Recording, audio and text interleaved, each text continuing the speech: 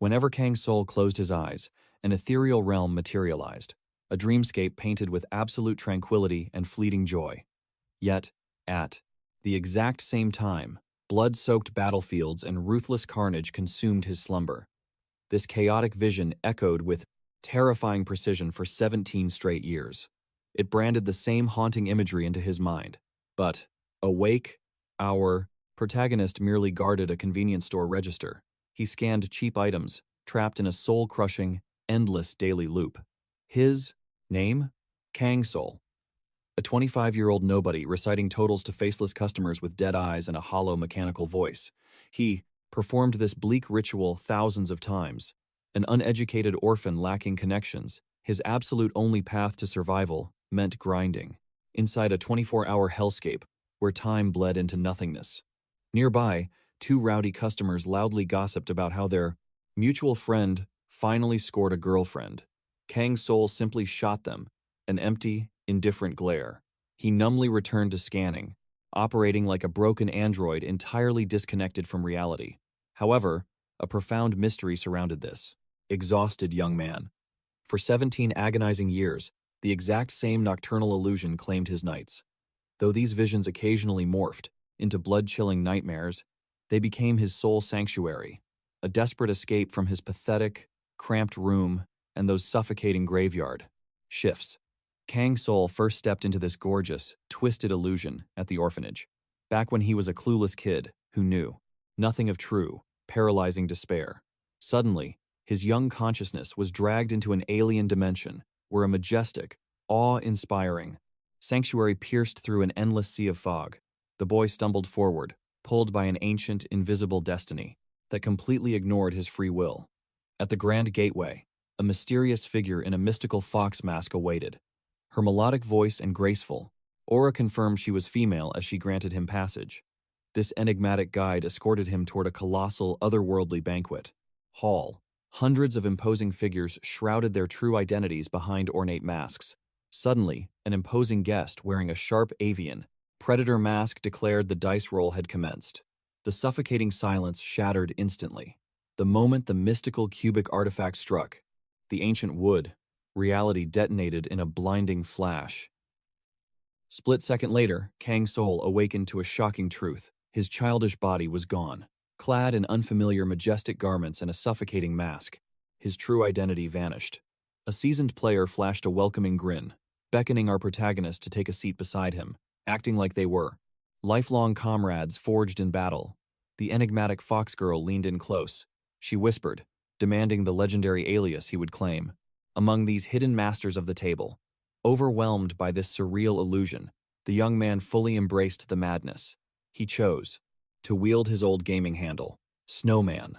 The masked fox nodded with deep approval, explaining that with introductions concluded, he must forge his avatar for the impending cosmic trial. Snowman paralyzed in shock. The terrifying realization hit him. He was about to become a living pawn in a mystical, high-stakes board game.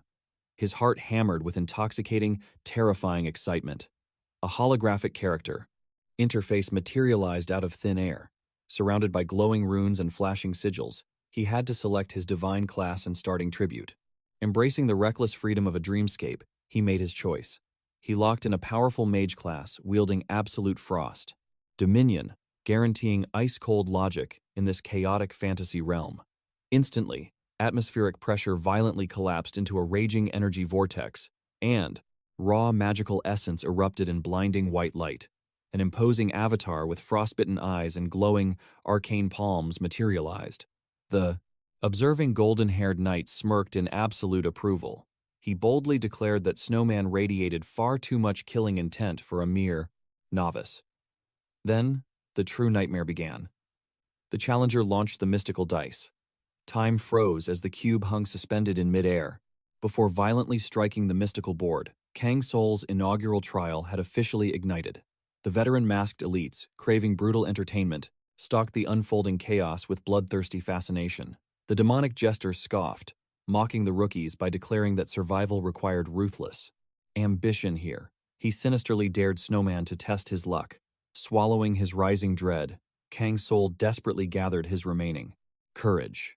He gripped the heavy artifact, sensing the weight of an entire universe balancing on his imminent roll.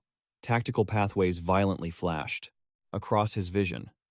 Flee like a coward, sever the beast's mobility with a bladed strike, or utilize hidden skills. Following a 9-split-second calculation, our protagonist embraced the suicidal third option, absolute zero frost magic to shatter the enemy's stance. His avatar violently hoisted its mystical staff. Channeling his raw spiritual intent, the devastating ice incantation roared to life in sapphire brilliance. A cataclysmic aura spiraled out. Frost and phantom flames miraculously fused together, literally ripping the spatial fabric in two. The monstrous reptilian teammate hissed in pure awe, praising Snowman's ruthlessly genius battle tactics. Meanwhile, the imposing figure donning the razor-sharp eagle mask gave a silent nod of respect. Declaring his phase, he menacingly elevated the glowing cube. Instantly, the golden knight surged. Forward like a meteor, he unleashed a devastating greatsword cleave, fracturing the air with a deafening metallic shriek. A second later, the boss crashed into the dirt, utterly paralyzed and brutally shattered. A blinding system prompt instantly hijacked Kang Soul's vision, proudly announcing that the Vanguard warlord was utterly eradicated, marking his first legendary triumph, the mystical fox. The mysterious voice declared tonight's epic journey complete, asking the gathered souls if they grasped the breathtaking majesty of the eternal realm. Kang Soul sat in awe. To him, this legendary game was magnificent, where a character's destiny wasn't bound merely by chance, but forged through brilliant strategy. His mortal heart pounded with an entirely unprecedented, thrilling rush of adrenaline. The eagle-masked figure chuckled, confessing he never imagined a mere trial could boil his blood like this, urging Snowman to return tomorrow. The boy nodded eagerly, casting aside all lingering doubts about this mystical, mind-bending dreamscape's true origin. After all, these bizarre entities offered an intoxicating escape. From that fateful dusk, he plunged into the eternal realm nightly, fighting alongside eccentric comrades. Yet, in the waking world, no mortal soul believed his legendary tales. The orphanage brats merely mocked his celestial adventures as childish fairy tales, while cruel whispers claimed his fragile mortal mind had completely shattered. Gradually, his peers coldly abandoned him, refusing to stand beside a boy hopelessly trapped in delusional fantasy. Thus, the solitary Kang Soul devolved into a muted outcast, branded a pathetic liar, suffocating beneath the orphanage's bleak, gray reality. Now, whenever he dragged his exhausted body back to his desolate room, gravity crushed his mortal bones like heavy lead. His only desperate craving was to collapse and surrender to the void. Yet, a fiery conviction burned within. While fools slumbered blindly, he would transcend into his luminous dreamscape, slicing away all pathetic earthly miseries. In a heartbeat, Kang Soul's spirit manifested once more before that ancient, awe-inspiring citadel, heavily cloaked in a radiant, mystical mist.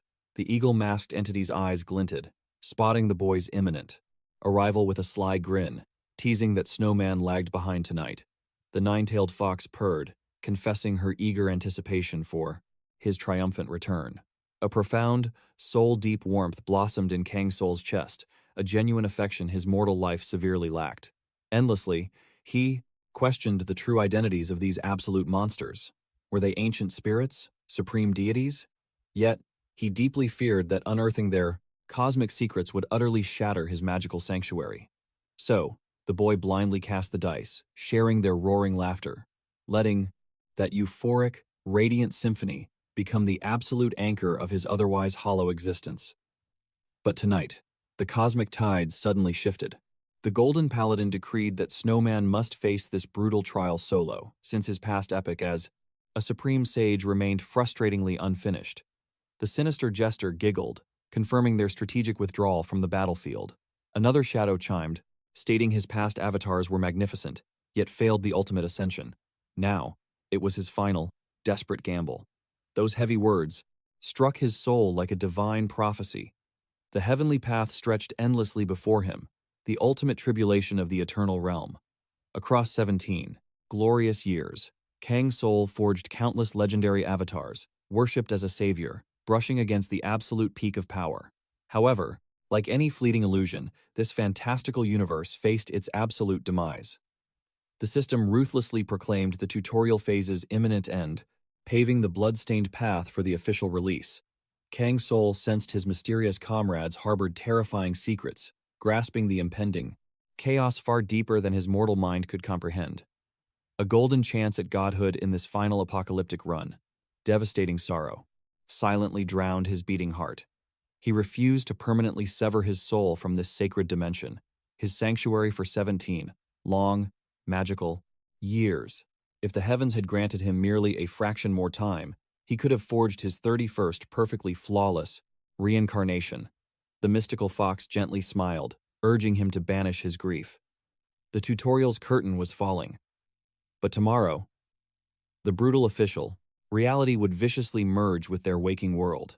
The blonde paladin's aura darkened, declaring their mortal disguise had lingered far too long. Now, they must furiously reclaim their lost godhood and obliterate the miserable insects who dared seal away their divine sovereignty. Kang Soul stood utterly paralyzed. Reclaiming godhood, slaying cosmic insects, he was blind to their ancient lore, yet he fiercely sensed an apocalyptic truth lurking behind this so-called game. Slashing away his hesitation, he violently focused his spiritual core. Right now, his entire existence balanced on a single fateful role. Only absolute ascension could crown this epoch. Historically, barely 9 out of 30 legendary vessels had ever grazed that terrifying peak. Now, he gripped his absolute final chance to carve his immortal legacy into the eternal monuments of this realm. As he hurled the dice, the atmosphere violently ruptured with roaring mana. A blinding, catastrophic flash incinerated their vision, erupting with the force of 1,000 mastered arts. The cold system announced that the devastating magical backlash ripped right through Milan, detonating during the critical tribulation phase. Grinding his fangs, Kang Soul fiercely charged onto the glowing heavenly stairway, diving into the chaotic, ripping mana hurricane. Upon a treacherous turn of the blinding steps, Milan's footing crumbled. Losing balance, he plummeted toward the abyssal void, his fingers clawing a fractured stone. The raging mystical tempest immediately swallowed the boy. He was violently tossed in a blinding vortex, spiraling downwards without even a moment to scream. Milan, his majestic avatar, suffered a brutal defeat. His 9th heavenly tribulation dissolved into ash, as fickle fate callously abandoned the fallen snowman. For several suffocating beats, he remained paralyzed, his hollow eyes locked onto the infinite, mocking abyss before him. A violent storm of blistering rage, crushing despair, and unyielding defiance warred inside. He ground his teeth until his temples pounded relentlessly. Another tragic loop. History was repeating its cruel cycle. He had to choose whether to sever Milan's journey forever or grant him one more try. Kang Soul offered a bitter, exhausted smile, realizing that touching the heavens was an impossible feat. He glared at his monitor, watching his avatar lying shattered and dead upon the cold earth. With a heavy sigh, he clicked yes. The game was over. No more extra lives. He surrendered. The system coldly flashed its final verdict. Milan's destiny was sealed. The epic saga concluded here, but mundane reality marched onward. His guildmates offered their sympathies. Yet Snowman alone accepted the bitter truth. They had fought with everything, standing at the very gates of ascension, and his brilliant strategy got them there.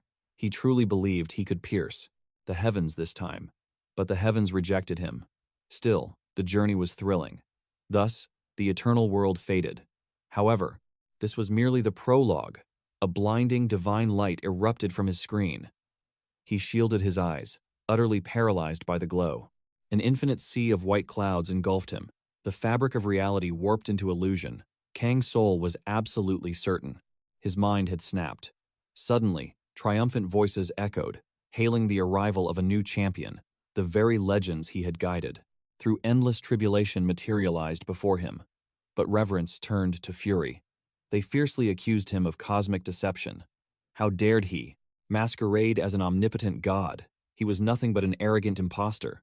The Grand Puppet Master was now just another helpless pawn, thrown onto their chessboard. The radiant blonde knight stepped forward, sentencing him to chains. Instantly, an unseen, crushing pressure clamped around his throat like a demonic grip. Kang Soul choked. A devastating surge of pure, raw mana pierced right through his mortal soul. Why had his loyal subjects turned into executioners? He had no time to process it. The terrified youth felt his windpipe practically melting. Vicious curses rained down upon him. His former digital comrades now glared at him with murderous intent. They had become his divine judges. A mere mortal attempting to play the creator? Such blasphemy carried a death sentence. Kang Soul's pupils dilated in sheer terror. One singular, maddening thought consumed his brain. What were these beings babbling about? How could pixels step into reality? Frantically clawing at the ethereal chains strangling him, he gasped for breath. But the Golden Knight had already channeled an overwhelming wave of destruction. The paladin raised his blade. This sacred domain would serve as the false deity's ultimate graveyard. Was this truly how he died, squashed like a pathetic insect by his own creations? But suddenly, an authoritative voice shattered the tension. He did not authorize this execution. Space tore open, revealing a figure wrapped in a tailored suit, wearing a mask, radiating an eerie, unearthly glow. Furious at the interruption, the Golden Knight hoisted Kang Soul into the air like a ragged doll, sneering at Cordon. "What is your problem?" he spat. The other deities chimed in, roaring that this pathetic impostor had defiled their divine pride and deserved agonizing annihilation. Cordon remained completely unfazed. He coldly told them to lower their weapons and think rationally. Kang Soul's hazy memory sparked. He recognized Cordon from the game's darkest questlines, a fragile sliver of hope, ignited within his desperate heart. Could this NPC save him? Meanwhile, an archmage stepped forward, declaring that spilling mortal blood would pollute their holy realm. He suggested an alternative. Cast the rat back into the abyss he crawled from. The surrounding gods gasped in absolute outrage. Send him back alive? What was the point of such mercy? Cordon chuckled darkly, seamlessly picking up the mage's cruel logic. Mercy? We will grant him nothing of the sort. Though the sinner's guilt was absolute, they were forgetting the significance of today's date. The divine tribunal exchanged bewildered glances. What did the masked man mean? The puzzle pieces suddenly snapped together for Litza. Today is the harvest, she gasped. A wicked grin spread across her face. The absolute perfect punishment for this arrogant intruder. The Archmage's eyes burned with malice. Let the worm return to his filthy mortal realm, to the wasteland, where nightmares consume reality. Let him perish under the apocalyptic madness. The horrifying realization hit him. This was not salvation. Kang Soul unleashed an agonizing, blood-curdling scream. The psychological pressure was crushing his sanity. He could not even begin to process the absolute nightmare unfolding. Exhausted and broken, he collapsed to his knees. Cruel laughter echoed through the heavens. The gods jeered, refusing to dirty their hands on such pathetic trash. He was totally clueless about their true power, treating their entire existence like a trivial, consequence-free video game. The paladin looked down with absolute disgust. Your destiny is a gruesome demise, on a doomed earth. Lower your eyes, mortal filth. Drowning in utter despair, Kang Soul realized the terrifying truth. His supposed savior was just another devil. Cordon did not want to rescue him. He wanted to subject him to endless, agonizing torment. However, right through the divine cacophony, a gentle, familiar voice echoed in his mind. How are you holding up, Snowman? Startled, he frantically scanned the majestic hall. Do not look around. Only you can hear this telepathy. Kang Soul's heart pounded. He simply could not comprehend the truth. The secret transmission came directly from Cordon. I know your true identity, the mage whispered. No time for questions. Time is running out. We need to move fast. The peaceful Earth you know is about to face an apocalyptic awakening. And, today, two realms would collide. Earth was merging with the world of eternity. The young hero stood paralyzed, struggling to grasp this apocalyptic nightmare. Cordon coldly declared that the divine beings had forsaken faith, choosing the twisted path of pure madness. To restore their fading divine authority, every triumph and legend of mortal humanity would be violently sacrificed, traded away for chaotic energy to feed the gods' lost strength. Kang Soul's mind spun, unable to process the sheer weight of this catastrophic reality. Cordon smirked, revealing a single sliver of hope to save humanity.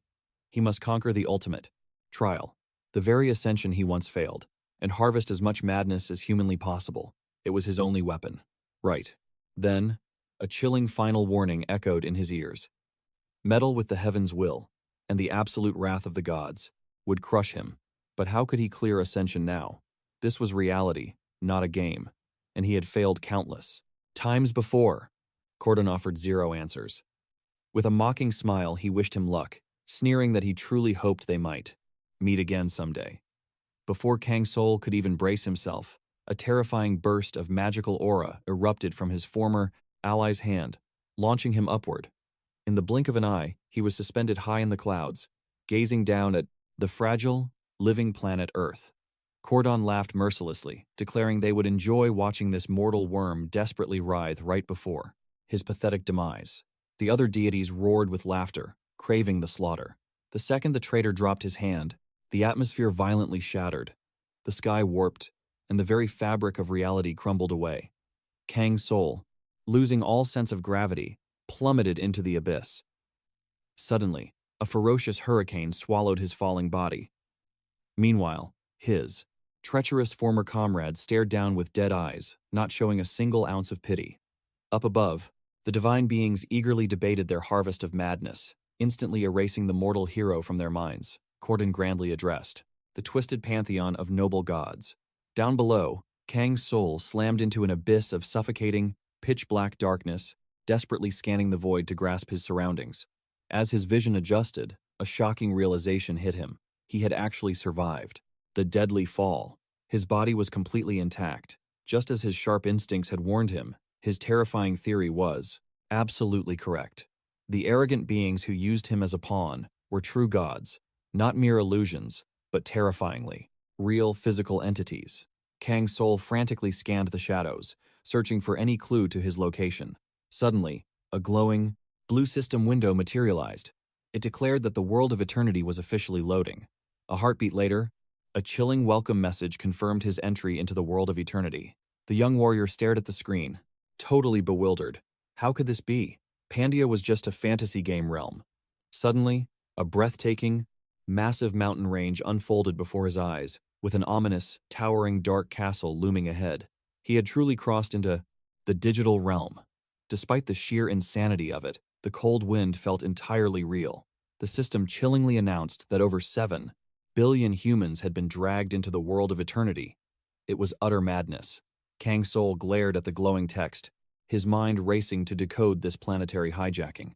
Suddenly, a bizarre, heavy sonic vibration shook the air, making his mortal body instinctively flinch. Flashes of light spawned countless other humans around him. The omnipotent system instantly warned that attribute selection was mandatory, because the first deadly trial was commencing. The shocked young man simply couldn't believe his eyes. The entire human race had been forcefully transported. The apocalyptic planetary merger was now a blood-chilling reality. He recalled Cordon's sinister prophecy that his mundane earthly life would be erased, and today, 2 distinct realms would violently collide. He urgently needed to clear his chaotic mind. Those grueling years of gaming weren't just a fantasy, they were now his ultimate reality. But the nightmare ran deeper. The venomous insults from his former ally ignited a blazing inferno within his memories. Cordon had mercilessly threatened him, demanding he lower his gaze, swearing he would perish in the dirt like a pathetic insect. Kang Soul vividly remembered that degrading title. Those arrogant, so-called divine comrades possessed egos the size of mountains. With blazing resolve, his knuckles popped as he clenched his fists. Those fools severely underestimated the very worm who outsmarted them all. In that split second, a fierce determination boiled in his blood. He was no longer a disposable pawn on their divine chessboard. He would violently prove he possessed the ultimate power to survive. The agonizing shadows of his orphanage past resurfaced, tearing open buried scars. History was cruelly repeating itself. Betrayed by the very comrades he had trusted with his life, a storm of bitter fury crashed over him. If this torment was his inescapable destiny simply because of his mortal birth, then the heavens were truly blind. But this burning wrath against these false, self-proclaimed gods became his ultimate weapon. Fueled by 17 agonizing years of system experience, the lone hunter decisively smashed the character creation button. His mind was locked onto absolute, overwhelming victory. A heartbeat later, the celestial system boldly announced that His legendary avatar was complete. The hero swore a blood oath to become the ultimate 31st transcendent entity, who would unquestionably exact devastating vengeance. The shadow summoner known as Snowman descended into the eternal pandemic world, functioning like some board game where initial stats dictate destiny, much like harsh reality. Now, this twisted game became real, and dying meant true oblivion. Therefore, he required an avatar capable of seizing divine ascension flawlessly. Within this eternal realm, it became possible to stack multiple conditions simultaneously, unlocking the forbidden potential to forge something truly legendary. However, because of this rigid system, divine tiers and trash classes existed. During past failed regressions, our protagonist had foolishly depended on useless teammates. But now, he stood utterly alone.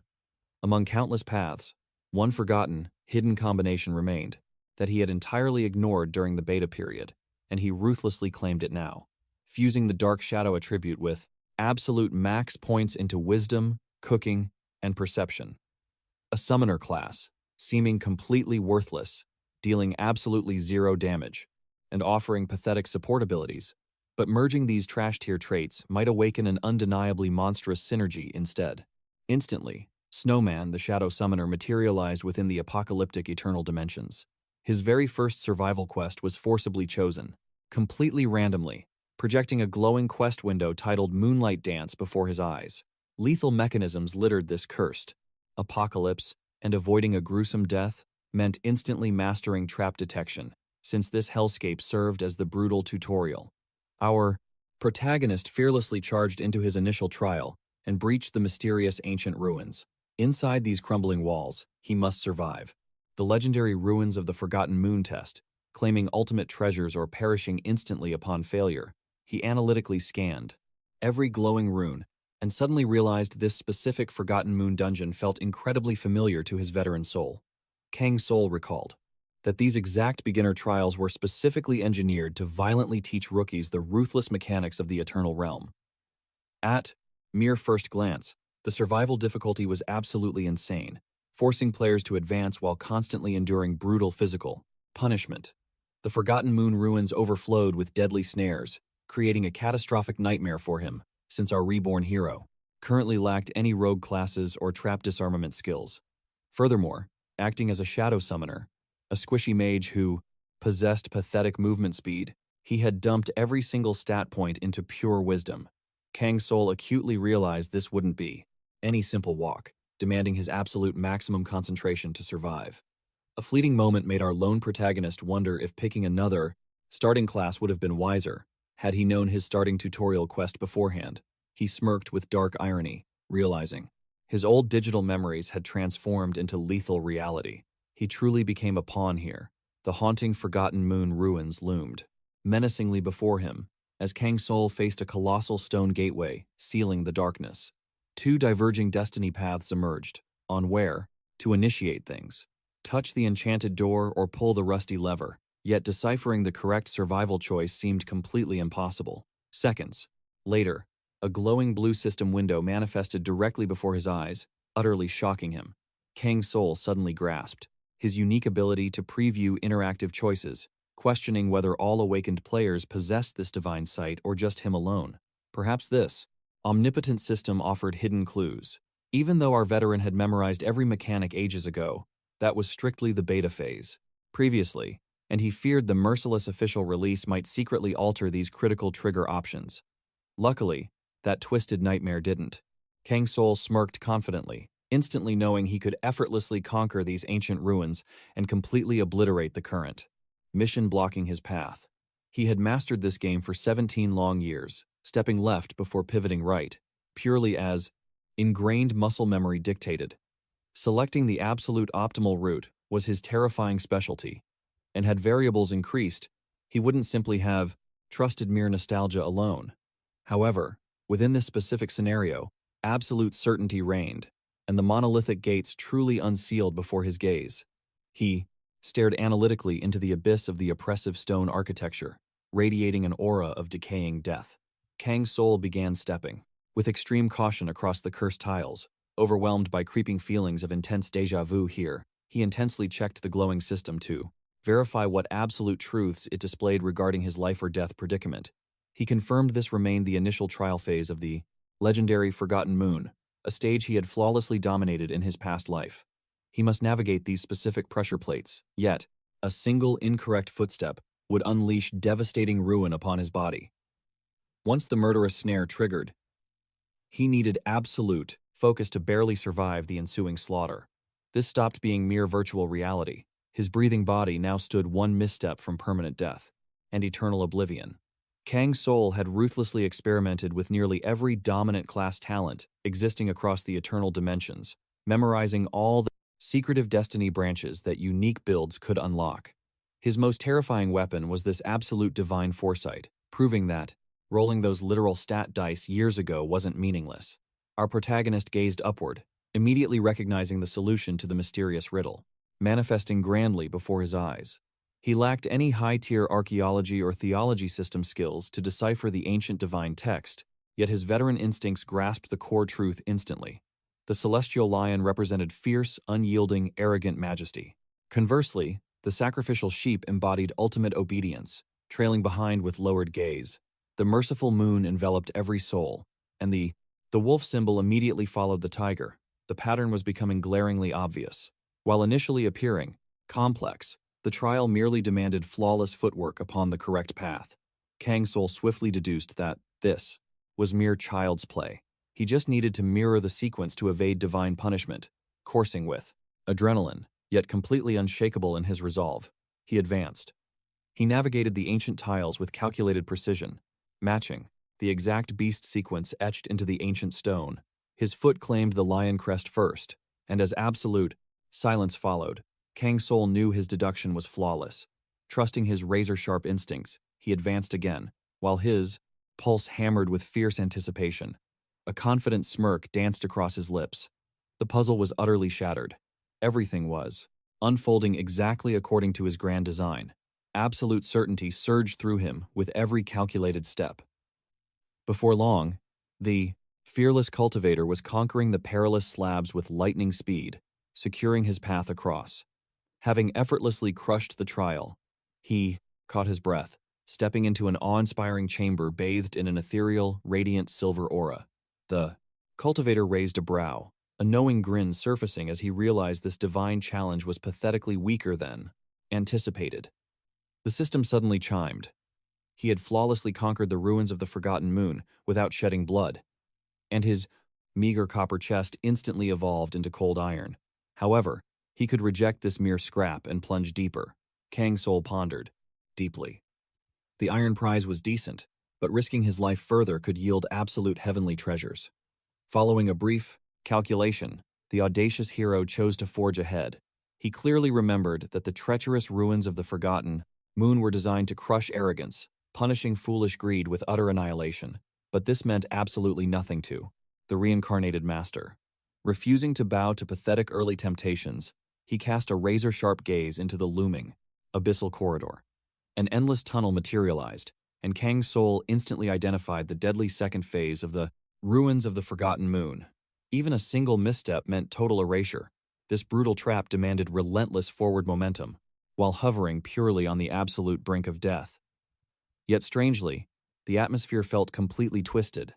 The hardened cultivators, pupils contracted violently.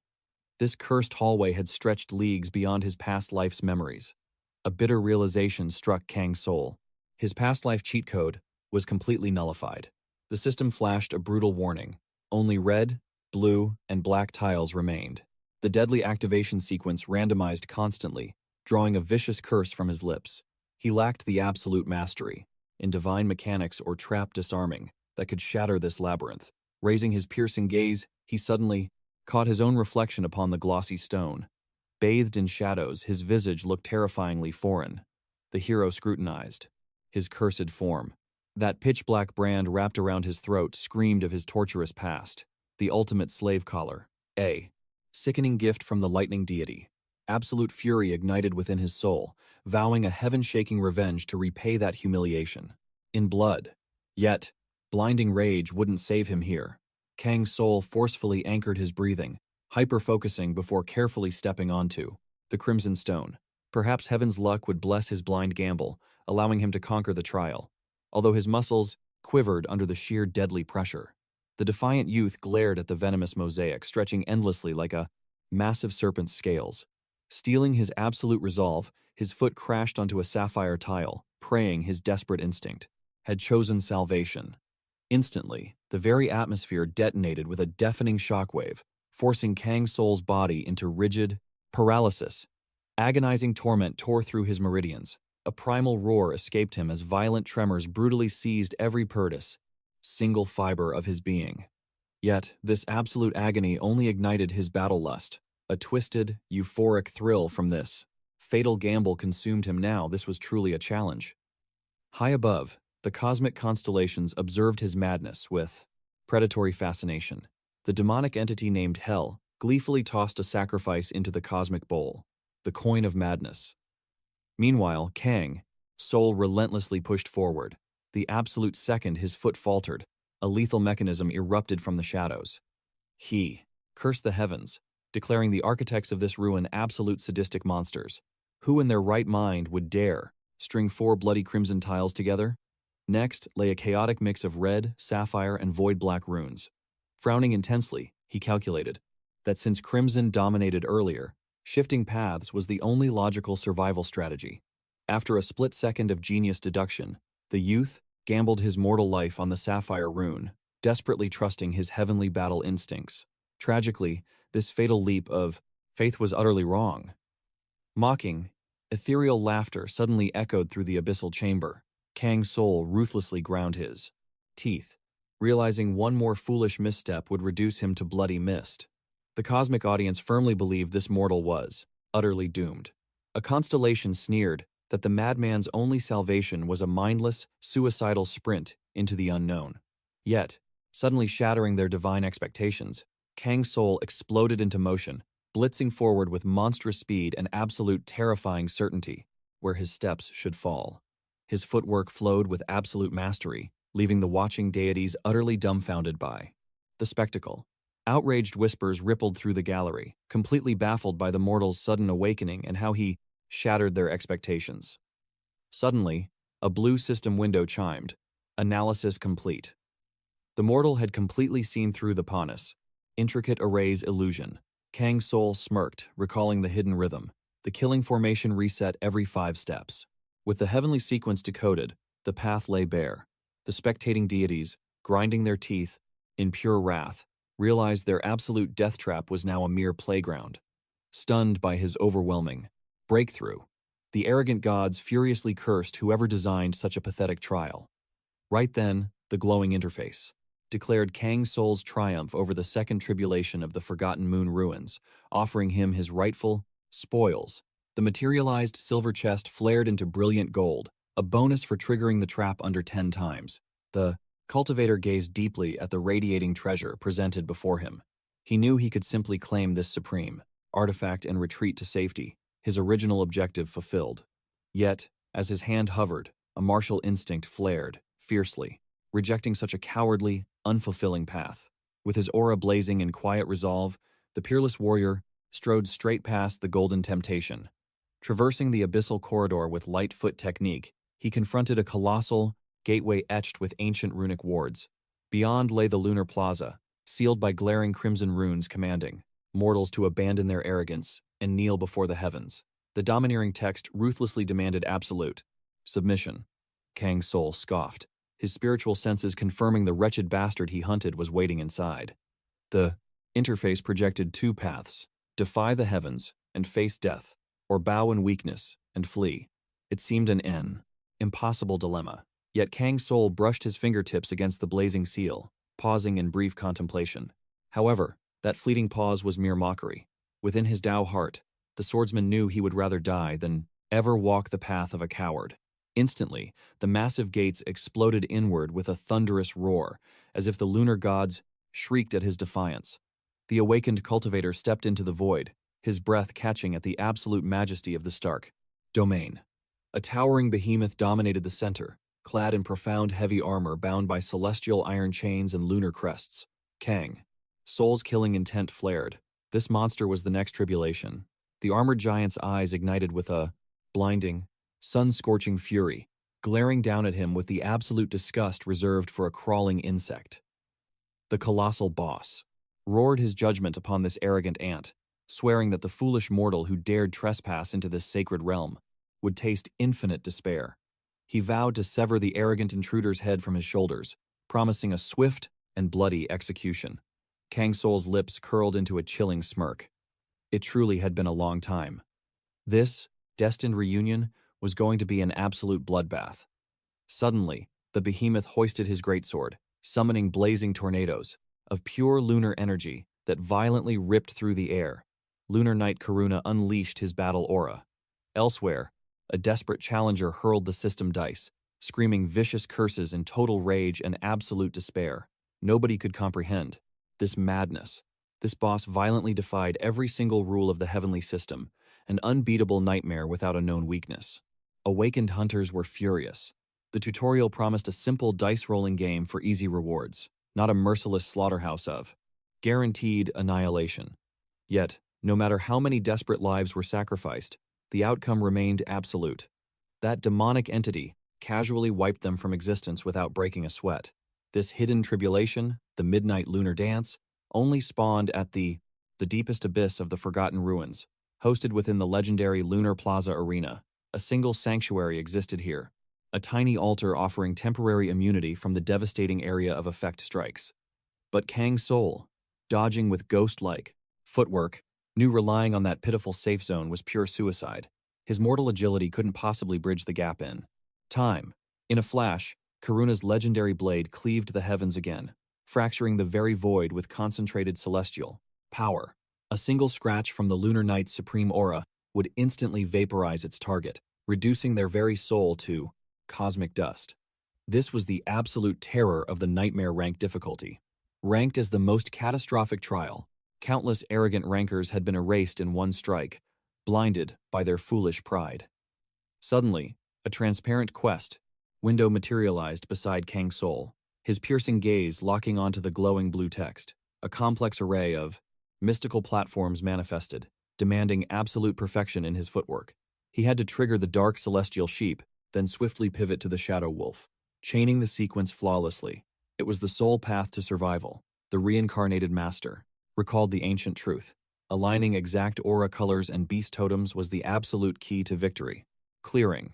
The sequence remained identical to the first heavenly trial and required absolute precision until he conquered the ancient ruins. Suddenly, the arcane guardian accelerated, charging forward like a devastating tempest of blazing flames and forged steel. Kang Soul instinctively evaded the crushing blow, realizing the first formation rune he required lay directly beneath his feet. The fearless protagonist boldly stepped onto the crimson lion crest, which pulsed brightly beneath the mystical lunar glow.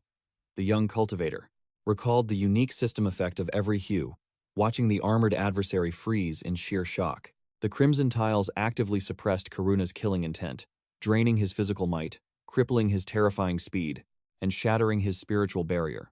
Kang Soul sensed his absolute window of opportunity and prepared to trigger the next heavenly rune, amplifying the debuff to seize complete control. A heartbeat later, he planted his foot upon the blazing crimson lion, then surged forward flawlessly, landing directly onto the blood-red moon emblem. He stood incredibly close to the guardian, yet the imposing knight had lost his overwhelming martial presence. Karuna grew tremendously sluggish, wasting precious energy with sloppy strikes in the chaotic clash. The crimson suppression effect tripled instantly, and Kang Soul recognized this opening, advancing with calculated precision. Before him lay a dark rune depicting an obsidian sheep. The young cultivator knew it was time to escalate the heavenly trial. As Karuna lunged with earth-shattering power, the Intine axe, hero swiftly triggered the exact symbol. Behind the armored warrior, an ancient mechanism activated, unleashing a devastating inferno that blasted directly into his spine. The obsidian runes awakened lethal traps, dealing catastrophic destruction to the foe, while simultaneously restoring the enemy's lunar defense barrier. Kang Soul instantly calculated that he must shatter the aura shield once more, chaining crimson runes before launching another assault. It was absolutely impossible to conquer this opponent instantly. Karuna, bleeding yet furious, unleashed a demonic laugh, sneering, that the mortal intruder was foolishly arrogant if he believed cheap illusions could save him. Unfazed, Kang Soul analyzed the warrior's shifting center and realized the incoming lunar sword art meant certain death. The adversary resolved to channel maximum absolute power into a fatal strike, locking all spiritual pressure onto the youth. Under such crushing gravity, it was completely impossible to evade because the devastating aura blades erupted from every single angle. Yet, despite the apocalyptic storm of lethal strikes, Kang Soul emerged entirely unscathed through the settling smoke, miraculously surviving by channeling the power of absolute lunar energy. The stunned audience members realized his miraculous survival occurred solely because he stood firmly upon an azure safety rune. Trembling with shock, a high-ranking spectator declared he was the very first mortal to conquer the ultimate tribulation. Undeterred, the protagonist dashed purposefully, counterstepping as Karuna struck again, landing perfectly upon the crimson array. The Guardian roared furiously that this celestial duel would crush the arrogant youth, sealing his inescapable doom. Kang Soul locked eyes with absolute fearlessness, radiating unshakable faith in his martial mastery. During past system raids with veteran guildmates, they constantly questioned his obsessive drive to push past human limits. A lightning-masked companion once observed that Kang Soul was executing the legendary lunar footwork. The surrounding cultivators watched in awe, realizing the three crimson formations maximized the enemy's absolute suppression, forming a brilliant tactical retreat strategy focused purely on miraculous survival rather than outright slaughter. The obsidian runes dealt minimal base damage, yet they triggered the Guardian's apocalyptic counterstrikes, making every single step a lethal gamble. Kang Soul demonstrated that the fundamental truth of this terrifying trial was brutally simple. Suddenly, Karuna absorbed a catastrophic impact, his entire massive frame paralyzing. Entirely blindsided by the explosive reversal, the Supreme Knight staggered. The youth anchored himself atop the dark sheep, tracking every micro-movement. Knowing this suicidal strategy forged the only path to legendary victory, he watched the Guardian's armor violently fracture, the beast panting desperately while fighting absolute collapse. The bloodied Guardian growled, warning the mortal never to underestimate the heavenly might of the sacred moon. Instantly, his spiritual core ignited once more, firing an obliterating beam of raw divine aura straight toward Kang Soul. The protagonist reacted with lightning-fast instincts, calculating that his sole chance at avoiding annihilation was hitting the crimson formation. Just as the armored monstrosity completely exhausted his mana reserves, the determined cultivator knew it was time to hit the obsidian sigil. Heartbeats later, he launched himself forward with explosive speed, planting his boots firmly on the dark sheep. The catastrophic strike that smashed into the Guardian forcefully locked him in temporal stasis. Absolute triumph was finally within his grasp. The mighty adversary had already suffered the complete destruction of his heavenly armor. Karuna's mind reeled in absolute shock. He couldn't comprehend how this relentless mortal survived this impossible hell. Suddenly, a blue system window chimed, declaring the lunar night was bursting with blinding radiance, suffering critical damage while his agility stats entered an unstoppable frenzy mode. The desperate Guardian realized that without his lethal strike, he hadn't earned his infamous reputation for nothing. With blazing fury, he roared that victory would be his, and charged headlong. Kang Soul's eyes narrowed. The complex rhythm of the moonsteps had shifted. It was completely impossible to suppress his towering killing intent using the crimson tiles. The only path left? Deflecting that devastating blow with the azure tiles. The young cultivator declared this legendary duel was over. His voice echoed with unwavering authority, shaking the very air. Karuna bellowed in blinding rage, commanding the arrogant rookie to kneel. Transgressors must face divine punishment for their sins. Yet Kang Soul slipped past the blade like a phantom. This final clash would decide everything. The armored knight unleashed his ultimate art once more. The legendary moonlight slash erupted, igniting the battlefield with devastating power. Kang Soul knew if his evasion failed by a single millimeter, his mortal soul would be utterly obliterated. His sole survival strategy was dancing perfectly across the ancient puzzle sequence, striking precisely between the blinding lunar flashes. The Moonlight Dance, a legendary title, perfectly describing this breathtaking spectacle, as their fierce clash became an absolutely lethal waltz. Our protagonist calculated every single movement, stepping upon the exact runes, while devastating magical aura tore the ancient stone arena apart. Karuna roared with absolute bloodlust that he would annihilate this arrogant mortal. However, a heartbeat later, the fearsome boss froze completely. Trembling realization widened his eyes as he saw the unavoidable doom approaching. The deadly counterattack struck with such godlike precision that dodging it was mathematically impossible. The fallen knight's heavy helm shattered, launching into the air and revealing his face. Time completely stopped as they stood locked together, frozen in absolute tension, glaring into each other's souls. Ultimately, Karuna dropped his defeated gaze, facing his unseen sovereign, confessing his profound failure to protect the ruins. The honorable warrior begged for eternal mercy right as the finishing strike crashed. Down! Kang Soul exhaled deeply, watching the towering boss collapse heavily against the freezing dungeon floor, while the mighty broadsword clattered away with a haunting metallic ring. Suddenly, blue system screens illuminated the darkness, declaring his absolute triumph over the Forgotten Moon ruins. A glorious selection of divine rewards materialized, as a dazzling mythological treasure chest manifested. The victorious player unlocked the Moon Hunter achievement and the legendary title, The One Who Toppled the Moon. Kang Soul instantly recalled the mocking constellation wearing the lightning mask, who had previously questioned his insane choice to battle Karuna instead of easily fleeing. Our protagonist smirked inwardly, thinking that running away was for weaklings, because crushing this supreme boss to dust yielded astronomically better loot. Filled with ambition, his piercing gaze locked onto the fallen warrior. This was his master plan, his true objective for risking death, as he dramatically extended his right hand. Dark magical aura surged wildly from Kang Soul, engulfing the corpse, commanding the soul to rise. This was his overpowered hidden class ability, the legendary shadow summoning. Moments later, the system chimed brightly. The Moon Knight Karuna's immortal shadow had been successfully extracted from the abyss. Karuna's dark phantom lacked the sacred lunar energy, suffering massive stat penalties until the full moon shattered. This newly resurrected minion's rank started at the bottom, inheriting merely 20% of his terrifying base stats. The celestial audience gasped. This mortal was, supposedly, a pathetic beginner. Yet his overwhelming aura felt like an absolute battle-hardened god standing triumphantly before them. Kang Soul smirked at his loyal new soldier, feeling immensely satisfied. Even though the Spectral Knight's raw strength had plummeted to 20%, his hidden hero class granted unmatched survival capabilities. After all, binding an immortal shadow merely requires slaying any being possessing one. Now, the real feast began claiming the loot. A dazzling golden light enveloped him as he leveled up, and, with it, powerful new stat points emerged.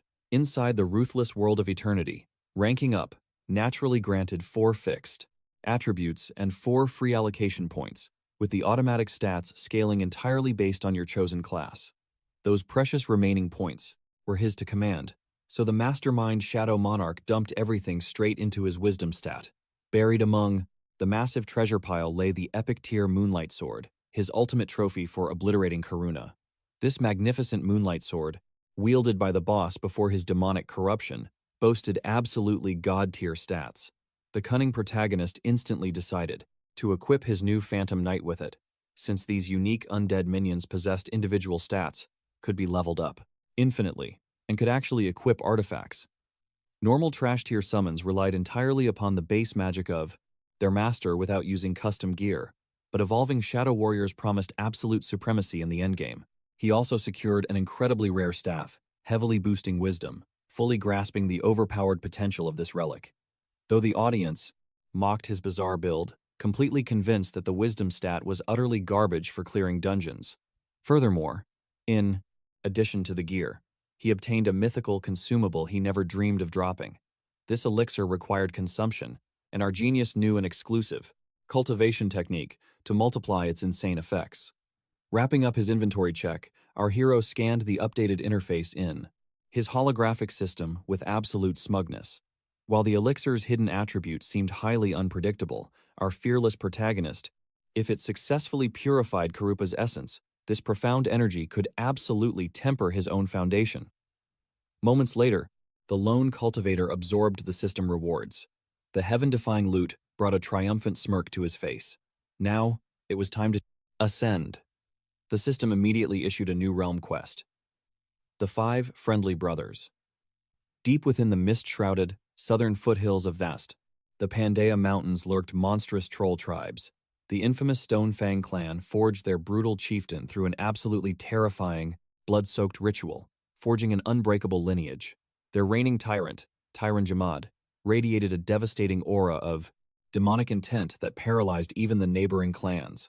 Kang Soul's heavenly tribulation quest strictly required him to violently cripple the Stonefang forces by any means. The ultimate goal? Eradicate at least one tribal commander. But the unforgiving system issued a chilling penalty: absolute soul destruction upon failure.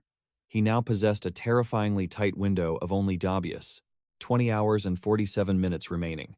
Glancing at the blazing midday sun, Kang Soul furiously calculated his next move. Departing now, he wouldn't reach the sanctuary perimeter until tomorrow's dawn. In this brutal cultivation world, peaceful meditation was an absolute, rare luxury, granted only after conquering two perilous realms. This five-brother tribulation trial guaranteed a devastating, soul-crushing difficulty spike, where intense bloodshed was guaranteed. 5 elite targets awaited him, all deeply entrenched within a treacherous mountain range where these vile beasts controlled every single shadow and hidden trail. Penetrating their ironclad defenses would be absolute hell, especially facing their overwhelming martial security. Analyzing the terrifying odds, Kang Soul unlocked only one viable, desperate path to survival.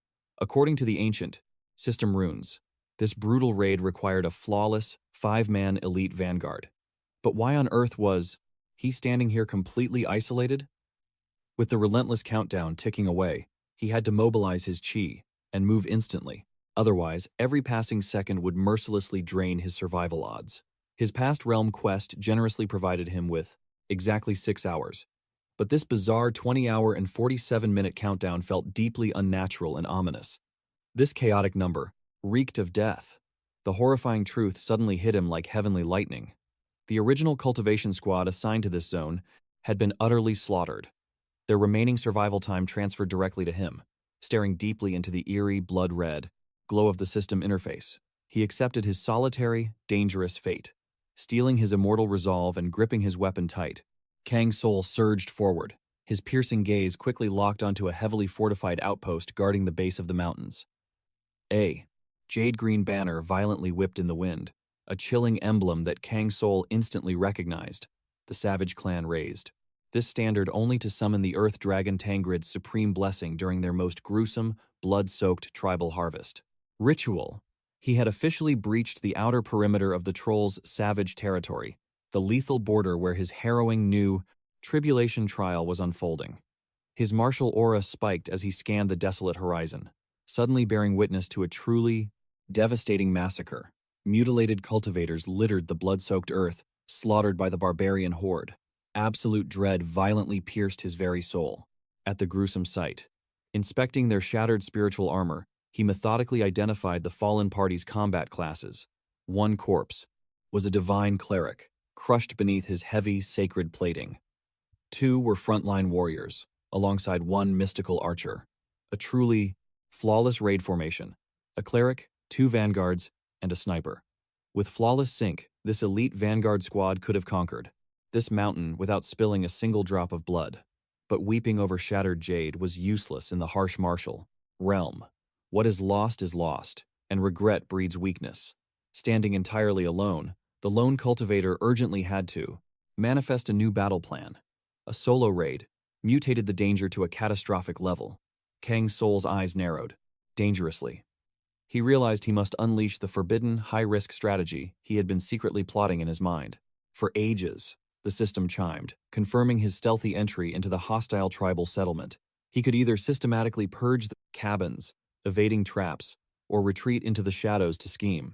With 20 hours and 39 minutes remaining, his martial heart ignited with unwavering resolve. He would crush this realm to claim the absolute highest divine tier rewards he could possibly plunder.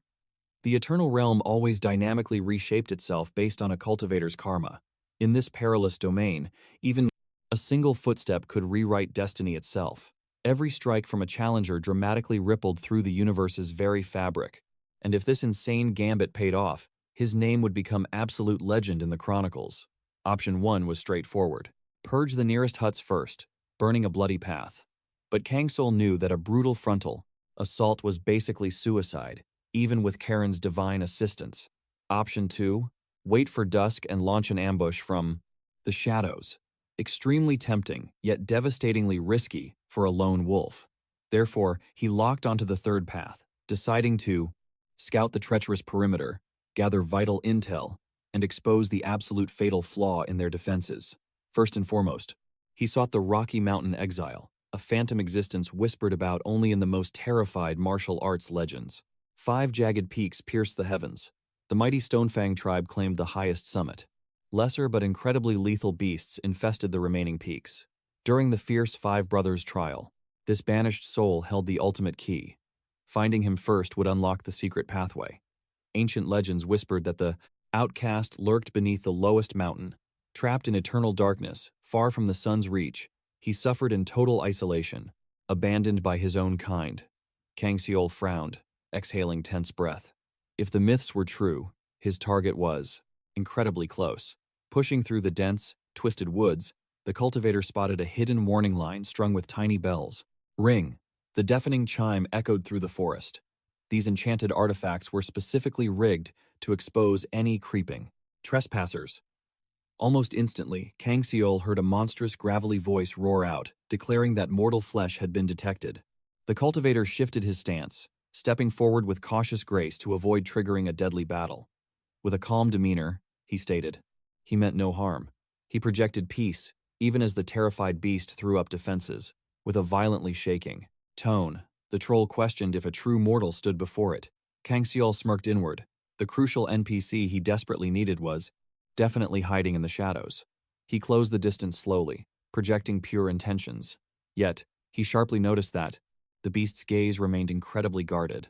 Ding! The system warned that this banished soul was utterly terrified of him, presenting several strategic dialogue options. The clever cultivator chose the optimal path. Detecting dark energy, he realized something was deeply wrong with this monster. He pressed gently, asking why it rejected his approach. Suddenly, a heavy, suffocating pause swallowed the forest. A bone-chilling stillness settled over them. Breaking the thick tension, the young warrior subtly hinted that perhaps a dark affliction caused this fear.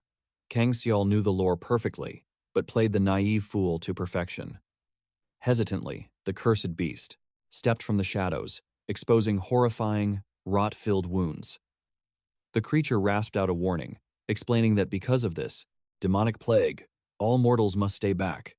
Retreating, the outcast muttered that the horrific display was over, and he refused to show more weakness. The determined warrior countered immediately. He craved the hidden truth. That was his sole purpose for venturing into this abyss. Yet, shouting across the shadowy gap proved useless. The beast growled, calling the cultivator an absolute lunatic for risking a deadly, soul-rotting infection. The monster was completely baffled. Why would a powerful human display such relentless persistence? What value did a dying creature's secrets hold? The hero stood firm, vowing to listen to every word the talked outcast would share. Weighing the heavy request, the beast finally surrendered. Lowering its massive head, it trudged toward a cavern. Ding! The system confirmed the target's hostility had dropped.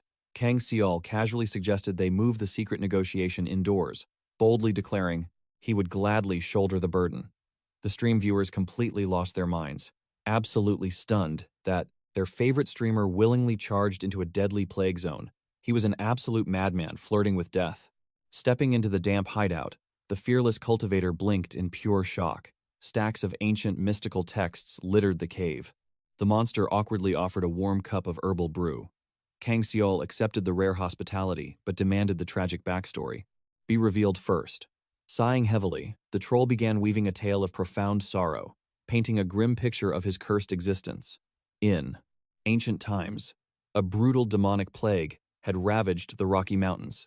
For generations, it harvested countless innocent souls, leaving absolute devastation. To survive the massacre, the mighty Stonefang clan forged a ruthless taboo to purge the vile corruption. Under this ironclad law, any infected soul was immediately exiled to rot in the wastelands. Kang Soul's eyes narrowed. Did that mean This massive beast was cast out as well? The troll shook its head bitterly. His mother carried him when the dark rot took hold. Without mercy, they banished her. She wept, begging for her unborn child to stay. But the cruel elders decided the baby carried the tainted blood. Ironically, their paranoia was justified. The outcast had been born with the cursed affliction, flowing through his veins. Consumed by blazing hatred, his mother died, wishing for utter destruction.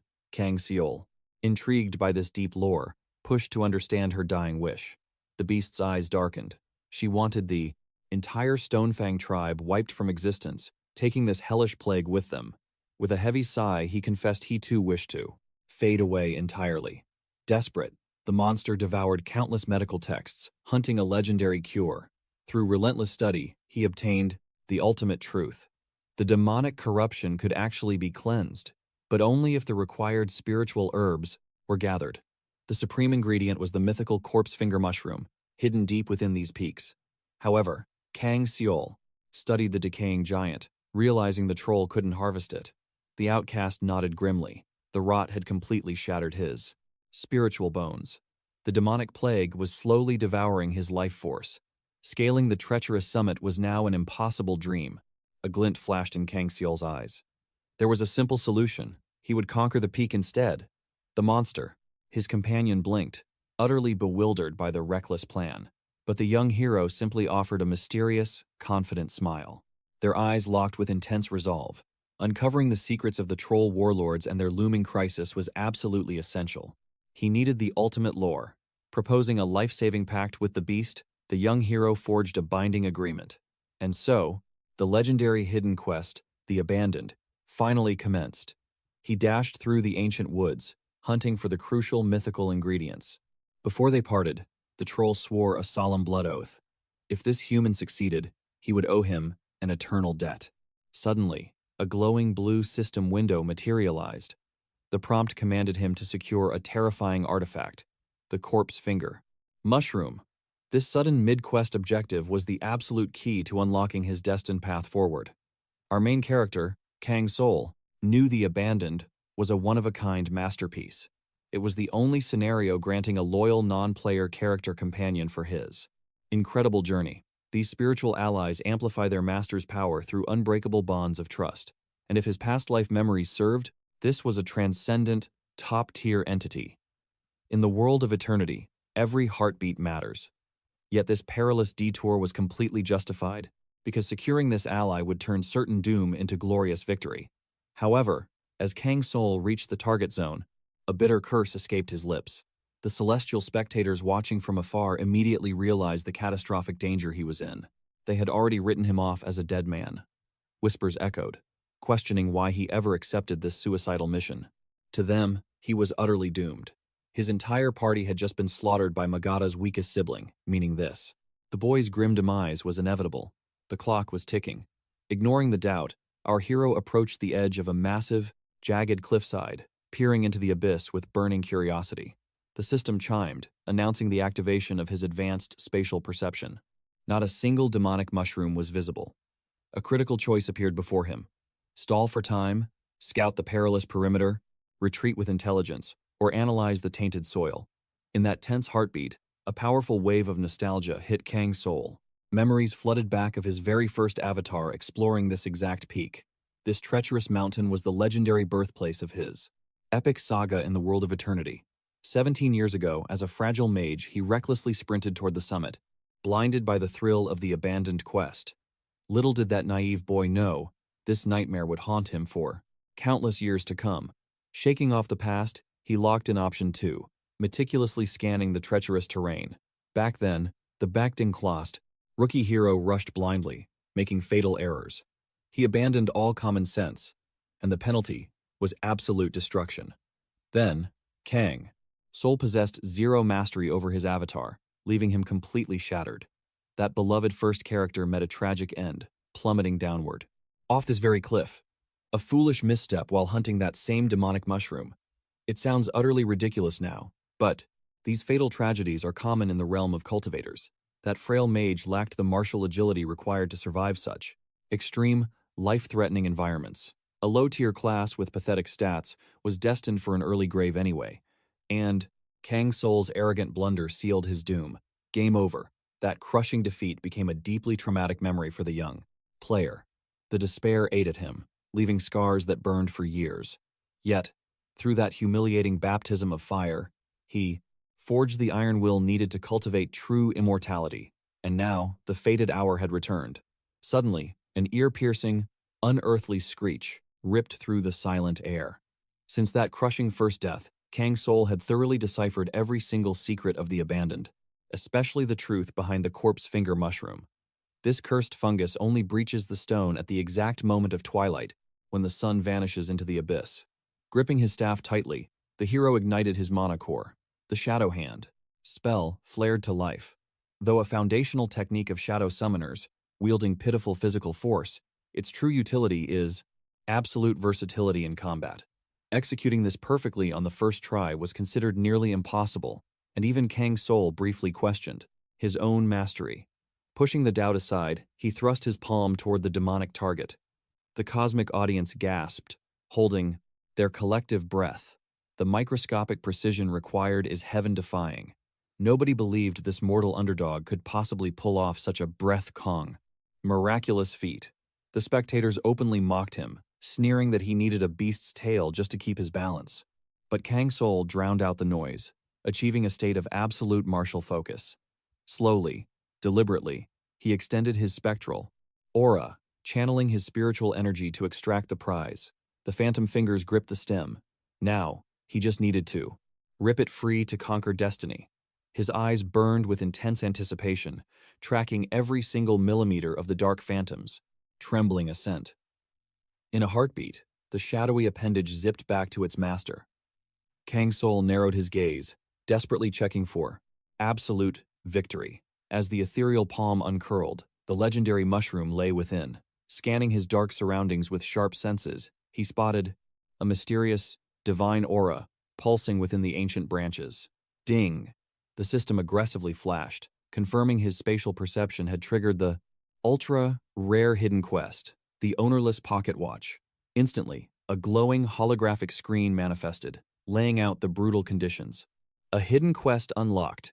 He needed a Kongori city informant who remembered the ancient timepiece. Upon closer inspection, a tiny, mysterious watch hung from a branch. Kang Soul manifested his shadow aura, and the audience held their breath, expecting him to grab it. Yet, this artifact's origins were completely shrouded in mystery. They needed to consult the system guide. Blank screens greeted them. Not a single soul could fathom the true power of this legendary relic. Meanwhile, a warm campfire popped and hissed, heating a bubbling pot of incredibly fragrant spiritual stew. Mael the troll stared deeply into the dancing embers. A storm of anxiety raged within him. Could he truly place his faith in a human? Doubt gnawed at his spirit relentlessly. Suddenly, a tragic memory struck Mael. His frail mother, consumed by a demonic plague. In her final agony, she wished for utter annihilation, refusing to face reality, burning with endless hatred for existence. This was the rotting flesh curse, a dark bloodline legacy of the savage Stone Fang clan. Those absolute degenerates. Broken by despair, she damned her own flesh and blood, Mael, screaming he must perish alongside this corrupted realm. But Mael refused to let the plague claim him without a fight. He vowed to unearth a miraculous remedy. He devoured mortal texts. Though the human language felt alien at first, his sheer willpower helped him decode the runes using his mother's ancient grimoire. With every page turned, the young troll crept closer to unlocking the ultimate healing formula. Tragically, the rot spread faster than his cultivation. He needed to concoct the divine medicine immediately, right before the agony consumed his soul.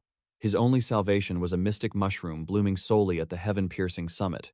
Had he foolishly gambled by begging a total stranger for salvation? Mael's mind spun in agonizing circles. Releasing a heavy sigh, the troll suddenly flinched. A sharp rustle broke the forest silence. An overwhelming aura approached. Seconds later, the thick brush violently shook with incoming footsteps. Exhausted but alert, the beast locked his gaze forward, praying the human warrior had returned. Instantly, Mael spotted that unforgettable silhouette. It was Kang Soul, panting heavily from an intense martial exertion. Closing the distance, the protagonist declared he secured the heaven-tier mushroom. He chuckled, admitting the toxic miasma burned worse than hellfire. The young cultivator presented the glowing, magical, spiritual herb. Male stared, absolutely spellbound by its divine radiance.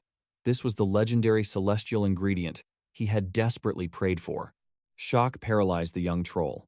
His jaw quivered uncontrollably, and hot tears of sheer disbelief flooded his eyes. He could barely process this miraculous salvation. Weeping with gratitude, Mael dropped to his knees before Kang Soul, reverently acknowledging him as his divine savior. He desperately pleaded to know the title of this fearless warrior who defied death for a monster. Kang Soul smirked, telling the creature to simply call him Snowman. In return, the beast revealed his true name, Child of the Stars, and swore a blood oath to repay this life debt, offering his absolute loyalty. Tears streamed down the troll's rugged face, overwhelmed because he had never experienced such pure warmth in this cruel world. He engraved this monumental act of mercy into his very soul. Ding! A holographic system window flashed. Kang Soul had successfully saved the Forsaken Child, officially clearing the perilous hidden adventure quest. Shortly after, using his internal cultivation, our hero purged the residual toxins from his meridians. As a divine reward, his stamina skyrocketed by 2 entire levels. Male's vitality surged back, fully obliterating the rotting curse. Burning with undying loyalty, the starborn beast pledged to become Kang Soul's eternal blade, ready to slaughter any enemies that dared threaten his master. The system prompted Kang Soul to select his new companion's combat role, flashing a stark warning that this crucial choice must be weighed with supreme caution. Analyzing the tactical interface, the young master realized a frontal assault on the enemy stronghold would be absolute suicide. The Savage clan had to be dismantled from the shadows. Male knew this stealth mission would be lethally dangerous, yet a brilliantly ruthless scheme ignited in his mind. Hours later, the cloaked hero stealthily encroached upon the fortress where the barbaric Stonefang clan resided. Tonight was the night of reckoning. Their grand harvest festival was commencing. Kang Soul cautiously peered from the shadows of an ancient, towering spiritual tree, calculating the sentry's movements. Under the blood moon, the tribe was hosting a chaotic banquet revering Tengrid, their absolute sovereign earth dragon. Ancient, unbreakable tribal laws dictated that absolutely no member dare defy the rituals. Every single warrior was bound to consume sacrificial beast blood from a colossal iron cauldron. This ritual was an unholy, sacred communion. Male revealed a lethal, heaven-defying toxin meant for that exact banquet cauldron. One drop of this venom would cripple their entire martial foundation. Kang Soul grimly questioned his companion's fate if the shadows failed him, but the brave troll didn't even blink. Echoing his dying mother's curse, the beast accepted that his own sacrifice wouldn't heal the past, but he would gift his mother the absolute annihilation of the clan she so deeply despised. A system prompt declared, Quest, initiated suppressed revenge. Male then handed Kang Soul the chaotic elixir, destined for the unholy cauldron. During the bloody festival, with the pact sealed, Male vanished into darkness. The rotting cabin erupted into cleansing flames, while the troll took only the spiritual cure remained. He grasped an ancient, blank tome. The young cultivator questioned why he required such a relic. The troll revealed his hidden aspiration to unearth history. This boundless mortal realm, overflowing with profound secrets, demanded preservation. Turning toward his savior, Mal declared his vow to repay this karmic debt. They would crush their foes using the Star of Reason. The system chimed, alerting our hero of a new achievement, Solitary Path, alongside the title, Alluring Being. The reward seemed quite generous. These sudden system buffs could become his absolute trump card if this infiltration went completely sideways. But hesitation meant death. Kang Soul intensely analyzed the profound elixirs. These very vials were the ultimate weapons, dictating his absolute victory. He gripped 2 bottles, a crimson drop forcing a beastly metamorphosis, sacrificing his mortal sanity, and an azure liquid granting berserker rage and absolute fearlessness. Without hesitating, Kang Soul grasped the crimson vial. An icy, profound energy pierced his fingertips as he broke the seal. A sharp, metallic stench of rusted iron assaulted his senses, but he swallowed the demonic brew in one gulp. Instantly, a blazing surge of Hellfire devoured his meridians. His mortal muscles ignited from within, while his skeleton agonizingly cracked and reshaped itself. He stumbled, desperately clinging to his fading consciousness as his mortal vision shattered. Suddenly, his demonic hearing awakened, and his skin hardened into thick, ashen monster hide. At that exact moment, the nearby tribal guards snapped to attention. Sensing the chaotic aura, they scanned the shadows with hostile intent. Spotting their supposed comrade, they barked an interrogation. Leaving the perimeter during the sacred festival was strictly forbidden by clan law. The monstrously disguised Kang Soul gruffly agreed to return. The brutes viciously cursed his laziness, demanding his immediate march to the front. The system chimed once more. Demonic troll dialect unlocked. He had secured a temporary wood element mastery for 24 hours. Slipping past the brutish sentries, he pressed deeper into enemy territory. Now, he just needed to taint the sacrificial cauldron with the azure elixir. The demonic vessel awaited within. Kang Soul silently traversed. The cavern's oppressive, jagged throat. The Stonefang clan ruled these desolate summits, divided into 5 vicious warring factions that only merged for sacred rites under their chieftain's brutal reign. The spiritual shamans had held their council, but the warlord's authority was crumbling. The clan was fracturing. This was the perfect window for absolute devastation. Kang Soul finally stood before the colossal cauldron. He had infiltrated the sanctum. Vile demonic blood violently boiled within. The cultivator drew the azure vial. The time to unleash absolute chaos had arrived. But suddenly, a terrifying aura approached. A hulking troll intercepted him, demanding to know what he concealed. Thinking fast, Kang Soul claimed he brought an offering of harvested blood for the sacred rite. The beast scoffed, declaring the blood sacrifice was already overflowing. But our cunning hero doubled down, revealing it was the legendary White Aragos essence. He promised it would grant their warriors peerless, explosive power. The monstrous brute paused, his greedy eyes locking onto the azure liquid with deep suspicion. Slowly, his bloodlust won out. He agreed to present the offering to the supreme altar. Kang Soul offered a subservient bow, hiding his smirk. The Stonefang zealots blindly trusted that elite sacrifices summoned the divine grace of Tongred, the Earth Dragon. To them, White Aragos essence was an ultimate, legendary treasure in these desolate peaks. The tribal chieftain snatched the deceptively disguised vial of madness, his eyes gleaming. He analyzed the vessel with a predatory glare. Popping the seal, he took a deep, invasive sniff to verify its profound spiritual purity. The tension peaked. Satisfied, the warlord proclaimed the blood essence was flawlessly pure and worthy of the sacred cauldron. Their beastly senses were completely fooled by Mal's perfect illusion, while Kang Soul's abandoned rank provided the ultimate concealment aura. The foolish warlord, entirely blind to his impending doom, tilted the azure vial. He poured the devastating elixir directly into the roaring, bloody abyss. The trap was perfectly set. Now, every single monster who dared to drink from it would succumb to a berserker's frenzy. The demonic hour of midnight loomed closer. The towering warlord bellowed, declaring that all their profound strength was forged from earth, blood, and brutal slaughter. Bloodlust infected the air. The ravenous horde of monsters hoisted their chalices. They hungered to drink and ignite a massacre for the glory of Dragon Lord Tangred. This was the merciless Tao of their brutal clan. Deafening, savage war cries shattered the night sky. Warriors from every vicious faction of this savage clan swarmed the great plaza, their fearsome overlords towering above the masses. Focusing his spiritual sense, Kang Soul spotted an elite group of elders seated in arrogant isolation. Mal's desperate warning echoed in his mind. The singular, terrifying reason.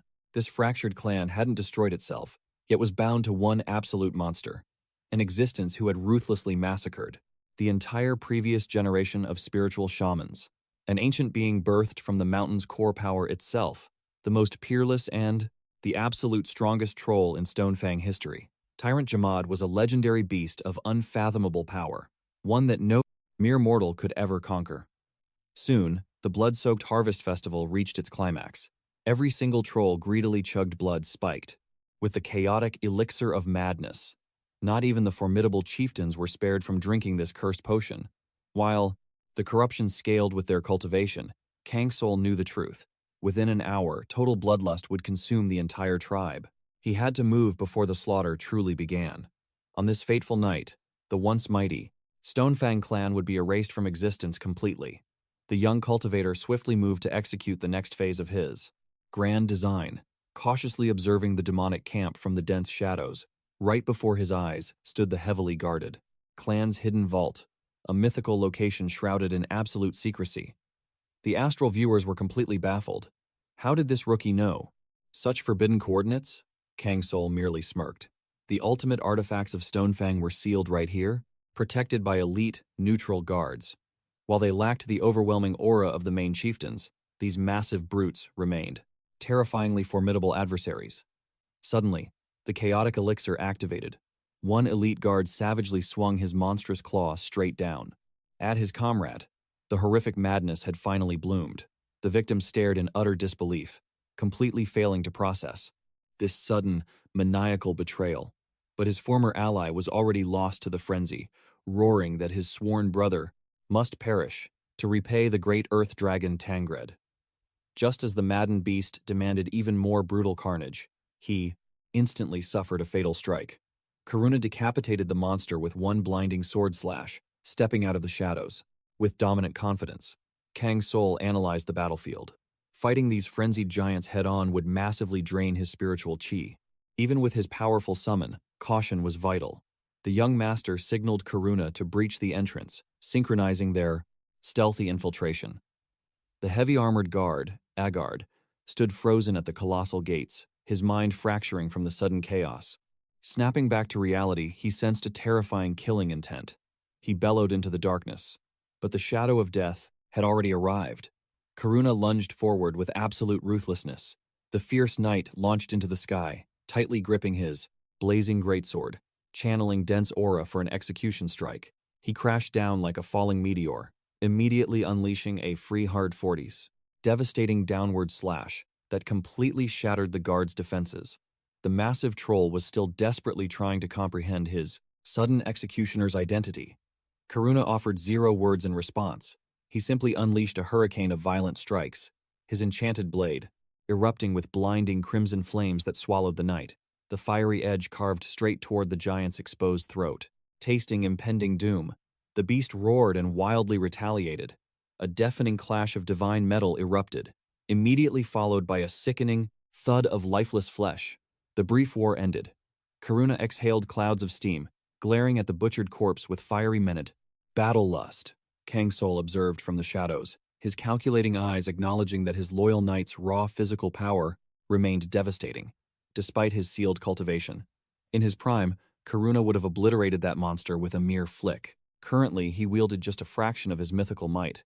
Regardless, the loot was secured, the heavy iron key dangling from the fallen elite's waist now rested in Kang Soul's palm. The young cultivator confidently approached the towering gates, wrapped in restrictive magical chains. What legendary artifacts slumbered within this vault? He had multiple choices. Unlock the ancient doors, loot the core items, decode the ceiling formations, forge a duplicate, or simply vanish into the shadows and wait for the perfect bloody climax. Kang Soul knew the ultimate truth. Hidden inside was an artifact beyond mortal comprehension, blessed by the mighty earth. Dragon Tangred, the stone fists, gauntlets forged from petrified scales. They granted overwhelming physical supremacy, shattering mountains and massively boosting earth attribute arts. But their karmic backlash was horrific. They demanded endless centuries of brutal slaughter and vicious tribal betrayals. To halt this bloodline extinction, a legendary shaman bound the chieftains with a terrifying fraternal curse. Any leader who murdered their kin would instantly petrify. Yet, the inherited venomous hatred persisted through generations. That was the tragic lore of these monsters. Thus, the system cynically named this quest Friendly Brothers Again. Kang Soul tightly gripped the master key, resolving to leave the dragon gauntlets untouched. The elixir's madness would naturally lure the frenzied chieftains straight to this very vault. Upon discovering their slaughtered elites, absolute paranoia would strike. They would instantly accuse each other of high treason. Kang Soul smiled coldly. This setup was the perfect spark to detonate their ancient hatred.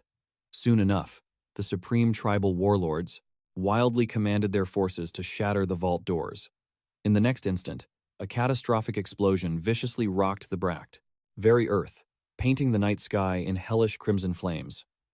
As the monstrous leaders breached the sanctuary, the atmosphere felt suffocatingly dense, dripping with the scent of burnt ash and primordial mana. Their crazed eyes scanned the darkness, desperately seeking the mythical Earth Dragon gauntlets. But instead of the artifact, they found a terrifying presence waiting in the shadows. Primal dread instantly mixed with blazing fury consumed their souls. A traitor walked among them. Suspicions instantly targeted Tyrant Jamad, whose overwhelming power and arrogant pride tolerated no rivals. The clan heads hissed, baring venomous fangs, ready to strike. Yet Jamad unleashed a heaven-shaking roar. He invoked their ancient blood oath, warning that any brother who dared to slay another would forfeit his own mortal soul. An elder shaman intervened, declaring this was no time for internal warfare, and that their clan was actively crumbling. If the leaders clashed now, their remaining foundation and martial strength would turn to ash, alongside them. Another elder agreed, warning that demonic madness was corrupting the very earth, demanding they focus on rescuing the disciples whose minds remained pure. Following a tense debate, they resolved to protect their shattered spiritual vault until the defensive formations could be restored. Suddenly, a chieftain felt a chilling, murderous aura and threw his gaze upward. His pupils shrank in terror. An unnatural, blinding light erupted from the cavern ceiling. Outside, their once proud settlement had fallen into an abyss of darkness, littered with fallen kin. The chieftain swore violently. Their ancestral domain lay utterly destroyed. Absolute devastation surrounded them. He struggled to suppress the raging ki, threatening to consume his mind, preparing to slaughter the unseen culprits. Out of nowhere, he detected a hidden presence and bellowed a deadly challenge. The heavenly system alerted that the mystic elder, Magate, had pierced through the protagonist's disguise. The transformation pill's spiritual camouflage immediately shattered, dispelling the illusion. His human form returned, while the beast's speak etched itself into his consciousness. The young cultivator never expected his cover to be blown this fast. A fleeting moment of shock washed over him. Still, the foe before him was the most pathetic of the chieftains, yet commanded respect. Maggot roared with bloodthirsty clarity, finally recognizing the invisible assassin, responsible for this chaos. Exploding with monstrous ki, the beast launched himself forward, desperate to exact a brutal vengeance against the human who ruined their sect. Unfazed, Kang Soul coldly summoned Karun to the battlefield as his mighty, vassal's eyes blazed with spectral fire. An earth-shattering clash of auras erupted. Though battered, Magate dragged himself to his feet. Despite his trembling legs, a savage killing intent remained. In response, Karun unleashed the heavenly moonlight strike, executing the crescent moon's deadly first stance. Bleeding out his final breath, the elder spat that his vengeful brethren would undoubtedly hunt him down. The system chimed, announcing Maggott's dying curse had locked onto the hero, inflicting a penalty of severe lethargy. His physical power and speed dropped by 50% for 7 days. Yet, despite this heavy affliction, a massive wave of pure experience flooded his soul. Kang Soul merely scoffed, knowing this debuff meant absolutely nothing. To a grand summoner who fought from the shadows, with his primary sect mission finally conquered in absolute triumph, the victorious youth snatched a blazing torch from the cavern walls. Without hesitation, he hurled the flames, ensuring that their pathetic dreams of retribution would burn to ash.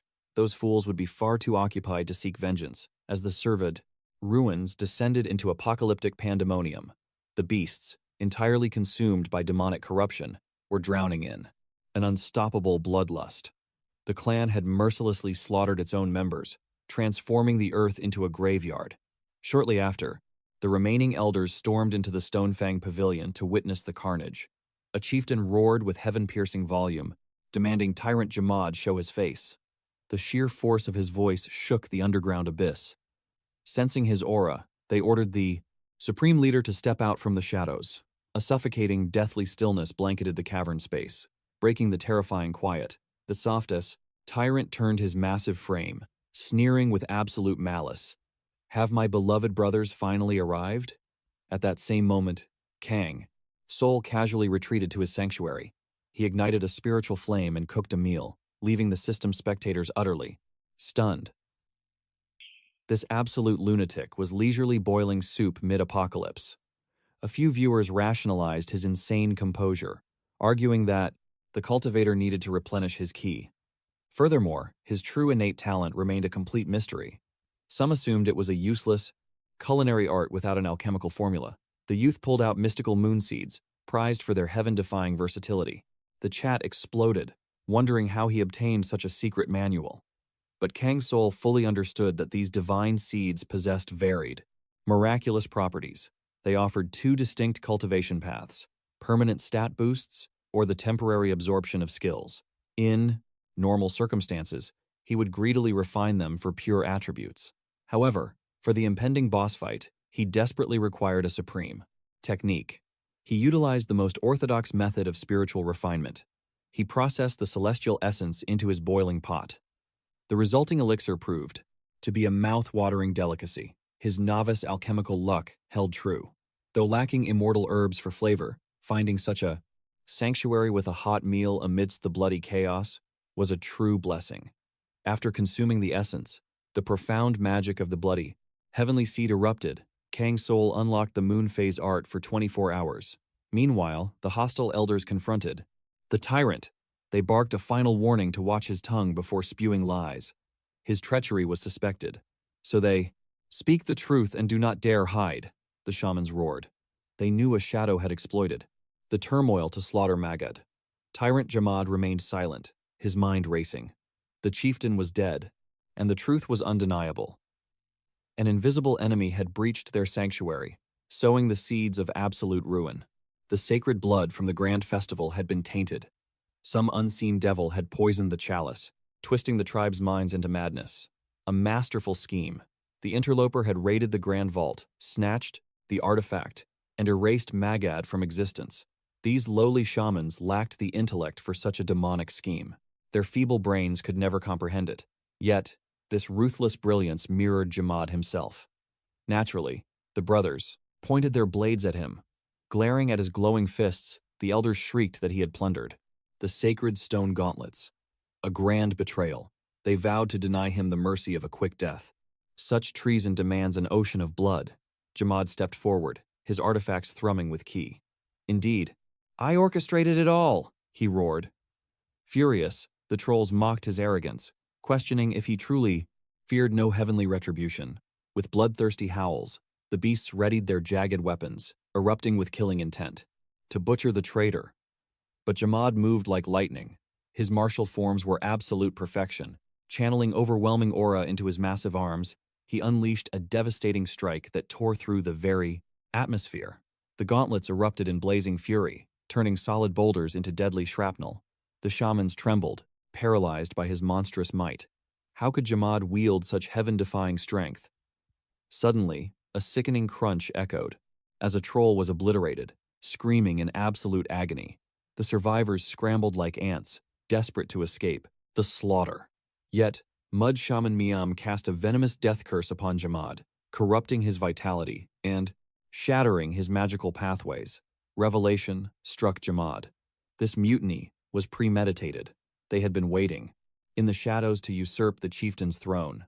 Would they truly destroy their own foundation for mere vanity, even as their clan crumbled? A rival sneered, claiming Jamad was nothing without his artifacts, a force too vast for one man.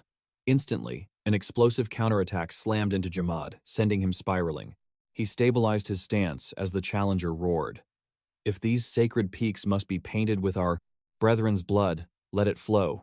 The enemy unleashed a storm of techniques, but Jamad perfectly deflected every lethal strike. Condensing his ki, Jamad surged forward, sweeping his foe's legs with a phantom-like motion. With an earth-shattering stomp, he declared, "Only the weak bleed." But as Shaman Gravia, Trog perished, another vicious curse took hold. Jamad's vision warped wildly, and 70% of his power vanished. The chaotic bloodbath finally ceased. The ruined challenger slumped against the cavern walls in absolute defeat. Upon dying, Stone Shaman Tron planted a final demonic seal, inflicting a grave heart wound that would slowly drain his immortal life force. Standing amidst the corpses, Jamad realized he was the sole surviving sovereign. He alone must reforge their broken empire. But the crisp sound of approaching footsteps shattered the silence. Jamad spun around, his aura flaring. Emerging from the abyss was the imposing figure of a youth, Without warning, a blade sang through the darkness. The very atmosphere screamed under the pressure as the hero unleashed a towering arc of radiant sword ki. Jamad's eyes widened in absolute fury and shock. The entity standing before him was no stranger. It was Kang Soul, standing tall, and beside him stood Karuna, radiating immense battle intent for his liege. The young hero coldly smirked, warning the beast. That struggling was utterly pointless. Their unified strength was boundless, and false allies no longer blocked. His path to dominion, Jamad snarled, demanding how a mere human orchestrated this massacre. Instantly, Karuna stepped forward. Bathed in the ethereal glow of moonlight, a transcendent lunar aura violently surged into the warrior's core. Jamad chuckled darkly. Of course, those incompetent shamans could never weave such a web of deceit. His gauntlets crackled with furious lightning. Did this human demon truly think he could conquer these ancient peaks? Kang Soul locked onto his prey with piercing, unyielding eyes. With a monstrous roar, the chieftain lunged, daring the human to claim the throne with blood. Aura exploded as both titans wound up their ultimate techniques. The earth shattered as heaven and earth collided. The ultimate deathmatch had finally begun. Jamad's artifacts blazed like twin suns. Karuna became a whirlwind of steel, while Kang Soul watched intently. He calculated their auras. Both cultivators seemed evenly matched. Tyrant Jamad wielded earth-shattering fists, but his spiritual energy was drained. From fighting his own blood, Karuna had to secure this victory. The beast roared, warning that conquering this peak would cost them their lives. Karuna thrust his blade with deadly precision, swiftly parrying the incoming strike. Kangol narrowed his eyes, his mind racing to analyze the chaotic battlefield, the vicious clash between. The two warriors escalated into a frenzy.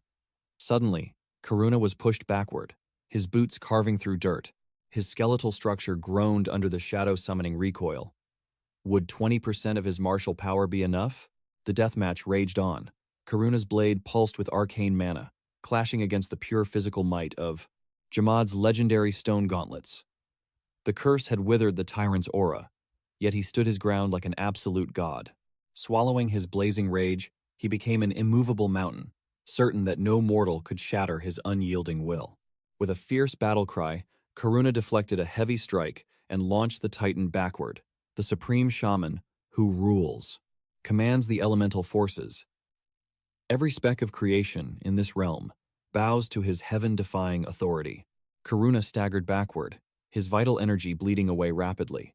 Kangol realized with absolute dread their path to victory was slipping through their fingers. Their only hope was to survive, praying for a miraculous shift in martial fate. Suddenly, Tyrant Jamad raised his massive arms. He was channeling profound energy to awaken a catastrophic earthquake. His gauntlets obliterated the earth beneath him. Violent torrents of spiritual sparks erupted from the tremor. Massive boulders fractured under the beast's immense pressure, exploding outward with a terrifying shockwave. Karuna's sword danced, slicing through the lethal rain of debris, dodging the crushing weight of the crumbling sky. The young warrior's eyes burned with resolve. Retreat was never an option, even as the battlefield fell to ruin. Jamad launched into the heavens. His blazing gauntlets spun violently, painting the void with scorching ash. A monstrous roar shattered the sound barrier, ripping through the atmosphere and sending violent tremors through the cultivator's very soul. Instantly, the beast rained down destruction. Karuna's sacred blade trembled, barely surviving the impact. Kangol froze in sheer terror. Their grand strategy was crumbling to dust. The scales of power had completely shifted in the tyrant's favor. Those earthly gauntlets granted heaven-defying strength, but carried a soul-crushing backlash. The tactician desperately searched his mind, seeking the fatal flaw he overlooked. This beast should be dead by now. Tyrant Jamad bellowed that demonic rage, fueled his immortal core. He swore to burn the realms to ashes. Kangol realized with a sickening twist of fate. The relic hadn't drained the monster. It had evolved him. The titan drew back his mountain-shattering fist, roaring. He would obliterate these ants with a single, absolute strike. He vowed to mercilessly slaughter every cultivator who dared trespass in his sacred territory. Karuna unleashed his sword arts, desperately parrying the relentless storm of destruction. Kangol sensed the gauntlets devouring chi. Yet impossibly, the beast's combat prowess was only skyrocketing. The earthly relic mutated before their eyes, awakening into the legendary mountain fists. The ancient cultivation scrolls warned. of this eternal realm's hidden will. Kangol gritted his teeth. Why hadn't the beast altered its attack patterns? Across countless decades, yet still faced defeat?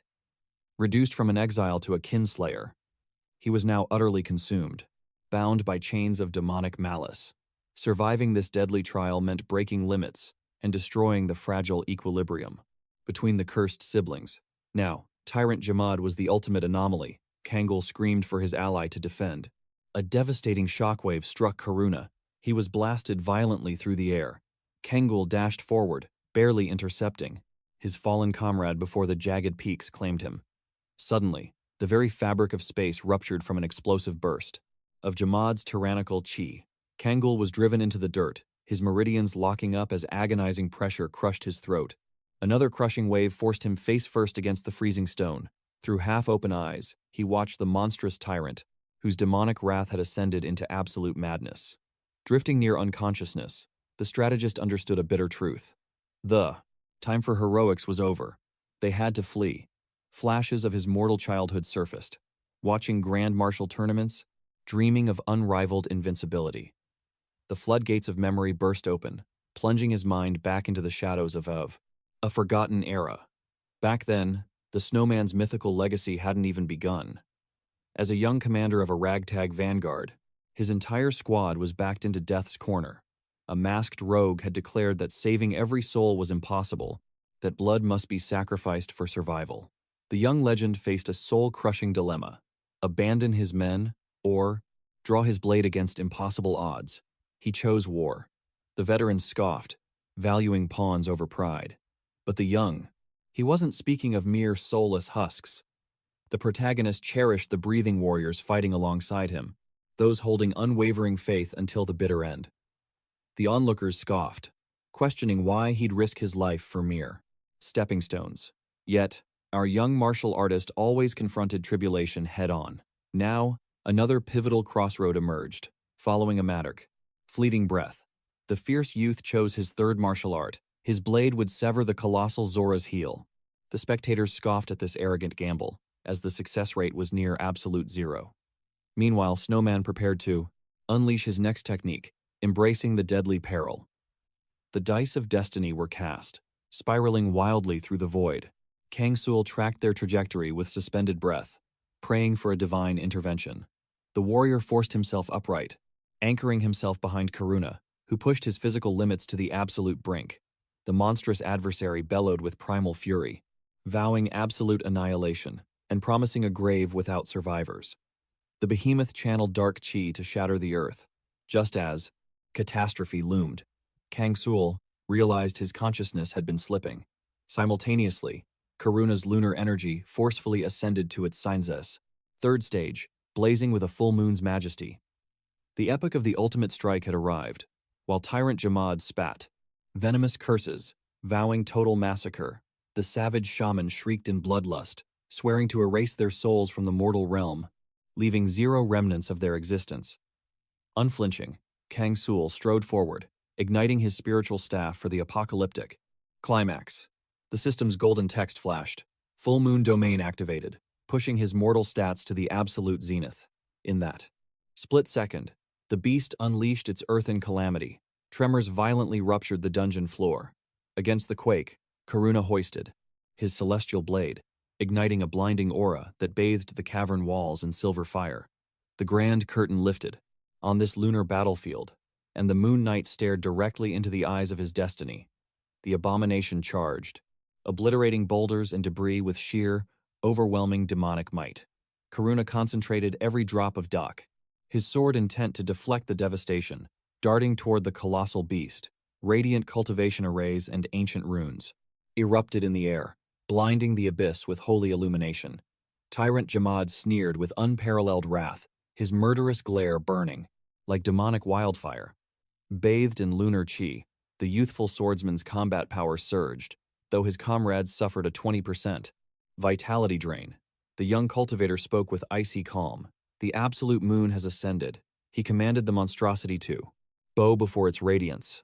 Baffled, the tyrant snarled, demanding the meaning behind such supreme arrogance. In that heartbeat, Kang Soul roared his spiritual support, commanding him to stand firm until the final breath.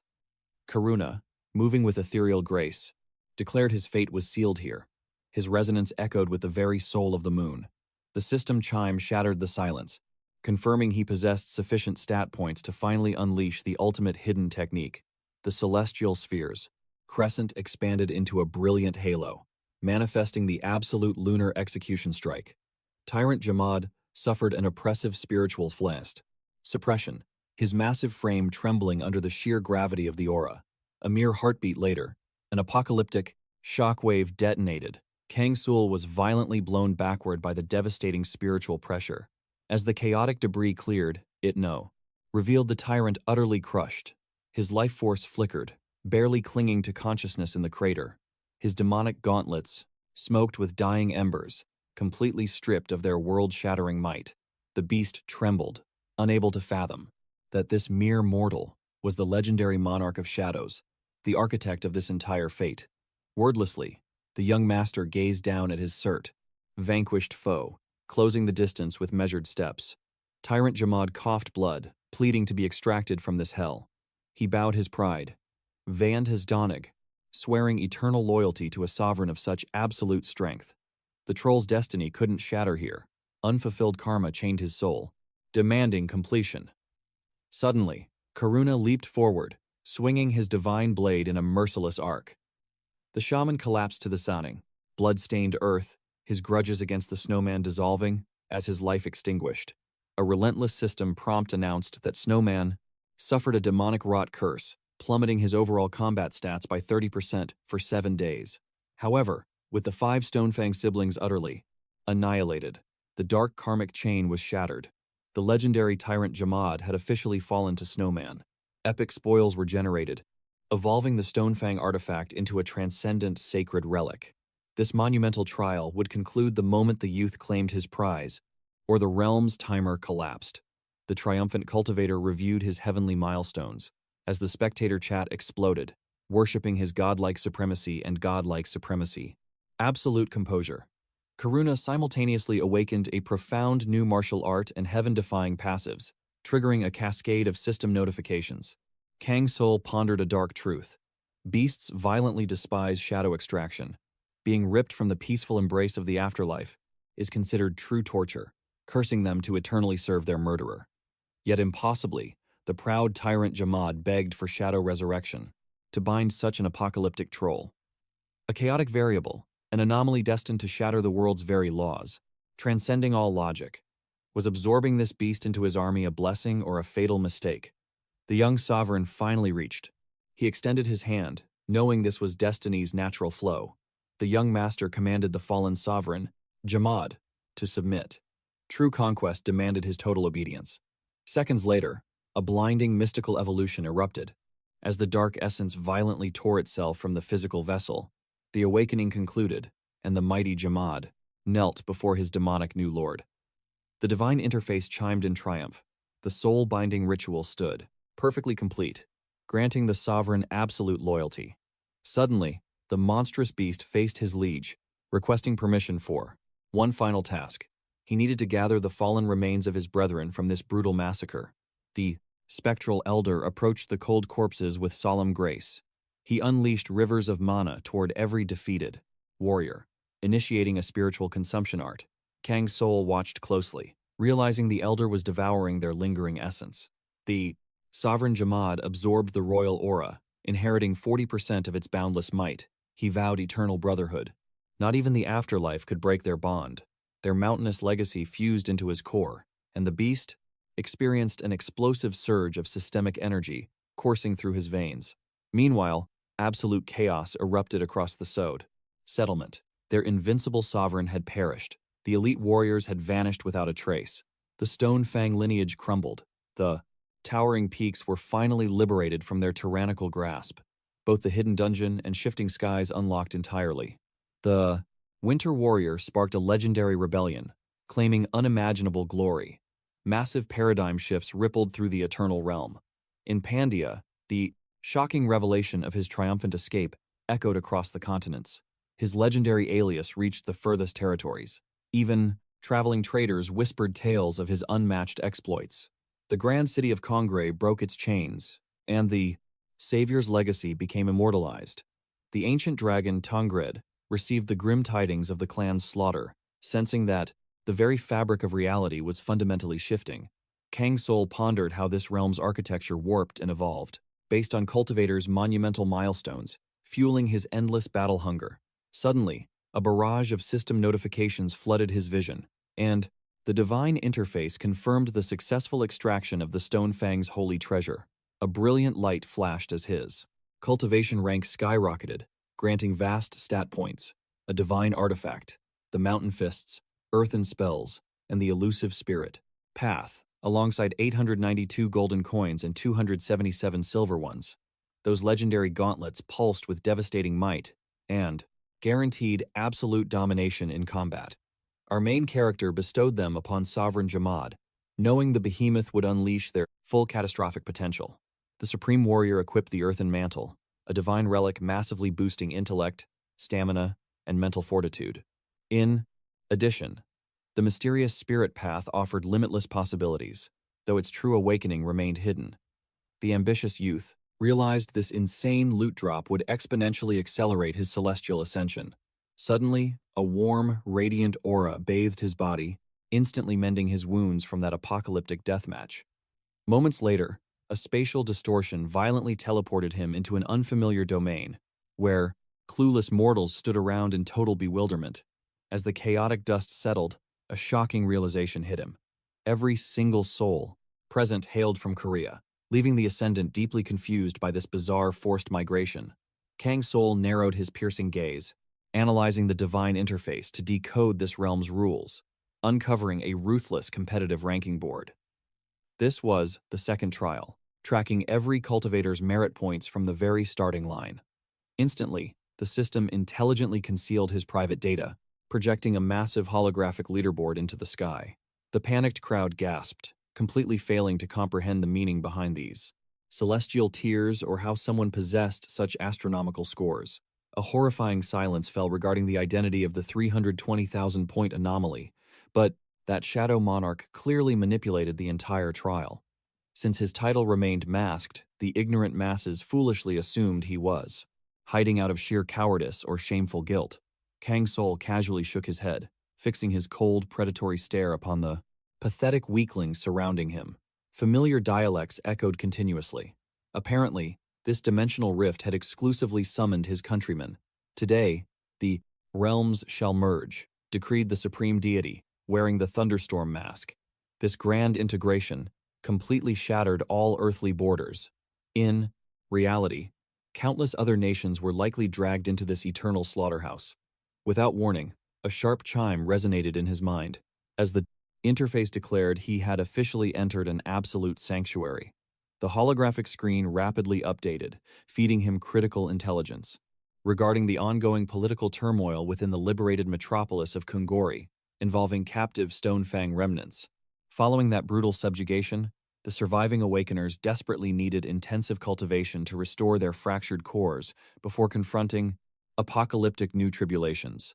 Suddenly, Kang Soul caught the timid voice of a female cultivator, gazing hopelessly at her desolate, impending demise. The heavily armored sentinel stationed at the colossal gates studied Kang Soul's overwhelming aura, questioning the monster's destination. The Ascendant casually flashed his gilded hunter plaque, striding forward across the cobblestone path. Intimidated by his boundless presence, the guard yielded, because that divine credential granted him ultimate clearance. Witnessing this VIP treatment, the desperate mob violently stampeded toward the barrier. The Awakeners, his identification plaque granted him access, but the sheer sea of cultivators remained a massive hurdle. Knowing Kang Soul's vanguard had already breached the gates, the stragglers were forced to bide their time. Consequently, available sanctuary within the commune had dwindled to almost nothing. Stepping into the dimly lit, cramped pavilion, our hero was intercepted by a grizzled innkeeper. Without missing a beat, he declared his intent to secure lodgings, flashing his adventurer token. The gruff man scoffed, warning that only premium chambers remained. The budget rooms were utterly booked. When pressed about his duration, Kang Soul firmly stated his need for a private sanctuary, lasting an entire month.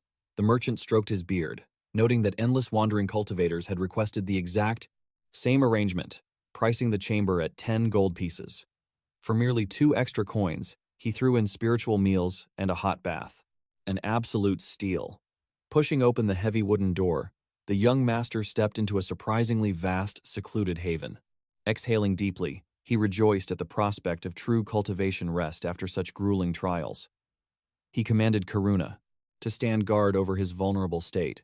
The moment his back hit the mattress and his eyelids fluttered shut, a crushing exhaustion overwhelmed his mortal frame. 24 grueling hours had passed without sleep, bringing this hellish ordeal to a desperate, quiet close. Kang Soul instinctively grazed his throat, the phantom weight of a slave's collar still burning his pride. Forcing his mind to meditate, he begged his inner demons to spare him from those traumatic memories. Yet within seconds, his spiritual senses ignited, plunging him into a boundless cosmic void. He had entered a profound state of lucid dreaming, and Kang Soul scanned the abyssal darkness, analyzing this mysterious realm. The suffocating shadows felt dangerously unnatural, far removed from the bizarre celestial domain he previously encountered. Suddenly, his accumulated madness triggered a system alert. Janet, the eccentric madness merchant, was manifesting into his consciousness. Such a direct spiritual invasion during slumber was absolutely unprecedented. An ethereal gale whipped through the void, sharpening his battle instincts. From the chaotic swirling mists, a graceful silhouette emerged, gliding forward with ghostly silence. A mysterious masked maiden stepped into the light, immediately captivated by the intoxicating aura radiating from his soul. She playfully boasted about tracking him down before some unnamed fool.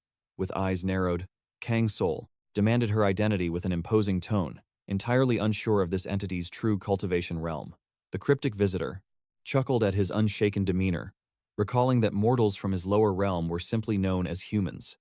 Catching herself quickly, she adjusted her attitude, terrified of driving away a lucrative client and ruining her stellar merchant reputation. Dropping into a respectful bow, she flashed a welcoming aura, formally presenting herself as Janet, the grand cosmic broker, orchestrating trades across dimensional fusions.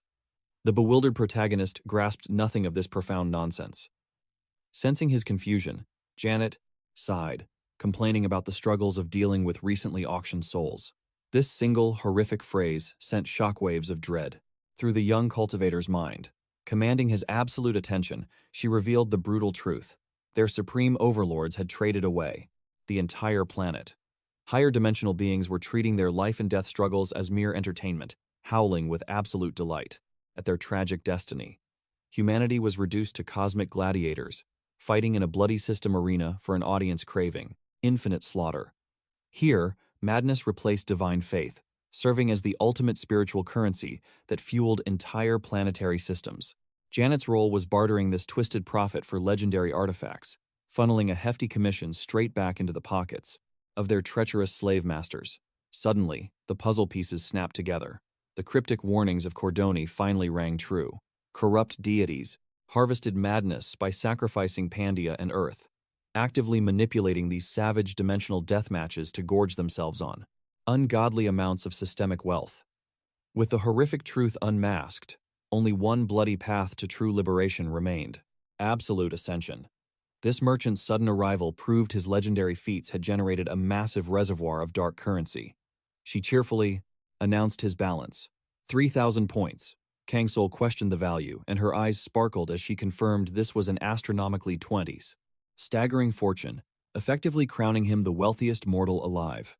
The formidable rival, trailing in second place, had just perished tragically during a brutal system quest. What an absolute waste. With a grand flourish, Janet projected a blinding holographic inventory panel, showcasing the mythic treasures his wealth could command. Our hero scanned the overwhelming armory, his mind reeling from the infinite array of heaven-defying choices. Stroking his chin in deep cultivation thought, he carefully analyzed the most tactical path forward. Ultimately, his eyes locked onto a mundane spice vault and a magical preservation pouch to guard his spiritual herbs. Janet blinked at this bizarrely humble selection.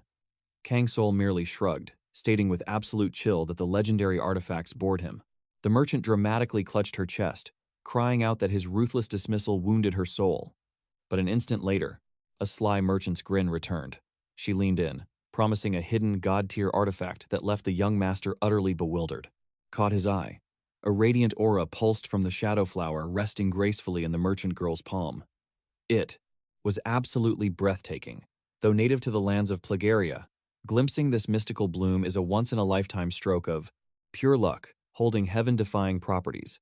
She confessed she almost never reveals such divine treasures to first-time buyers, urging him to grasp the sheer gravity of this artifact. A seductive smile formed as she named her price. 3,000 madness for the shadow flower. A priceless opportunity. The young cultivator pondered deeply, prompting the mysterious lady to giggle. Was the cost too steep for him? Truthfully, his hesitation stemmed from absolute ignorance. He had zero concept of the madness exchange rate. Was he being scammed or blessed? Sensing his inner turmoil, Janet sweetened the deal. She would throw in his previous selections as a free bonus. But in exchange, the young cultivator had to swear an oath.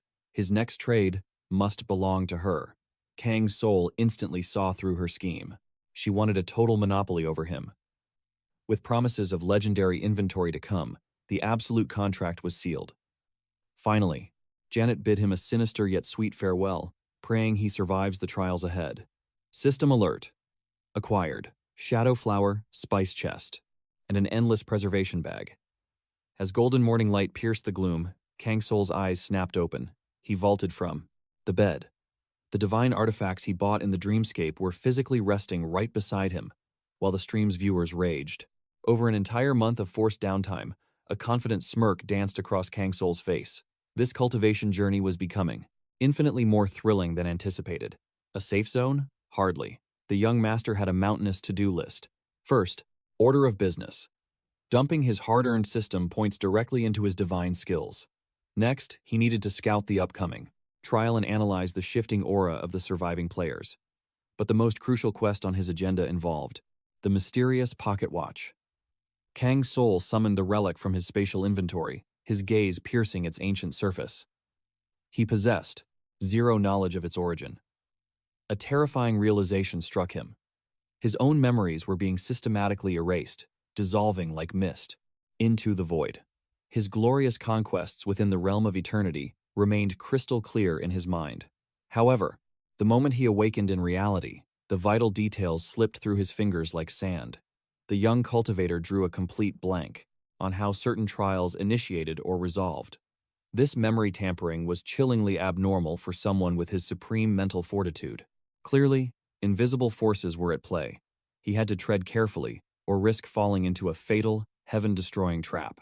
Outside, absolute chaos reigned supreme. Humanity faced an apocalyptic calamity of unprecedented scale, leaving the masses drowning in pure despair. While the mortal authorities remained utterly paralyzed, Kang Soul silently drifted toward the gathering plaza, his sharp eyes analyzing the shattered spirits of the awakened. Suddenly, a booming voice tore through the deafening noise, commanding absolute silence from the frightened herd. A charismatic figure stepped forward, declaring that their only hope of surviving this hellish dimension was absolute unity. Sweeping his commanding gaze across the desperate crowd, he preached the ultimate power of a mighty guild, begging them not to die like the foolish lone wolves before them. Kang Soul instantly circulated his chi, activating his divine perception. He detected a bizarre spiritual fluctuation. The very atmosphere vibrated with the heavy, chaotic aura of dozens of desperate cultivators clashing, yet somehow listening. A female cultivator fiercely argued that mere brute force meant nothing without Tao balance, drawing a wave of approving murmurs. In this death game, trusting a stranger was suicide. Undeterred, the self-proclaimed leader stood his ground, roaring that this lack of faith was exactly why a supreme alliance was necessary. The fate of their realm hinged on this moment. Following a suffocating silence, he invoked the universal system rankings. The legendary absolute first place, shrouded in eternal mystery, was a secret no. Longer, he wildly claimed the supreme champion was standing right by his side. A shockwave rippled through the crowd as every single gaze locked onto a towering juggernaut. His eyes were pools of absolute frost, radiating killing intent. Kang Soul narrowed his eyes at this so-called sovereign. A tyrannical aura poured off the massive warrior, a crushing pressure that forced the entire plaza to submit.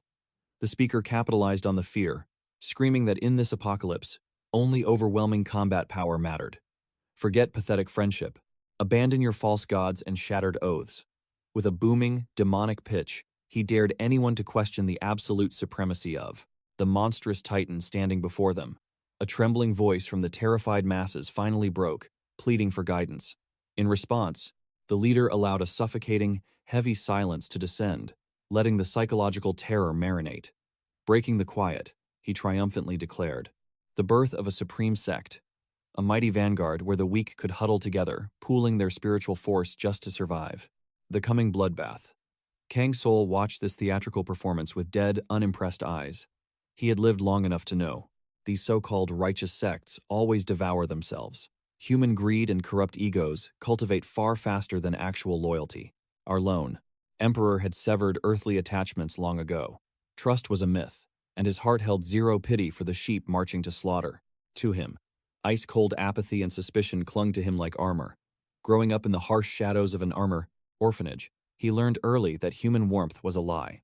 For 17 bitter years, our protagonist had carved one absolute truth into his soul: trust breeds betrayal. So he left the pathetic masses to survive on their own. Leaving the noisy sheep behind, Kang Soul approached the imposing fortress, acting as the sanctuary for cultivating seers of darkness, halting before its monolithic gates. The sentinel guarding the threshold fixed a heavy brass gaze upon our hero, demanding his true purpose. Instantly, a glowing blue system prompt materialized, displaying multiple dialogue choices in thin air. Scanning the glowing text, he smirked, knowing the suicidal fifth choice was definitely a death wish. Playing it safe, Kang Soul delivered a perfectly neutral response, claiming he only sought greater martial mastery. The guard gave a deep, respectful nod to this ambitious cultivator, slowly pushing open the grand, groaning, iron doors. Stepping across the ancient threshold, Kang Soul hesitated for a heartbeat, letting his vision pierce the heavy gloom. Thick mana vibrated through the very air, whispering ancient secrets down the labyrinth of shadow-drenched corridors. Suddenly, a mystical aura caught his attention. A brilliant, ethereal luminescence pulsed from the legendary skill tree. The fabled system interface was finally laid bare before him. A majestic digital constellation of pure power. A predatory grin crossed his face. Having dominated similar status screens in his past life, he was ready to exploit this interface to absolute perfection. Without a second thought, he decisively dumped 2 precious stat points into his foundation, securing the overwhelming strength needed to crush the upcoming trials with absolute ease. However, the next realm demanded 4 points to unlock true necromantic awakening. Burning a single stat point, he expanded his shadow domain, forging an unbreakable blood link with his dark summons. He was gambling everything on his undead legion. Soon, the legendary tyrants Jammed and Karupa would bow entirely to his will. Yet, when he attempted to blossom the profound skill flower, the ruthless system flashed a harsh red warning: insufficient points. Sighing heavily, he knew his current combat prowess was still more than enough to obliterate any arrogant challengers. Meanwhile, back at the bustling tavern, the surviving cannon fodder gathered, drowning the hall in chaotic chatter and the rich aroma of roasted meat. Nearby, several rookies were desperately gossiping about the apocalyptic changes. One shocked hunter blurted out how his formerly useless friend was suddenly awakened as a mighty warrior. At an adjacent table, female cultivators clashed fiercely over, naming their newly forged faction Steelheart. It carried a heavy, traditional weight, far superior to the endlessly mocked alternative, Black Tiger. Fiery debates instantly ignited across the tavern floor, with one hot-headed warrior slamming his cup, defending the fierce martial prestige of the Black Tiger name. But the noisy crowd rapidly shifted gears, gossiping about how the legendary lone wolf Kang Soul stubbornly refused all faction invites. Walking the solitary path of a supreme sovereign, many veteran hunters praised his wisdom in avoiding messy guild politics, whispering prayers for the rogue cultivator's survival. In the shadows, Kang Soul replayed Master Cordon's grim warning. If the heavens discovered his forbidden system, complete annihilation awaited. His path to godhood demanded absolute, solitary secrecy. Yet, the enigmatic artifact pulsing in his pocket consumed his thoughts. To break its ancient seal, he needed a grandmaster of magical relics. His piercing gaze swept through the noisy tavern, scanning auras. Suddenly, his eyes locked onto a weathered elder, radiating a mysterious, familiar energy. Spinning around, Kang Soul locked onto the target, while the mysterious elder stepped forward, suffocating the air with thick tension. Halting, the old man stared deeply at the probalump's mystical timepiece, his voice trembling with hidden history. His clouded eyes sharpened, flashing with ancient memories as he requested to inspect the legendary artifact. Guarding his aura, Kang Soul demanded to know if this stranger recognized its divine origins. The elder gave a weary, triumphant smile. He was the supreme craftsman who forged it. Moments later, they slipped away to a seemingly decrepit, yet fiercely protected spiritual sanctum near the tavern. The master artisan withdrew a 10 heavy ring of enchanted keys, pausing with heavy nostalgia before breaking the ancient ward. With a sharp, magical click, the barrier shattered. He welcomed the young cultivator into his hidden forge, a sanctuary completely shielded from enemy spies. As they crossed the threshold, the Grandmaster froze, an ocean of sorrow washing over him. Whispering softly, he noted how time had completely frozen within these walls. Kang Soul's eyes burned with awe, realizing he stood inside the very forge where his fate-defying relic was born. Stepping into the light, the legendary craftsman finally revealed his true, hidden identity, Bill Marcus. The young man paused, searching his memories. That name echoed with an uncanny familiarity, stirring hidden depths. A sharp pain pierced his skull. He dug for the origin of that title, yet only fragmented, shadowy illusions surfaced to his mind. Undoubtedly, their destinies had crossed during some forgotten trial of his past. Yet, no. In matter his profound effort, the exact truth remained veiled. Choosing simplicity, he offered his own legendary alias. Hearing the title Snowman, the elder gasped, demanding a repetition. It was as if heaven itself had spoken. Then, Bill Marcus rotated toward the workshop wall, his gaze locking onto the surface, completely bewildered by the revelation. There, countless timepieces hung, suspended, varying in intricate designs and profound scales. Every single artifact was born from his fingertips.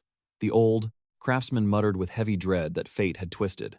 Kang Soul questioned this mystery, yet Bill stayed silent, merely demanding to know the exact origin of the retrieved artifact. Kang Soul responded, claiming he ventured into the Forbidden Peaks, hunting for mystical herbs, only to discover it at the Supreme Summit. Deception was unnecessary.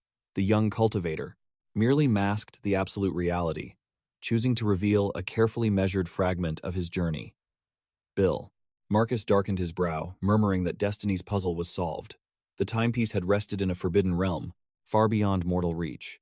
Breaking the heavy silence, he confessed the absolute truth of that era.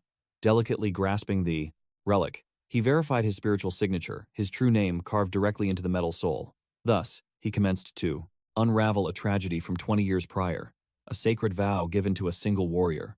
The catalyst was his beloved descendant, dragged away by brutal mountain trolls and imprisoned in the desolate peaks for ages. Bill revealed that he suffered hellish tribulations just to uncover the dark truth of her survival. Kang Soul pressed for the climax. The old senior lamented the absolute betrayal. No warrior assisted him, for those lands were dominated by greedy mercenaries and arrogant guilds. He begged the heavens for aid, yet every fighter declared it a suicidal mission, insisting the old man possessed zero hope against the demonic beasts, until a lone champion descended, accepting the impossible quest. As Kang Soul questioned this savior's identity, Bill declared the hero's title was immortalized upon the artifact. The young master noted he perceived 0 visible markings, yet Bill serenely explained the sacred runes were sealed deep within its core. The elder proclaimed that heavens bless the fearless, for only warriors of true spirit conquer impossible odds. As Kang Soul processed the savior's legendary title, a lightning bolt of sheer disbelief struck him. It was his own past life, the snowman. Bill Marcus stood, equally paralyzed. To think, after 20 years of sorrow, destiny returned the artifact via a warrior possessing the exact same youth and identical title. Instantly, the immortal cultivator collapsed beside the workbench, strength completely abandoning his trembling knees, while the elder observed with profound alarm. The seal on his memories finally shattered. The tragic saga of Bill Marcus, the captive maiden, and the snowman, the supreme sovereign who rescued her 20 years prior. His primordial avatar was indeed that exact snowman, the absolute ice monarch. This very entity had shaped the immortal realm's foundation. Time shifted, placing the reincarnated master within the Grand Archives, where a librarian's hushed tone quietly announced merely one single hour remained.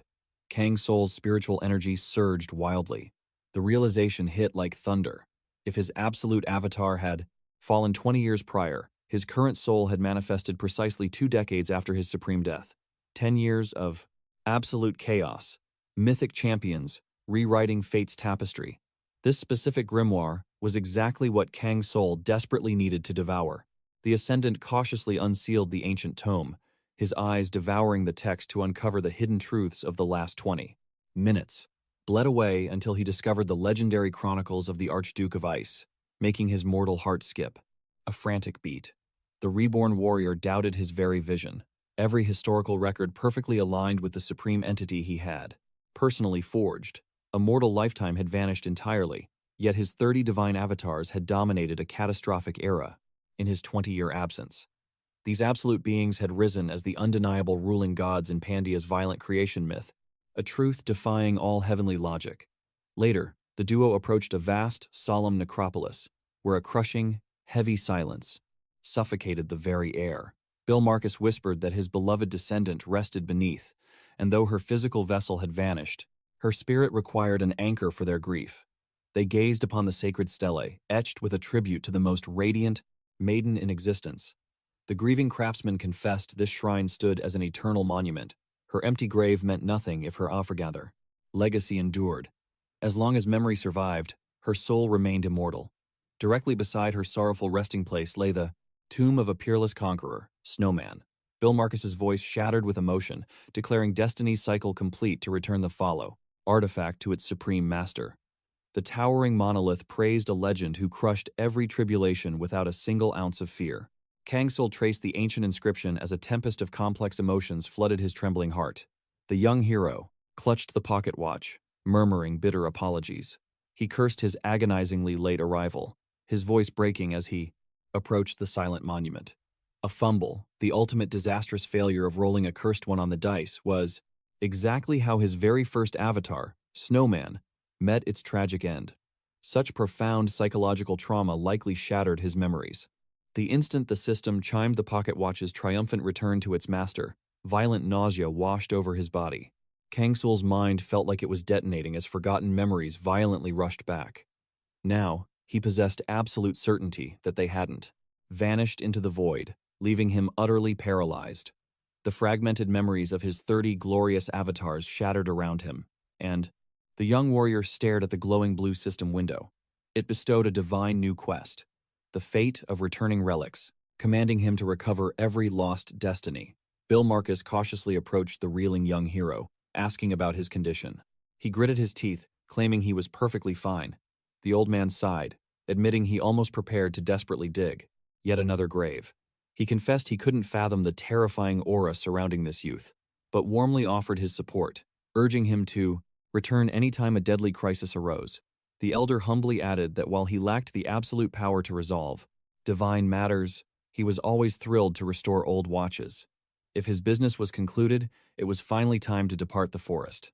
Kang Soul quietly reflected on how the miraculous transfer had occurred right here, within the boundless world of eternity. This sacred process allowed one to inherit legendary abilities and items. Now, Kang Soul could fully awaken the lingering will of his own avatars. However, this divine skill fell to the tyrant Jamad, who also inherited an overwhelmingly gluttonous and greedy temperament. Kang Soul vividly recalled forging this very avatar, the Snowman, suddenly comprehending the sheer, terrifying magnitude of raw power he had previously poured into its creation. It was a heaven-defying trait that explosively accelerated his character's limitless growth, and even the watching gods marveled at its brilliance. Though he remained ignorant of its true worth, many celestial beings believed this created Avatar would evolve into an unstoppable calamity, but destiny proved cruel. Tragically, the Snowman perished, leaving Kang Soul to suffer his very first catastrophic fumble. That initial avatar was overwhelmingly majestic, brimming with boundless potential. And now, ironically, it was this very fallen avatar guiding his ultimate destiny. The remnants of other creations lie scattered across Pandia, and by bringing that, absorbing them, The young warrior would inherit their legendary powers, while simultaneously reclaiming the fragments of his own sealed, forgotten memories.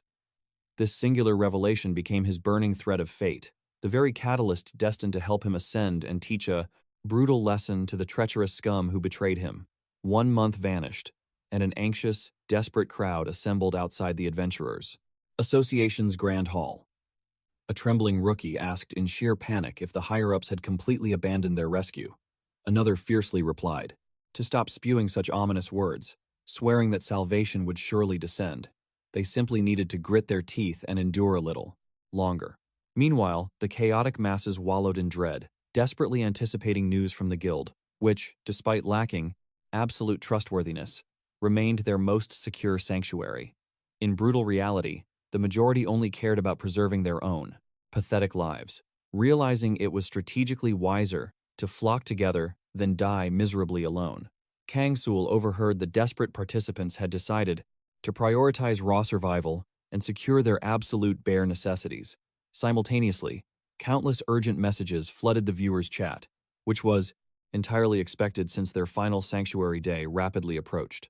Amidst the infinite sea of potential quests, one solitary anomaly seized Kang Soul's razor-sharp attention, and he was absolutely compelled to conquer it. Lurking in the tavern's darkest corner sat a deeply suspicious shadow whom the young hero instantly locked onto. The stranger's suffocating, gloomy aura completely contrasted the other terrified participants, proving he clearly harbored a pivotal connection to the hidden quest. Kang Soul fearlessly approached, and the brooding stranger demanded his purpose. The system offered him multiple dialogue paths perfectly suited for this tense encounter. Kang Soul confidently selected the fourth option, deducing that this mysterious man was far from an ordinary NPC and boldly questioned his hidden motives. The stranger stroked his chin thoughtfully, gesturing for him to sit, then revealed he was aggressively recruiting mercenaries for an impossibly dangerous job. A massive, high-stakes trade operation loomed ahead, demanding that highly classified goods be secretly escorted to the fortified city of Noviu, which ultimately meant that elite vanguards were urgently required to safeguard the payload. The young warrior instantly activated his divine perception, immediately detecting that this bastard was blatantly lying. He sharply countered, demanding why anyone would blindly entrust such a critical mission to a complete stranger. The man smirked, claiming they were merely negotiating, coldly adding that if the young hunter possessed no courage to assist, he absolutely wouldn't try to beg him. The translucent system window blinked, offering several strategic courses of action, tailor-made for this exact standoff. Kang Soul decisively selected the path of agreement, confidently cementing his unyielding resolve to accept the deadly contract. His shadowy new acquaintance nodded with wicked satisfaction, introducing himself as Ardan. In response, he learned his fearless companion's moniker was Snowman. Thus began the Noviu supply delivery. This was not a simple quest. It was the very first link in a massive chain of destiny. What came next was entirely out of his control. Meanwhile, lurking in the shadows of the tavern, a figure in a crimson jacket watched like a hawk. His eyes tracked every single movement. He elbowed his companion in the ribs. Annoyed, his partner shot back, demanding to know what the problem was. The guy in red smirked. He had locked onto a strange figure in a cloak, who stuck out like a sore thumb. He was definitely masking high-tier equipment. Whispering, the guy in red pointed out how the stranger negotiated using secret transmission arts. Clearly, a hidden quest. His partner hesitated, wondering if they were biting off more than they could chew. But Crimson scoffed. True masters flaunt their aura, he claimed. So this arrogant fool was faking his profound strength. He ordered his friend back to the guild for backup. Meanwhile, he would extract the truth from the merchant. Dawn broke. Kungori Square practically vibrated with chaotic energy. The clamor was deafening. Yet fear anchored most cultivators to the safe zone. Kang Soul drifted through the sea of bodies, observing the stagnation. A single month of peace had dulled their blades. The martial spirit of these so-called warriors was crumbling. But his own path of cultivation marched on. This was his third consecutive trial. Shouts of discord echoed from the gathering mercenaries. Weak wills shattered, declaring it a suicide run. Others roared with defiance. They had to trust their strength and push forward. Retreat was not an option. The southern Pandia region overflowed with spiritual resources. The Great Quiet Forest was their ultimate destination. Their escort contract led straight into its depths. But a deadly shadow loomed over the route. It was absolutely crawling with bloodthirsty bandits and ruthless tomb raiders. One wrong step meant total annihilation. Kang Soul intensely analyzed the mission scroll. The details clicked. A chill ran down his spine. He had lived this exact trial in a past playthrough. The memories of his snowman avatar flooded his mind. This was the exact prelude to the legendary Five Brothers quest. The stakes were astronomical. Back then, his second character had utterly failed this scenario. Nearby, the caravan hands scrambled, securing the spiritual cargo and fortifying the wagons. Arden approached with a booming laugh. He clapped Kang Soul on the back, praising his perfect timing. The aura of destiny was shifting. Ardan then motioned to the newly formed party of cultivators. He urged everyone to build camaraderie for the trial ahead. The first man introduced himself as Pakan. Beside him stood his cloaked shadow, named Chi-Cho. Kang Soul narrowed his eyes instantly. These were the exact same rats spying on him back at the guild. But the young master kept his aura suppressed. Exposing them now would only alert the enemy. The true prize of this journey were the hidden fragments of his past life power. Ardan briefed the squad. Despite the seemingly low rank of the quest, they were essentially cannon fodder. The merchant lacked true martial guards. Ardan warned them to stay vigilant against ambushes, and that night watches would be strictly enforced. But until they crossed the border, they could conserve their spiritual energy. Chi-Cho scoffed from under his hood. This peace felt like a trap. It was entirely too quiet. Pakan smirked arrogantly, claiming he finally saw through the merchant's bluff. The coward was just hoarding the experience points for a painfully simple run. They had been hired for a stroll in the park. Kang Soul silently observed the sheer ignorance of these arrogant fools. They were walking blindfolded into the abyss. He knew the cruel nature of the system. Low-rank quests were notorious for morphing into absolute bloodbaths. The difficulty of this hidden chain could skyrocket at any second. Kang Soul braced his core. This trial would push him to his absolute limits. Yet, backing down was impossible. Forging ahead was his only option. Only through the crucible of combat could he reclaim his lost legacy. The convoy lurched into motion. Wooden wheels groaned against the desolate dirt path, swallowed by barren woods. A suffocating tension choked the air inside the wagon. Not a single soul dared to breathe, making the grinding axles sound like thunder. Kang Soul kept his aura masked. His piercing gaze analyzed every mercenary present. What were these scavengers truly planning? Their murderous intent was poorly hidden. Shadows of greed flickered across their faces. But one absolute truth pierced through the fog. He was their prey. They hungered for his supreme tier artifacts. They wanted his power for their own. Then again, Kang Soul considered the alternative. Maybe he was overestimating these weaklings. Perhaps they were just suicidal moths, drawn to his flame, blinded by sheer stupidity. Across the cart, Pakan flashed a wicked grin, reveling in the tension. To him, this impending slaughter was nothing more than an absolute joke. A literal walk in the park. The pathetic merchant had basically handed them free loot, after their last catastrophic failure almost wiped them out. This low-level delivery felt like a blessing from the heavens. Pakan slowly shifted his predatory gaze toward Kang Soul. He mockingly demanded to know his cultivation path. Without missing a beat, the young master answered, "I am a summoner." Silence hung in the air. Then roaring laughter erupted. They sneered in his face, mocking his supposedly useless class. Chose such a trash-tier class. Park Sang, desperately trying to save face, snapped at his party to be quiet. However, Cho just smirked. He arrogantly declared that cultivators must constantly strive for absolute supremacy, boasting that true combat power comes strictly from top-tier gear.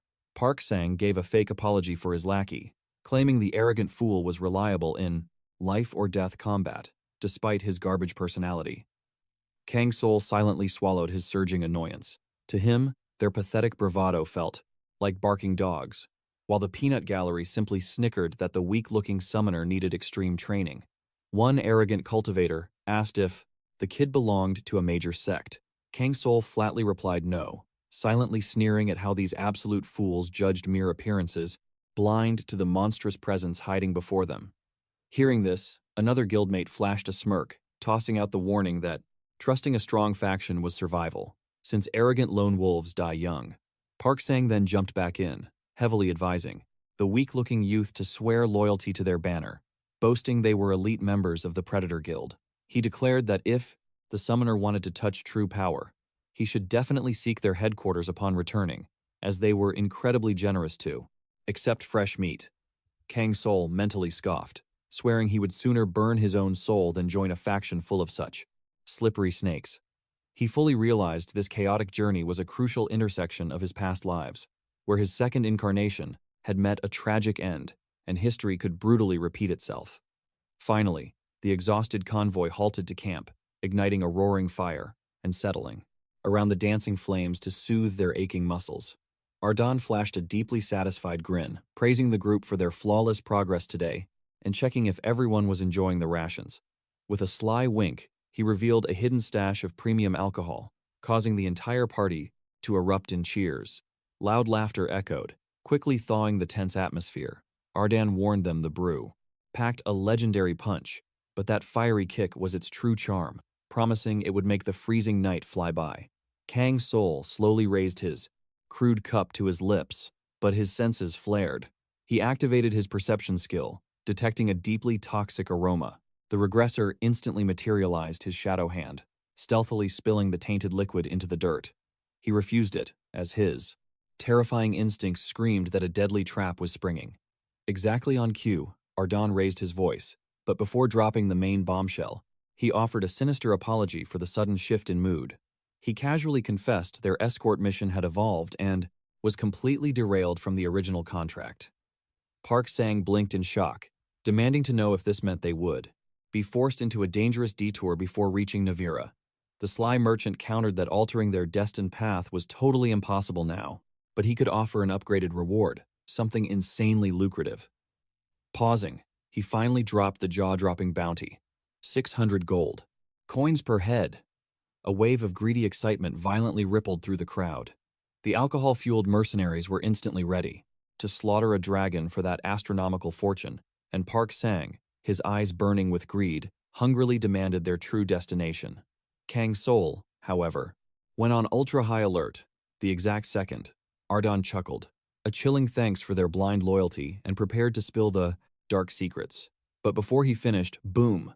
A cataclysmic explosion shattered the forest's silence, and the pitch-black sky was violently illuminated by a blinding flash of destructive mana. Kang Soul's god-tier perception caught the deadly shadows shifting in the tree line, screaming at his foolish party to hit the dirt. Tragically, a slow-witted mercenary failed to dodge, and a sinister, aura-infused arrow shrieked through the freezing air, brutally impaling his throat and choking his final scream. The remaining cultivators barely flinched before a rain of steel ripped across the sky, violently obliterating the earth and the wooden wagons. Kang Soul moved like a phantom, diving behind the thickest carriage for absolute cover, feeling the massive iron wood frame violently shudder from the devastating barrage.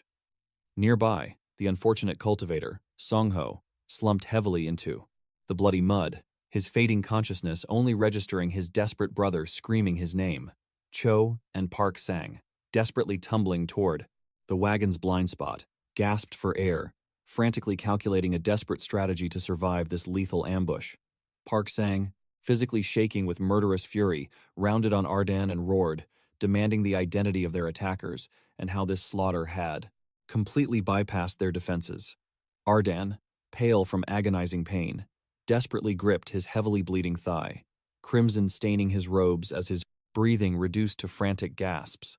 Park Sang unsheathed a glowing dagger and advanced, radiating zero mercy toward the crippled merchant, viciously threatening to carve out the truth.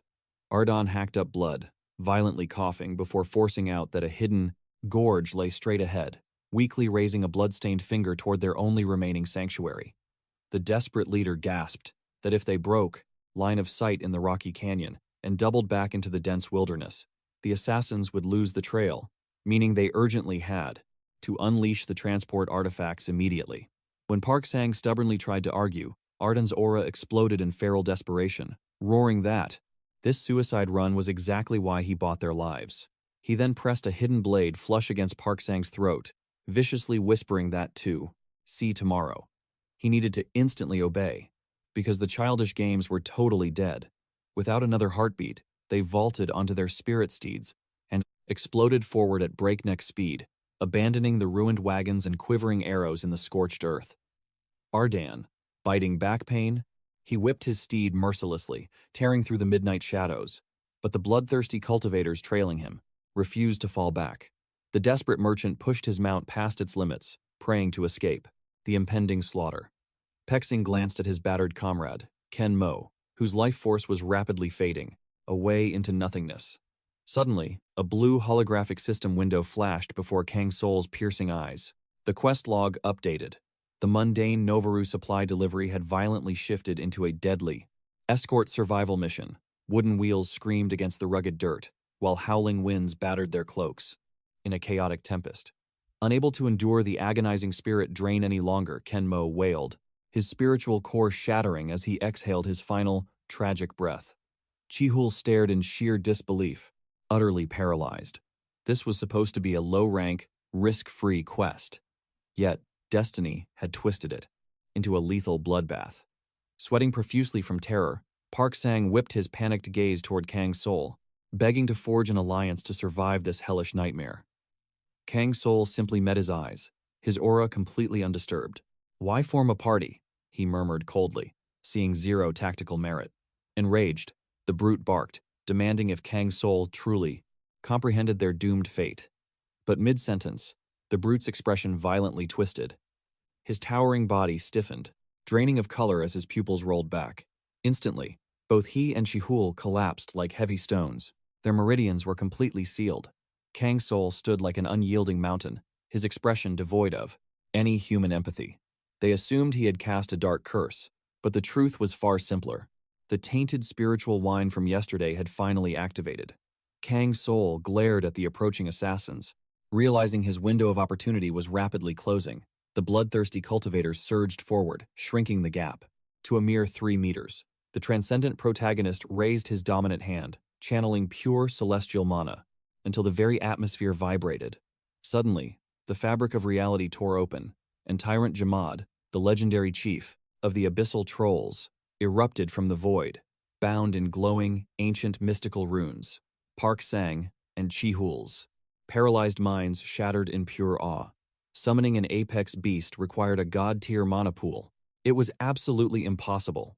How could the mythical Jamad manifest in this D-rank transport mission? The terrifying truth hit them like lightning. Even united, their combined combat power couldn't leave a scratch on this titan. The death trap tightened as heavily armed cavalry units flanked them from the shadows. Yet, Kang Soul maintained absolute stillness, calculating the optimal path to flip this slaughter, entirely to his advantage. Without warning, the young master and the troll warlord burst forward, obliterating the wagon's timber into sawdust. From the ruins, Park Sang's pathetic voice begged them to stay. Kang Soul ignored the dead weight, eyes locked strictly on his ultimate objective. Ahead, reinforced iron-threaded traps barricaded the escape route. Ardan roared at his subordinates to brace themselves, preparing to unleash a suicidal vanguard charge, for retreat was impossible. But as their spirit beast charged, the demonic binding wires snared its legs, violently halting their momentum. The speeding transport, driven by pure kinetic force, somersaulted through the sky, exploding into jagged shrapnel that rained down like wooden meteors. Amidst the devastating wreckage, Ardan slowly dragged his battered body upward, his eyes blazing with fury. Processing the catastrophic ambush, he spat blood and commanded his surviving cultivators to awaken their battle auras. Bloodthirsty assassins descended like shadows, prompting Ardan to declare an all-out, merciless battle royale for survival. A rival scoffed at Ardan's foolish arrogance. Did he truly believe escaping destiny was simple? Ardan smirked, chillingly declaring he had already won. His foe sneered, doubting he'd have that same bravado before Lord Borgo's overwhelming might. Ardan confessed his utter disdain for that tyrant, proposing a treacherous alliance to usurp his throne. Laughing darkly, his rival mocked Ardan's feeble power against Borgo, suggesting it was infinitely wiser to just embrace a quiet death. The traitor oozed absolute confidence, boasting possession of the secret realm map and the system decryption key, effectively gaining clairvoyance. In a flash, explosive martial energy erupted as they clashed, driven by sheer, murderous intent. Steel sang against steel, and Ardan, masking his true identity as Cujo, quickly realized his opponent's martial arts were pathetically weak. Meanwhile, the towering tyrant Jamad materialized from the forest shadows, observing the pathetic duel. Analyzing their miserable combat stats, Kang Soul finally made his move. Staying hidden, knowing that joining the clash would only drain their vital chi, the young cultivator realized he had already survived 2 deadly wagon pursuits. Thus, he understood this trial was vastly deeper than a mere mortal squabble. Borgo, an infamous tomb raider ruling over the Novier territory, had been stalking Cujo's every move. This bitter rogue disciple had unearthed an ancient ruins map, hoarding it to unlock its supreme legacy. Once Borgo sensed this profound betrayal, he plotted to hunt Cujo down. But the rat fled to Kongori, forcing Borgo's assassins to lay a trap within the great forest, waiting in the shadows. Cujo's dark arts required 5 living sacrifices to breach the ruins' spiritual barrier. He dragged his drugged victims along, sealing their meridians with enchanted wine. If a battle erupted between these vile factions, total annihilation was certain. Our main character, Kang Soul, possessed divine recovery arts, allowing a clean escape, but destiny had other plans. Suddenly, Cujo's bloodlust exploded. He roared, demanding his enemy to perish. A devastating final strike landed with brutal precision. The battle's fate was sealed. Stepping from the shadows, Kang Soul observed the carnage with cold eyes. The dying rogue sensed the snowman's chilling aura, begging for salvation. But Kang Soul's voice was absolute ice. He refused, stating he was talking to a dead man. The karma was already sealed. Coughing blood, Cujo smiled, knowing his vital chi was completely shattered. Death was inevitable. Yet, with his final breath, he offered a final, dangerous secret about the ancient ruins. Suddenly, glowing blue text appeared. The system offered several dialogue options, but Kang Soul ruthlessly dismissed them. A dead man's tales held absolutely zero value for his cultivation.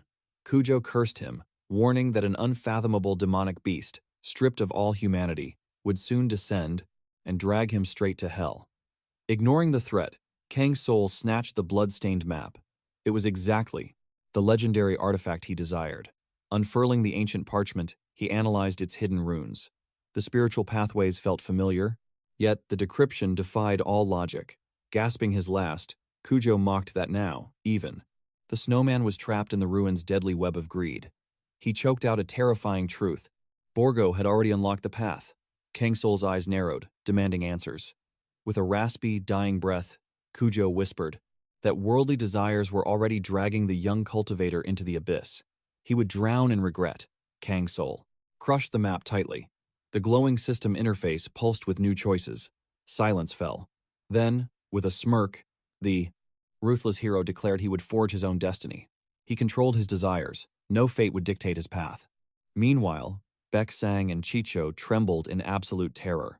This twisted nightmare was spiraling completely. Out of control, all thanks to that bastard. Suddenly, a thunderous rumbling echoed. Demonic warhorses were rapidly approaching. The terrifying sound shook the earth. Shichel panicked, ready to flee, but his companion hissed at him to freeze. Escaping this aura was impossible. Trembling, they peeked through the brush, spotting a towering warlord mounted on a nightmare beast. A dark rider sneered, noting the battlefield was completely wiped out. No survivors. Just then, the tyrannical Borgo stepped onto the blood-soaked ground. His oppressive aura scanned the devastation. His shadowy subordinates scattered like hounds, tearing through the clearing, hunting for clues among the corpses. Suddenly, a lackey screamed out to their master. They found Cujo. The traitor's mangled corpse lay discarded in the dirt, absolutely decimated. The ruthless boss slowly stalked toward the body. His cold eyes analyzed the fatal wounds, effortlessly lifting the corpse. He ruthlessly tore through the bloodied robes, searching for the ultimate prize, but it was empty. The towering villain stood completely frozen, enveloped in a terrifying silence. Then, Borgo erupted into maniacal laughter. His dark followers stepped back in pure dread. Tossing the corpse aside like trash, he roared that the prize was missing. Absolutely gone. Someone had stolen the map and its divine secrets. The treasure was snatched right under their noses. Rage contorted Borgo's face, his mind racing to find the ghost who dared defy him. He bellowed a terrifying promise. They would extract the truth. The prisoners would scream their secrets. Pekan and the captured mortals sobbed for mercy, swearing on their lives to spill everything. Borgo's mountain-like presence loomed over Pekan. He demanded the location of the sacred scroll. The mortal boy trembled, completely clueless about the artifact. He choked on his own words, unable to answer. Shichel watched, in absolute despair, his soul crushed by overwhelming hopelessness. The demonic executioners readied their massive, blood-stained axes. The killing intent was suffocating. The Grim Reaper approached the next victim, roaring for the map's thief. Trembling in terror, Shichel sobbed out the absolute truth. The snowman was the true mastermind, acting entirely because his physical form was nowhere to be seen, confirming it was all an illusion. Suddenly, a scout approached the ruthless leader, Borgo, reporting a critical breach. Someone had slipped their grasp. 2 elite hunters were already giving chase, undoubtedly tracking the exact phantom Shichel had just desperately named. Borgo loomed over the trembling captive, his killing intent suffocating. Petrified, Shichel squeaked that the fugitive was actually a powerful summoner. The coward prayed his confession would buy his survival. Instead, Borgo's blade flashed, severing his head in a single, merciless strike. Following the execution, Bandit King roared for an immediate blood hunt. Vaulting onto his spirit beast, he charged forward, his eyes blazing with absolute fury. How dare a rat steal his rightful prey? He would make the thief beg for death. Meanwhile, Kang Soul finally reached the ancient cave entrance. Standing before the colossal gates, he braced his aura for the unknown. Dismounting his steed, the young cultivator chose to proceed on foot, masking his spiritual presence. Scanning the desolate surroundings, Kang Soul's instincts confirmed he had found the sacred domain. The protagonist started for sight, retracing his memories, absolutely certain the legendary artifact rested within. Digging through thick layers of dead foliage, his eyes locked onto a forgotten bronze relic hidden beneath the debris. Recalling the secret celestial sequence, the young hero stepped up and rotated the statue clockwise. Instantly, a blinding runic formation ignited with raw energy between 3 monolithic boulders, beckoning him forward. All that remained was crossing the fateful threshold. The ancient architect of this tomb had perfectly aligned destiny's path. Suddenly, the system blared red. Warning: Borgo has activated the skill Steel Shoulder, triggered enhanced intuition, and launched obstacle destruction. Kang Soul's aura flared, bracing his immortal body for a fatal strike, but the devastating blow was blocked by Tyrant Jamad, who crushed the attack effortlessly. Enraged, Borgo unleashed a piercing barrage of arrows toward the corridor of pursuit. The towering tyrant warned his liege that he must sprint ahead instantly, sensing the bloodthirsty hounds rapidly closing in. Kang Soul dashed toward the unsealed, glowing gateway as the ancient runes finally unlocked. A system chime echoed, promising a divine reward as the epic questline advanced to its next stage. The grand prize awaited at the very end of his heavenly path. Without a single moment to breathe, the next deadly tribulation commenced. Welcome to the 4th trial, Restraint. His terrifying objective?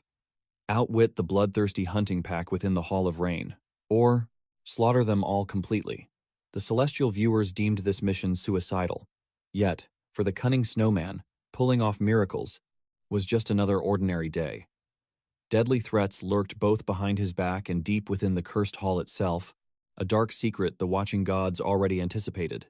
Kang Soul narrowed his eyes at the ominous script. 5 bloody sacrifices demanded. Only then would the gate yield. In a shocking twist, the young cultivator violently ripped apart the sacred scroll containing the trial's instructions. The cosmic audience gasped in absolute bewilderment, convinced the immense pressure had finally driven the protagonist completely insane. But madness was actually genius. Gripping his blade, the boy grasped the trap's true nature. The grand condition was merely shedding 5 simple drops of his own blood. Kang Soul smirked, his brilliant intellect shattering another deadly illusion when it mattered most. The abyssal doors groaned open, swallowing him whole as he sprinted deeper through the pitch-black catacombs, his magical staff piercing the absolute darkness. Meanwhile, the hounds were closing the gap, tracking their prey without a single ounce of hesitation. Certain of absolute victory, Borgo suddenly caught the metallic scent of fresh blood. His sinister eyes widened, realizing this was the undeniable trail of Kang Soul. Barking cruel commands, he ordered his lackey, Kurjan, to investigate the bizarre phenomenon. and secure their strategic advantage. One false step meant death, so they had to decode the ancient snares with absolute precision, or face Borgo's wrath. Trembling under the terrifying lethal pressure, Kurjan quickly scouted the area and reported back, revealing a catastrophic failure. Cujo had pilfered a forged decryption scroll, leading them straight into a deadly blunder. Now, death was their only payment. Examining a discarded blade, a vein popped on Borgo's forehead. He demanded Kurjan explain what he had just uncovered. Sweating profusely in pure terror, Kurjan confessed that the stolen cipher was a complete and utter fraud, rendered entirely useless. A chilling question hung in the air. How in the heavens did that brat instantly solve an impossible labyrinth and bypass legendary traps? Borgo stalked toward Kurjan, radiating a monstrous killing intent that paralyzed his servant. The Bandit King roared a singular bloody command. Hunt down that arrogant rat at all costs, showing absolutely zero mercy. Deep within the sacred ruins, Kang Soul's eyes locked onto the glowing blue system interface hovering right before his face. A crimson alert flashed. The system warned the young cultivator that greedy looters were closing in on his divine artifacts. Kang Soul's grip tightened, realizing the wolves were at his door. Though they had not yet breached his sanctuary, their deadly presence promised imminent bloodshed. Suddenly, the thunderous rhythm of armored boots echoed through the cavern. His ruthless enemies were finally upon him. Standing calmly before an ancient monolith carved with forgotten demonic runes, the system delivered its final chilling message. Deadly arrow arrays lined the chamber walls. Faced with this lethal trial, a glowing system prompt materialized, offering multiple paths. Kang Soul's eyes narrowed in calculation. Trusting his instincts, he selected the optimal route.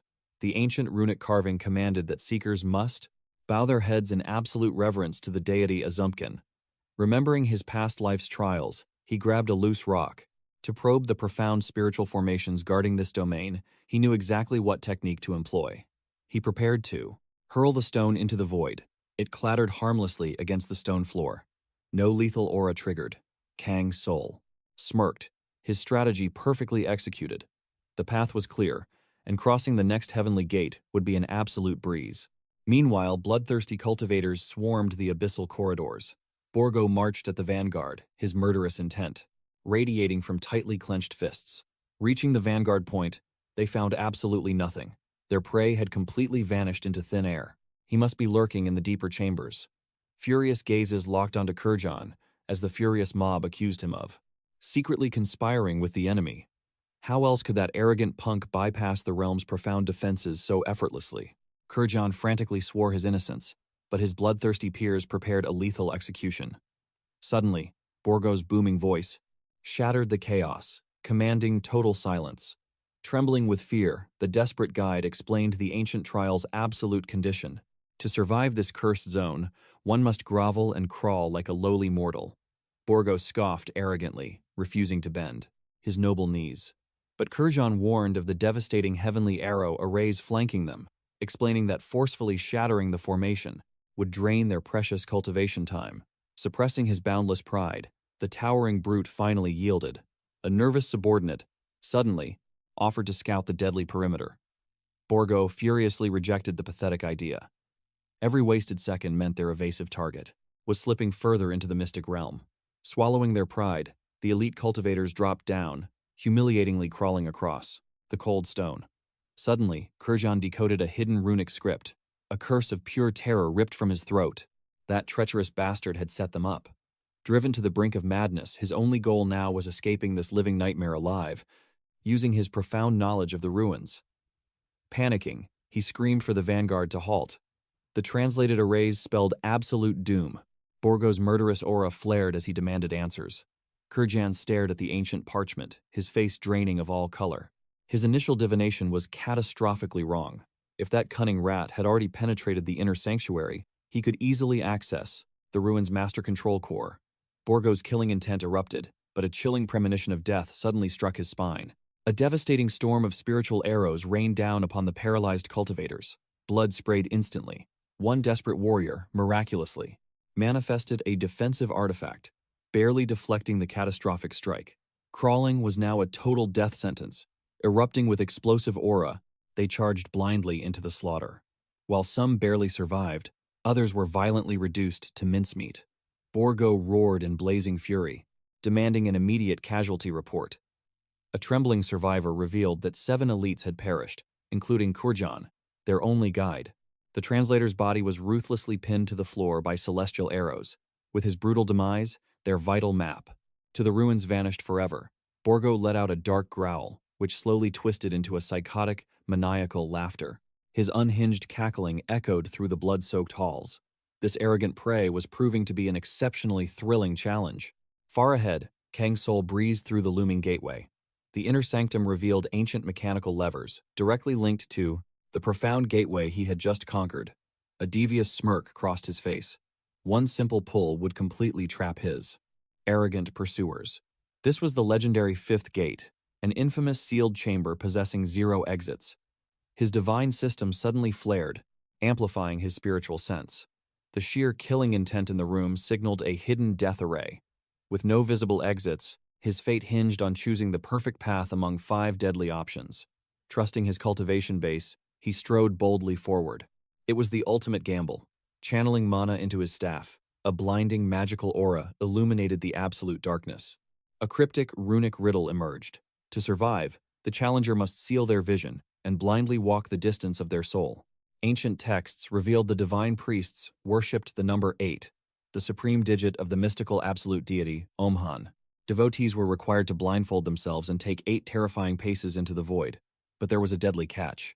The ancient giants of that lost era stood over 2 meters tall. Their massive strides vastly dwarfed Kang Soul's pace. A single miscalculation meant having his soul erased. Adjusting his rhythm, he boldly took his 9th step and snapped his eyes wide open. Instantly, a torrential surge of heavenly blinding radiance erupted, completely swallowing the abyssal darkness. The spiritual pressure was overwhelming. He had effortlessly conquered the Hall of Rain's 5th gate, shattering the 6th barrier simultaneously. Like a legendary immortal, he bulldozed through the 7th and 8th gates without breaking a sweat. Onlookers were absolutely paralyzed. Stunned by his flawless divine navigation, Kang Soul peered into the abyssal corridor ahead. Deep within the shadowy abyss, the ruin's architect smirked. Meanwhile, our hero knew the final threshold was rapidly approaching. This meant his fateful encounter with the 2nd legend drew near. Navigating this death trap was only possible because of those inherited memories. Anxiety gripped his heart. Would the 2nd past incarnation actually be waiting here? This legendary man, known as Gilius the Ruin Plunderer, suffered a tragically brief fate. Standing over 2 meters tall, this absolute giant possessed immense physical might and a wild beard. Despite a dark past, he adored nature, cherished children, and laughed with unyielding warmth. Kang Soul dashed forward with absolute certainty. He could feel this warrior's spiritual presence waiting nearby. After locating the 1st incarnation's mark etched in solid stone, he knew Gilius's final resting place had to be within the 10th gate of this perilous domain. Surging past massive, ancient archways, our determined hero suddenly halted before an absolutely breathtaking, expansive chamber. Kang Soul had finally breached the 10th gate, the legendary Hall of Light. Meanwhile, his ruthless pursuers stepped over comrades slaughtered by arrow traps. Their wicked commander coldly tallied the gruesome casualties, completely ignoring the 4th and 5th fallen soldiers. Without blinking, the vile captain counted the 6th and 7th victims, all mercilessly impaled by fatal projectiles. Borgo aggressively barked at his next subordinate to march forward.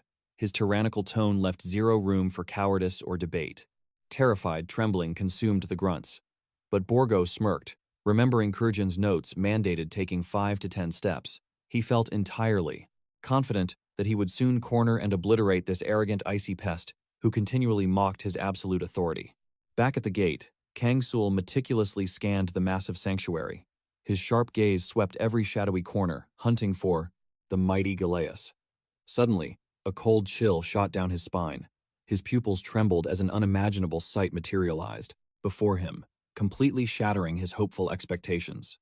There, resting on the cold floor, lay the utterly decimated skeletal remains of the legendary plunderer. With a sorrowful heart, our protagonist stepped closer to inspect the tragically ruined bones. A profoundly overwhelming wave of devastating grief crashed into his soul. It was the exact same mystical resonance he felt upon discovering the 1st incarnation.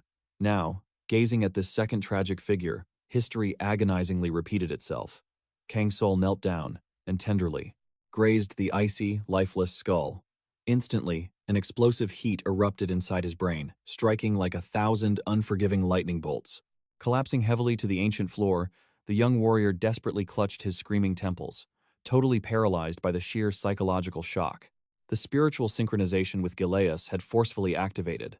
This brutal memory transfer was tearing his very consciousness into agonizing pieces. Flashes appeared. He witnessed the giant proudly flexing his colossal muscles, loudly declaring his unstoppable invincibility. The surrounding party members stared back with uneasy fear, but the powerhouse boldly commanded them to carve his mighty name into their souls. Gileas swore he would single-handedly conquer every hidden labyrinth, claiming absolute mastery over the ruins. Back in reality, Kang Soul white-knuckled his magical staff, his entire body trembling with extreme tension. Bowing his aching head, new tragic visions relentlessly flooded his mind. Gileas desperately struggled to hoist his comrade Jiren from a gaping abyss, their bloody hands slipping. Kang Soul physically flinched, feeling the exact same raw desperation, as if the nightmare was unfolding right now. In the vision, Gileas masterfully deduced the trap required precisely 8 calculated steps to survive. Trusting his gut, he closed his eyes and pushed forward. Even with thick sand bogging him down, the perilous mechanism seemed easily conquerable.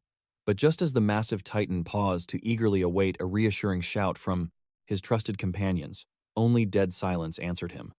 A horrifying realization hit him: every single ally had been brutally slaughtered, leaving him completely isolated. Without warning, a final, cursed arrow violently impaled the giant's broad chest. Slumping helplessly against the unforgiving stone, his life force faded, mere inches away from the ultimate threshold. Filled with bitter regret, the dying hero gazed up at the colossal vaulted ceiling above. An intricate mural, reflecting like a mystical mirror, triggered one final, brilliant revelation in his fading mind. Bleeding out, Gileas coughed his final words. Awakens is the celestial goddess of light, but instantly, the cold embrace of death swallowed his consciousness entirely. His dying wish pleaded for a worthy successor to witness this magnificent truth. Snapping back to reality, Kang Soul wept, agonizing sorrow shattering his very soul. Suddenly, a blue window chimed. The system announced the heroic will of the fallen. Gileas was successfully inherited. Now, this ultimate secret belonged to our protagonist. Golden light erupted as the late plunderer's legendary skills seamlessly integrated into Kang Soul's stats, granting him absolute mastery over labyrinth traps. With his earthly regrets resolved, the giant's remains peacefully disintegrated into sparkling stardust. Meanwhile, the stream's chat exploded with utter confusion. The bewildered audience frantically spammed, questioning how on earth a mere summoner could devour a rogue's abilities. Ignoring them, Kang Soul whispered a solemn apology for being so hopelessly late. Wiping his tears, he stood tall, proudly fastening Gileas's rugged scarf around his neck to test this bold theory. Embracing this newfound power, our hero eagerly prepared to dominate the ancient trials. Instantaneously, the glowing system manifested multiple strategic paths forward, revealing that the ultimate key to conquering this luminous sanctuary required 4 specific celestial elements. Mirrors, each capable of twisting fate's path. The very last sight Gileas witnessed before his demise was the divine goddess painted above. The young cultivator gripped the glass, tilting it toward the heavens, finally realizing the ultimate truth. Every mirror needed to face the sky to awaken the ancient magic.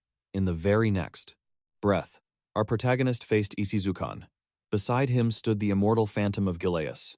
The young warrior then looked toward the goddess of life's light, begging for her divine guidance. Without warning, a blinding stairway pulsing with overwhelming spiritual pressure crashed through the vault. The final gate of Revelation's hall shattered open. This trial would conclude either by time's end or claiming the ultimate prize. He stepped onto the counter, ascending steps, pushing ever upward along the twisting path. In awe, a viewer sacrificed 300 madness points. The crowd erupted in frantic chatter, utterly baffled by his monstrous progression, reaching the celestial peak. A colossal iron gate blocked his path. Our hero pressed his palm against the freezing metal and pushed it wide. Within the grand hall, flanked by towering pillars, stood a majestic statue of Ismahan. The divine entity turned her gaze toward the bold intruder. Welcoming him, she declared her immense joy. At seeing a mortal conquer her sanctuary, Kang Soul bowed with humble respect, keeping his sharp gaze locked ahead. She smiled, offering a legendary boon for surviving the Hall of Restraint. Instantly, a cascade of golden wealth and divine artifacts showered upon him. As he stared, the goddess warned him to choose wisely, for he possessed only a single pick. Resisting this mountain of gleaming treasure felt agonizingly difficult. Selecting the true prize demanded absolute mental fortitude and profound insight. After all, he was entirely blind to the nightmares awaiting him. Channeling his spiritual perception, he meticulously scanned the boundless treasures before him. Suddenly, the hidden truth of each artifact materialized. Thanks to his evolved mastery, the invisible became visible. The thrill of reality was overwhelming. The frantic audience screamed at him to grab the legendary armor, eager for pure profit or a massive power boost. Plus, the gear radiated an intimidating, majestic aura. But defying all expectations, our protagonist crouched down and snatched a seemingly worthless scrap of cloth. The chat exploded with absolute outrage. Why on earth choose such trash? What an utter fool. Unbothered, the goddess questioned his final choice and his unwavering resolve. Kang Soul smirked, declaring his claim on the bandage of insight, triumphantly raising the relic high. Across this world, ancient clans and legendary tribes boasted divine ocular bloodlines, granting them godlike vision. This ragged bandage was the key to awakening those very same mythical eyes. Surely, this heaven-piercing gaze belonged to him. Ismahan tempted him with more, but our hero coldly stated his desires were fully satisfied. Delighted, the divine guardian announced that heaven always rewards true modesty. Boom! A colossal chest overflowing with boundless riches instantly materialized before Kang Soul. This was a hidden bonus, the young cultivator smirked, sensing the sheer density of spiritual gold vibrating within. It would fuel his future cultivation perfectly. But first, the awakening. Without hesitation, he bound his eyes with the ancient cloth. Instantly, a devastating surge of cosmic energy violently crashed into his skull. Agony ripped through him. Dropping to his knees, his mind reeled from the mind-shattering spiritual overload. He sensed terrifying waves of mana drilling into his brain. The sheer torment of a bloodline awakening was infinitely more and horrifying than he ever feared. Kang Soul felt his very spirit being incinerated in an endless hellfire, at long last. His eyes snapped open. A blazing golden aura ignited within his irises. The veil of reality shattered, revealing secrets he was once blind to. A system prompt flared, exposing the hidden combat levels of terrifying beasts. And through relentless cultivation, he could gauge even greater demonic threats. Even the hidden tiers of mythical artifacts were now laid bare before his godlike perception. Kang Soul marveled at this completely reborn vivid world. The supreme power far exceeded his wildest dreams. Guided by this heavenly insight, mortal traps were mere playthings. But danger still lurked. A massive, blood-stained axe slammed against the stone. Borgo stomped forward, his soul surviving minion trembling behind him. The brutish leader locked eyes with his prey, snarling that the little rat had nowhere left to run. Facing the murderous duo, Kang Soul coldly demanded the whereabouts of the others. Borgo scoffed, spitting venom, roaring that he asked the questions. This boy could only pray for a swift death. But soon, I will tear you apart and scatter your flesh across this very battlefield, the beast roared. Unfazed, Kang Soul coldly noted that only 2 enemies remained.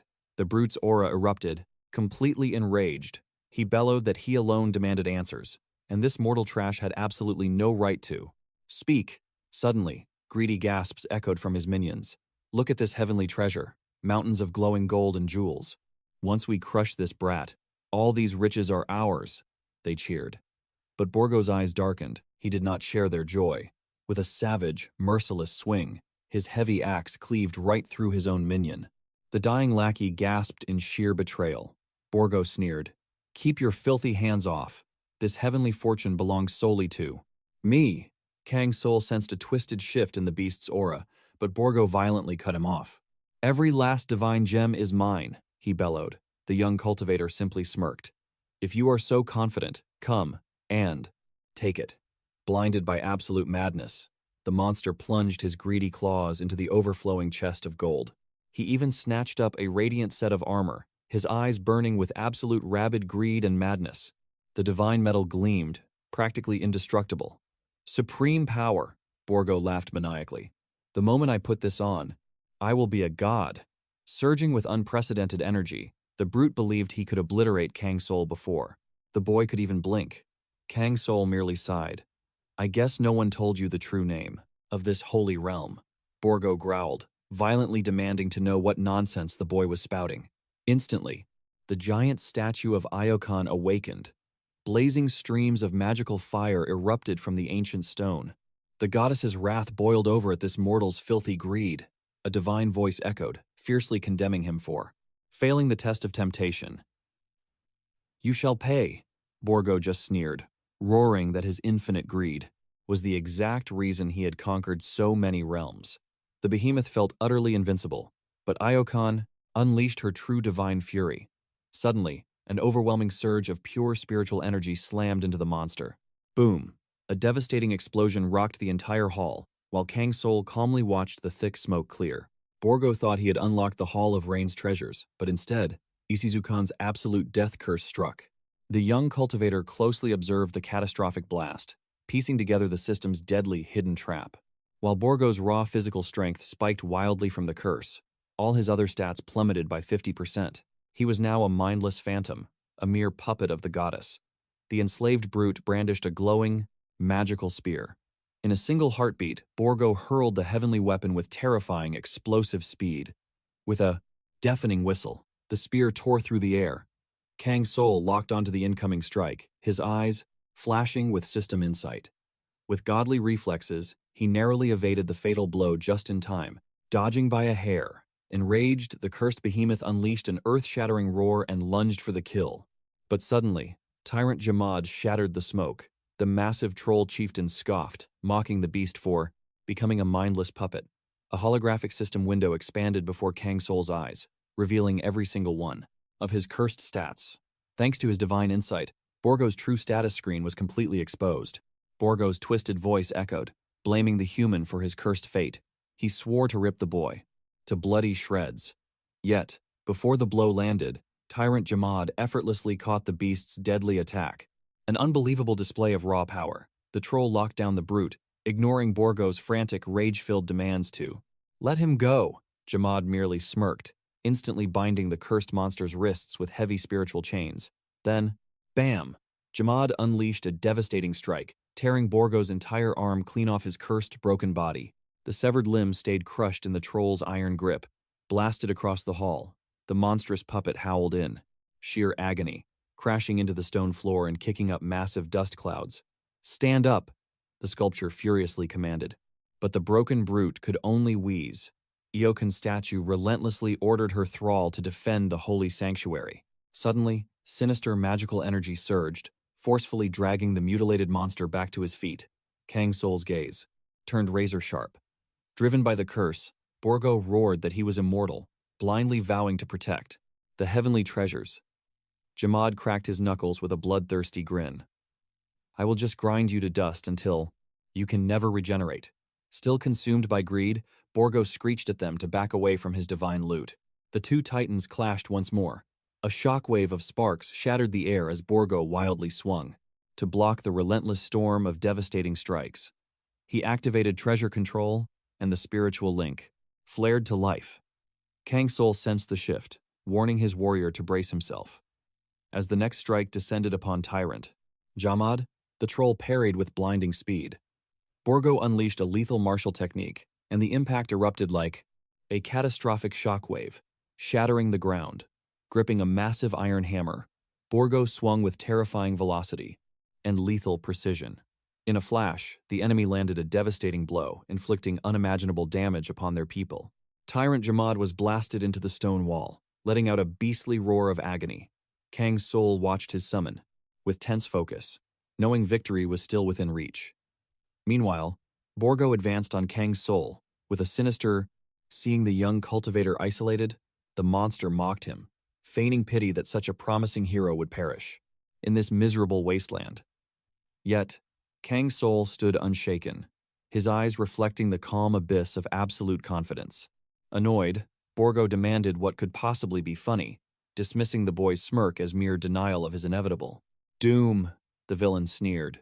Convinced the weak human was simply terrified of his impending death, masking his fear with foolish arrogance. Reactivating his treasure control, Borgo taunted Kang Soul, claiming he could smell the sheer terror. The brute declared that for such disrespect, he would grant the young cultivator the most agonizing and humiliating end imaginable, raising his weapon for the kill. But suddenly, Tyrant Jamad exploded from the rubble, charging back into the fray. The troll chieftain unleashed a monstrous strike. He aimed straight for the enemy's core, tearing through the very air. Locking the enemy in an inescapable vice grip, he flashed a vicious smirk. "You greedy cowards," he growled. "Know nothing of true terror." Borgo snarled back in absolute fury, spitting that the wounded beast was spewing delusional. But Tyrant Jamad was already channeling his ancient spiritual aura. He prepared to make the very earth quake in submission. In a heartbeat, he crushed his opponent's wrist with devastating force, sending an instantaneous jolt of, excruciating hellfire through Borgo's veins. Jamad commanded with absolute authority, "Even if this vessel isn't mine, the blazing wrath is entirely my own." He then launched a blindingly fast strike. Borgo was sent spiraling through the air like a ragdoll, but the mighty chieftain offered zero mercy. Casually tossing aside the violently severed limb, he glared down and demanded the trash stand back up. Choking on blood and wrath, Borgo swore he would obliterate the filthy troll. Jamad scoffed, amused by the sheer audacity. "That is a first," he rumbled. "Usually, when my towering presence graces the battlefield, mortals simply beg for salvation." With a dark chuckle, he noted that fate could have woven a different path, since anything is possible at death's door. Consumed by blinding fury and desperate resolve, Borgo lunged toward his dauphin, Nemesis, pushing his treasure control to the absolute limit. The enchanted spear ignited. Tearing through space toward Tyrant Jamad, the bloodthirsty brute roared, absolutely certain of his enemy's demise. Yet, with effortless grace, Jamad deflected the lethal thrust. The weapon failed to scratch his iron-like skin, ricocheting with a thunderous crack.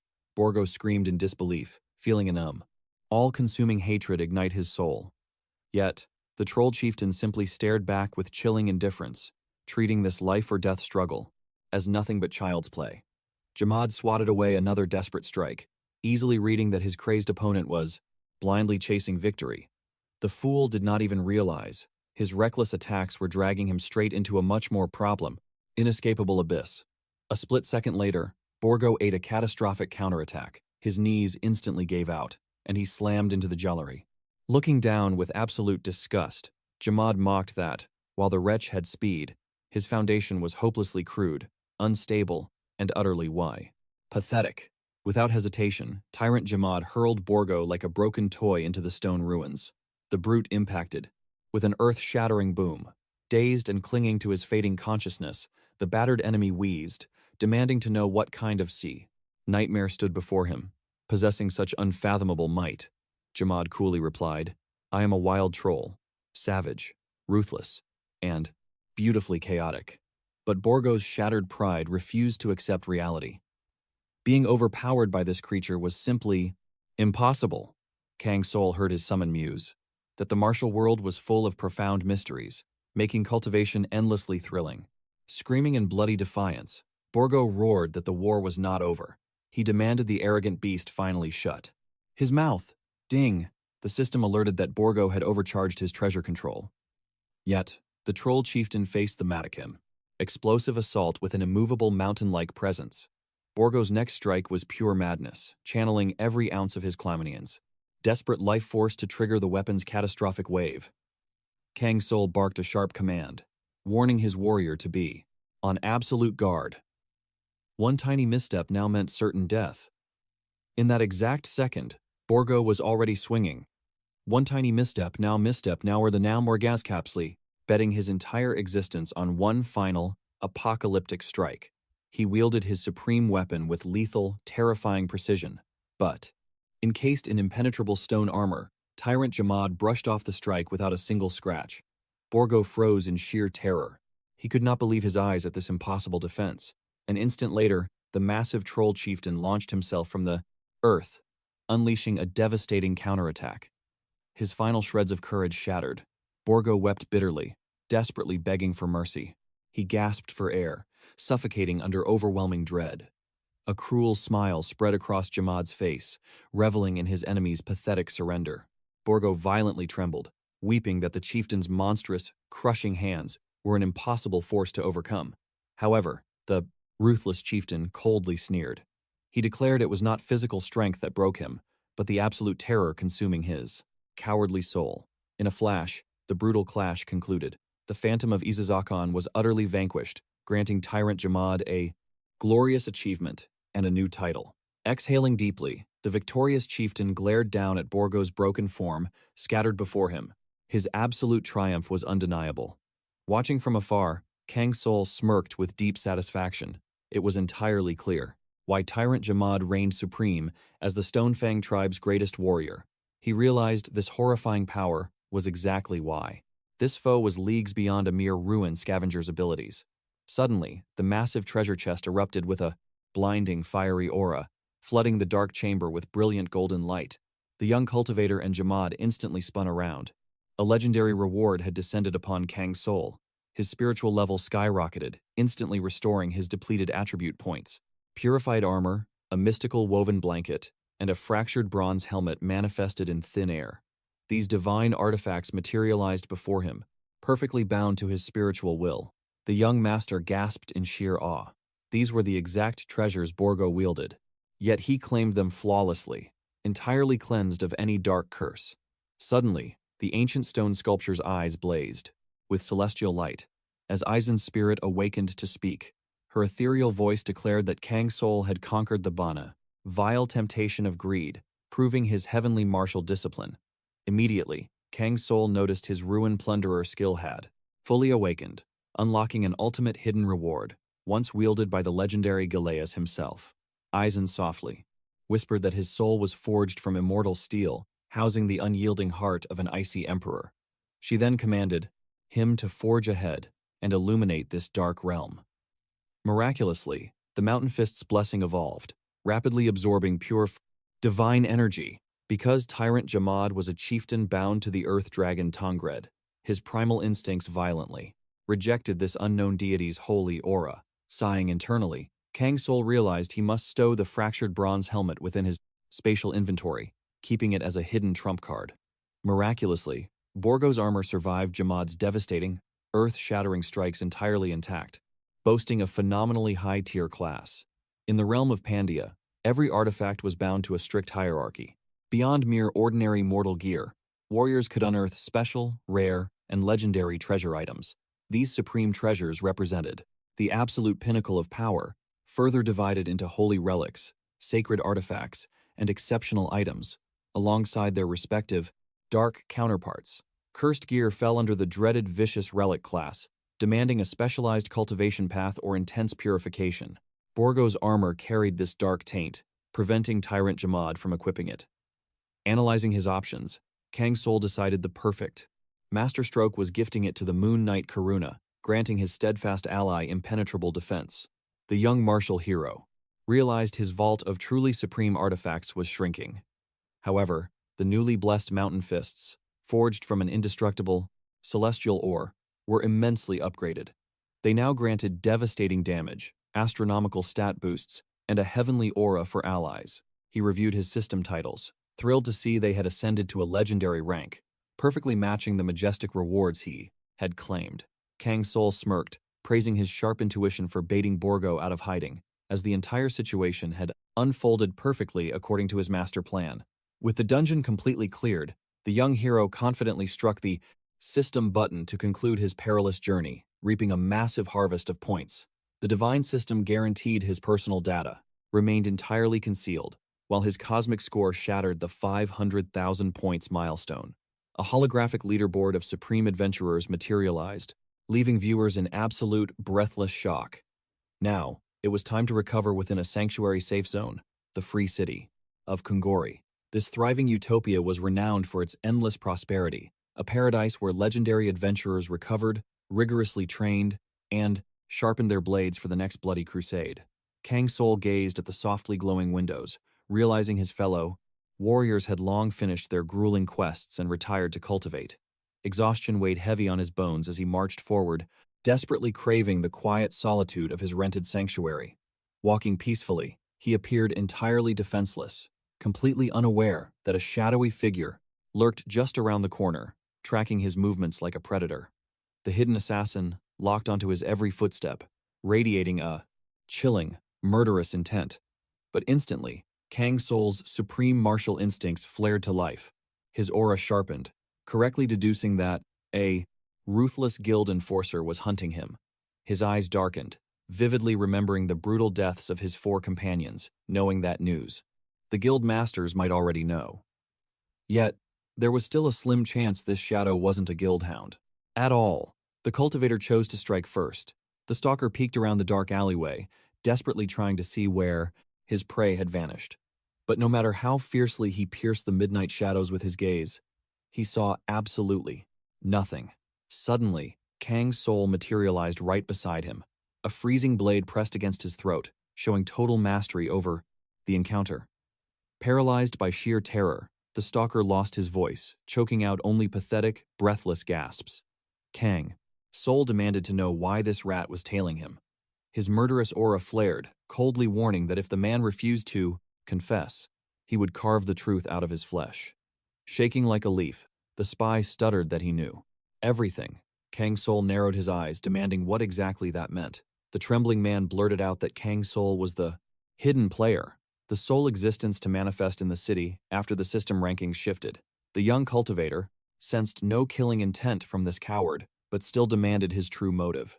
The pale stranger confessed that he desperately needed salvation. Pleading for an audience, he led them to a dim tavern.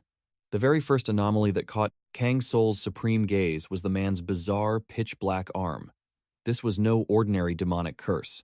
At first glance, the flesh appeared decayed and dead, yet it remained eerily smooth and preserved, as if it had been refined by dark magic. Meanwhile, his trembling companion frantically rambled about his beloved younger and older sisters. The broken man dropped his gaze. A devastating wave of sorrow washed over his face, impossible to ignore. He choked out that his elder sister perished during their second fateful mountain expedition. That cursed dungeon was known as the 5 Friendly Brothers. It was there she triggered a deadly snare at the cliff's abyss. The warrior maiden fought with blazing resolve, but there were simply too many trolls. She slipped, dangling precariously over the endless void. Her brother strained with exploding muscles to pull her up, his face drenched in cold sweat and absolute terror. But the brave woman accepted her doomed fate, pleading with him to release his grip so he wouldn't share her grave. Yemen screamed with a shattering voice, ordering his sister to hold on tight, swearing to the heavens he would save her. But Sebek had already accepted death. In her final moments, the maiden simply whispered how deeply she cherished her brother, her voice laced with a haunting, quiet sorrow. With those parting words, she released her grip and plummeted into the freezing darkness below. Her dying wish was for him to protect Noelle, as their little sister was now entirely alone. Sebek's fading voice, her tragic gaze, and her last words were permanently scarred into his soul. Ever since that nightmare, his elder sister has haunted his dreams every single night, crying out for salvation. Kang Soul instantly recalled the lore behind this tragedy, a scenario known as the unexpected calamity. Yam hadn't received a curse, but awakened a supreme hidden trait, a phantom hand. However, even if his mind broke free from the phantom's grasp, that demonic arm was entirely dominated by the vengeful spirit, rendering it utterly useless for martial arts. Yet, if that spiritual suppression was shattered, Yemen could unlock heaven-defying power. Kang Soul cut to the chase, demanding the true nature of his plea, and learned it all traced back to the boy's little sister. She joined a guild, but after Sebek's tragic end, their sibling bond froze into a bitter, distant wasteland. This deeply tormented the young man. Kang's soul narrowed his eyes, questioning the guild's true identity. Yemen revealed that at Guild Knot was dubbed the Justice Sect, assuming his powerful companion knew of its infamy. This faction was forged during the initial system awakening, baiting naive cultivators with rumors of a supreme ranker leading them. But since that master's title remained concealed, it smelled like a massive scam.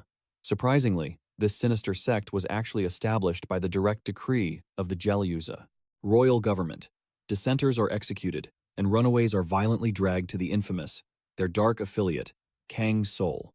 Scoffed at such wild claims, but Yemen swore on his life this wasn't mere gossip, but bloody reality. This was highly classified. Intel verified by his little sister, proving that Noel was dancing on the edge of death.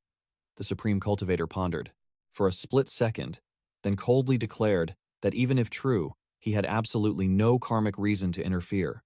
Yemen froze like a statue, his eyes shattering with agony as he struggled to comprehend this ruthless rejection. In response, Kang Soul icily stated he was no apostle of justice, and every cultivator carries their own burdens. And he absolutely refused to squander his spiritual energy on another's drama if it didn't align with his own heavenly path. Yemen was crushed by apocalyptic despair. He simply couldn't fathom why such an overpowered existence would deny such a desperate life or death plea. Endless void consumed him, knowing Kang Soul wielded monstrous power, and system points to obliterate any foe, like stepping on an ant. The sovereign stood up, his aura chilling the air as he addressed the broken boy. He declared he hadn't forged his legendary strength just to coddle cowards who hide behind others' shadows. He fiercely ordered Yam to conquer his own demons. This burden of saving his sister belonged to Yaman alone. Chaining Kang's soul to this twisted fate would be a fatal mistake. The young hunter turned his back and vanished.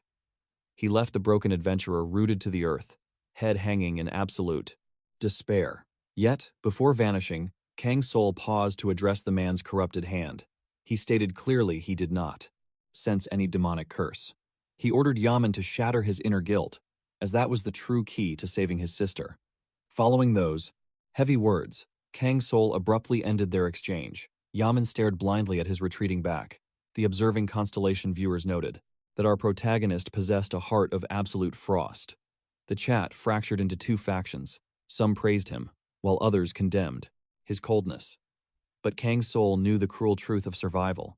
Helping every passing stranger would only invite absolute ruin in this chaotic realm. Every second of cultivation time was absolutely priceless, yet pure calculation ignited within him. Solving the mystery of that phantom hand could drastically accelerate his leveling. Moreover, this spectral power would surely become a trump card in the Bada incoming trials. These tactical thoughts took deep root within his mind. After pondering the shifting variables, Kang's soul decided it made perfect tactical sense to step in. After all, if someone possesses the true will to evolve, they will not drown in pathetic despair. Thus, our hero vanished into the shadow alleys, seeking the Information Guild. The broker warned of overwhelming intel regarding the so-called Justice Guild, but Kang's soul hungered strictly for their darkest secrets. He tossed 150 gold coins, secretly hoping. Ordinary hunters remained entirely blind to this underground sanctuary. Truly, not a single soul would have ever guessed. This legendary intelligence hub was disguised as a rotting tavern. Kang's soul grabbed the sealed parchment handed across the counter, beginning to devour the hidden truths. The records proved Yaman's tragic tale was entirely accurate. Moreover, as he carefully scanned the cursed document, he realized the story was actually sugar-coated. The grim reality hiding in the shadows was far more devastating than his darkest calculations. Suddenly, a familiar name caught his piercing gaze: the Thieves' Guild. He questioned if this was the exact same infamous syndicate of scoundrels. He decided to strike immediately. Kang's soul commanded the shadow broker to hand him their most venomous scandals. This secondary scroll demanded another 100 gold coins. Paying the steep price, our lone hunter deeply submerged his consciousness into the texts. A chilling question echoed in his mind. Why were these monstrous crimes completely ignored? The greedy broker smirked, demanding 10 extra coins for that specific answer. Kang's soul paid the toll. He learned that nothing was entirely confirmed. The only time the Thieves' Guild ever stepped from the shadows was tied to the brutal slaughter of a common citizen. Kang's soul's eyes narrowed. He muttered that everyone here knew the hidden truth, yet willfully remained cowardly, silent. The broker merely chuckled, stating the underworld operated on blood laws that concerned nobody else. Furthermore, the purchased information lacked hard proof, offering a refund if desired. Our protagonist grabbed the scrolls, shoved them into the dancing candle flame, and watched the ashes fall, declaring he understood their bloody game perfectly. Shifting his gaze, he announced his interest in another contract. He demanded they deploy their shadow network to stalk a specific target for 7 days. He commanded absolute updates on every single breath this target took. The guild eagerly accepted this dark mandate, demanding 20 gold coins for their absolute silence and skill. Now, that miserable adventurer would be tracked 24/7. Even his dreams weren't safe. There was absolutely zero chance to escape this terrifying secret surveillance network. Meanwhile, Kang Soul marched toward the dark magic sanctum. The gatekeeper immediately noticed his imposing return, demanding to know his ultimate purpose today. A blue holographic window flashed before Kang Soul. He scanned the shifting quests, widening his eyes to notice a miraculous fifth option. This path was previously locked by the system, but now glowed brightly. The young master immediately desired to locate the legendary Shadow Summoner. However, the guard warned him the holy connection with Qiao had been utterly severed. Something catastrophic had definitely occurred during his absence. Calculating the risks, the young hunter decided it was entirely foolish to blindly trigger this mysterious fifth quest. He still needed to clear 6 grueling trials before unlocking the grand episode of enlightenment. Rushing death was a fool's game. Instantly, the glowing system projected multiple dialogue options to deceive the imposing guardian of the sanctuary. Kang Soul schemed he could conquer this timeline later. He tactically delayed the main quest, offering instead to track down rumors regarding Qiao. The guard's stoic face cracked with overwhelming relief, praising the young hero's noble spirit. Thus began the Bon epic quest of the vanished summoner. His ultimate mission: hunt down the fading spiritual traces of Shadow Summoner Qiao and Novi. Hunter declared his thirst for greater power, and the heavy gates parted. Even though the temptation of that forbidden fifth option almost derailed his entire cultivation path, Kang Soul quickly focused. He currently hoarded 4 golden skill points. The most absolute tactical move was dumping them into his core shadow summoning art. In a blinding flash of light, he evolved his divine skills and triggered a massive stat explosion. Now, this monstrous rookie can manifest both Karuna and the Tyrant Jamad simultaneously. Each summoned shadow pulses with the apocalyptic might of a 1,000-man army. The sovereign smiled, recalling Yan's awestruck praise of his incredible. Checking his stats, Kangol stood in silent contemplation before his path became clear. There was nothing binding him to Kongori anymore. The quests here offered nothing but trash-tier rewards. Meanwhile, in a shadowy tavern, members of a rival faction drowned their sorrows, mourning their slaughtered brothers. A subordinate reported to the guildmaster, blaming the looters for this absolute bloodbath. 4 elites, wiped out by a single cultivator. Boss Poxinari's eyes narrowed as he demanded the killer's name. Snowman, the lackey trembled. The master recognized that unassuming moniker, but he sensed the terrifying depth behind that calm facade. 4 martial artists crossed him, and none returned alive. As a hot-headed grunt urged immediate revenge, Poxinari raised a hand. They would observe from the shadows. In this brutal world, one misstep meant total annihilation. Snowman's fate was sealed, but the method required patience.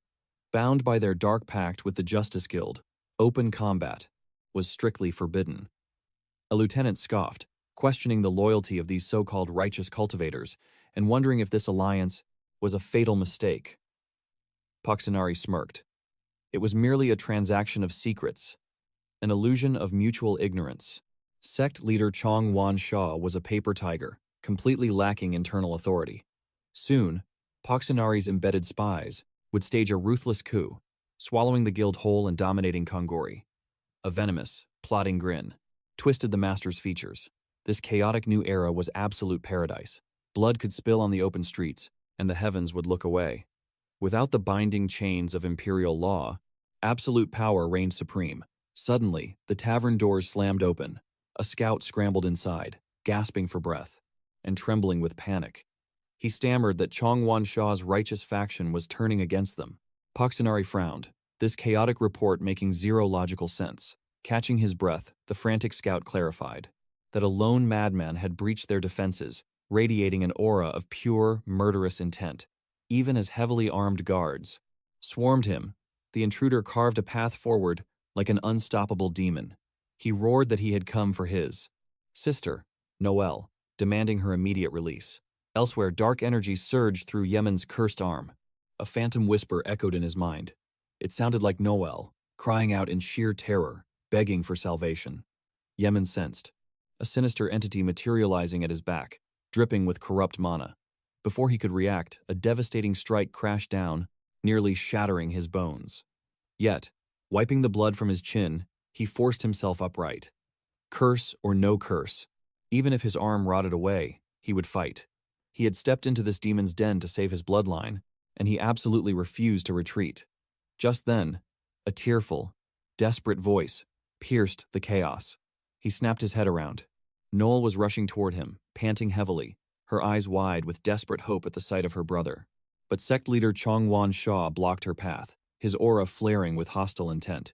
He sneered, declaring that weaklings couldn't simply walk away from his guild. In this ruthless hierarchy, absolute obedience was mandatory. Noel, standing her ground, spat back that she was leaving right now, refusing to be a pawn in their twisted game. The corrupt leader chuckled darkly, a rat who knew their inner secrets could never be allowed to escape alive. He ordered his disciples to lock down the perimeter, declaring that Noel's life belonged to the guild until her spiritual debt was paid in full. He demanded 5,000 gold coins. Noel stared in utter shock, horrified by this astronomical, manufactured, extortion fee. Chongwan Shaw's smile turned wicked. The righteous path was a lie. They existed only for wealth, and every single drop of cultivation resources must be repaid. He commanded his enforcers to execute them. Noel's voice cracked, screaming that this hypocrite was a human trafficker in disguise. The bitter truth struck her like lightning. There were no noble saviors. Their vows to protect the innocent were nothing but absolute garbage. The entire sect was a den of vipers, preying on the weak. Chongwan Shaw coldly replied that in a dying world, men would commit unspeakable atrocities just to survive the harsh heavens. Yemen shielded his sister, making a blood vow to carve a path to freedom. But before his aura could ignite, a catastrophic strike obliterated his defenses from above. Noel screamed his name in pure terror as the devastating force drove Yemen face first into the cold stone. The corrupt master ordered his lackeys to slaughter the boy mercilessly. Yemen lay paralyzed, his vision swimming, his body violently rejecting his will to rise. Suddenly, a vice-like grip crushed Noel's wrist. Chongwan Shaw pulled her close, his voice dripping with venom, mocking her tears and demanding absolute submission. She thrashed wildly, but the vile master merely laughed and delivered a brutal, humiliating strike across her face. Pinned down, Yemen endured the savage beating, desperate to, raising his trembling arm in a desperate defense. The young cultivator reached for his fallen blade, lying just a few inches away, praying for a miracle. The very moment his fingers grazed the cold steel, the dormant power of his awakened phantom hand violently surged to life. Yamin leaped up, unleashing a devastating strike with every ounce of his remaining spiritual energy. An instant later, the spectral arm evolved at a terrifying pace, tearing the wind apart with explosive force. This dark manifestation propelled our hero in rapid bursts, drastically accelerating his explosive dash and perfectly adapting his body to complex martial stances. Watching this, Jungwon Chul roared furiously at his subordinates, cursing them as worthless trash, and commanded them to immediately alert the scavenging bandits. Noelle, overwhelmed by the aura, cried out for her brother, her voice trembling with desperate hope. The young cultivator gripped his blade as turbulent mana swirled around his core, while enemy grunts charged forward with bloodthirsty roars. Taking a steady breath, his sister's terrified plea echoed, igniting a blazing inferno of rage within his soul. A spiritual vision of his late sister manifested, her gentle eyes radiating absolute faith that he would protect their family. The agonizing memory of her plunging into the abyss, his eternal nightly torment, suddenly flashed across his consciousness once again. The young warrior locked eyes with the ethereal illusion of the girl, completely entranced, standing in absolute silence as tension choked the air. Yamin heard her dying wish to protect Noel once more. Suddenly, his little sister sprinted toward his back. Gritting his teeth with supreme resolve, he squeezed every last drop of life force that still flickered in his battered meridians. The crushing weight of guilt had deafened him to her true will until now. And, finally, he understood. His phantom arm was never a curse. It was the physical manifestation of her final prayer. Thus, the awakened hero stood like a mountain before his sister, unleashing absolute killing intent. Anyone stepping closer would face instant destruction. At that very second, Young Wan Chul heard a voice call out. Frowning in sheer confusion, he glared toward the source of the sound. A lackey suggested calling for backup, but the ruthless boss coldly sneered that it was too late to waste time crushing a pathetic insect or swatting minor annoyances. Bakesari narrowed his eyes at Yaman, questioning if this trash was their actual target. But a heartbeat later, he scoffed, noting that this weakling lacked the legendary aura and definitely wasn't the monster at the top of their kill list. With a sinister smirk, the rogue exploded forward, charging straight at Yamin, who tightened his grip on the hilt, bracing for impact. Bakesari arrogantly judged the boy's martial foundation as utterly pathetic, dismissing him as a harmless stepping stone. The boss ignited his iron fist art, channeling nimble beast style, footwork to unleash devastating pinpoint strikes directly at vital acupoints. Yamin, his spiritual energy depleted and barely able to stand, desperately parried the storm of ferocious attacks. But the sheer speed shattered his defenses, and the enemy's iron-like grip locked onto his body, entirely sealing his escape. Bakesari slammed Yamin into the earth with terrifying brute strength, crushing his skull like a vice. Spitting blood and choking on absolute fury, the young cultivator demanded why a master would exist, only to torture the weak. The twisted boss sneered mockingly, joking that he sounded like some common street thug, though he never viewed himself as such petty trash. Yamin spat back that he was exactly that, a demonic thug. But Bakesari just laughed maniacally, asking what was so wrong with surviving. He coldly glanced at Noel, now pinned by his savage grunts, preaching that in this apocalyptic world, morality and justice were dead illusions, and only absolute power reigned supreme. The villain arrogantly proclaimed that justice would always bow to the strongest fist, for the law of the jungle was the only true heavenly will. Hearing this, Yamin violently tightened his grip on the hilt, his blade erupting with a blinding surge of untamed aura. Consumed by burning desperation, the young warrior launched a suicidal death strike straight at his oppressor. However, Bakesari effortlessly caught the death rote. Lethal blade barehanded, mocking the pathetic speed of the attack. Then, with a sickening crack, he snapped the spirit weapon cleanly in half. Yamin stared in absolute horror as his final hope shattered. In that chilling second, the shadow of death loomed over him, knowing only divine intervention could alter his fate. The killing intent reached a suffocating peak when suddenly, a heavy knock echoed through the room. Bakesari clicked his tongue in deep annoyance, glaring back to demand who dared disrupt his kill. His subordinate grunts shifted nervously, suspecting some foolish guard had heard the clash of aura and come to investigate. But standing casually at the entrance was Kang Soul, violently demanding they open up, boldly declaring he already saw through their illusion. Young Wan Chul scratched the problem's back of his head with venomous irritation. Blaming the captured girl for drawing unwanted rats, the syndicate decided to lure the intruder inside, plotting to instantly ambush him and seal off any escape route. Meanwhile, Yamin was violently coughing blood, barely clinging to life, when he heard a chillingly calm voice ask if he was having fun. With overwhelming swagger, Kang Soul strolled into the bloodbath, utterly shocking the entire room. The softer god, Kang Soul, glared at the heavily bruised Yemen. "Have you forgotten me already?" he asked. The battered youth, his spiritual energy incredibly weak, gasped that Kang Soul had actually descended to save him after all. The sovereign smirked, stating he arrived here not just for a rescue, but to settle some karmic debts. Additionally, he wanted to see this chaotic mess firsthand. As his piercing gaze swept over the surrounding trash, Yemen cried out, swearing he had followed Kang Soul's words, believing in absolute justice. Kang Soul coldly reminded his friend he didn't cultivate power to protect cowards who hid behind others' shadows. Yemen wept, confessing he fought with all his mana, but the overwhelming odds had ultimately crushed him. Kang Soul lowered his head. "I see the whole picture now," he murmured, turning his piercing gaze toward the arrogant thugs. He commanded, "These two leave with me."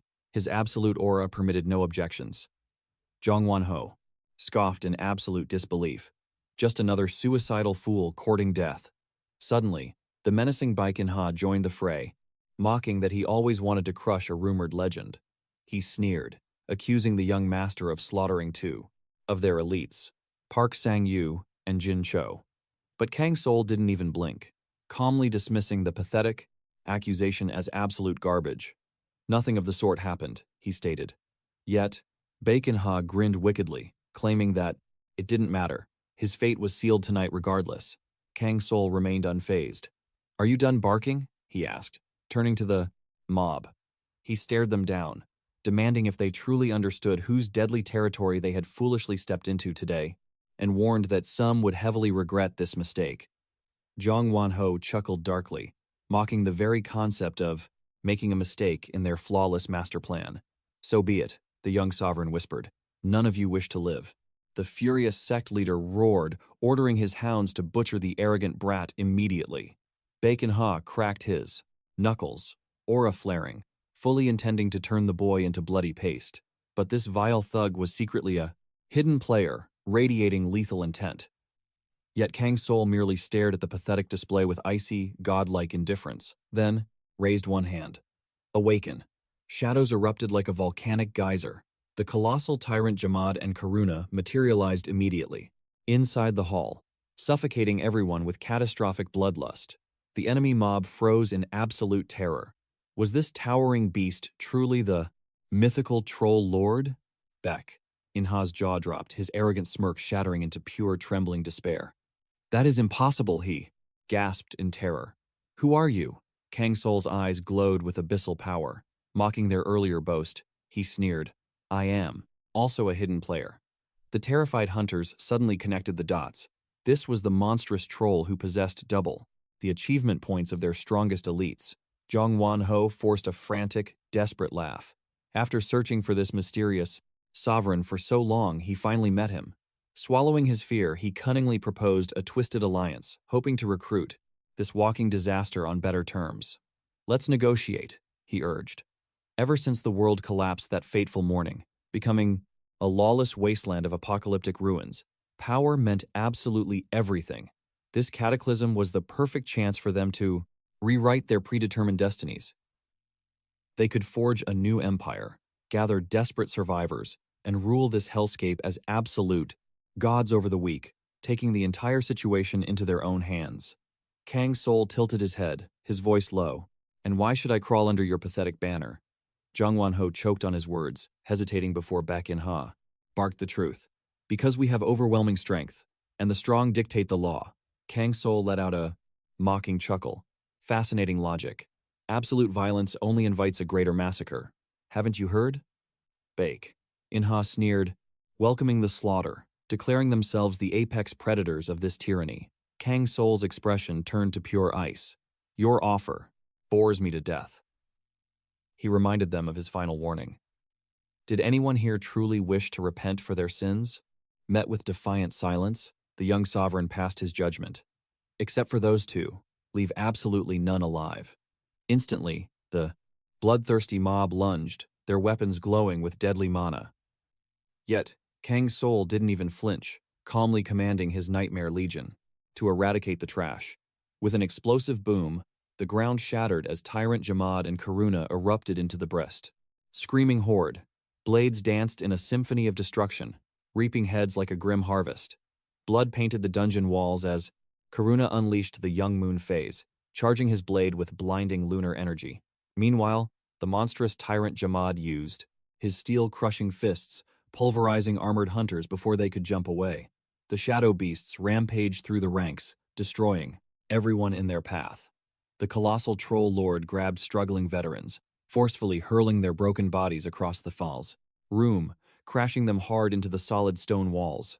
Zhang Wanho stood paralyzed, his grand ambitions crumbling into ash. Such godlike dominance was physically impossible. Suddenly, Bacon-ha found himself completely eclipsed by Tyrant Jamad's towering shadow. The ultimate clash began. Blinded by sheer arrogance, the villain roared, channeling his entire aura for a suicidal strike. Forward. Pasanari unleashed his heavy martial arts, manifesting the legendary stone, crushing, and meat-grinding techniques. John watched his comrade with burning excitement, absolutely certain of victory. Surely, no mortal could withstand those devastating fists that effortlessly sliced through solid steel. However, the tyrant Jamad merely smirked. To him, this opponent scurried like a pathetic insect, whimpering like a helpless child. Facing absolute power, begging for mercy was futile. In a single breath, the hulking giant unleashed devastating, irreparable destruction upon his foolish foe. Blood demands blood, an absolute truth in this brutal world of cultivation. Pachinari was entirely out of his depth. Trembling violently, the shattered leader stared up at his monstrous opponent. The tyrant, Jamad coldly, demanded to know the secret behind this heaven-defying strength. Yet, the shattered enemy simply wept and begged for mercy. However, the giant scoffed, mocking his pathetic answer.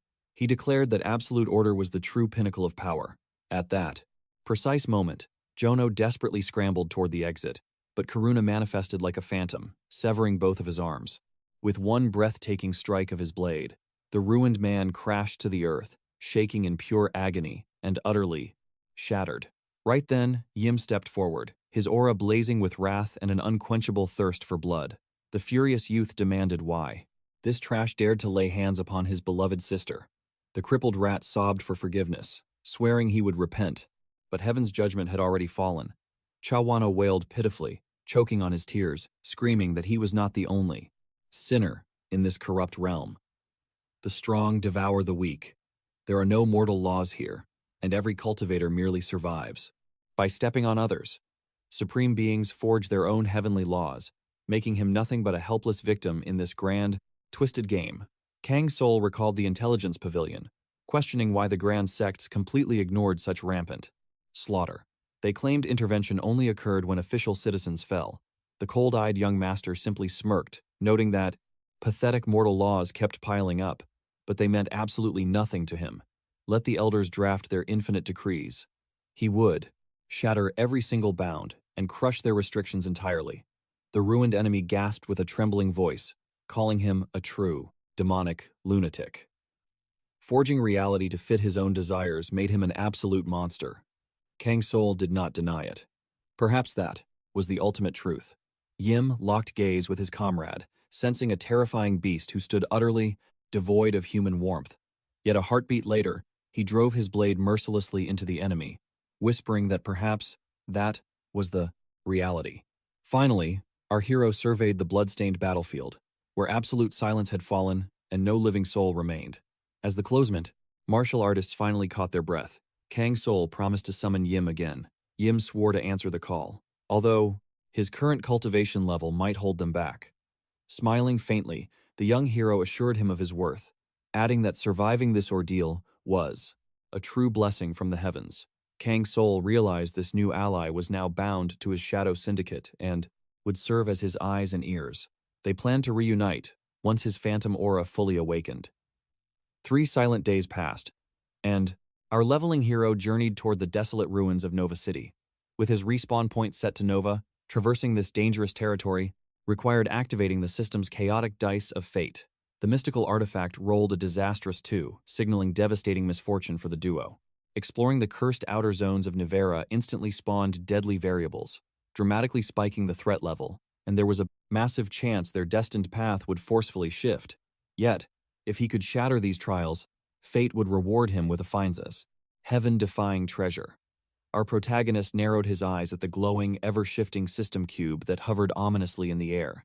Veteran rankers must always anticipate fatal system traps. When cornered by despair, a strategic retreat to a new sanctuary is vital, for one cursed dice roll can instantly obliterate their soul. Our hero boldly raised his chin. Marching straight toward Nova City, his bloody destiny remained cloaked in shadows. The lone cultivator gazed sharply at the crumbling ancient metropolis, quietly praying. This quest would spare him unnecessary slaughter. Given his volatile mana core, he genuinely hoped the system's sudden variables would remain stable. With his awakened shadow sovereign abilities, crushing ordinary obstacles was effortless. The young master resolved to formulate his master plan under every C-No, the moonlight to secure that legendary grade reward. The infamous scavenger guild of ruined Novara ruled as the sole dominant faction near the M-size demonic beast forest.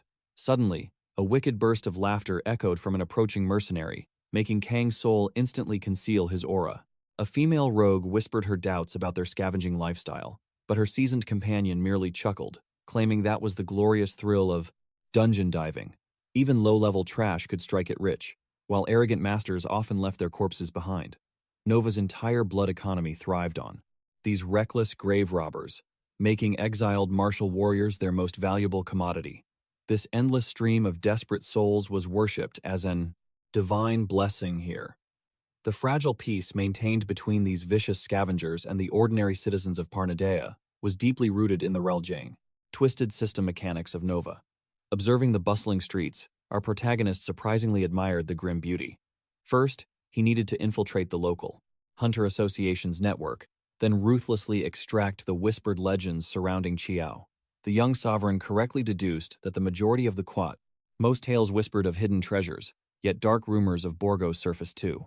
Clearly, an ominous event triggered his vanishing. Just then, our protagonist spotted two patrons resting at a corner table. He approached, questioning if they held any clues regarding Chiao. However, they blankly claimed utter ignorance about the missing girl. Yet, these commoners were utterly clueless.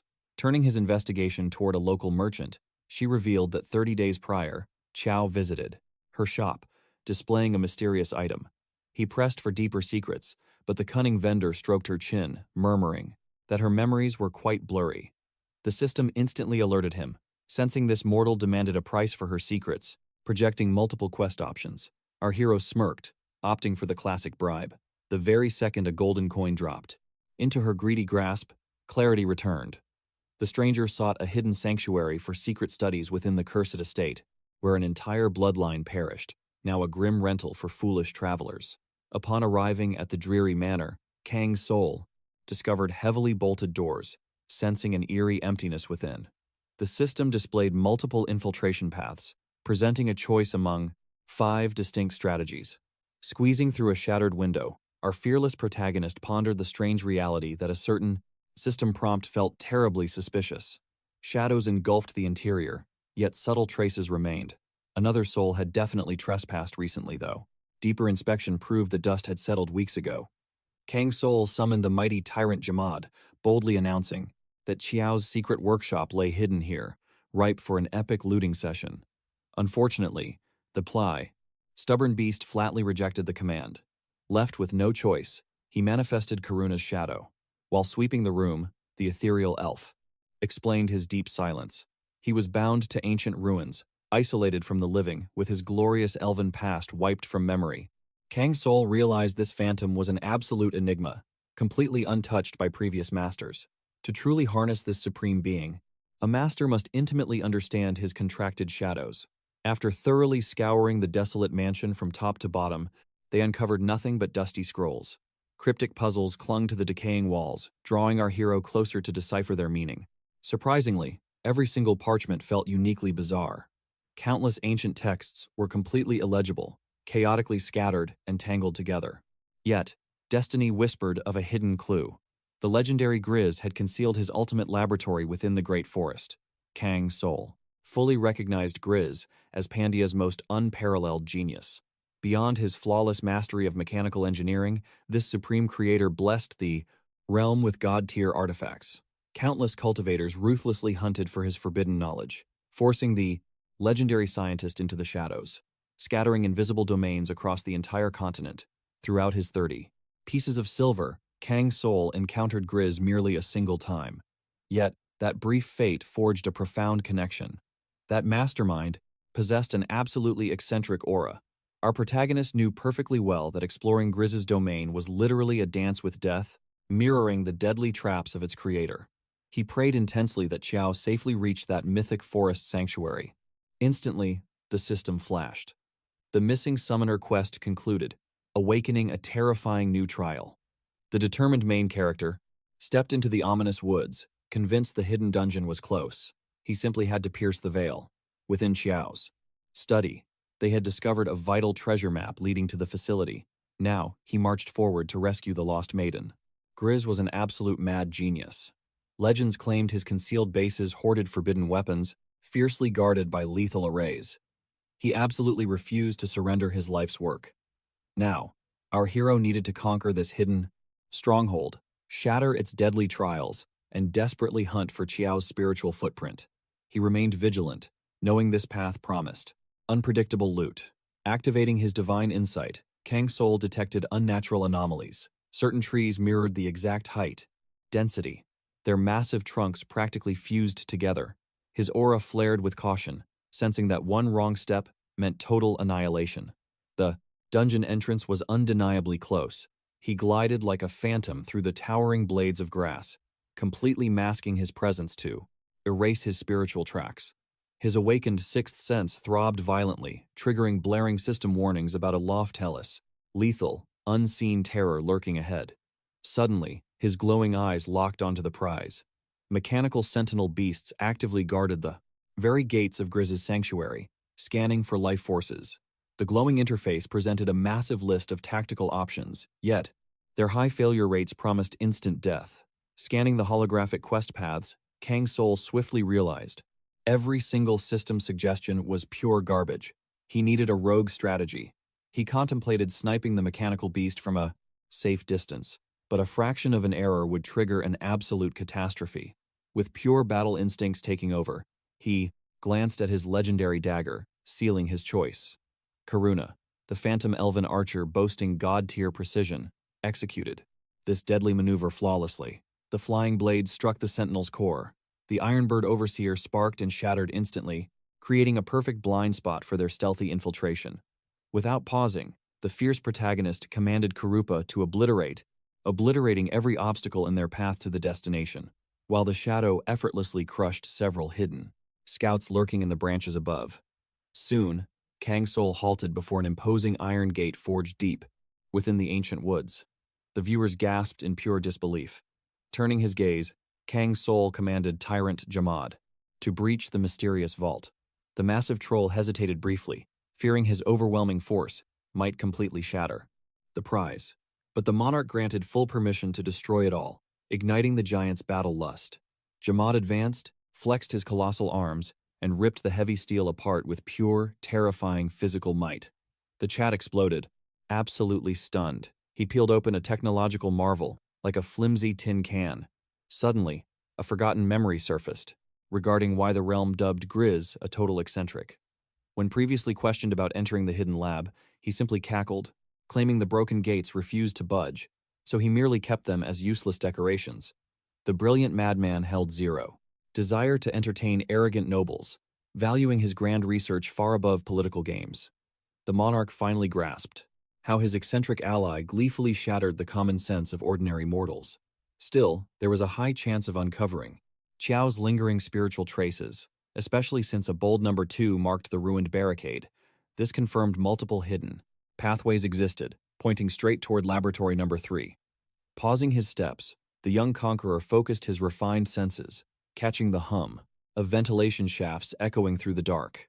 An unnatural, earthy fragrance filled the air, carrying the crisp scent of the wild. Despite being buried inside a mechanical tomb, a secret botanical garden perhaps? Suddenly, his piercing gaze locked onto a peculiar anomaly lying directly ahead. A lone, tattered parchment was pinned carelessly against the cold steel wall, demanding closer inspection to decipher its faded ink. Plucking it free, a confident smirk danced across his face as he recognized Qiao's handwriting, brazenly declaring she had claimed a fascinating artifact. Instantly, the ultimate objective within this shadowy maze shifted dramatically. With her spiritual trail finally exposed, the Ascending Master now needed to secure the remaining legendary relics hidden within this forgotten facility. Kang Soul pondered deeply about what supreme treasure the summoner possessed. Just then, Karuna stepped forward. The loyal elf presented ancient documents detailing the philosophy of mortality, probing the dark abyss of the afterlife and reincarnation cycles. The sovereign deduced this was the mad scientist's forbidden cultivation research, though its true connection to Qiao's stolen artifact remained shrouded in mystery. Across the vast martial continent, absolutely no mortal has ever defied the Reaper. Vengeful wraiths exist, but they break heaven's laws. Yet, this unholy machine was engineered to glimpse the true soul, a terrifying apparatus designed for artificial clinical demise. The sheer madness required to forge and operate such an unnatural artifact felt completely demonic. Why Qiao desired this sinister tool baffled him, but the final logs proved its horrifying success, explicitly warning that true death must be evaded at all costs. Staring down the cavernous, oppressive hallway ahead, the unyielding cultivator resolved to push forward, regardless of the danger. The ominous passage radiated a suffocating gloom, its metallic veins utterly choked by grotesque, demonic vines. Undeterred, the vanguard ignited a blazing torch and plunged into the abyssal dark. Soon, the second forbidden sector materialized, and upon channeling his divine perception, a chilling aura pulsed from behind the barrier. Kang Soul narrowed his eyes, locking onto the emerging silhouette. A hulking mechanical golem locked its glowing optics on the trespassers, coldly broadcasting a critical security breach and initiating a strict lockdown. Karuna instantly drew his blade, surging with lethal intent, but the monarch firmly commanded his loyal knight to halt. He analyzed the colossal automaton, noting its distressingly sluggish joints. Whispering to his dark legion, he ordered them to sever the parasitic vines first. The shadows executed the strike instantly.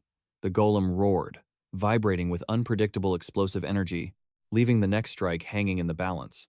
Abruptly, its menacing optical sensors glowed a warm blue, warmly welcoming a human presence. It announced this was Facility 81, freshly constructed by Master Grizz, proudly introducing itself as the designated sentinel, Arta. The mechanical guard apologized, stating its creator was currently absent, and without prior divine summons, the eccentric master refused all unauthorized visitors. Surprisingly, Arta volunteered to act as an exclusive guide through the forbidden grounds. The stream's audience watched in absolute awe as their idol effortlessly tamed a lethal defense mechanism. The party smoothly advanced into the second research sector entirely, dedicated to soul cultivation and the highly taboo science of multi-layered spiritual reanimation. The astounded monarch questioned whether the mad sage had truly forged this heaven-defying domain, which the sentinel eagerly confirmed. Arta lectured that conscious spiritual entities naturally, violently attract or repel one another, inevitably igniting catastrophic soul clashes when crammed into a single vessel.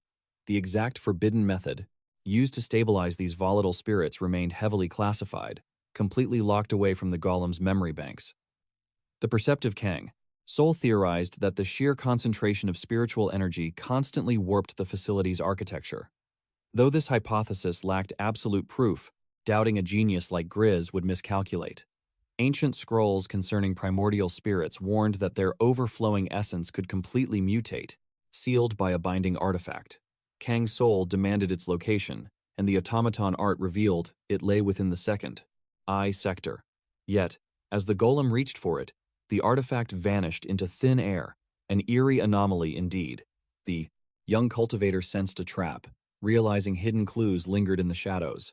Furthermore, the demonic vines that choked the dark corridors, supposedly under Art's command, radiated an ominous aura.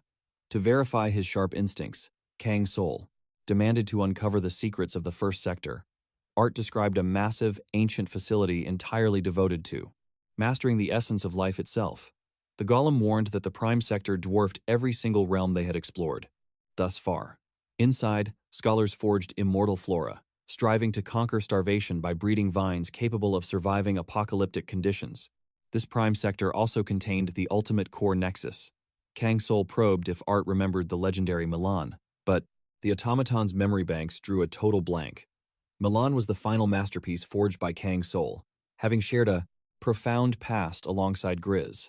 The eccentric professor utterly revered Milan, feeling completely overshadowed and awestruck in the presence of a boss, sovereign who had absorbed all the world's divine knowledge. Finally, the young master realized why Milan earned the title of Great Sage. His supreme achievements spoke for themselves. Back then, Milan confessed his profound joy in discovering that true peers finally existed who could comprehend his grand vision. As time flowed on, Grizz slowly awakened to the truth that he desperately required his supreme intellect. He questioned Milan, seeking the one divine ambition his soul yearned to accomplish more than life itself. But dwelling on past illusions was utterly useless now, for the tides of fate had drastically shifted. The vanguard breached the prime sector, only to be swallowed by an abyssal, suffocating darkness. The young conqueror assumed the sector was a barren wasteland, yet Art warned that over 20 brilliant alchemists once operated within. Kang Soul flared his spiritual sense, detecting sinister vibrations behind the heavy gates. Finally realizing why he had only crossed paths with a single automaton in this massive domain, he brushed the cold steel, deducing that Art was desperately concealing himself from a terrifying nearby threat. The golem had been fleeing from nightmarish abominations, and now the young master witnessed the true source of absolute terror. Before him thrashed monstrous, mutated vines surging with extraordinary vitality, possessing enough demonic might to slaughter a party of seasoned veterans. It was painfully obvious these beasts had devoured the alchemists, multiplying like a parasitic plague. The entire foundation of this sanctuary had violently turned against its own creators. Roaring with bloodlust, Tyrant Jamad charged blindly into the fray. Karuna backed his brother in arms, executing flawless, deadly sword strikes in rapid succession. Yet, the demonic vines endlessly regenerated, threatening them with absolute, catastrophic doom. Art frantically reported severe memory corruption, desperately initiating a system reboot to salvage any fragmented data regarding what triggered this apocalypse. Stepping forward, the young sovereign calmly noted that the automaton was processing way too rapidly to properly keep up with. He realized this brutal difficulty spike was a death sentence for any solo cultivator, making it virtually impossible to survive single-handedly, especially at this early stage of cultivation. Suddenly, a divine revelation flashed through the young master's mind. Was he truly fighting this battle alone? Instantly, the golem's core processor ignited, as suppressed memories flooded back, unlocking everything. Terrifying mutations had first awakened within the facility's flora. While Art had been frantically relaying this warning to Grizz, the core nexus was completely overrun, severing all spiritual communication links. The sector's high-ranking administrators, known as mechanical homunculi, were bizarre artificial entities renowned for their terrifying intellect and lethal combat prowess. In a mere heartbeat, the scholars were ensnared by bloodthirsty vines and instantly neutralized. Forced into survival mode, the automaton fled into the second sector, eventually retreating to the third. Yet these demonic weeds possessed fatal flaws. They were vulnerable to spirit bugs and weak against pure flames. Yet, unleashing a firestorm on a colony, this massive threatened to incinerate our heroes alive. Still, there were absolutely no alternative strategies. To forcefully breach the core nexus, Kang Soul commanded the golem to unleash sacred oil straight into the facility's veins. Art declared absolute obedience to the sovereign's command, instantly executing the purge protocol. In that precise moment, Karuna unleashed a devastating sword aura, shattering the pipes as black oil flooded the chamber. Suddenly, an overwhelmingly ferocious, magical flame spirit ignited around the elf. Grizz's hidden sanctum transformed into a savage battlefield, and the level 5 trial had commenced. These rebellious, mutating vines had to be utterly annihilated, while rescuing every surviving golem possible. The young sovereign commanded Tyrant Jamad to break the front line. The massive troll smirked, realizing the demonic flora was recoiling, paralyzed by sheer, elemental terror. Now, they needed to unleash a firestorm directly upon Art's previous hiding sector. Roaring to the heavens, the troll erupted with pure magical aura, his steel fists blazing like meteors. The automaton calculated that if the enslaved alchemists were severed from the parasitic roots, they might join the vanguard. But since their cores were drained, our heroes alone must conquer the grim trial set by Grizz. The protagonist deduced the hidden passcode, his eyes locked onto the glowing system interface. The ancient mechanism demanded the name of the realm's greatest genius. Scanning the glowing prompts, our hero deciphered the required response. As he evaluated the choices, he confidently selected the fourth option, Grizz, a fitting answer for an unbelievable narcissist. In that exact heartbeat, a dormant mechanical puppet surged to life. It bowed deeply, announcing itself as Albert 23. The entire scenario felt just like a strategic war trial. Awaken as many ancient golems as possible, then breach the command core before time runs out. The system flashed its next riddle. Name the swiftest steed across the mortal realm. A precise answer was required. He spoke the truth, awakening the second golem, H. Houghton, 11. Immediately, a third trial materialized, asking which rising force would shake the martial world. With his answer, Garita 7 awakened, bringing the total number of resurrected stone guardians to 10 out of 20. Victory was within grasp. The central chamber ahead was the legendary command core. Our hero gazed intensely at the prize. Suddenly, Tyrant Jamad growled a warning to his comrades. His warrior instincts screamed that a deadly threat was closing in. A monstrous demonic vine lashed out at the party, sweeping its thorny tentacles with lethal intent. Kang Soul glared at the massive beast. Gripping his spiritual torch tightly, he watched the demonic flora spread its terrifying, cavernous maw. This unexpected ambush completely derailed his cultivation plans, forcing a bitter curse from his lips. In a flash, Tyrant Jamad tackled the beast. The loyal troll roared for his master to retreat immediately. Even though the young cultivator hesitated, his vanguard snarled that there was no time for foolish pride. These demonic vines unleashed cursed parasitic spores, a terrifyingly fatal weapon. Realizing the monstrous flora was closing the distance, Tyrant Jamad violently shifted into his earth-shattering stance. Kang Soul gasped for air, muscles coiled with spiritual tension. What madman designed this ruin, placing the core directly inside a death trap? He knew their battle strategy had to drastically evolve. Suddenly, Arda triggered a system anomaly, loudly demanding elder authorization. Without warning, the demonic vines swarmed the metallic golems, violently crushing them in thorny cages. Bypassing restrictions, the AI system dramatically initiated the activation of the ultimate lockdown protocol. A fresh tide of demonic foliage surged toward our hero, but the spiritual link instantly shattered. The system echoed a final absolute command: all forbidden knowledge shall be purged. Immediately, the mechanical guardian erupted with scorching magical energy. An apocalyptic purification protocol washed over the entire domain. The massive spirit plant sensed impending doom as it ignited, desperately thrashing to escape the divine inferno. Seizing the opening, Tyrant Jamad charged like a thunderbolt, determined to pin the monstrosity down. Yet, the demonic vines swiftly countered, unleashing their own terrifying spiritual arts. The vicious flora deployed parasitic colonization, plotting to hijack the warrior's mind and shatter his soul. However, the mighty beast mocked the arrogant weed, viewing its pathetic struggle as sheer desperation. Channeling immense physical force, he crushed the demonic root, roared that victory was merely moments away. This cursed entity would soon be completely erased from the mortal realm, reduced to mere ash. Simultaneously, Karuna unleashed her supreme art, awakening the third phase of the full moon sword. His blade danced with celestial light. The warrior struck mercilessly, carving through the beast with breathtaking martial prowess. In a heartbeat, he vaulted backward. As the annihilation concluded, the elven swordsman's divine strikes completely shattered the demonic flora's core. The party observed their falling foe, just as a deafening blast rocked the chamber. Kang Soul exhaled deeply. Finally, the killing intent faded, granting them a brief sanctuary. The demonic forest was reduced to embers. A glorious system notification flashed level up. Abundant stat points flooded his soul. Unbothered, the mechanical golems resumed their flawless, pre-programmed tasks in perfect harmony.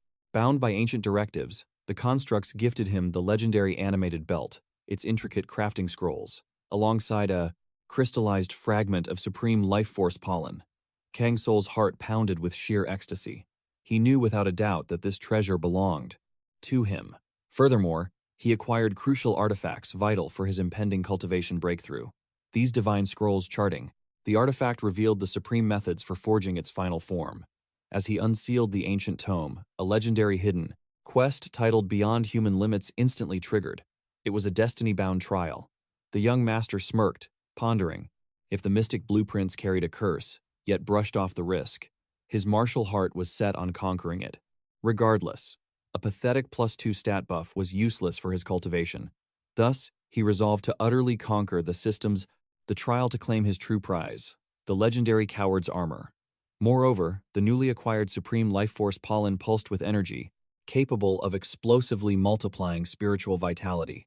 Yet, this miraculous medicine required absolute precision, or the rampant mutated growth could become devastatingly colossal.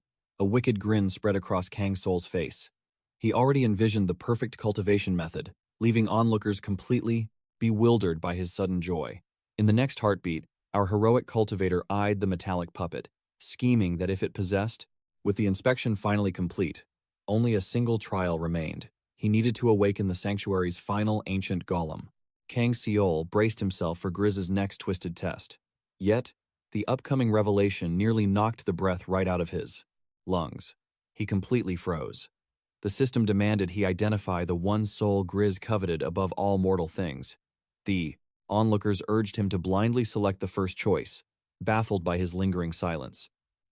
Meanwhile, our protagonist recalled the mad scholar's desperate plea for his power, pondering if the man harbored any genuine mortal desires. Following that realization, Kang Soul locked in his answer and decisively smashed the glowing interface. The spectators gasped in utter confusion, convinced the young warrior had just sealed his own doom. But in the next breath, the mechanical giant roared to life. His gamble paid off as Golem 1 fully awakened.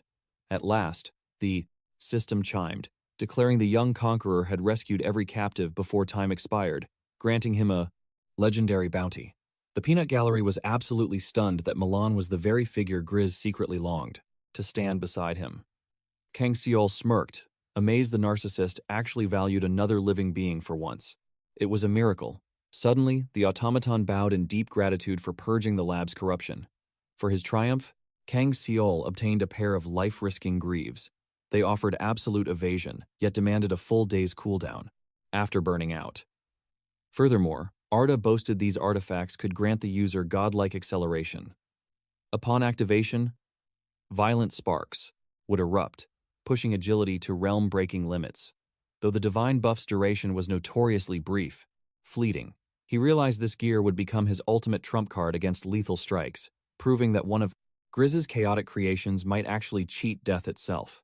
The automaton then politely requested the Exalted Warrior's title to formally notify the Grand Master. Kang Soul swiftly declined the honor, coolly stating that his identity was completely irrelevant. Following a final bow, the 8th consecutive trial of destiny violently commenced. Arda slapped a metallic palm onto the altar, forging a mystic transmission. Grizz's voice echoed, stating he had sensed a catastrophic breach. But Arda quickly swore the invading forces were already reduced to ash. The eccentric genius demanded to know how the deadly crisis was extinguished so flawlessly without a single casualty. The Guardian honestly confessed that an unknown youth's absolute power was their salvation. The fearless shadow summons of Kang Soul had annihilated the demonic flora with terrifying precision. Even though this mysterious rogue crashed the trial, he descended like a celestial savior. Flabbergasted, the scholar questioned if he had truly awakened every slumbering giant. Grizz refused to believe it, since the heavens only permit a single chance to breathe life into a golem. It defied logic, especially since the boy cracked the cryptic riddle regarding his deepest yearning. Suspecting he knew of the sacred bond with Milan, the creator interrogated him about the phantom rogue, only hearing he conquered the trial and vanished.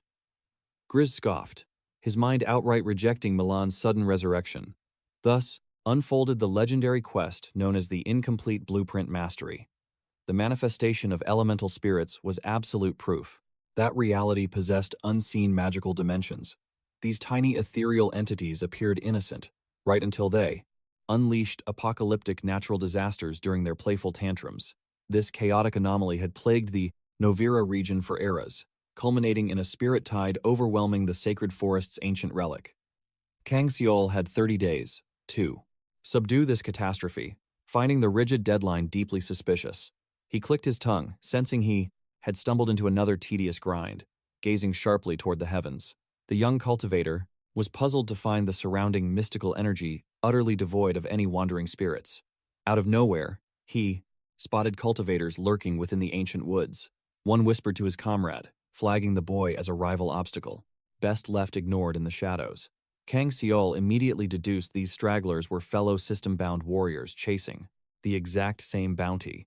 In these merciless trials, alliances could shatter into bloody rivalries at a moment's notice. The youth narrowed his eyes, tracking their bitter murmurs.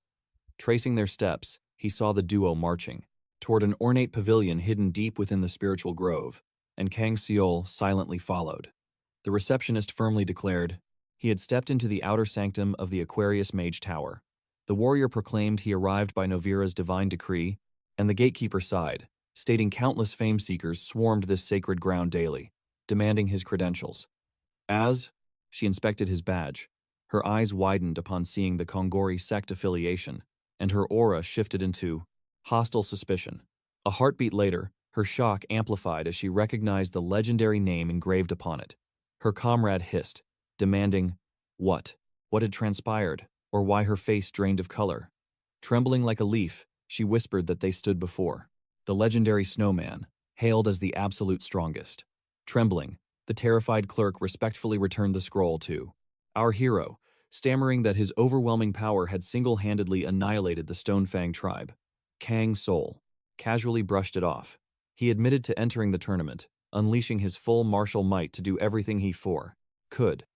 His legend was forged during the epic trial of the Five Brotherhood, and now, even the elite mages of Pandia bowed their heads. Suddenly, an administrator named Finn declared that he had been ordered to deliver supreme spirit-hunting artifacts, weapons meant only for a cultivator as renowned as the legendary Snowman. Kang Soul offered a humble nod for the imperial treasure, but confessed he already possessed a divine artifact. The shell-shocked official blinked in disbelief, pleading with him to at least register this mysterious item. When the youth revealed his belt, the administrator gasped. This aura-infused relic was far beyond mortal equipment, but Kang Soul coldly stated it was merely a gift. The officials exchanged fearful glances, staring at the glowing relic with barely contained shock. A burning question lingered on the clerk's pale face, yet she dared not speak her terrifying suspicions. At that exact moment, the system's quest log for the unfinished study violently updated. Kang Soul smirked. This shift in fate was perfect timing. The clerk finally snapped out of her daze, cautiously requesting a blueprint of the divine item. Kang Soul decided to seek out the green spirit first, needing to analyze this awakening. He recalled the sacred manual hidden inside Grizz's spatial laboratory. It held the ancient arts of capturing elemental spirits and harnessing their boundless energy.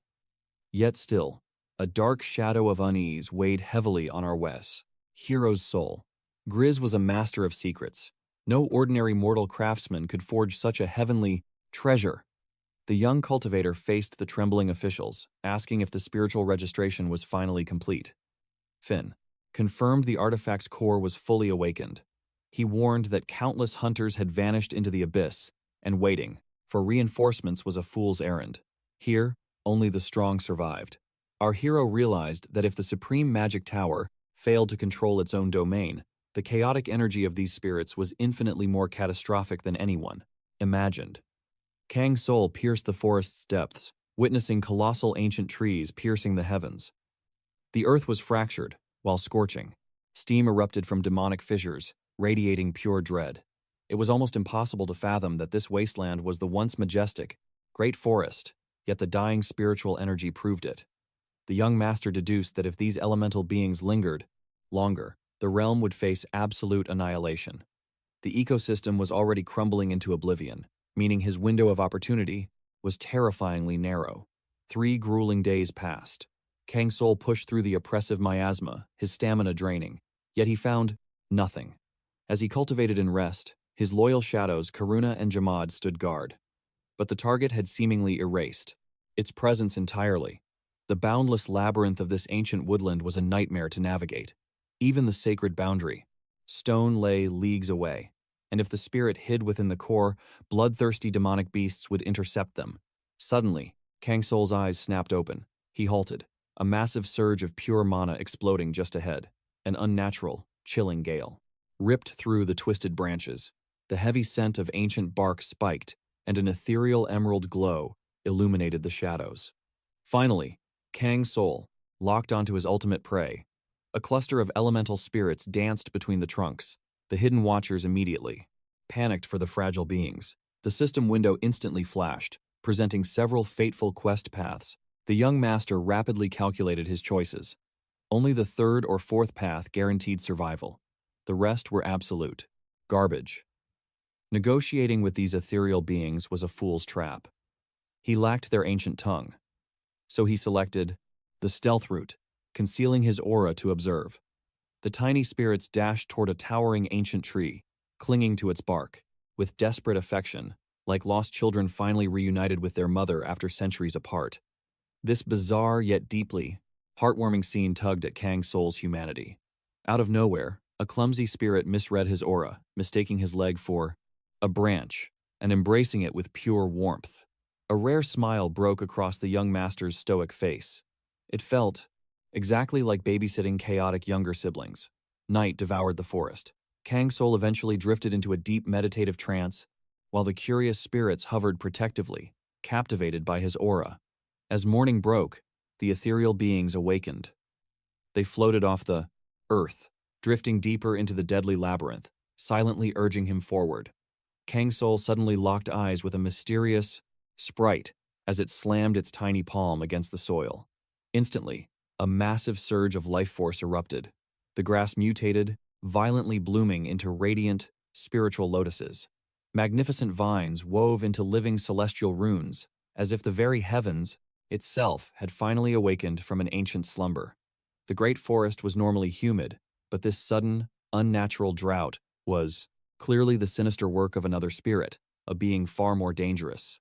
Kang Soul cautiously approached, intensely watching as the tiny spirit glanced around in sheer panic, terrified of a hidden predator. Suddenly, the trembling creature desperately grabbed his hand, looking up into his eyes with absolute awe, as if finding its only salvation. The young man felt his blood run cold. This elemental was desperately trying to send a message. He simply could not wait any longer. Then, it clicked. These fragile beings needed him to bow his head. The spirit gently bestowed a glowing wreath of freshly bloomed, radiant flowers upon him. Kang Soul experienced a profound, warming sensation that absolutely could not be compared to earthly things, feeling completely recognized and spiritually accepted. He had only tasted this divine connection once, before, when he rolled his destiny beyond the eternal realm, finally feeling the overwhelming support of his loyal followers for the very first time. It mirrored the absolute peace he felt when leaving blood-soaked battlefields behind, finally allowing himself to be embraced by a brief, peaceful quest. Those last 5 brutal trials had tested his soul, and he had pushed through them relentlessly, refusing to acknowledge the agonizing weight of his journey. Only in this quiet moment did the cultivator realize how the endless bloodshed had drained his core, wringing out every single drop of his spiritual strength, completely. But now, Kang Soul felt his martial will solidify, instantly boosting his resistance against the mystical influence of the spirits around him. He smirked internally, realizing he had stumbled upon this incredible system advantage purely by fateful accident. The hero offered to let these elemental beings follow him, and they enthusiastically bobbed their tiny heads in agreement. The young cultivator hovered his palm over his dimensional belt, channeling energy to press the trigger. In a flash of blinding light, the little forest dwellers transformed into pure energy, seamlessly absorbing into the ancient mechanisms of his artifact. He had successfully captured a wind spirit named Qian. Now, one official species was registered within his pocket dimension. Legends stated that this legendary belt only unlocked its true power upon absorbing 3 unique spirits. Therefore, Kang Soul absolutely needed to hurry up and secure 2 more. Meanwhile, a different party of hunters was wandering the treacherous forest depths, loudly complaining about their mana exhaustion. Their morale was utterly crushed. 7 agonizing days had yielded absolutely nothing, and the weary travelers were already considering swallowing their pride and retreating. They bickered endlessly, completely blind to the lethal shadow stalking them in total silence. A frontline warrior suddenly halted his comrade, dead certain he had sensed a murderous intent ahead. But when he desperately looked into the gloom, nothing was there. The monster had vanished like a phantom. But a split second later, a chilling realization hit that it had teleported right behind their backs, forcing the terrified hunters to spin around. Meanwhile, Kang Soul enjoyed a brief meditation, intensely staring into the system interface's soft glow to calculate his cultivation progress. Besides his newfound wind spirit, he had successfully managed to dominate and contract the spirit of dawn earlier today. However, catching merely 2 elementals in 5 days was painfully slow, and he knew he could not waste another breath. His ultimate target was the elusive night spirit, a shadow-dwelling entity that only manifested after dusk and hid flawlessly within the forest's abyss. Suddenly, Kang Soul's sharpened senses caught a faint rustle in his blind spot, and he whipped around, with deadly precision, ready to strike whoever dared break his sanctuary's peace. A pale hand breached the thick demonic foliage, making it painfully obvious that someone was struggling toward his campfire. It turned out to be a lone girl, who nervously addressed Kang Soul with trembling words, begging him not to attack, explaining she merely followed his aura fire to seek warmth. The young Master graciously offered her a safe spot, and the shivering girl, flashing a grateful smile, confessed she had strayed from her path. She formally introduced herself as Han Soren, claiming she had been surviving this realm solo, and politely asked the title of this supposedly good-natured uncle. Kang Soul felt a massive vein pop at being called old, but he forcefully swallowed his pride and stated his name, maintaining icy composure. The celestial audience was absolutely stunned that he revealed his true identity, sparking joy across the chat. Without warning, the girl stared in sheer terror into the Wasis, cursed woods, her pupils trembling with unimaginable dread. She had detected an eerie rustling, assuming hostile demonic spirits were attacking, but Kang Soul smoothly reassured her there was zero danger. Soon, our protagonist spotted the timid forest entities, and realized his blazing aura had naturally drawn them out. These glowing elemental wisps appeared completely harmless and fragile, just like lost little lambs, lacking any aggressive intent toward humans. Piercing through the illusion, his martial eyes revealed that they were merely exhausted, seeking sanctuary to recover. The girl sat completely frozen, thoroughly mesmerized by the beautiful sight of the mystical spirits hovering near the flames, bringing absolute tranquility.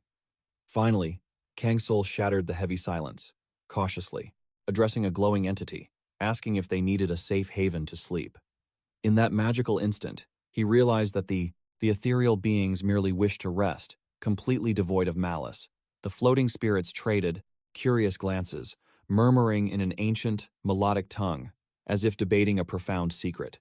Suddenly, Kang Soul's artifact awakened. A powerful vortex instantly devoured the green, orange, and red entities, seizing the elemental trio. Han Saurin watched in absolute horror. The relic was a specialized trap, its aura mutating, defying all logic. The incomplete artifact evolved before their very eyes, awakening as the legendary Trinity. Spirit Belt? This absolute cheat item possessed a terrifying trait. Its divine protection multiplied with every single soul consumed, infinitely scaling its supreme power. Our protagonist analyzed the newly acquired elemental barrier, realizing it functioned as a dynamic aura shield, perfectly designed to deflect magical strikes. Currently, it could only block mid-tier cultivators. However, as it devoured more souls, its defensive rank and elemental counters would continuously evolve. Trembling, Han Saurin begged to examine the divine artifact. Her mind simply refused to accept that. This mundane accessory could suppress ethereal beings. But Kang Soul instantly rejected her, declaring it was time to recover their spiritual energy. He ordered her to sleep while he stood guard. With the Trinity sealed, the problem item unlocked its true system stats. As our hero analyzed the ancient blueprints, a hidden schematic caught his eye. The ancient creator pondered if future generations would mock his unorthodox methods or revere his absolute genius for revolutionizing soul capture. The cryptic texts thoroughly detailed the containment of low-rank entities before transitioning to the catastrophic threats, spirits of light and darkness. Nearby, Han Saurin finally drifted off, tormented by a nightmare. The cultivator convulsed, whispering feverishly as if battling unseen demons in her troubled slumber. Kang Soul ignored her plight, his mind entirely consumed by the profound lore of the Venta light entities and Shai's shadow demons, absolute rarities in the cultivation world. He deeply understood that these terrifying anomalies required overwhelming brute force and lethal toxins to subdue, for they were highly lethal. Apex predators. Elsewhere, a completely different squad of awakened hunters marched forward, absolutely mesmerized. A breathtaking phenomenon materialized. Ethereal fairies danced above the mystical flora, radiating a divine glow like liquid rainbows piercing. The dawn fog. The warrior Uchal exhaled, grumbling about their relentless brush with death during this hellish expedition.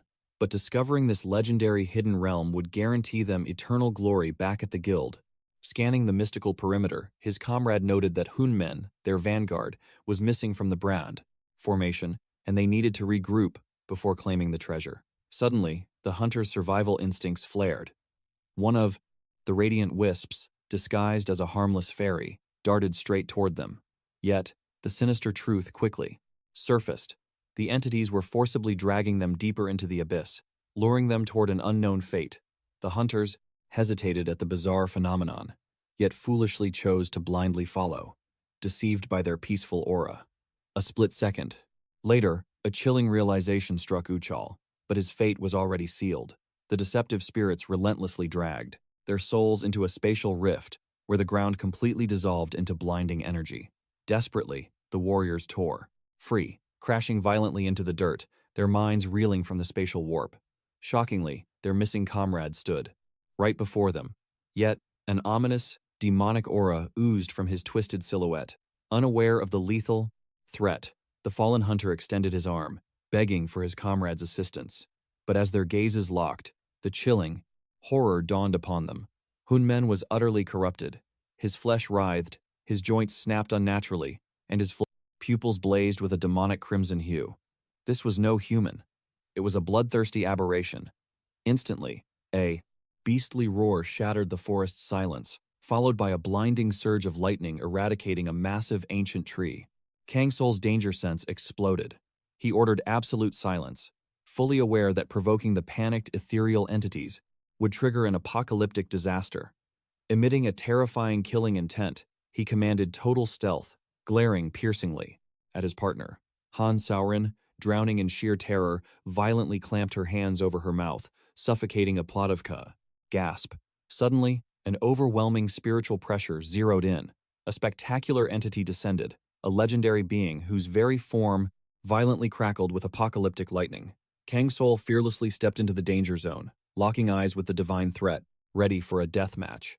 The Absolute System confirmed an encounter with an electricity spirit, which shockingly spoke in a human tongue, displaying immense curiosity.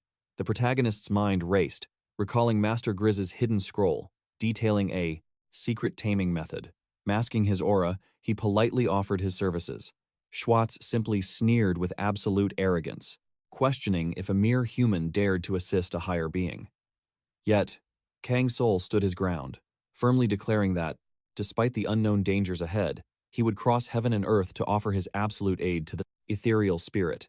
Moved by this mortal's unwavering resolve, Schwartz offered a respectful bow, commanding the human to follow.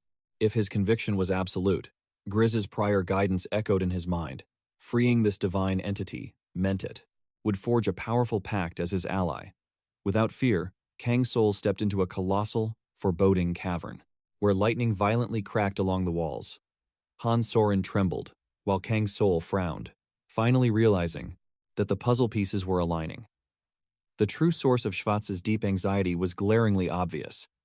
Yet, before charging into the abyss, the young cultivator played it smart, summoning his own formidable forces. Suddenly, a massive shadow materialized from the pitch-black depths, each heavy footstep booming like thunder against the ancient stone floor. Schwartz pointed forward, revealing the root of his despair. It was a monstrous yeti, a savage beast from the frozen peaks. The party stared up at a towering behemoth, its massive frame cloaked in thick, frost-bitten moss that resembled icy armor. Han Sorin shrank back from its lethal aura, but Kang Soul calmly noted that such beasts are naturally bloodthirsty. Yet, this specific encounter felt entirely unnatural. The giant yeti was clearly trapped under some insidious mind control, its skull radiating an eerie, glacial blue aura. The horrific truth dawned. It was a mere puppet controlled by a wicked ice spirit named Frost, pulling its strings from the shadows. Schwartz grimly revealed that Frost was a rogue entity who defied heavenly laws, stubbornly haunting this domain. Seeing past the illusion, Kang Soul boldly pointed out that the behemoth was just a tragic plaything, then calmly asked how he could sever this connection and fix the crisis. Schwartz declared that Frost must be vanquished, shamefully admitting his own spiritual power was too weak to win alone. Han Sorin gasped, horrified at battling this titan, but Kang Soul smirked, casually suggesting they settle this dispute with a simple arm wrestling match. The fearless cultivator accepted the duel but laid down an absolute condition. Upon victory, the spirit must submit to his ultimate command. After a tense pause, Schwartz gave a solemn nod, locking in the heavenly pact and sealing the terms without hesitation. Han Sorin frantically grabbed his arm, begging her reckless companion to remember this was a lethal monster, pleading with him not to court death. Just then, Schwartz boldly stepped up to Frost, locking eyes with a killing intent that made the atmosphere crackle with pure mana. The arrogant ice spirit sneered, boasting his monstrous puppet would never bow to mere mortal trash. Unfazed, Kang Soul coldly countered that, if a spirit could use a proxy, he had every right to deploy his own demonic vassal. With a snap, he summoned the tyrant Jamad. A colossal, muscle-bound troll stomped forward with an earth-shaking, lazy growl.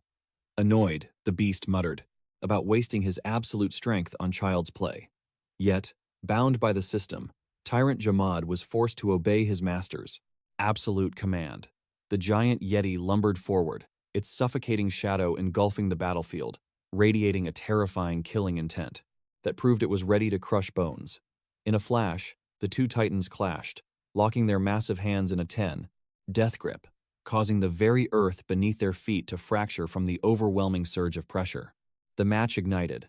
Both colossal beasts turned to stone, grappling against one another with a godlike, monstrous physical strength. Their glares collided like clashing blades, and the dense mana surrounding them violently warped the battlefield's atmosphere. Erupting with a primordial roar, the frosty behemoth unleashed 100% of its raw power to crush its rival's arm, only to be met with an impenetrable wall of resistance. The agonizing seconds stretched on, neither titan willing to yield a single inch. As boulders shattered beneath their immense weight, Tyrant Jamad bared his fangs, his beastly eyes, igniting with demonic hellfire, as a deafening, thunderous roar ripped from his throat. He shot his master a fleeting look, signaling the pathetic enemy had peaked, and this farce was over.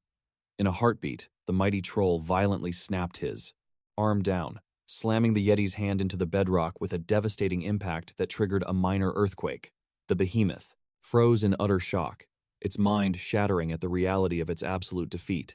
Tyrant Jamad, exhaling a cloud of hot steam, slowly released his grip, discarding the broken rival like trash, as Schwartz officially declared the duel's dramatic conclusion. Kang Soul smirked, teasing his summon for using excessive force, but the battle-hardened troll coldly scoffed that the weakling hadn't suffered a single fatal wound. Overwhelmed with gratitude, Schwartz turned to the young cultivator, bowing deeply for the divine intervention, announcing his total readiness to honor their heavenly pact. The young master already knew exactly what legendary reward he would extract from these mythical beings. Igniting his system interface, he commanded that the spirits were coming to him. The spirits exchanged bewildered glances, trapped by the heavenly laws. These spectral beings knew breaking an oath was impossible. Bound by fate, they had no escape. In a flash of ethereal light, the defeated entities surrendered to their destiny. The spiritual forms dissolved into the misty air, transforming into radiant vapor that was violently sucked into Kang Soul's ancient belt. Now, his bound familiars expanded from 3 to 5. The divine artifact pulsed with a blinding, overwhelmingly powerful new spiritual light. Kang Soul's internal aura surged massively. Alongside his skyrocketing stats, an incredibly rare, spiritual protection ward activated, amplifying its defensive might with every soul absorbed. Meanwhile, the frosty beast came back to its senses. Trembling from its crushing defeat, the massive monster refused to risk death and hastily retreated, vanishing into the freezing twilight of the cursed woods. Han Soren watched in awe as Uncle Kang Soul's artifact roared back to life, howling with wild spiritual energy. The young girl explained that her survival trap shattered, leaving her to wander blindly deep into the forbidden forest. Now, she desperately needed his protection to reach a sanctuary. Kang Soul recalled an ancient master's warning. Roaming these woods alone invited certain death, which was why cultivators only traversed these lands in heavily armed squads. He deemed the girl's cautious instincts wise and began plotting the next tactical phase of their perilous cultivation journey. The young warrior calculated that their safest route forward lay directly toward the roaring mystic waterfall. Without hesitation, they ventured forth. Upon arriving, radiant water sprites greeted them. These crystalline, glowing spiritual beings were dancing across the river's surface like innocent children of the heavens. Unlike the terrifying Schwartz, these pure elementals posed zero threat. Kang Soul stepped confidently into their domain. Instantly, the sprites froze, locking their gaze on the imposing warrior, staring at him with absolute bewilderment and shock. Without warning, they aggressively splashed him with pressurized spiritual water. The young master instinctively recoiled, desperately dodging the sudden aquatic barrage to stay dry. The mischievous spirits relished their prank, They shimmered brilliantly under the sun, smiling as if this tiny victory was the greatest martial triumph of their immortal lives. Splashing joyfully, they challenged Kang Soul to a duel of fun. Suddenly, the heavenly system manifested a glowing window of tactical choices. The young man smirked, realizing this unexpected trial promised to be both amusing and deeply restorative for his soul. Without hesitation, he accepted the challenge, riding the elemental wave, and unleashed a torrent of water back at the sprites. Han Soren, taking cover behind an ancient spirit tree, watched with absolute disbelief. Initially, she feared her fierce protector was furious from the watery ambush, but instead, he was joyfully battling the elemental fairies like a completely carefree child. As the epic water war finally concluded, the triumphant young hero gently gazed at his glowing companions, who reflected the light like miniature moons. He extended a hand, inviting them to journey with him to the peak of martial arts. The spirits chimed happily. Their tiny eyes sparkled with absolute trust, completely devoid of any mortal fear. Channeling his chi, Kang Soul activated his artifact. The sprites dissolved effortlessly, granting him powerful new elemental familiars. He acquired the droplet spirits. Popo. Majestic night soon blanketed the realm. A silver moon rose, bathing the forbidden woods in ethereal light, offering the heavens' blessing upon their victorious day. Han Soren finally settled her racing heart from the recent chaos. She asked how the young master tamed wild spirits so naturally, assuming he raised a young relative before. Kang Soul revealed his tragic past as an orphan. Growing up, he tirelessly protected and entertained the younger children in the mortal slums, mastering the art of handling mischievous brats. Yet, whenever he tried playing games with the orphans, they would often be terrified by his intimidating warrior aura and burst into tears. Comforting them proved difficult, leaving the mighty cultivator frustrated that his intentions were constantly misunderstood by them. Suddenly, his intense killer instinct flared up. His piercing gaze snapped toward a faint rustling in the dense underbrush. Han Soren wanted to keep chatting, but Kang Soul swiftly silenced her. A dangerous entity was closing in. A mysterious spirit stealthily navigated the shadowed thicket. The experienced young hero instantly deduced the creature's true identity. At long last, he had found it the elusive phantom of the night, a being whose manifestation defied heavenly logic. Driven by ambition, he had sacrificed nights of sleep for this exact encounter. Kang Soul meticulously analyzed the spectral intruder, measuring its spiritual pressure. He smiled, realizing the ultimate hunt was finally drawing to a close. Extending his aura, the young cultivator offered a soul-binding contract to the forest phantom, praying the unpredictable entity would accept his alliance. This phantom possessed legendary stealth within the dense woods, making it nearly impossible to track, yet taming it proved surprisingly effortless. Surging with chi, Kang Soul engaged his artifact. The legendary night spirit, Coop, instantly submitted to his command. Suddenly, the ancient belt erupted in a blinding, heavenly flash of spiritual energy, leaving the young master completely stunned. Han Soren gasped in absolute shock, her eyes trembling as she witnessed the unbelievable power unfolding before.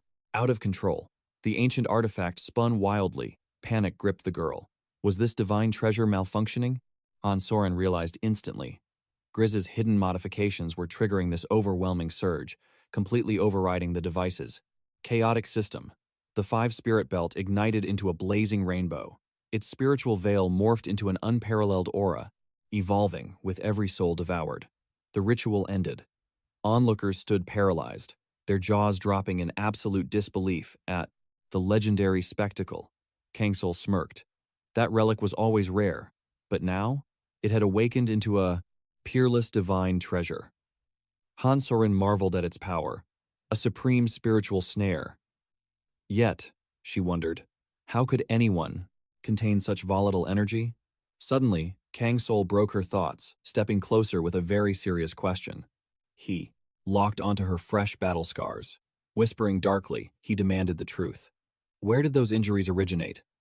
Han Soren looked away, guilt crushing her. It happened in the cursed woods last night. Two brave cultivators, seeking glory, ventured deep into the shadowy abyss to hunt demonic beasts. She maintained absolute vigilance.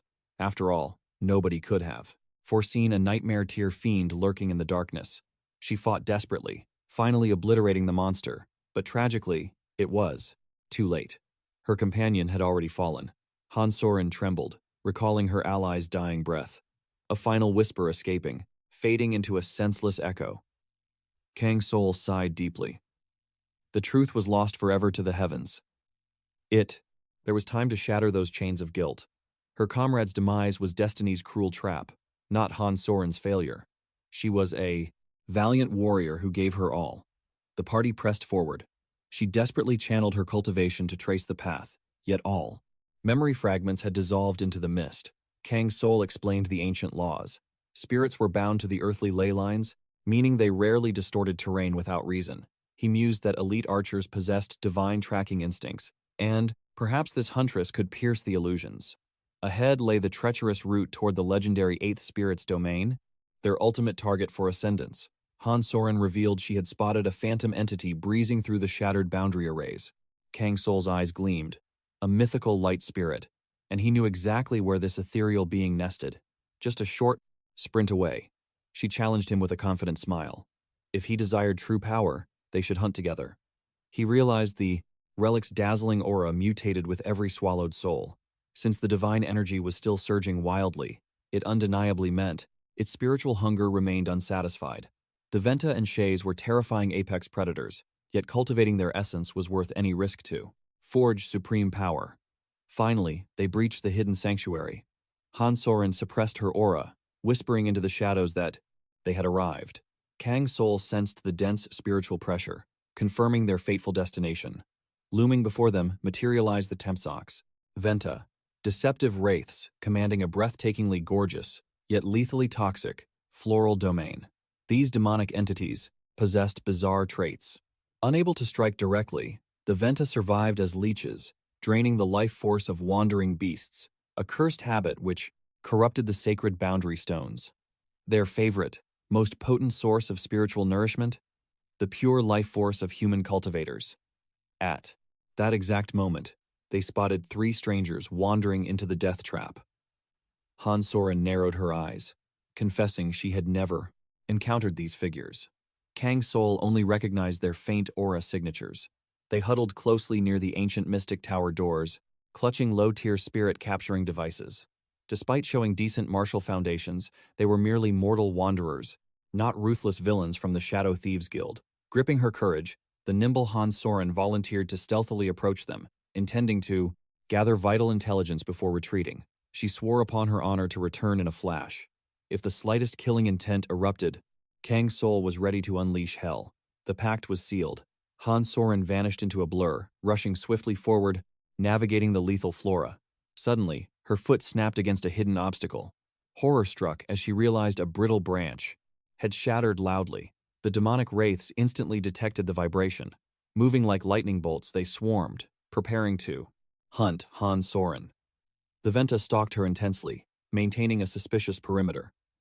Kang Soul narrowed his eyes, deducing that despite the echoing crack, these cunning beasts were biding their time before striking. Meanwhile, Han Soren gracefully closed the distance, approaching the mortal wanderers. Kang Soul activated his piercing gaze, observing their intense, hushed exchange. Right at that pulse-pounding second, the girl signaled him brightly.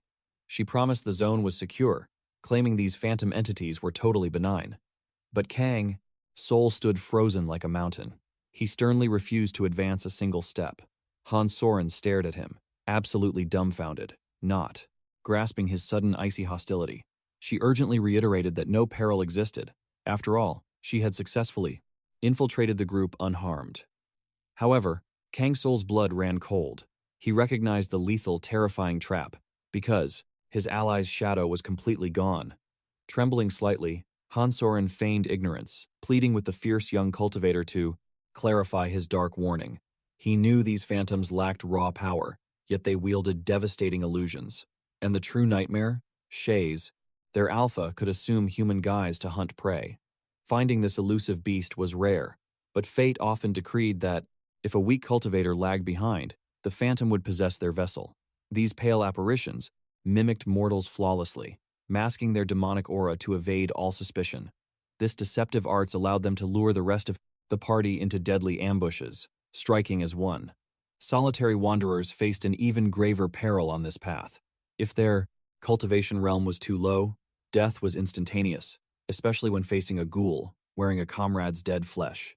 All this trickery aimed to drag victims into the abyss, draining their life force dry.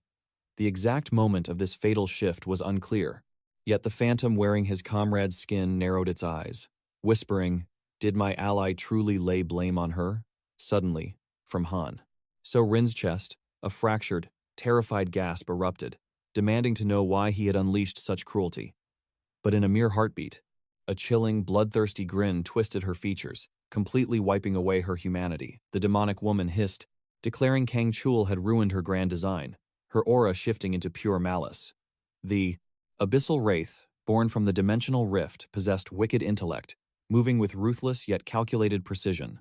Alone, they were mere pests, but unified, their spiritual pressure became overwhelming.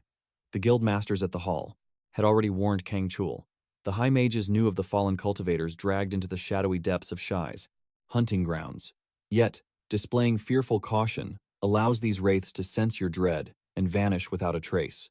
Thus, Kang Soul masked his killing intent, chattering endlessly as if entirely blind to the lurking demonic presence. He feigned complete ignorance, failing to expose his false comrade's missing shadow, but the curtain was finally falling on this deadly play. The wraith possessed no silhouette, yet couldn't blow her cover. Otherwise, the shadow fiends would instantly retreat. Just as the ancient manual foretold, this served as a hidden trial for the bold cultivator daring to snatch the mystic diagrams. Anyone with such defiance possessed the martial foundation to crush the specter. Suddenly, the corrupted Han Rin, her flesh morphing into a demonic guise, unleashed a blood-curdling, wicked smirk, and hissed that he once felt like a deliciously naive prey. The awakened hero recalled the exact moment he casually mentioned that her former companion must have been a righteous soul. He used the past tense on purpose, already knowing the real Han Rin was dead. The imposter realized her illusion was shattered, testing the limits of her stolen vessel with twitching, unnatural spasms. Kang Soul smirked, praising her flawless demonic masquerade, declaring the deadly game of deception utterly magnificent. The shadow beast grinned wickedly, relishing her twisted victory. A massive wave of foolish cultivators had fallen for the trap, and now, their dark army was practically boundless. This arrogant youth was cornered, destined to become another mindless puppet because he simply could not withstand their overwhelming spiritual pressure. He was fated to kneel and serve within their abyssal horde. Yet, in that very instant, the surrounding fiends unhinged their jaws, unleashing a demonic shockwave that shattered the silence. The corrupted witch channeled explosive dark mana streams, locking her murderous intent onto him. She sneered, noting that Sorin's stolen mortal vessel was utterly fragile and weak. But this new prey radiated supreme vitality. The martial artist's life essence looked delicious, and if he resisted, they would gladly grind his immortal bones to dust to satiate their wrath. Kang Soul remained utterly unflinching, coldly stating that this entire theatrical display was a bit too flashy. The abyssal horror radiated a suffocating death aura, locking him in a soul-crushing glare. Without warning, she vanished and lunged, a lethal strike aimed to devour his very core. Suddenly, a massive blast of chi erupted, fracturing the earth and paralyzing the shadow fiends. The witch triggered assimilation, an abyssal technique flooding her veins with catastrophic might. Her demonic aura surged wildly, devouring dark energy until it reached towering heights. The beast roared that his pathetic human cultivation was absolutely worthless against true darkness. In response, Kang Soul ignited his spiritual roots and summoned his own abyssal forces. Karuna materialized, swinging a devastating blade that mercilessly cleaved the task, Phantom. But this foe was no simple beast, shifting into an ethereal, untargetable state. Shock flashed across the demonic witch's face, witnessing a celestial art completely alien to her abyss, mocking the hero for his fatal oversight. The Dark Night was her ultimate domain, making it impossible to slay Shiza, the Grand Phantom of Twilight. Sensing the sinister shift, Karuna warned his liege of the overwhelming peril, urging him to retreat immediately. Kang Soul nodded, swiftly retreating to a tactical vantage point. With the stage set, the Shadow Monarch declared that a single strike would suffice. The furious witch spat venom, cursing him as a delusional, incredibly arrogant mortal. But, with one masterful sweep of his spectral blade, Karuna unleashed an earth-shattering wave of destruction. In the next, heartbeat, a secondary explosion of sword chi struck true, as the screaming phantom cursed that a mere human pawn could never sustain such godlike power for long. Unbothered, the Shadow Knight unlocked the first celestial gate, the new moon stance, burning with endless battle intent. Moments later, Karuna transcended to the second martial realm, the crescent moon, his entire being radiating a dazzling silver light erupted. Kang Soul realized his martial speed had skyrocketed alongside his warrior's cultivation. He reached the ultimate moonlight phase in absolute record time. Karuna swiftly transitioned into the third phase, full moon. He unleashed a heaven-shattering strike, flooding the battlefield with blinding, divine radiance. Yet, Hans Sauron, now completely possessed by the demonic witch, scoffed, demanding if that was his ultimate technique. How utterly pathetic, she sneered. The demonic entity vowed to viciously shred her mortal opponent into bloody pieces, without showing even a single shred of mercy. She instantly channeled profound energy, ruthlessly seizing all the elemental spirits. Hovering high in the spiritual realm, she devoured them rapidly, greedily gorging herself on their monstrous, heaven-defying power. Rising triumphantly to her feet, she unleashed a tyrannical roar. The ancient forest quaked, and the very atmosphere violently fractured. Yet, Kang Soul merely smiled. His unbothered aura proved he had already foreseen this exact, pathetic outcome. "You made one fatal error," he declared. The witch paused, her arrogant eyes flashing with sudden, sheer confusion. Instantly, her tyrannical aura began to collapse. The spiritual absorption had spectacularly failed, leaving Shays completely dumbfounded. What kind of divine trickery was this? Kang Soul merely smirked coldly. Did you thoroughly enjoy that hot cocoa by the campfire? He had exploited the ancient diary's secret. Tricking a spirit glutton obsessed with sweet offerings was child's play. All thanks to the brilliant strategist, Grizz. He knew the warring elemental spirits could never synchronize their energies. Their forced fusion shattered instantly. The liberated spirits flooded out, violently stripping away her stolen cultivation base, reclaiming their spiritual life force. The young martial master bowed, his heaven-defying scheme executing with absolute perfection. Broken and desperate, Shays pleaded for her immortal life. She vowed eternal servitude in exchange for heavenly mercy. After all, a spirit's Tao vow is unbreakable. The young cultivator let out a heavy, exhausted sigh. "I am so done with this," he muttered. Accepting her soul-binding oath, he triggered his mysterious system artifact. Shays shrieked in terror as the artifact's spatial void relentlessly swallowed her divine form. The fallen witch screamed, "You will deeply regret this. I won't let you off so easily," she cursed. Kang Soul simply shook his head in absolute pity, completely ignoring her desperate threats. As the grand spiritual sealing concluded, Vina's essence was finally suppressed and captured. A pure, divine white illuminated his aura. Next, Shays, the absolute spirit of shadows, was flawlessly absorbed into his core, injecting a profound, abyssal black. With 9 legendary spirits sealed within, his elemental halo violently evolved once more. The truth dropped like a thunderbolt. Hans Sauron had been the shadow spirit all along. Suddenly, the system artifact erupted with a blinding, transcendent glow, fusing the 9 spiritual elements. An entirely new, heaven-defying inner universe awakened. A breathtaking cosmic expanse unfolded before his very eyes. The young martial master stood completely paralyzed in absolute awe. Was this legendary realm truly his? Each sealed spirit blazed like a primordial sun, weaving a miraculous starlit constellation. The glowing system interface chimed. Fusing 9 divine spirits had miraculously forged his mortal path into a mythical grade, transcendent treasure, the inner universe. He had shattered mortal limits, manifesting a supreme anomaly that defied the heavens themselves. A peerless, god-tier creation, unseen in all of history. The ancient system logs furiously updated, loudly declaring that his unique cosmic domain had unlocked foundational techniques. Though completely shocked by this rapid, heaven-defying awakening, Kang Soul's heart pounded. This was an absolute jackpot. His newly forged skills granted omnipotent buffs, instantly boosting his core martial stats by 25. What an overwhelming surge of power. Even better, This explosive amplification perfectly resonated with his bonded summon, 9A. He immediately channeled the supreme buff, tapping his artifact, an earth-shattering system transformation forcefully ignited. A dazzling manifestation of universal elements swirled around the young cultivator. His profound skill evolution heavily relied upon his chosen elemental affinity. As an elite shadow summoner, the abyssal dark path was his ultimate destiny. Instantly, the FTTT, primordial shadows violently surged. The pitch-black aura synchronized with his system interface, amplifying his shadow domain by 15%. This massive spatial breakthrough guaranteed he could now bind entirely new, catastrophic spiritual armies. Another effect awakened, the elemental star. His magical defense skyrocketed by 10%, forging an impenetrable, ironclad spiritual armor. Suddenly, a golden system notification materialized, crowning Kang Soul with an absolute mythic-grade player title.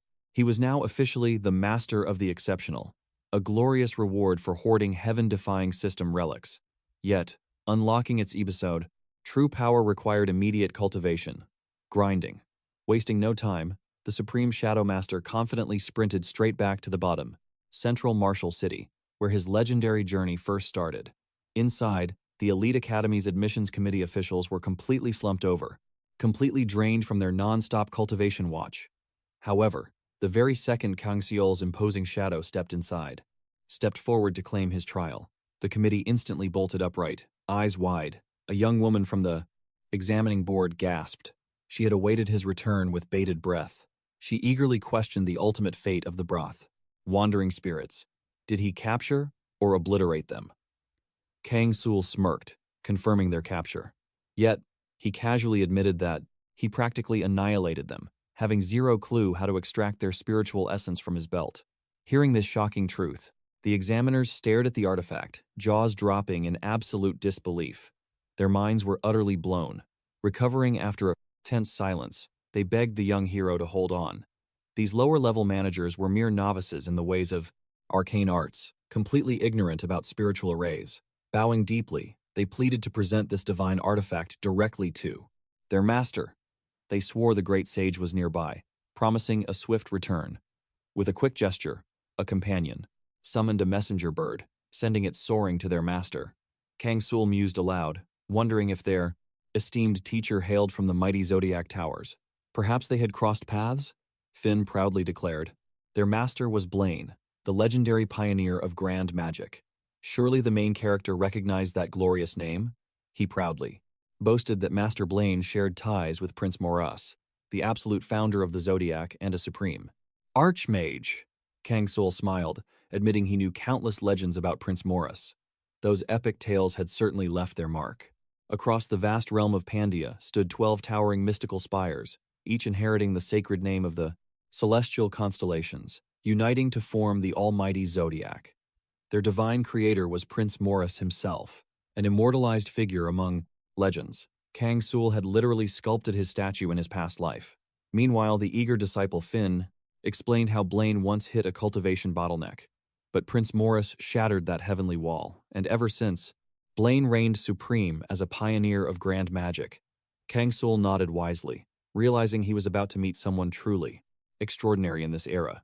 Finn bragged that their master possessed monstrous talent, claiming that even a single encounter with Moras proved his destiny. Kang Soul's memories suddenly drifted back to that familiar wizard. He recalled a soul swallowed by absolute zero, leaving behind nothing but freezing isolation. He remembered the Archmage's profound sorrow, realizing that such a cursed cultivation path was unnatural.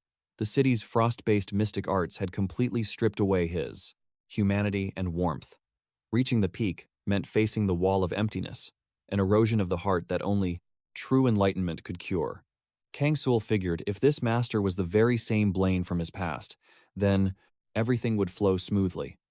Suddenly, an overwhelming presence descended. The master had arrived, clicking his tongue at his disciple's pathetic cultivation base.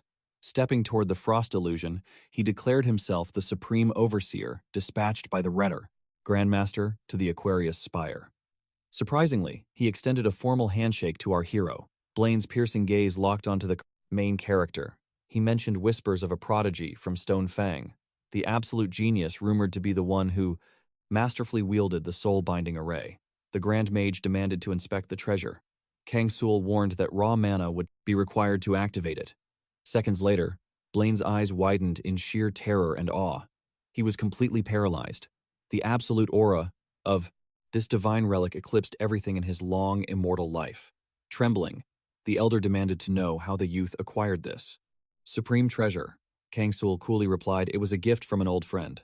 Without warning, Blaine violently erupted with terrifying magical pressure. The surrounding atmosphere instantly dropped to absolute zero, freezing the very air. His disciples collapsed in sheer horror, utterly suppressed by his dominant aura. Kang Soul narrowed his eyes, wondering why the elder would aggressively silence his own sect members. It was completely absurd. Breaking the ice, Blaine declared that this weak generation must not witness this heavenly secret. No mortal ears could hear what came next. With a heavy tone, he revealed that the artifact in the youth's hands was a catastrophic weapon. This cursed object forcibly fused 9 distinct spiritual cores, manipulating their elemental harmony. But 2 specific entities, Venta and Shai, violently rejected the others. In such extreme cases, the fragile balance violently shatters. These clashing forces merge into a terrifying, world-ending mass. The apocalyptic fallout from this explosion would be utterly devastating. The user would instantly suffer spiritual backlash. The Grandmaster quickly deduced that Kang Soul lacked fundamental knowledge about higher spiritual arrays. Taking a deep breath, Blaine offered a heaven-defying trade. He urged the boy to surrender the relic to the mighty Aquarius spire for safe dismantling. Suddenly, the heavenly system flashed before Kang Soul's eyes, generating multiple path choices for a destiny-altering response. He had to decide quickly. Without missing a beat, our unyielding hero flatly rejected the trade, which caught the almighty elder completely off guard. Chuckling, the wise sage admitted he'd also refuse, but gravely warned that the soul-binding trap would detonate upon the slightest cosmic imbalance. He firmly stated that if Kang Soul if he ever visited the Aquarius Tower, that activated invitation would be his golden ticket. The Grand Mage then warned that unseen perils awaited him. He might need the tower's vast resources, or perhaps the tower would inevitably need him. Kang Soul smirked, noting the rumors. The mighty Zodiac always repaid their debts twofold, rewarding loyal allies and punishing foolish enemies. Blaine nodded deeply, confirming their brutal vengeance against foes. Yet, he added with a warm, welcoming tone, they never abandoned true friends in peril, eagerly awaiting their next fateful meeting. With a swift handwave, the Grand Wizard dispelled the mental frost. The dazed Academy students finally awoke, completely bewildered by their sudden, inexplicable slumber. Blaine addressed them with utmost calm, announcing that their legendary guest had effortlessly subjugated every rogue spirit in the area. This miraculous feat demanded an official report. Thrilled beyond belief, Finn instantly sprinted toward Kang Soul, his eyes shining with awe. He desperately begged for every epic detail. How on earth did this lone hunter achieve such an absolutely impossible mission? Meanwhile, the divine system chimed. Kang Soul received a massive reward for perfectly restoring the ancient border stone. A glowing holographic interface materialized before him. In a blinding flash, epic loot physically manifested out of thin air. A pair of mystical gauntlets and a flowing, pitch-black cloak emerged, gear custom forged for an elite shadow summoner. Kang Soul stared intently, sensing terrifying magical energy pulsing from the relics. Blaine revealed that history's most absolute treasures and supreme artifacts always flowed through the supreme magic towers. He sincerely hoped the young cultivator would accept these legendary spoils as a token of their historic first encounter. Kang Soul offered a confident, knowing smirk, silently praising the Elder Master for his boundless generosity. He gracefully claimed the divine loot. Observing from the shadows, the mysterious noblewoman gasped in shock. She whispered that the insane rumors from Stonefang were actually real. Blaine, hiding a cunning half-smile, softly agreed. He had intentionally tested this monstrous rookie, validating her wild suspicions. Turning to his loyal disciple, he ordered immediate notification if Kang Soul ever returned for a private audience. The lady remained utterly stunned. This unknown cultivator earned the legendary Aquarius Master's personal favor. As our protagonist ventured forward, a golden system prompt declared his absolute supremacy. He had completely dominated the leaderboards across 6 brutal dungeons, The power gap between him and the runner-up was insurmountable, while pathetic rivals remained stagnant. Exhausted, he finally sought refuge inside the ancient, crumbling safe zone of Navira. Here, he desperately needed to cultivate his core and advance his realm. 20 grueling days of endless slaughter had passed. Examining his spoils, Kang Soul discovered he had awakened the legendary title, Phantom Hunter. This rare achievement granted a terrifying, hidden multiplier. His loot included the Veil of Venta, a divine garment channeling the absolute power of the light spirit. Pitch-black abysses meant absolutely nothing while wearing this celestial armor. The ascending warrior smirked, realizing this radiant aura completely. Eliminated the pathetic need for standard dungeon torches. His divine light would pierce any cursed shadow. Furthermore, the cache contained featherweight elemental gauntlets, granting absolute agility without sacrificing lethal defense. These enchanted handguards possessed an overpowered blessing, naturally, purifying low-tier injuries daily. Despite enduring devastating attacks in bloody Mortal Kombat, this ultimate limb protection proved absolutely priceless. But the true crown jewel of this raid was Shia's Mercy, an abyssal crystal orb radiating the pure, terrifying essence of the Shadow Spirit. Analyzing its demonic depths instantly skyrocketed his proficiency in Dark Realm manipulation and absolute shadow control. Yet dangerous side effects loomed. Kang Soul acknowledged that boosting his spiritual wisdom stat was incredibly vital. However, the dark arts of shadow summoning were strictly separated into two distinct paths. The supreme, elite path was exclusively mastered by peerless, heavenly overlords. The lesser path was wielded by trash-tier mages scattered across the mortal realms. Kang Soul, naturally, reigned in that elite first realm. Therefore, his ultimate priority demanded forbidden skills that exponentially amplified summoning limits or pure shadow dominance. Any technique boosting these core traits was an absolute treasure. Unfortunately, this artifact debuffed his physical stats, posing a fatal risk during his full moon technique. Still, the immense wisdom boost mirrored Shia's infinite mercy, making it undeniably overpowered. He needed a flawless strategy. The ascending monarch concluded that his next crucial step was dominating the grand auction house. Inside, the massive plaza roared with chaotic energy as aggressive merchants clashed in heated, bidding wars among the endless crowds. Navira's legendary black market reigned supreme across the entire southern mortal continent. Here, cultivators endlessly gossiped about divine relics, since immense wealth constantly flowed straight through these ancient city ruins. They even possessed a magical artifact hunting network. Kang Soul strategically planned to liquidate all the pathetic, low-tier junk items, cluttering his dimensional inventory from past bloody raids, lacking any real talent for deceitful haggling or merchant tricks. Dumping his spoils at the grand auction guaranteed astronomically higher profits than wasting time at normal peasant stalls. Our protagonist smirked, confident his master plan was flawless. These artifacts would trigger massive bidding wars instantly. Now, his main, searching for hidden treasures at the auction house, he directly accessed the Shadow Summoner category, staring. Through the glowing interface, his eyes widened in absolute shock. There it was, the Tongue of Galata, a legendary artifact that explosively boosted shadow magic, but inflicted a lethal shadow curse every 6 hours. Galata was the ancient title for nightmare serpents haunting the great forest ruins. Their venomous aura was legendary, harboring a curse that rooted permanently into a cultivator's soul due to its monstrous power. Kang Soul never intended to hunt these elusive beasts, since they lurked in the deepest abysses of the cursed woods, yet some madman had actually slain one.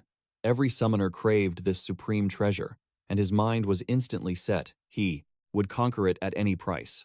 However, this cursed treasure remained unsold strictly because of the demonic addiction it induced, combined with a staggering price tag that far exceeded his current wealth. Undeterred, the ambitious young master formulated a scheme to bait the mysterious seller, marching straight to the auction manager, Rita, the confident young warrior declared his intent to list a supreme treasure. Maintaining her strict professional facade, she instructed him to place the artifact upon the appraisal desk. Kang Soul summoned his glowing crystal orb, placing it down. Rita completely froze for a heartbeat, absolutely mesmerized by its spiritual energy, before forcing her composure back to ask for the starting bid. Upon hearing the astronomical sum of 200 platinum coins, her eyes bulged in pure shock, warning him that such a greedy price might never find a buyer.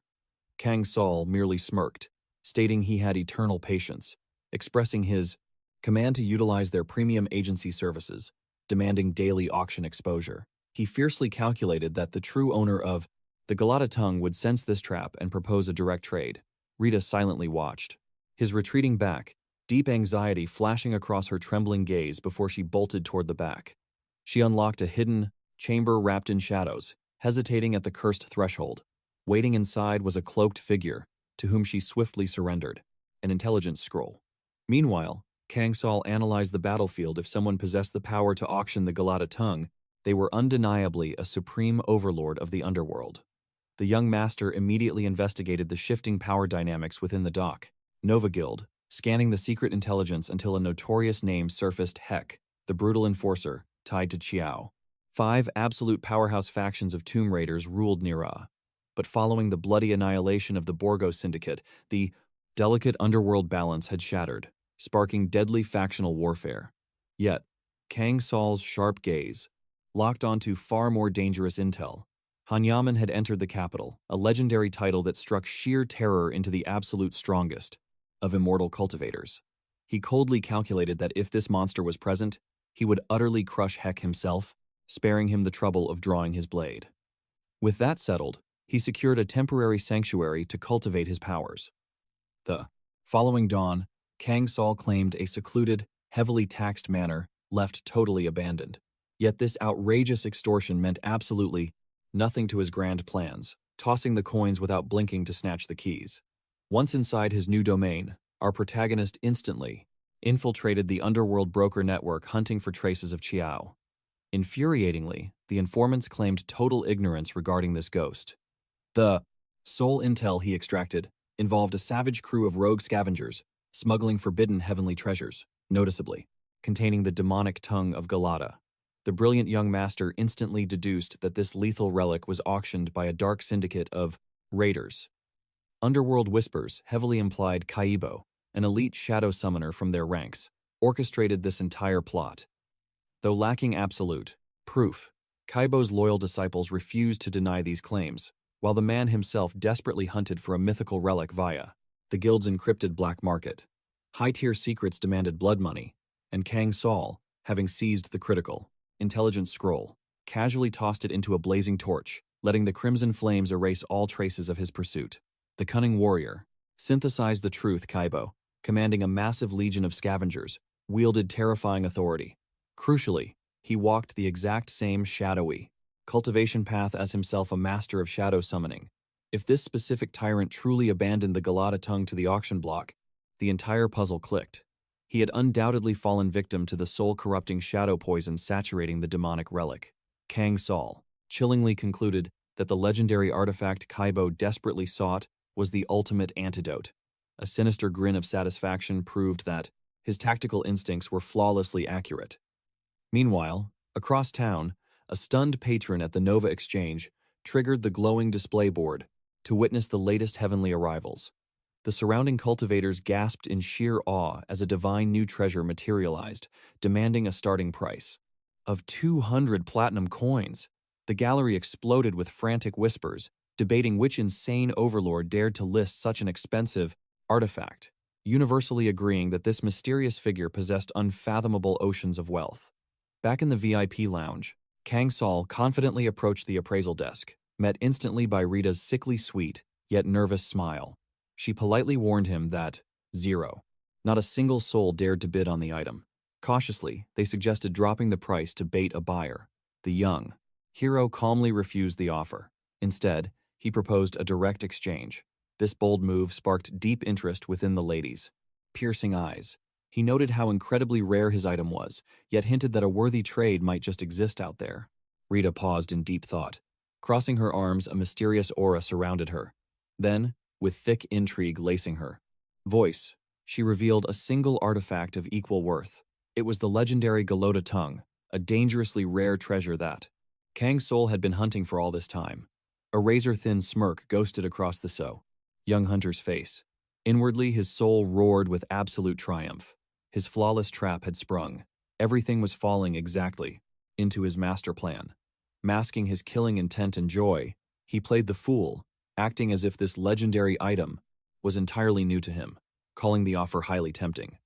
Rita, reading his subtle aura, studied him with profound fascination. She knew this cultivator was hiding his true depths. She confessed her strict limits, unable to expose the identity of Opstar, the Golototung's mysterious owner. But if the young master truly desired this trade, she would personally deliver his bold request to Side, the master themselves. Kang Soul nodded at the manager's terms, agreeing that the path forward was acceptable.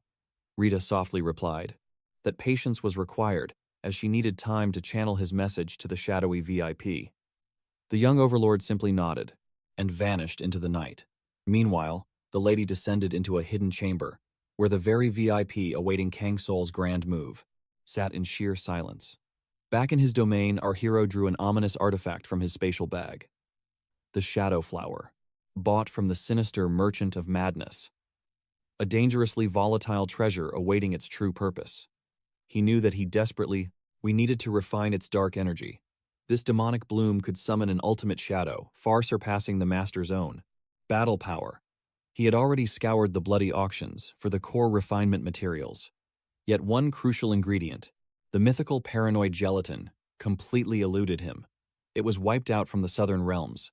Moreover, to safely absorb the night, Golototung, Kang Soul, realized he must brew a divine antidote against the shadow's deadly venom. Fail, and this divine treasure would mutate into a soul-crushing curse. His gaze fell upon the blood-sealed invitation from Blaine. The hour of destiny had finally arrived. Though reluctant to play this dangerous card so early, he exhaled heavily. The young conqueror shattered the magical seal. Instantly, reality warped around him. The mortal world faded away, and his soul plummeted into a chaotic, lucid dimension. The heavenly aura here felt utterly suffocating and grim. Hero was instantly surrounded. A towering leader blocked his path, backed by a vicious horde of trolls. Kang Soul quickly realized he was facing another twisted merchant of madness. The creature claimed they shared a past. The hero instantly suspected Janet was hiding among their ranks, but the shadowy figure tightly sealed its lips, claiming strict rules of cosmic trade. The merchant declared that a human trapped in this dimensional convergence would endlessly generate the dark madness energy that effuments all abyss merchants hungered for. The creature presented a terrifying catalog of items, seducing Kang Soul to find a treasure worthy of his power. But Kang Soul coldly stated his exclusive contract belonged to Janet. The merchant smirked, admitting he knew, and that her monopoly was exactly why they had ruthlessly sanctioned her. Our hero's eyes narrowed, processing the system's grim politics. He ruthlessly demanded to see only top-tier artifacts. The monstrous vendor obliged, revealing demonic earrings that Igdofter could infinitely multiply the wearer's physical limits once per day. It even tempted him with an impenetrable armor, priced at a staggering 10,000 madness points.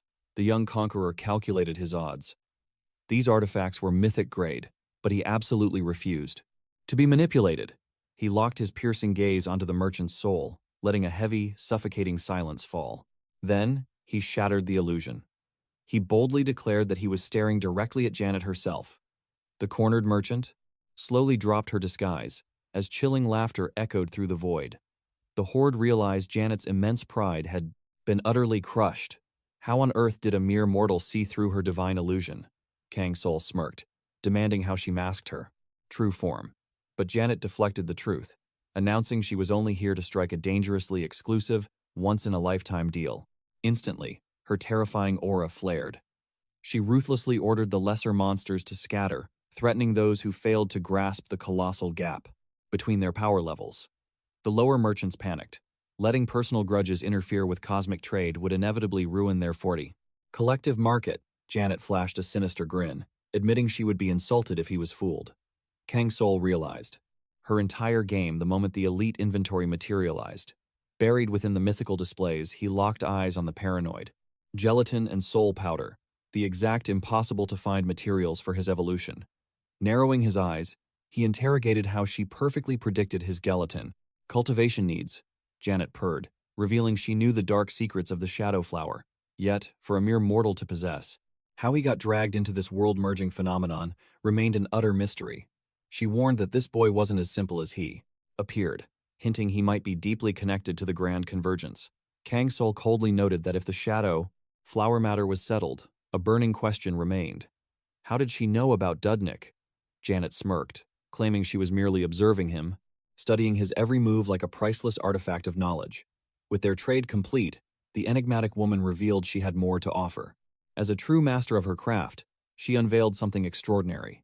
She presented the dark ghost shroud pants, meticulously woven, from spirit threads drenched in the corrupted waters of the Elytra Holy Spring. Though modest in appearance, they carried the divine power of Alcetra herself to command the shadows. The young hero suspected this gear held a madness tier, but Janet clarified that any artifact passing through her guild always awakened a tier higher than normal. Thus, this wasn't just equipment, it was a peerless treasure. She declared the price at slightly over 10,000 madness points, and haggling was strictly off the table, since this rate was practically a steal. Sealing the deal, Janet flashed a confident grin, assuring the young hero he had finally found the legendary merchant he desperately sought. Fixing his gaze on her, he demanded to know one last truth. Why did her people crave madness so much? The merchant's eyes darkened as she confessed that madness was their lifeblood, because the very deities they once worshipped had forsaken them to obtain it. Hearing this, Kang Soul's fists clenched so tightly his knuckles paled. A violent surge of pure, blazing rage ignited within his core. Agonizing memories of the traitors who ruined his past life crashed into his mind, forging his ironclad resolve. Snapping him back to reality, Janet smoothly handed over an exclusive invitation, chuckling that it almost slipped her mind. With a knowing wink, the shadow merchant promised that their next encounter would yield an even more spectacular transaction. She warned him to survive, hating the thought of losing a VIP client she had just hooked. The moment our young conqueror returned to his base, he immediately ignited his cauldron to brew the antidote, barely enduring the toxic, suffocating miasma billowing into the air. Concocting the basic antidote wasn't the real challenge for someone of his skill. The true trial was refining the overgrown shadow flower. Consuming this mystical herb in its raw, chaotic state was basically suicide. But now, armed with the madness merchant's premium catalysts, he held the key to perfection. These legendary materials were exactly what he needed to advance his grand design. The overgrown shadow flower harbored a terrifyingly rare property. It granted the user the ability to summon a phantom far stronger than themselves. Yet, even with a temporary level boost, the raw power disparity was overwhelming. Attempting to digest the flower without divine refinement would inevitably trigger a catastrophic backlash. Soon enough, Kang Soul completed his first cultivation cycle, but instead of a miraculous pill, he produced a rancid, repulsive sludge. The stench alone was deadly.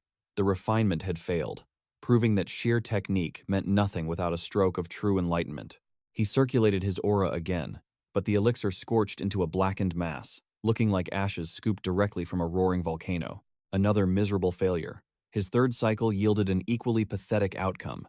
The essence stubbornly remained dormant, devoid of any spiritual vitality. The fourth cultivation attempt finally showed promise. The chaotic energy stabilized into a solid form. Though it looked so grotesque, it made his stomach turn. Yet, pushing through countless grueling failures, the young powerhouse finally forged the ultimate masterpiece. The Cloudy Day elixir. It pulsed with a mysteriously calming spiritual fragrance. Instantly, his mental fortitude skyrocketed as divine recipes flooded his consciousness like a system notification granting absolute enlightenment. The agonizing grind had finally paid off in spades. The result was worth, once consumed, this god-tier elixir granted a full hour of unbridled power, commanding shadow familiars that totally eclipsed their master in power. But even this heaven-defying cheat had a ceiling. A summon would fatally fail if the level gap became too extreme, since true leveling required slaughtering beings far above his current realm. Yet, as demonic beasts grew infinitely stronger, across higher difficulty zones, the Cloudy Day elixir forcefully shattered the power gap by 30 entire levels, giving him the ultimate shadow commander. Suddenly, his intense cultivation was broken by a sharp rap at the door. A cautious voice respectfully begged permission to enter. It was an inn attendant, trembling as he reported that a very dangerous figure was hunting for Kang Soul's exact whereabouts, demanding an immediate audience. The young hero's aura sharpened, realizing the inevitable confrontation had arrived. Judging by the chaotic energy lingering downstairs today, This visit was no random encounter. Moments later, a menacing shadow eclipsed the doorway. A towering figure with glacial eyes stepped forward. He introduced himself as KBO, an infamous moniker Kang Soul knew well. The intruder arrogantly scoffed at standing outside and boldly stepped into his domain. Unfazed, Kang Soul calmly stated his cultivation chamber was a wreck, but if the trespasser didn't mind the filth, they could enter. Several ruthless thugs flanked KBO, their killing intent choking the air. Yet, they remained obediently outside. The boss smirked, saying that the young hero shouldn't tremble, mocking him as a defanged beast, rendered pathetic and overly cautious after countless fools had perished crossing his path. The man scowled, catching a foul, acidic stench in the air that practically corroded the very walls. He sneered in disgust, calling the lair a rotting pit. Kang Soul remained calm, stating that this miasma served a purpose, motioning for his guests to sit. Yet, before negotiations could begin, terrified shrieks pierced the streets outside, followed by frantic pounding on the door. A woman's panicked voice, trembling with urgency, cried out for Kaibo, begging for sanctuary before disaster struck. The veteran cultivator buried his face in his hands in utter defeat, while Kang Soul raised an eyebrow at this pathetic display. With a sigh, the young master permitted her entry, knowing her wailing would only attract unwanted attention. A young female cultivator named Mira burst inside, glaring fiercely at everyone, with utter disdain. Kaibo introduced her as his eccentric niece, though she immediately pinched her nose, complaining bitterly that the spiritual pollution in the room was completely suffocating. As the tension settled, negotiations resumed, and Kang Soul declared this trade absolute, knowing no other mortal possessed the wealth for such a divine treasure. Kaibo narrowed his gaze sharply, deducing that this mysterious youth had already divined the artifact's true master, since its heaven-defying presence had not caused him to flinch. The young sovereign simply smirked, stating he remained unmoved regardless of whose hands delivered such immense spiritual wealth. Mira crossed her arms defiantly, snapping at the young master, demanding he drop the arrogant act and finalize the transaction quickly, rather than playing an enigmatic savior. However, Kaibo silenced her foolish outburst with a deadly glare, warning that rushing a celestial transaction required utmost caution to properly weigh its karmic value. Kang Soul analyzed their auras intensely, while the treasure's guardian adopted a grim tone, revealing just how heavily his fate depended on this relic. The veteran assumed Kang Soul had already grasped the turbulent martial world dynamics within the Novia realm. The young hero nodded, though he confessed the hidden agendas of these cultivation sects remained veiled. Kaibo sighed, explaining that the realm's power balance hung by a fragile thread. Heka and Dojo commanded overwhelming martial might, making it near impossible for his and Shu's factions to maintain neutrality. Kang Soul stroked his chin, questioning why, amidst this suffocating killing intent, an all-out bloodbath had not erupted. The weary warrior explained that while Heka lacked supreme raw power, his viper-like cunning and boundless malice made him a lethal predator, constantly stalking the shadows for any fatal opening. The young master then theorized that fear held them back. If war descended, the fallen Borgo sect could leave behind a catastrophic failsafe for revenge. The older cultivator grimly nodded, confessing that his alliance with Shu was critically weakened, severely outmatched in both spiritual forces and combat-ready disciples. Kang Soul analyzed the battered warrior before him, swallowing the blunt question burning on his tongue. Had his cultivation truly deteriorated so drastically? Kaibo smiled bitterly, confessing he was now just a crippled beast devoid of aura. Mira's temper flared, scolding her uncle for exposing his damaged core to a complete outsider. Slowly peeling off his combat glove, the veteran declared that absolute trust requires a leap of faith, and without mutual transparency, their immortal transaction would collapse. He solemnly warned that in this ruthless martial realm, only those who forge their own destiny survive. For charging forward without absolute power invites total annihilation. Kang Soul locked eyes on the exposed flesh, charcoal black and grotesquely withered. His supreme senses confirmed this was vastly different from Ammon's phantom technique. A horrifying realization struck the young hero's mind. This was pure demonic shadow poison. Kaibo had clearly sacrificed his own meridians just to secure the legendary Galot's tongue. The veteran offered a hollow smile, admitting his hubris cost him dearly. Following Borgo's sudden vanishing, the dojo forces had merged, rapidly escalating their tyrannical suppression over the region.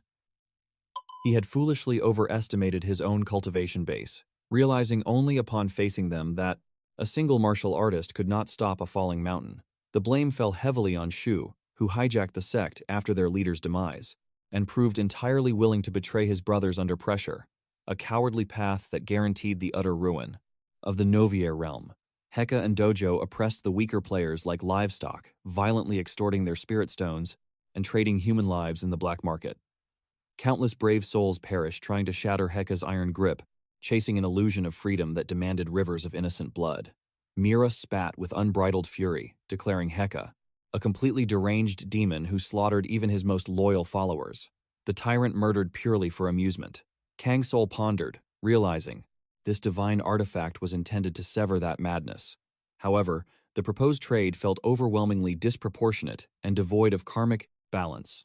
Kaibo countered sharply, declaring that a heavenly treasure with no buyer holds zero value, and since both parties were desperate, their bargaining power stood perfectly equal. The young master contemplated this deeply, recognizing the immense fate intertwined in this deal. Yet, the treacherous politics of these sects veiled everything in killing intent. The path forward was heavily obscured by the fact that Heka schemed to devour Nova whole, stripping away its freedom forever. Furthermore, Kang Soul was still an active player. Thus, the mere thought of allying with a faction hunting his kind sparked intense inner disgust. Should Heka's forces monopolize the ruins and expand, a clash of fates was absolutely unavoidable, spelling devastating losses for Kang Soul. Despite his deep misgivings, he refused to let the situation cross Nova deteriorate. Otherwise, the blood and sweat poured into its defense would become meaningless dust. Mira then glared at KBO, realizing this stubborn man had zero intention of trading. It was clearly time for them to walk away. The rugged fighter mocked the girl's youth, claiming she was too green to understand this cruel world's twisted bonds. Otherwise, the underworld's trading rules would be obvious to her. Suddenly, the young hero shifted his gaze toward KBO, mentioning that scavengers possessed an unmatched eye for legendary treasures.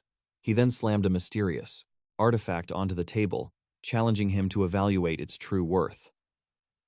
The veteran grabbed the relic, scrutinizing its surface intensely. Rolling it between his calloused fingers, he assumed it was a mere alchemy reagent, until Mira suddenly lost all color, screaming that it was pure shadow energy. Instantly, the man froze in sheer terror as his own silhouette, violently detached from his flesh, awakening like a demon. Kang Soul coldly smirked, asking how valuable this treasure seemed. Right now. KBO glared at the relic, completely paralyzed by the awe-inspiring phenomenon, his mind rejecting the impossible reality unfolding before him. Mira's eyes widened, realizing this divine antidote to the shadow venom could fully restore KBO's shattered cultivation. Trembling, the man locked eyes with Kang Soul, desperately asking what price this heavenly treasure demanded. The conqueror replied that the relic was already on the table, willing to settle for high-grade loot, mystical forging materials, or priceless underworld intel. KBO exhaled deeply, confessing their faction was locked in a bitter cold war against Heka's forces, forcing them to liquidate every single valuable treasure in their vault. He desperately pleaded for the young man to show mercy upon their cursed fate, considering the massive favor already granted. This shameless request instantly ignited Mira's blazing fury, pushing her over the edge.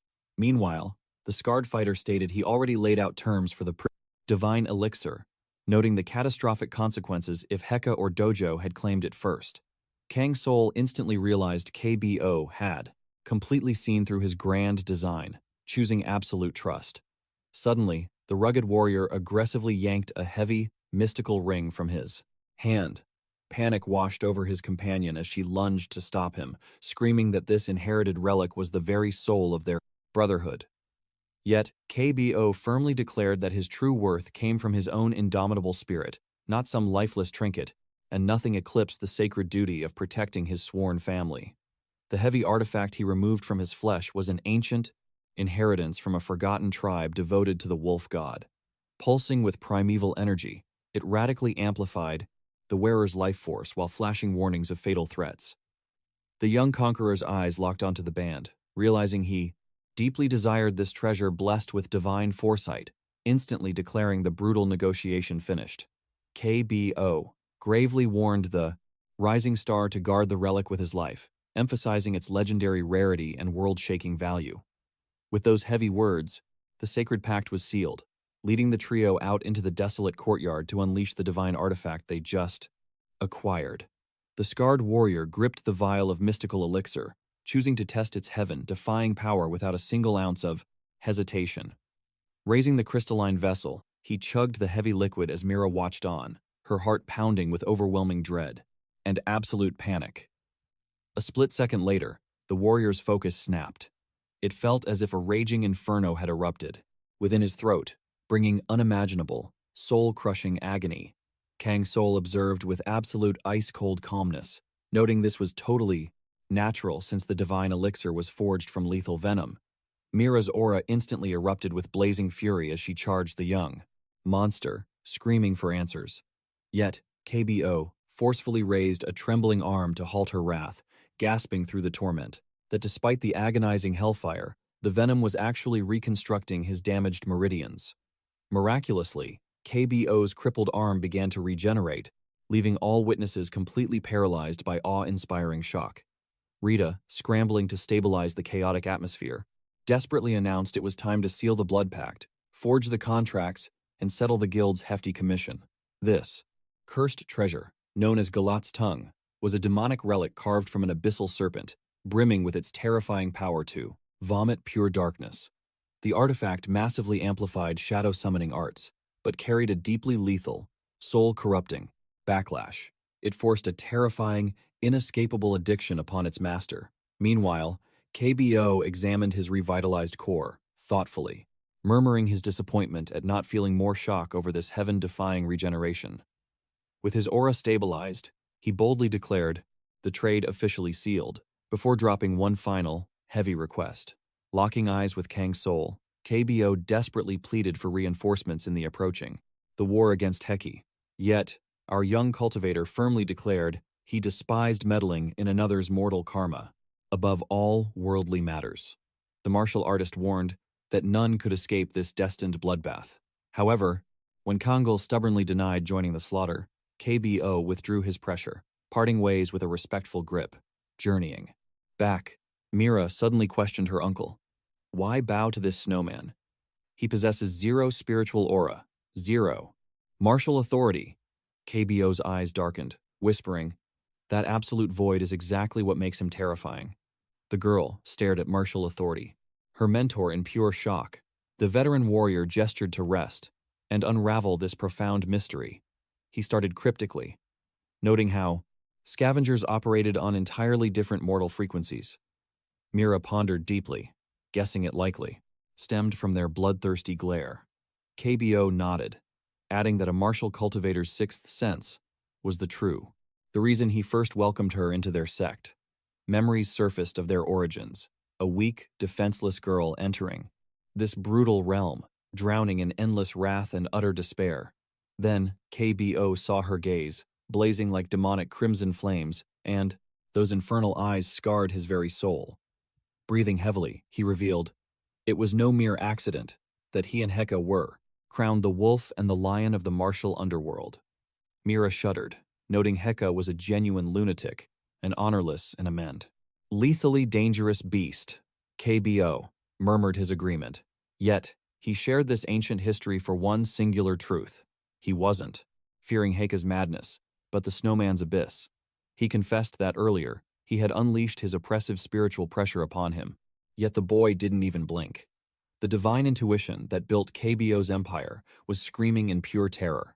That snowman was no mortal being.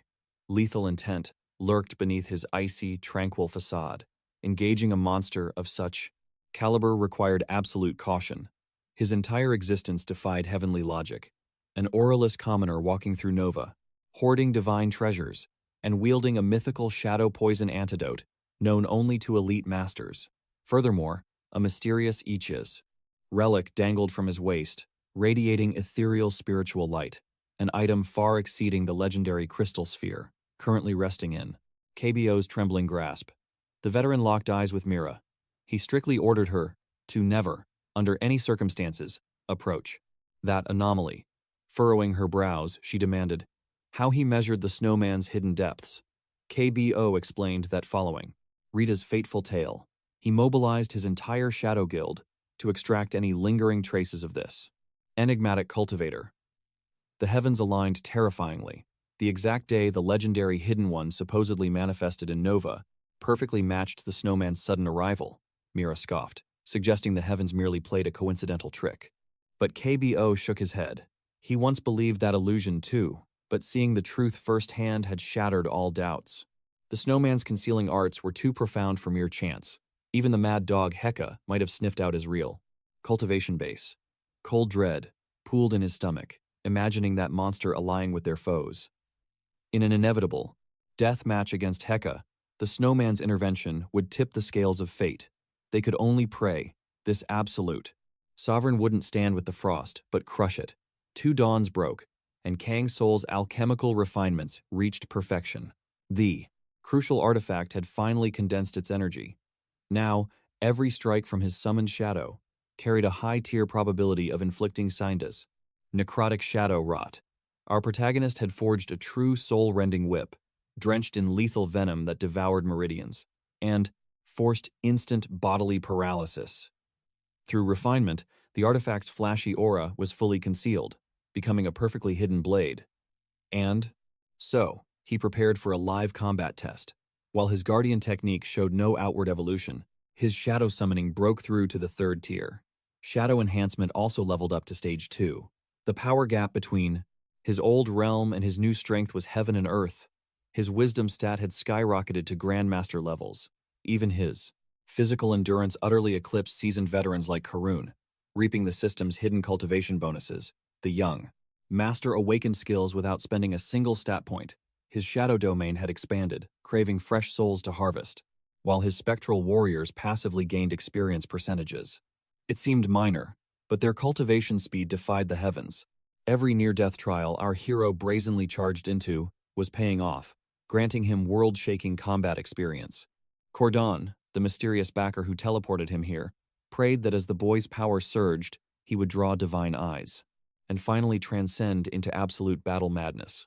Sensing this destiny, our young master resolved to act with unparalleled, arrogant extravagance, striding boldly into the bustling central plaza, engulfed by a sea of mortals and deafening market chatter.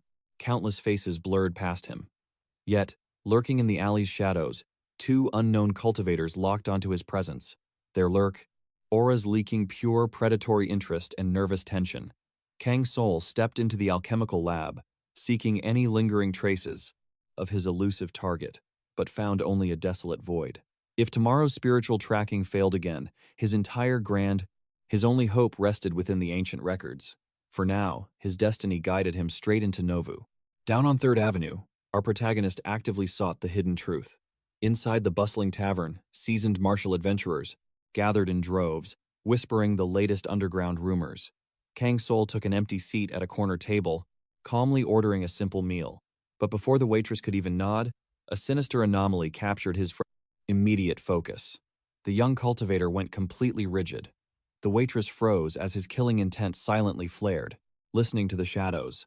A suffocating stench of fresh blood pierced his very marrow, forcing him to sweep the room with his spiritual senses. The tavern doors violently smashed open. The lively chatter instantly evaporated into absolute terror. The bloodthirsty tyrant Heka had finally arrived.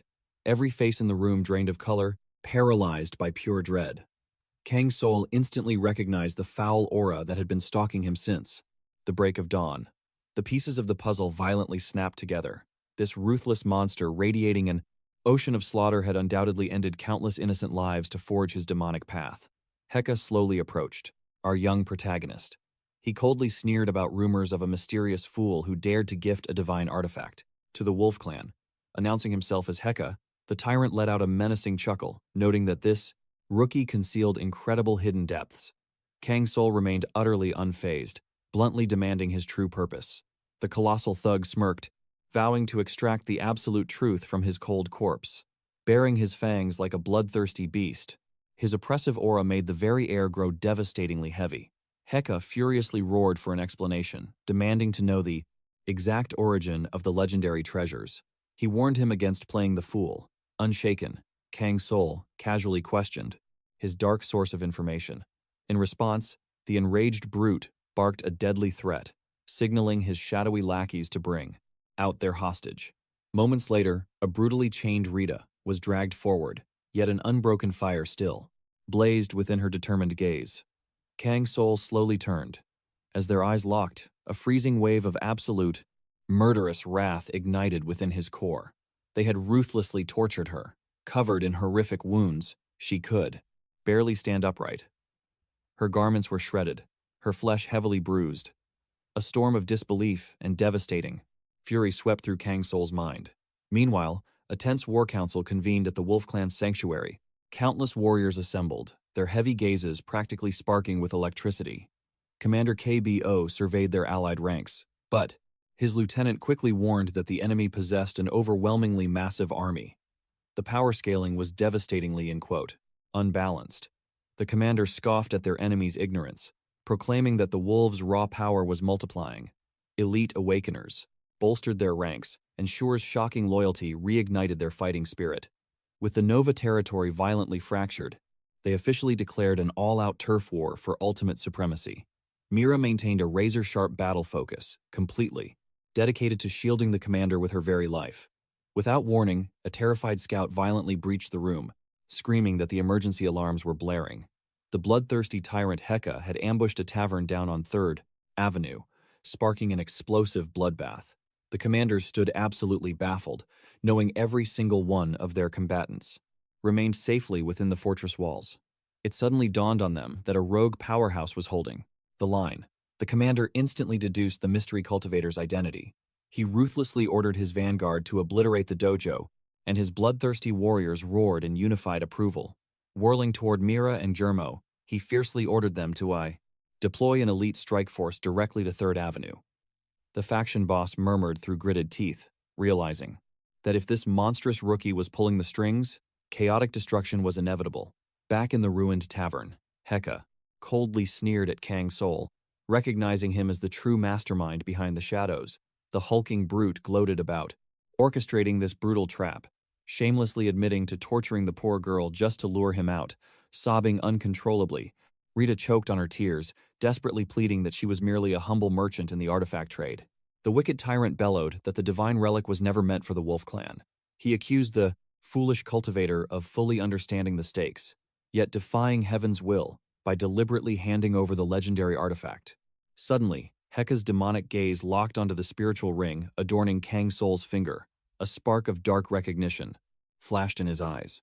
Remaining as immovable as a mountain, Kang Soul coldly ordered the thug to skip the useless trash talk. The enemy assumed this fearless anomaly had sworn his ultimate allegiance to the wolves. Yet the young sovereign merely whispered that his absolute loyalty belonged to no one. Heka smirked with pure malice, sneered, admitting the outsider was a formidable variable, perhaps the strongest player he had ever encountered. But suddenly, his tone shifted into pure malice, declaring his absolute disgust for these arrogant players. His aura flared with venom as he spat that these greedy mortals constantly trespassed on sacred domains, shattered the natural order, and ravenously plundered without offering a single drop of respect. They deserved nothing but shattered skulls and tight iron leashes locked firmly around their pathetic throats to learn submission. Wolf might consider them brethren, but to Heka, they were mere maggots, practically begging to be ruthlessly trampled. He completely reveled in the twisted ecstasy of breaking their spirits. In that chilling second, Kang Soul understood that KBO had revealed the truth not as recruitment, but as a dire warning. The blood-soaked legends surrounding Heka were terrifyingly accurate. He was a genuine lunatic who drank the despair of the weak.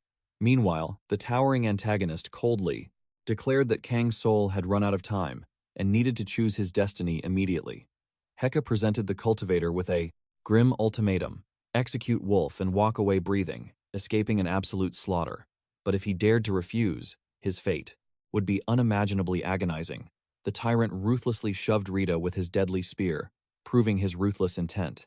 Then, he mercilessly promised to annihilate the young hero entirely. Unfazed, Kang Soul casually asked about the aftermath, He was genuinely amused, too. See how a pathetic script, written by a fool like Heka, would end. That devastating insult ignited the tyrant's fury, making him bare his fangs with monstrous killing intent. In a blur of motion, he readied his spear, aiming to completely obliterate the helpless hostage. But Kang Soul moved faster than lightning itself, manifesting his shadow hand technique to instantaneously rip the girl from the villain's lethal grasp. Heka laughed maniacally, claiming the boy had willingly stepped into the dragon's jaws, throwing away his sole ticket to survival. Kang Soul maintained an icy calm, stating the real threat had already perished before unleashing his magical orb. Instantly, an elite legion of loyal shadow soldiers erupted from the abyss, craving decisive and absolute carnage. Heka frantically commanded his grunts to attack, realizing this terrifying opponent was a grand summoner, making him a calamitous threat. Karuna's eyes flared with spectral energy as he launched a devastating counter, fluidly weaving past a lethal spear. Thrust. The explosive shockwave of their clash sent fodder flying like ragdolls. The mighty Heka crashed into the ground, shattering the foundation itself. His cowardly lackeys stood entirely paralyzed by terror, fundamentally refusing to accept their absolute ruler had been crushed so effortlessly. Yet the lunatic sprang back up, his face twisted into demonic fury, desperate to violently rip his brass opponent apart with bare, bloody hands. Amidst the rising killing intent, Kang Soul firmly declared his unyielding alliance with Wolf, his gaze practically radiating divine dominance. Karuna charged into the fray once more, burning with unholy wrath, charging up a ninth strike meant to annihilate heaven and earth. Absolute chaos simultaneously consumed the battlefield as a brutal war violently erupted. Across the realm with KBO and his elite vanguard joining the slaughter. Suddenly, Dojo exploded into the carnage, leaping from the blazing ruins, completely consumed by bloodlust. He fiercely condemned Wolf for shattering the sacred piece of Novara, howling as he charged to execute him. Dojo viciously swore that Heka would inevitably rip the skulls from anyone foolish enough to oppose his supreme reign. KBO coolly deflected the threat, stating that was exactly why he rushed here. Even if the immediate danger vanished, the night remained endlessly perilous, demanding swift execution. The furious foe screamed his absolute hatred for this shadow monarch who weaponized his fallen brethren as undead soldiers.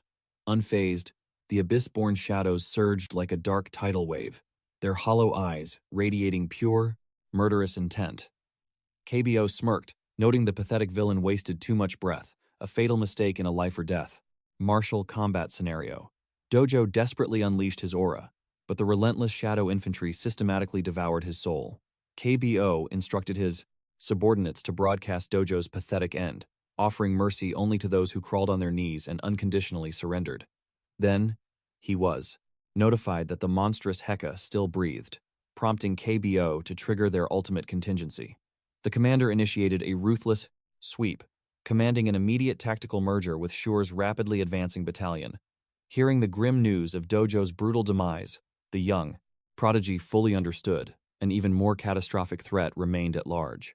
KBO sharply observed that their primary target, while absolutely dumb, savage, possessed undeniable cunning, forcing them to instantly restructure their battle formations. But their strategic planning was violently disrupted by frantic scouts announcing Mira's unexpected return. The terrified underlings trembled, swearing their master had to witness this grim reality personally. As the traumatized girl stumbled forward, her vacant eyes met KBO's gaze, her entire spirit shattered beyond any mortal comprehension. Relief washed over KBO, seeing her breathing, but the veteran warrior instantly sensed she was trapped inside an abyss of psychological terror. His blood ran cold the moment his eyes locked onto the cursed object in her trembling hands. Mira just stared through him with a hauntingly dead expression. KBO's darkest prophecies were finally confirmed, yet his mind outright rejected the horrific scale of the tragedy. Because when the elite vanguard finally breached the ruined tavern, they found nothing but a bizarre snowman standing completely alone. Kang Soul's piercing gaze swept over his comrades. They were clearly delayed, missing the inevitable clash. Yet, the storm had passed. The ruined city was slowly breathing life again, as KBO and Sheer claimed the very souls of their enemies. Through absolute dominance, the mighty warrior claimed the throne of the entire stronghold. That fateful night marked the rise of an absolute overlord, among the desperate scavengers of Nova ruins. Shortly after, our young cultivator stepped into the chief's domain, the heavy aura making him tense. With a knowing smile, KBO noted their shifted destinies. Mira demanded answers, questioning why the snowman executed Heku and what his true motives were. With chilling calm, he confessed it was merely a transaction, an unforeseen twist of fate from their initial pact. Though the veteran chief felt a pang of betrayal that the youth had masked his true allegiance, he cast aside the past, offering a handsome bounty for his vital assistance. Seeking power on his path to immortality, the young hero desired only artifacts of true worth. The seasoned warrior paused, his eyes gleaming with ancient secrets. It was finally time to unveil a hidden truth. Back in his reckless youth, he had roamed the scorching western wastes as a mercenary. One moonlit night, his keen senses detected a desperate chase. Fueled by youthful arrogance and a blazing martial aura, he lunged into the fray, completely ignoring the dire consequences. Fortune favored the bold. The assassins were drained of their chi, and the young warrior effortlessly crushed their ranks. The bleeding survivor bowed deeply, swearing a soul-binding oath to repay this monumental life debt in the future. That karmic thread remained unbroken. Now, KBO declared he would pass this legendary favor onto Kang Soul as compensation for his heroic deeds. It was an ultimate prize, for the rescued man possessed a legendary lineage, turning out to be the heir of Ergo. The young cultivator's eyes widened in absolute shock. That ancient name resonated in his soul, but the truth proved far more twisted and chaotic than a simple mortal tale. This legendary figure was none other than Ergo, the absolute genius who forged divine artifacts and tested heaven-defying concepts. He was an unforgettable anomaly. Though merely a humble blacksmith, his mortal creations rivaled the relics of gods. Had he focused solely on the anvil, he would have outshone 10 grandmasters. Tragically, his divine treasures were stolen by demonic cultivators, and soon they drenched the entire mortal realm in rivers of blood. Cursed with the title of Bloodstain, the sheer guilt ultimately crushed his fragile mortal heart. Facing a crossroads of fate, the great hero had to make an impossible choice. Ultimately, letting Ergo walk away, he granted the smith absolute freedom, allowing the weary wanderer to forge his own destiny against heaven's will. Though shattered by karma, the epic battles faded, yet the blacksmith's quiet legacy endured. Kang Soul believed that this peaceful path surpassed a heaven-shattering tragedy. For while Ergo started as mere mortal dust, his epic conclusion tasted of bitter divine injustice. Never expecting that legendary name to echo again, the hero instantly deduced that Ergo's mysterious heir was none other than Hamut. KBO revealed this descendant had abandoned the anvil long ago, yet remained bound by the blood oath to repay the debt. Listening closely, the young cultivator realized that Hamut must be hiding within Nova ruins, making an encounter inevitable. Having been shaped by Kang Soul's past life, Ergo had managed to grasp the laws of immortality. Unearthing his legacy could unlock heaven's hidden mysteries, especially since 10 long years of cultivation had passed. Destiny aligned as the young hero stood face to face with the descendant of his old shadow, the Faya, towering man, bearing that familiar mark beneath his eye, met his gaze and whispered that the snowman's legendary tales preceded him. Kang Soul noted the immense spiritual growth in the man's aura, but kept his thoughts veiled, merely questioning the past.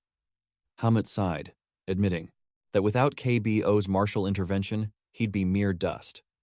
He offered his honored guest a spiritual brew, but the hero coldly refused, declaring that accepting mortal offerings was a fatal flaw in the cultivation world. Hamut's eyes flickered with deep realization, remarking how his immortal master once spoke the exact same truth. He wondered if the threads of their fates had tangled, before tragedy cursed him with a bloody title. His true name was Ergo of the Golden Hands. Now, Hamut sensed that Kang Soul harbored ancient secrets of his lineage. Internally, the young hero marveled at how every relic Ergo forged possessed heaven-defying attributes. No wonder the realms trembled at his glorious title. Hamut's voice grew heavy, explaining that his master grew utterly disgusted with mortal greed, vanishing like smoke while his divine treasures fell into demonic clutches. Yet, the cunning smith had sealed away core artifacts. Kang Soul instantly realized these hidden relics could spark a catastrophic war threatening both Urgo's spirit and Hamet's life.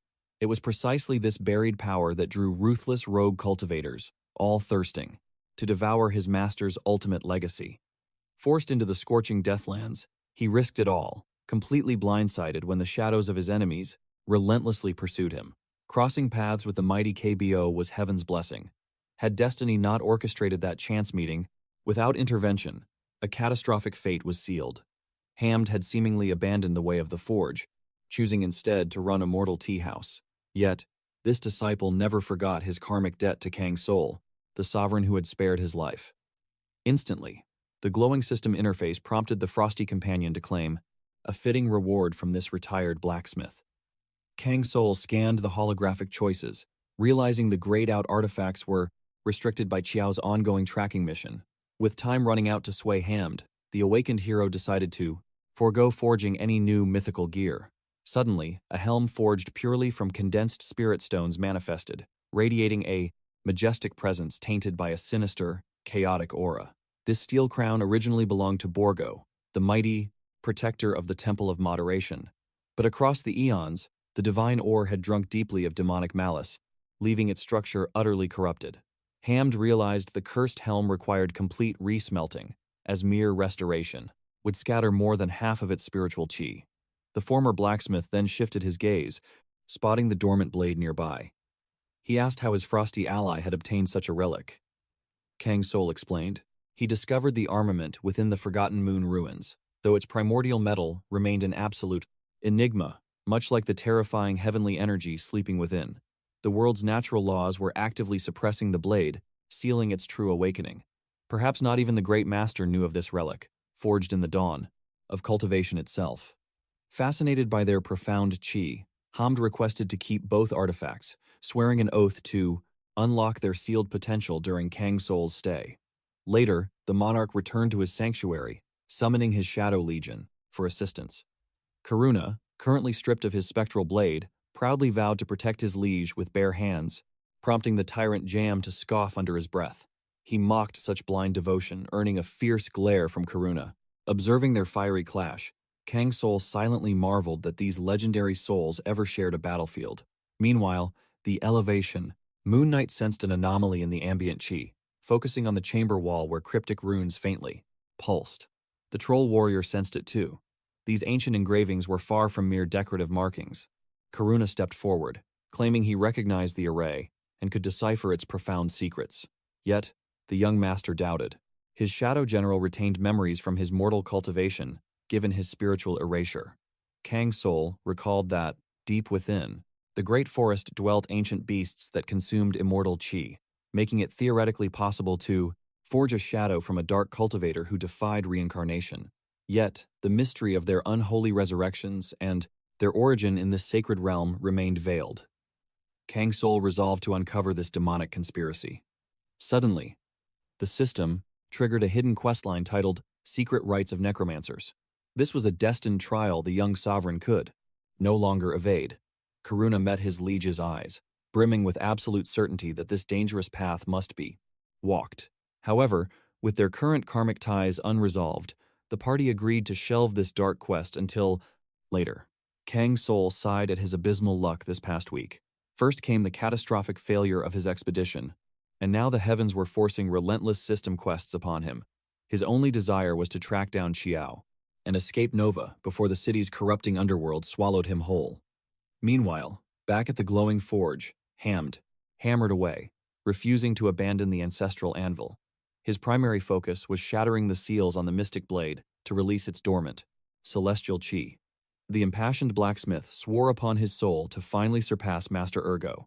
Channeling his spiritual power, he struck the heavenly metal, burning with absolute conviction. In his past life, the Grand Master had been betrayed by treacherous mortals and their empty vows, inadvertently unleashing a tide of catastrophic demonic tribulation across the entire martial realm. Yet, the wise elder prophesied that a destined child of heaven would rise to inherit his martial Dao and finalize the legendary work he failed to complete. For years, the humble Hamd struggled to fathom why his revered master chose him as the sole successor. Master Urgo would gently scold his disciples' lack of faith in the heavenly path, With a heavy sigh, the elder warned that his peerless creations could fall into demonic hands. But a true artisan cannot halt their cultivation out of mere fear. He taught that whenever the shadows of doubt clouded his mind, the disciple must seek the destined wielders of his craft, for only they could unlock its absolute power. Echoing those sacred teachings, Hamd forged without rest, his vital energy pouring into the ancient weapon. His cultivation base had grown immensely, yet countless binding arrays remained on the blade. So far, the dedicated smith had shattered only half the seals, while the remaining formations stubbornly resisted his fiery chi. Moreover, this mysterious weapon actively suppressed mana. It restricted the wielder's spiritual pressure, purposefully hiding its divine potential from the world. Hamuna marveled at this rebellious artifact, a weapon that fiercely rejected mere enchantments. This legendary sword chose its own sovereign. Recalling his old master's teachings, the blacksmith understood that raw strength meant nothing compared to the wielder's character. He carried the heavy burden of guaranteeing this ultimate artifact never reached corrupt hands. Master Ergo spent a lifetime drowning in eternal regret after arming a tyrant.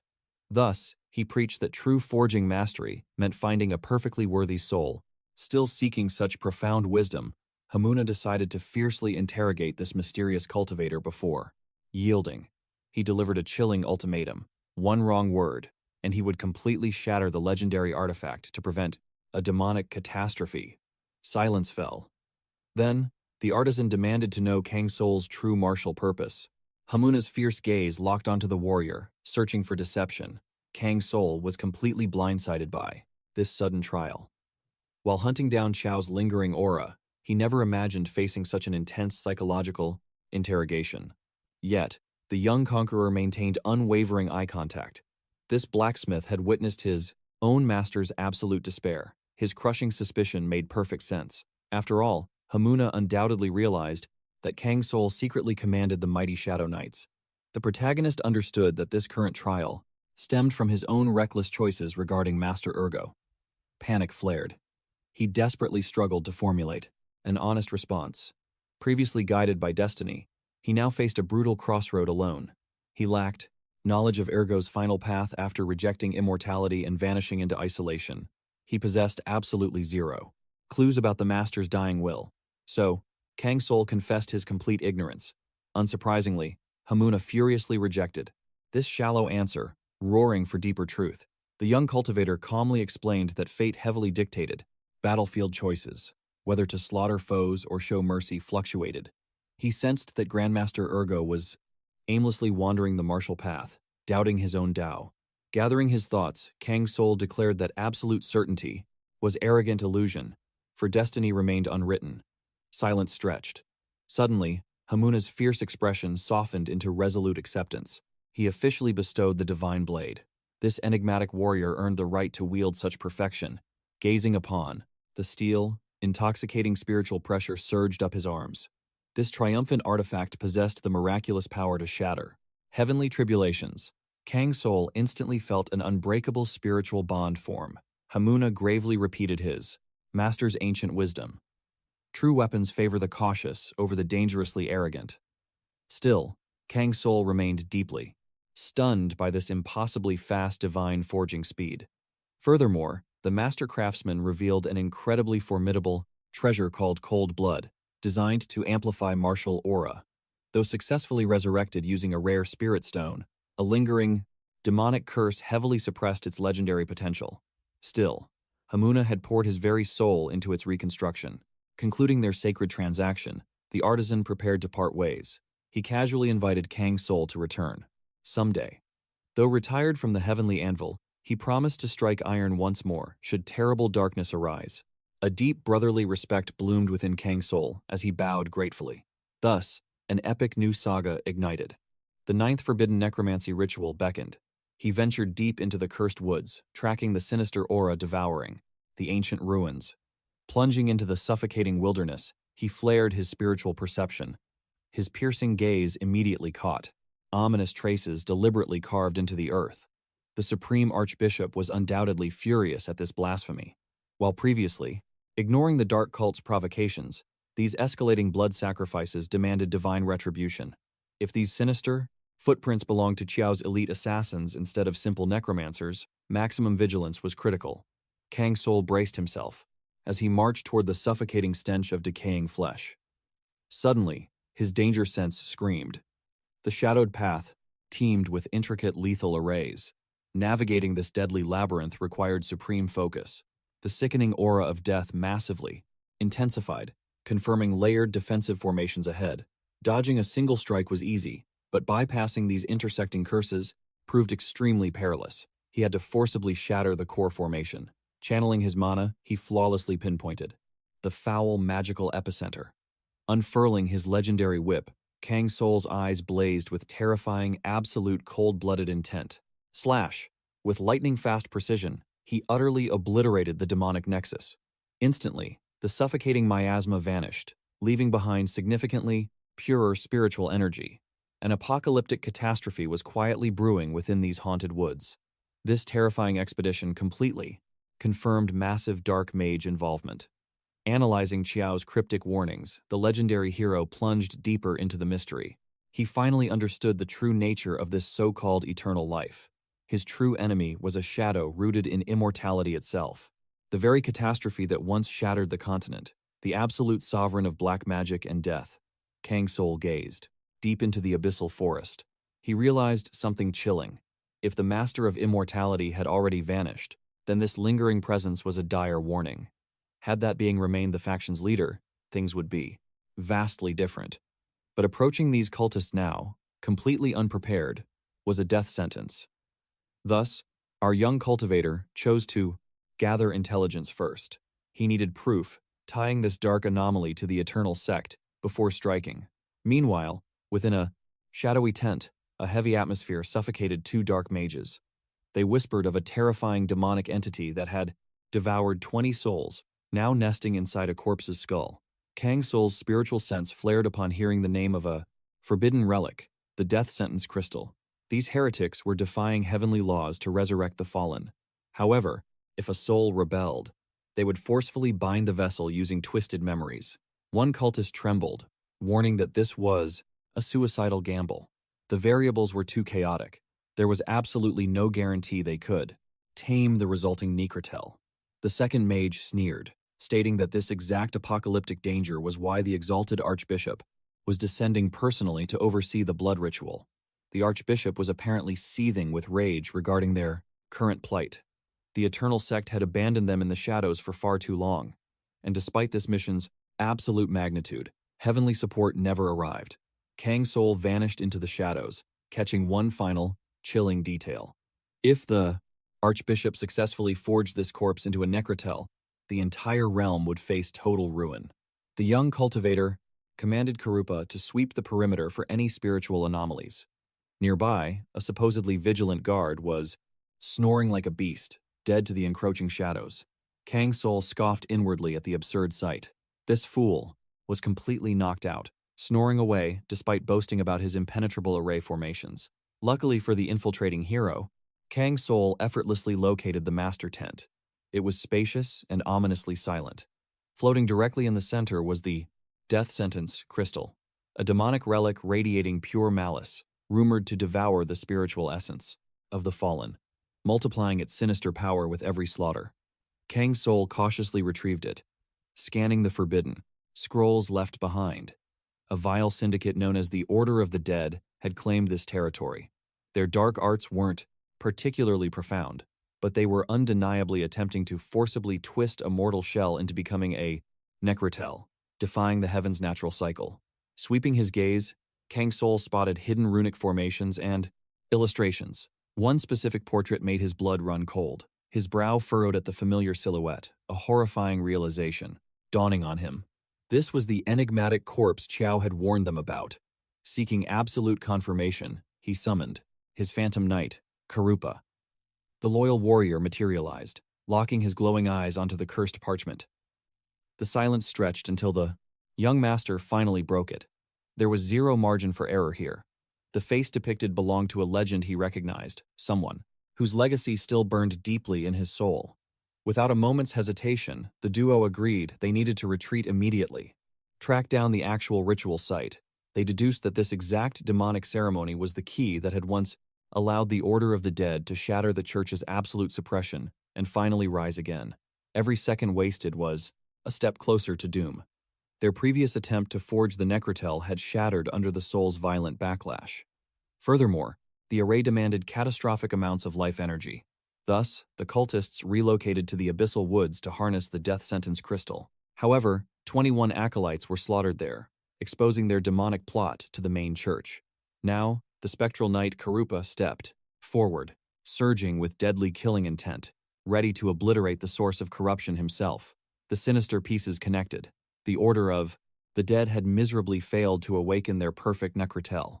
But if a living soul was truly imprisoned within that crystal's abyss, against their will, it was highly probable that Qiao was suffocating inside. Meanwhile, an unsettling aura began leaking from Karupa. After he witnessed the victim's portrait. The knight was trembling. Kang Soul froze, realizing their flawless infiltration plan was crumbling, threatening a retreat with zero harvest. But just as despair loomed, a chilling presence suddenly manifested. They looked up to see the legendary corpse standing right before their very eyes. The battle-worn armor clinging to the rotting flesh was a perfect mirror of Karupa's own spectral gear. The undead knight's phantom heart stopped in sheer disbelief. Neither of them dared to breathe. Should they abandon the crystal and search for Qiao blindly? After all, tampering with the death sentence, relic could suck Kang Soul's soul into the abyss. Had this been a low-tier puppet, they would have risked it. But if it harbored supreme martial power, the backlash would be apocalyptic. Ignoring all danger, Karupa stepped forward, and he stared at the familiar corpse suspended on the wall. How did his old acquaintance meet such a gruesome end? Kangol screamed his name, desperate to shatter the impending doom. Instead, the Dark Knight gripped his skull as a crushing tempest of agony threatened to devour his mind. Suddenly, a monstrous wave of arcane aura erupted around them. Kang's trembling hands gripped the crimson crystal. He stared in absolute disbelief at the catastrophic reality unfolding before him. The legendary crystal of absolute death was fully awakened. The forbidden necromantic ritual initiated a direct soul transfer into the fallen cultivator's spiritual sea. The ancient ritual had mutated. Bound by a blood promise, the young martial artist finally uncovered the dark mage's hidden spiritual traces. A burning hope ignited. These auras could lead him straight to Qiao. The young cultivator now possessed the rare chance to plunge directly into the corpse's lingering consciousness. But to escape this soul realm alive, he must completely comprehend the vessel's tragic inner world. Plunging into the memories, he witnessed an imposing figure gently demanding the names of the captured youths. The defiant girl with crimson hair coldly declared they were nameless. In their ruined homeland, such worldly titles held zero meaning or value. Then, the majestic emperor gazing down from his supreme throne spoke. He decreed the sapphire-eyed boy would be named Karuna, while the ruby-eyed girl would bear the name Karen. In that chilling instant, the twin orphans glared at the absolute sovereign, silently praying for his gruesome assassination. Their murderous aura was instantly punished as a deadly sword manifested at Karen's throat. What immense tragedy drove them to curse Emperor Monter with such venomous killing intent? Spitting blood, Karen fiercely screamed that the tyrant knew nothing of starvation or freezing agony. His imperial army had mercilessly devoured everything they ever loved in a brutal conquest. Tears of absolute despair cascaded down the girl's battered face. Without those ruthless invaders, their peaceful elven sanctuary would still be flourishing in harmony. The Supreme Emperor instantly connected her tragic tale to the slaughtered elven village, a bloody massacre he had recently debated with Unid, the notorious rebel leader. Intrigued by their burning fate, the absolute monarch made a shocking decision to entertain the desperate orphan's plea, sending waves of panic through his loyal royal guard. With godlike presence, the emperor slowly rose from his absolute throne to grant them an audience. Yet, with a chilling smirk, he declared their bloody tragedy was merely the natural order. For, one day, these very youths could awaken as the Empire's most terrifying grand knights. Only with overwhelming power could they finally choose how to claim their ultimate vengeance. Karen's eyes widened in sheer disbelief. She would rather shatter her own soul than bow to the monster who turned her heavenly homeland into ash. Observing this memory, Kang Soul realized these trapped orphans actually held the divine chance to annihilate the entire empire. Of Manantra from within, Karuna suddenly understood he was trapped deep inside Karen's spiritual sea, where the ancient death crystal projected the darkest secrets of the Manta Empire, its tyrannical ruler, and the chained elves. Decades passed, and these bound slaves ascended as revered imperial guardians, yet the flames of vengeance never died. The supreme emperor of Montar, a sovereign of terrifying intellect and heaven-defying willpower, wielded godlike martial prowess. Yet even he harbored the fatal flaws, cursing those who grasp at absolute heavenly authority. Karen manifested before him once more, fiercely demanding he honor the ancient, blood pact sworn to those ruined children. Their cultivation had not yet broken through to the divine realm, but time had completely run out. Waiting meant certain destruction. The era of chaos had arrived. Massive demonic sects threatened the empire's borders, and only unmatched martial power could dictate fate. Karuna and Karen had carved a blood oath to slaughter the supreme tyrant who eradicated their peaceful destinies. Yet here, they kneeled as his ultimate swords. Emperor Jean O'Dantry pursued immortality itself, ruthlessly sacrificing endless lives to defy the heavens. Swallowing their bone-deep hatred, Karuna and Karen bound their souls. The twin warriors swore by the blazing sun and endless cosmos to become the Emperor's absolute shields, solely to one day pierce his heart. The tragic, paradoxical oath of the twin knights. Shattering absolute imperial law, they forced an unprecedented expansion of the royal guard. The sovereign was destined to command only 8 supreme defenders, but Karuna and Karen ascended as the 9th and 10th. Thus, Karuna cemented his legacy as Manantra's deadliest imperial knight. But today, that heaven-shaking authority was nothing but ash.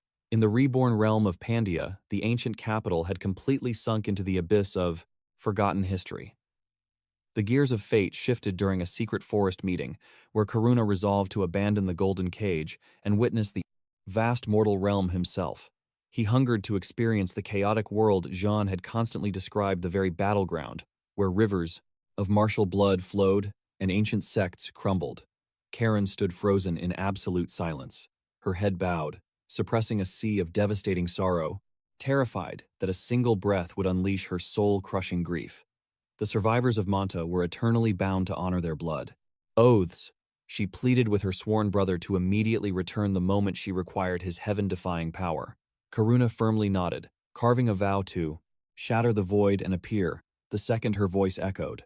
Heartbroken, Karen prayed for his safe cultivation journey, recalling the endless bloody tribulations they had conquered back to back.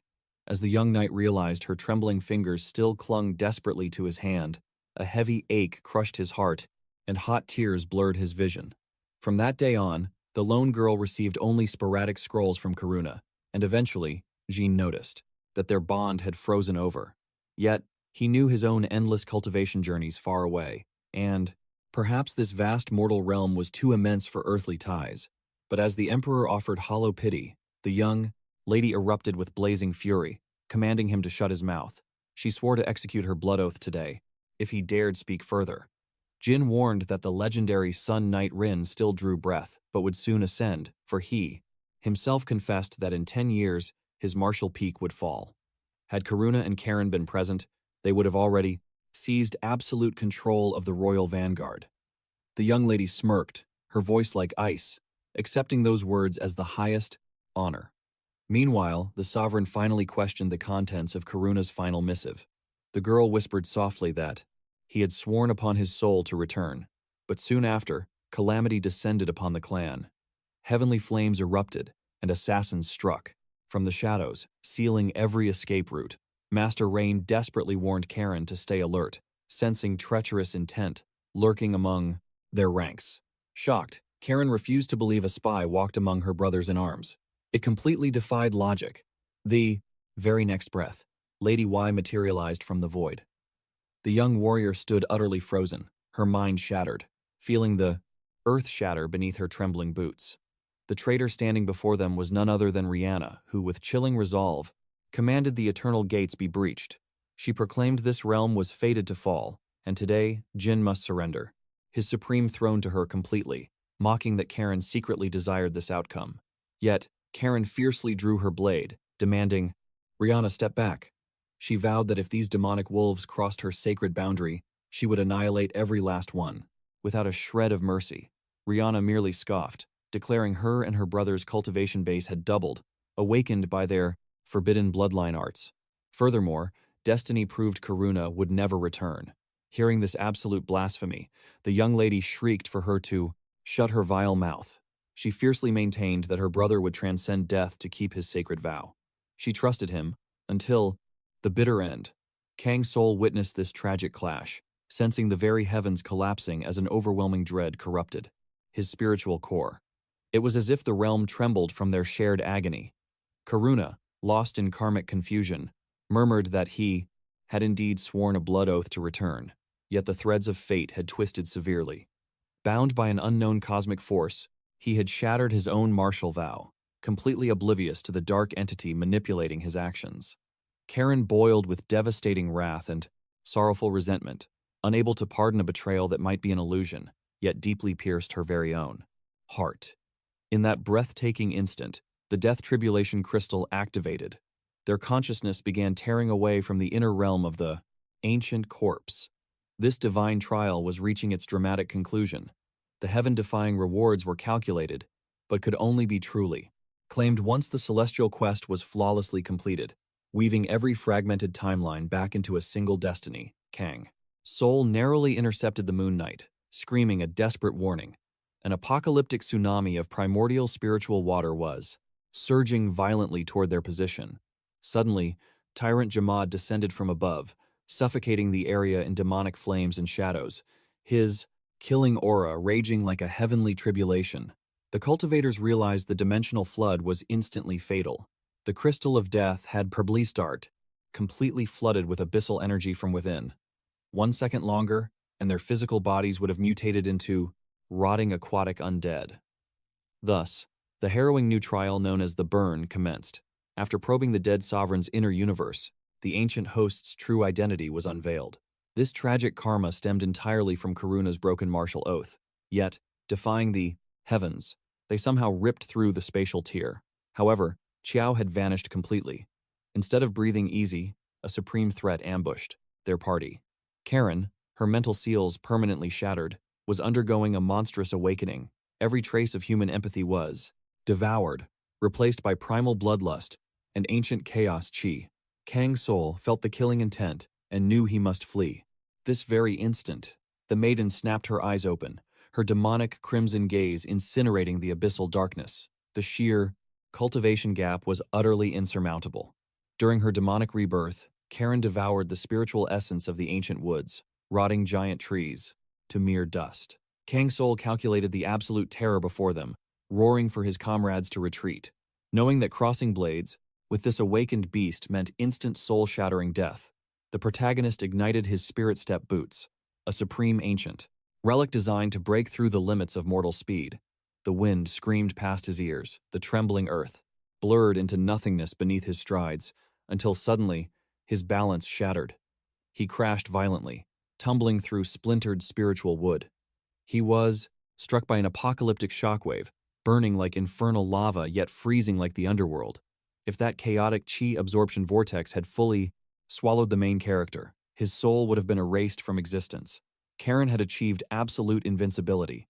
The catastrophic level suppression was over 30 realms apart. A mere graze from her sword aura would instantly sever his mortal thread. Every single misstep meant annihilation. The penalty of death would strip his cultivation glory, supreme rewards, and ultimate destiny, would shatter his absolute destiny. Kang Soul stood paralyzed in the face of despair. An impossible quest of this magnitude defied all mortal logic. Yet, deep within his trembling soul, a singular truth ignited. The system never creates a completely unbreakable death trap. A hidden path had to exist in the shadows, a secret buried within this twisted realm's lore or his own mind. Suddenly, an ancient emblem burned into his vision, the crest of the Order of the Dead. Fanatics sworn to obliterate the Necrotel awakening at any bloody cost. Lightning struck the young sovereigns. Mind, this was the divine key. The weapon to crush the necromancers with their own dark magic rested right at his very fingertips. He just needed to gamble his life and strike. Suddenly, a newly arrived cultist froze in sheer terror, glaring at Kang Soul, who coldly smirked, mocking their fatal ignorance. exuding the overwhelming aura of a supreme. Commander, Kang Soul stepped forth. He boldly declared that despite their previous standby orders, catastrophic interference from the administrator forced him to seize absolute command. The surrounding cultists trembled, trading terrified glances dripping with chaotic dread. Were they truly standing in the sacred presence of the Order of Eternal Life's supreme envoy? The young sovereign's voice echoed, vowing that eternal life had never abandoned its flock. Their divine mandate was merely delayed, and he descended personally to grant them unyielding salvation. With crushing authority, he demanded a flawless tactical report. The monstrous Nekritel had shattered the ancient seal. It was rampaging, gorging on immense power. Thus, they cowered, awaiting the Archbishop's descent. Kang Soul's expression remained perfectly icy. He declared the Archbishop's infinite wisdom would deliver them. But, until then, he alone would hold the blood-soaked front line. Ignited by his majestic resolve, the shattered order rose to its feet, blindly worshipping a devastating impostor. Kang Soul instantly scanned the chaotic battlefield, turned to his absolute loyalist, the Moon Knight Karuna, and issued a paramount decree: rescue Karen at all costs. Karuna, paralyzed in profound shock, locked eyes with his master. Then, exploding with lethal devotion, he surged forward to execute the absolute command. Karen was drowning in her own chaotic limits. Her terrifying aura rivaled the darkest necromancers. Thus, her odds of survival without divine intervention were basically zero. Unleashing Karuna was a massive gamble. But through hellish cultivation and sacred party buffs, his martial prowess had transcended mortal realms. The Moon Knight instantly triggered the new moon phase, engaging the first tier of moonlight resonance. A blinding silver aura erupted from his core. He desperately screamed for Karen's awakening, but she merely unleashed a demonic roar, gripping her blade. Suddenly, blinding thunder obliterated the void. The corrupted maiden launched her blazing greatsword. A catastrophic inferno incinerated the wind, but Karuna phantom stepped away a microsecond before impact. Countering instantly, his blade sang a silver melody, aiming to shatter her fierce stance. Yet Karen evaded with nightmarish reflexes. Their apocalyptic duel raged on, two unstoppable forces refusing to yield a single inch. Spectating from the shadows, the dark mages realized this monstrous adversary was entirely consumed by pure, bloodthirsty instinct. Karuna desperately parried the apocalyptic barrage as a flame-cloaked Karen blasted him away with a catastrophic shockwave. Her wrath compounded exponentially by the second. The battered knight gazed at his sister, utterly devastated that her soul was completely lost to the darkness. He agonizingly pleaded for her to awaken. Yet, the blazing berserker only intensified her murderous aura, transforming into a living hurricane of annihilation. Hellfire consumed the entire battlefield, and the EPP, corrupted maiden, relentlessly closed in, swinging her executioner's blade. Kang Soul, perceiving the imminent disaster, instantly deployed a supreme magical ward, forged precisely to neutralize such catastrophic explosions. The terrifying output of Karen's artifact defied logic. Tsunamis of fire swallowed the silver moonlight, scorching the very heavens. Observing this catastrophic clash, Kang Soul knew time had expired.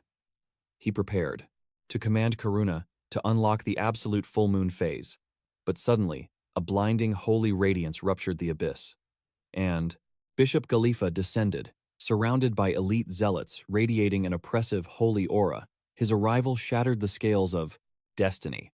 This Bishop Khalifa was the legendary Grandmaster of the Dark Mages. Though lacking raw destructive power, his absolute authority commanded total submission from his disciples.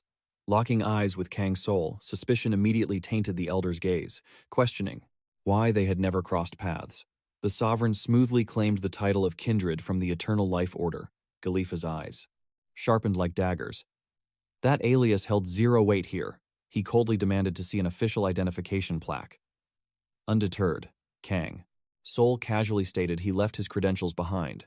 Emitting a perfectly calculated sigh of annoyance, he dared to label the request an insulting farce. Flustered by the sheer audacity, the bishop backpedaled, swearing he meant no disrespect and acknowledging his own failing judgment. He confessed that decades of bloody betrayals had completely eroded his faith in humanity. Kang Soul wisely chose to gain He proposed a temporary truce to crush their common necrotile enemy. Gallifa accepted the terms. Kang Soul smirked outwardly, but cold sweat dripped down his back. The chaos was spiraling out of hand. His fabricated persona could shatter at any second, bringing absolute ruin. The bishop, locking his piercing gaze onto the youth, pondered the Holy Order's strict doctrine. Every single awakened member carried a divine identification. Yet, this supposed disciple seemed completely oblivious to its very existence. Thus, the cunning Gallifa chose to plot. Carefully in the shadows, he would exploit this mysterious boy's aura to eradicate the necrotile before finally executing the wretched impostor for his sins. Meanwhile, our hero realized how fast the wheels of fate turn when your guard drops. Furthermore, the Order's ancient laws were altered. He knew Gallifa had definitely seen through his illusion, yet chose to weaponize him, for now. But hesitation meant death. They needed to vanquish Karen beneath the bishop's calculating stare. Kang Soul instantly commanded Karuna to unseal his ultimate strength, triggering the full moon ascension. A blinding, ethereal silver aura erupted from the warrior, morphing him into the divine avatar of lunar twilight. Consumed by blazing wrath, Karen roared his true name. That agonizing scream echoed with boundless hatred, shattered soul fragments, and tragic echoes of their forgotten past. Instantly, their auras clashed violently. Karen unleashed the ultimate ignition chant, summoning a torrential tempest of hellfire that ripped the very fabric of space. Peering through the scorching inferno, Karuna recognized the tragic soul within her gaze, and realized that beneath this demonic madness, his beloved little sister was still trapped inside. The corrupted girl, losing her mind, shrieked, asking why he abandoned her. Why did he leave her to suffer alone when their entire world shattered? She wailed that she failed her sacred duty. Her precious comrades perished simply because her sworn protector broke his celestial vow. Karuna desperately tried to explain the tragic truth, to vow that his promise remained eternal, and he was here for her salvation. But time had completely run out. Karen unleashed a devastating sword aura, blasting his body dozens of meters backward. From the sheer destructive impact, Karuna crashed back like a leaf in a divine storm. Kang Soul, his voice shaking violently, screamed his spirit knight's name, completely lost in the chaos of this absolute catastrophic failure. Meanwhile, the fallen Karen, with her demonic face, twisting in bloody fury, bombarded him with endless curses. She demanded the absolute truth about why he never returned. Why did he trample their oath and leave her to rot in purgatory? Every single word dripped with devastating agony and profound sorrow, ripping through the battlefield like invisible blades. But out of nowhere, right behind Kang Soul, an ominous and terrifying rumble echoed. It felt like a primordial beast awakening. The hero whipped around, only to discover that the terrifying source wasn't some dungeon boss, but the sinister Gallifa. Spreading his arms wide, the Dark Bishop saturated the realm with suffocating tides of pure mana. The atmosphere cracked under the oppressive spiritual pressure. The arrogant bishop sneered, stating that despite the massive mana drain, he would gladly obliterate this undead girl and reconstruct her corpse, purely to demonstrate his supreme authority. In the blink of an eye, he unleashed a calamitous magical typhoon.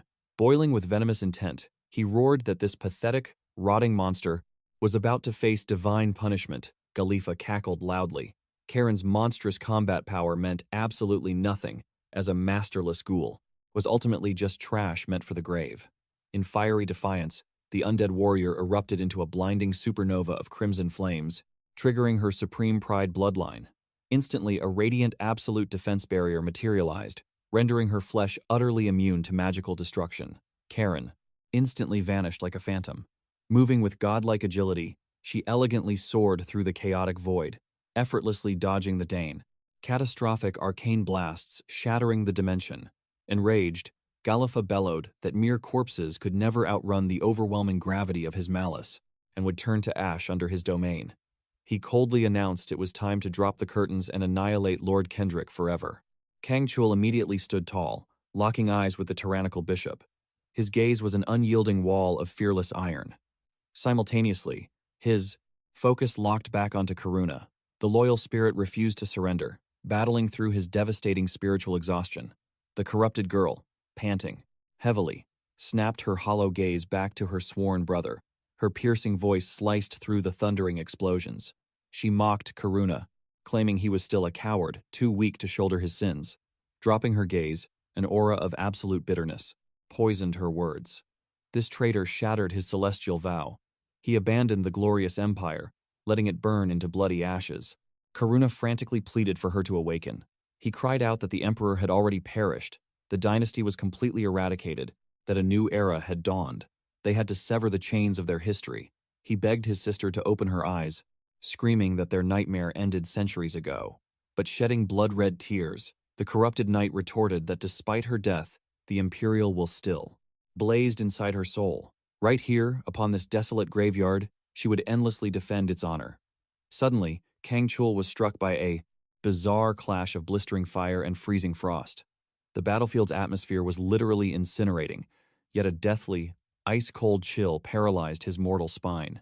Karen's voice dripped with absolute frost. The Empire still beats within my immortal soul. I will never let it fall. Suddenly, a crimson aura violently erupted around her. She triggered a terrifying divine art, pitifully reflecting all incoming. Destruction back at her foes, with utterly devastating power. Galuf stumbled backward in pure horror, feeling his mana crumble to absolute dust, his precise spells completely shattered into the void. In that heart-stopping second, Kang Soul felt the system's chilling alarm. A crimson alert violently flashed before him. Dire Wolf. Warning. Engaged. The core. Trial parameters had radically shifted. The Burnt One had fully evolved into smoldering embers. This meant the absolute laws of combat were entirely rewritten. The stakes absolutely skyrocketed, and retreat was impossible. Now, our hero's only mission was brutally clear. He must survive until Karen drew her final breath. He had to outlast the curse's fatal duration. Kang Soul gritted his teeth as pure dread set in. The plan was ruined. Karen had regained her prime state, and now her terrifying aura eclipsed everything he had ever faced. While she was unconscious, her true limits remained completely hidden. But awakening now, the hero realized the horrifying truth. This monster's cultivation level completely shattered all mortal measurements. Galuf gasped for air, his legs shaking violently. His magic arts were entirely useless now, gathering his very last shred of life force. He glared at Kang Soul and rasped a deadly truth. The madman firmly believed the absolute sole path to survival was the total annihilation of every single soul present. Pushed beyond the brink of madness, Galuf unleashed his forbidden demonic art, Night of the Dead. He burned away the dying embers of his life. Force, summoning endless legions of rotting corpses. The corrupt bishop's eyes burned with insane fury, ordering his endless swarm to violently devour everyone in their path. A manic cackle escaped his lips as he mocked the young cultivator, calling him an ignorant brat. You do not even grasp the absolute laws of your own shadow sect. Galuf's face twisted into a vile grin, boasting that Kang Soul would soon become nothing but a rotting pawn in his undead legion. The horde lunged, aiming to rip him apart. Yet Kang Soul stood as immovable as a mountain, not a single flinch. His eyes held absolute calm. Suddenly, the colossal tyrant Jamad crashed into the bloody battlefield. Clad in ancient stone, the Titan activated his legendary mountain fists. The massive beast let out a booming laugh. He realized these rotting bombs only violently react to living flesh. As a shadow warrior, he was entirely immune to their foul death curses. Immediately, with monstrous strength, he began hurling the corrupted corpses away like mere bloody rag dolls. The completely stunned Bishop was paralyzed with absolute shock. This mere boy had summoned yet another legendary beast from the shadows. Trembling with dread, he frantically shrieked for his rotting guards to return. But the undead legion had already been utterly crushed by the beast's overwhelming might. Terrified, Galuf screamed at the towering giant to stay back, his pathetic voice completely shaking like a dying leaf. But Tyrant Jamad showed absolutely zero mercy. The Titan slowly raised his massive foot, and with an earth-shattering stomp, crushed the bishop into eternal slumber. The very earth quaked, and instantly, the system chimed. With a glorious new title, the enemy had completely fallen. Kang Soul let out a heavy breath, relieved he had not wasted Jamad's legendary power earlier. Holding back that absolute strength was the master key. Otherwise, this brutal trial would have ended in absolute doom. But victory was fleeting. The true nightmare was just beginning. Karen totally consumed by demonic fury, was raining devastating blows upon Karuna. The system's karma reflection window violently flashed bright red, revealing that all incoming damage was stockpiled, ready to brutally explode later. Striking her now was absolute suicide. Not even a supreme heavenly art could pierce this demonic armor. Kang Soul froze in pure awe, realizing this mad goddess was utterly invincible in this awakened state. The countdown was furiously ticking, and his survival hung by a tiny thread. Would his stamina outlast the curse's fatal timer? Meanwhile, Karuna roared over the tempest of swirling mana, desperately calling out to his maddened sister. He revealed that every single brutal sacrifice was solely to protect the sacred vow they had once forged. Karen's eyes burned with betrayed fury. How dare you forsake the very empire we bled to build together? While the seconds violently slipped away like sand in a shattered hourglass, the Imperial Lady ignited her ultimate heavenly strike, the catastrophic Red Lotus. Pushed to the absolute brink, Karuna unleashed his full moon art. The heavens literally tore open. As their legendary powers violently clashed, the devastating shockwave fractured the very earth. Karuna stumbled back, desperately gasping for air, his meridians burning from the sheer explosive force. Kang Soul, observing this god-tier duel from the sidelines, gasped in sudden realization. He assumed the colossal impact had completely repelled Karuna, but the shocking truth was, the invincible Moon Knight had deflected the supreme blow unscathed. With their terrifying power gap, Karen could have easily cut him down, sever her brother's head with one merciless strike if she truly wished. Yet, she stayed her hand. The deadly blade froze mere inches away, her murderous intent violently faltering. A tempest of conflicting emotions tore through the young lady's fracturing soul. Logic battled affection, breeding a dark storm of silent doubts. Did the outside world, for which Karuna forsook their mighty empire, truly morph him into an unrecognizable stranger? Suddenly, the tyrant Jamad crashed into the battlefield, his demonic fists ignited with a crushing earthen aura. The monstrous behemoth raised his massive strike to the heavens, unleashing a catastrophic smash. The very atmosphere shattered under his wrath. Karen gasped in shock at his overwhelming might, completely bewildered as to why this titan dared interrupt their sacred duel. Jamad suddenly bared his fangs, growling a frigid warning to unhand that pathetic metal sword named Karupa, or else he would mercilessly crush her himself. She opened her mouth to retort, but destiny's cruel hourglass had finally emptied. The inescapable karmic recoil violently activated. Every ounce of accumulated battle damage instantly multiplied, utterly ravaging her fragile mortal vessel from within.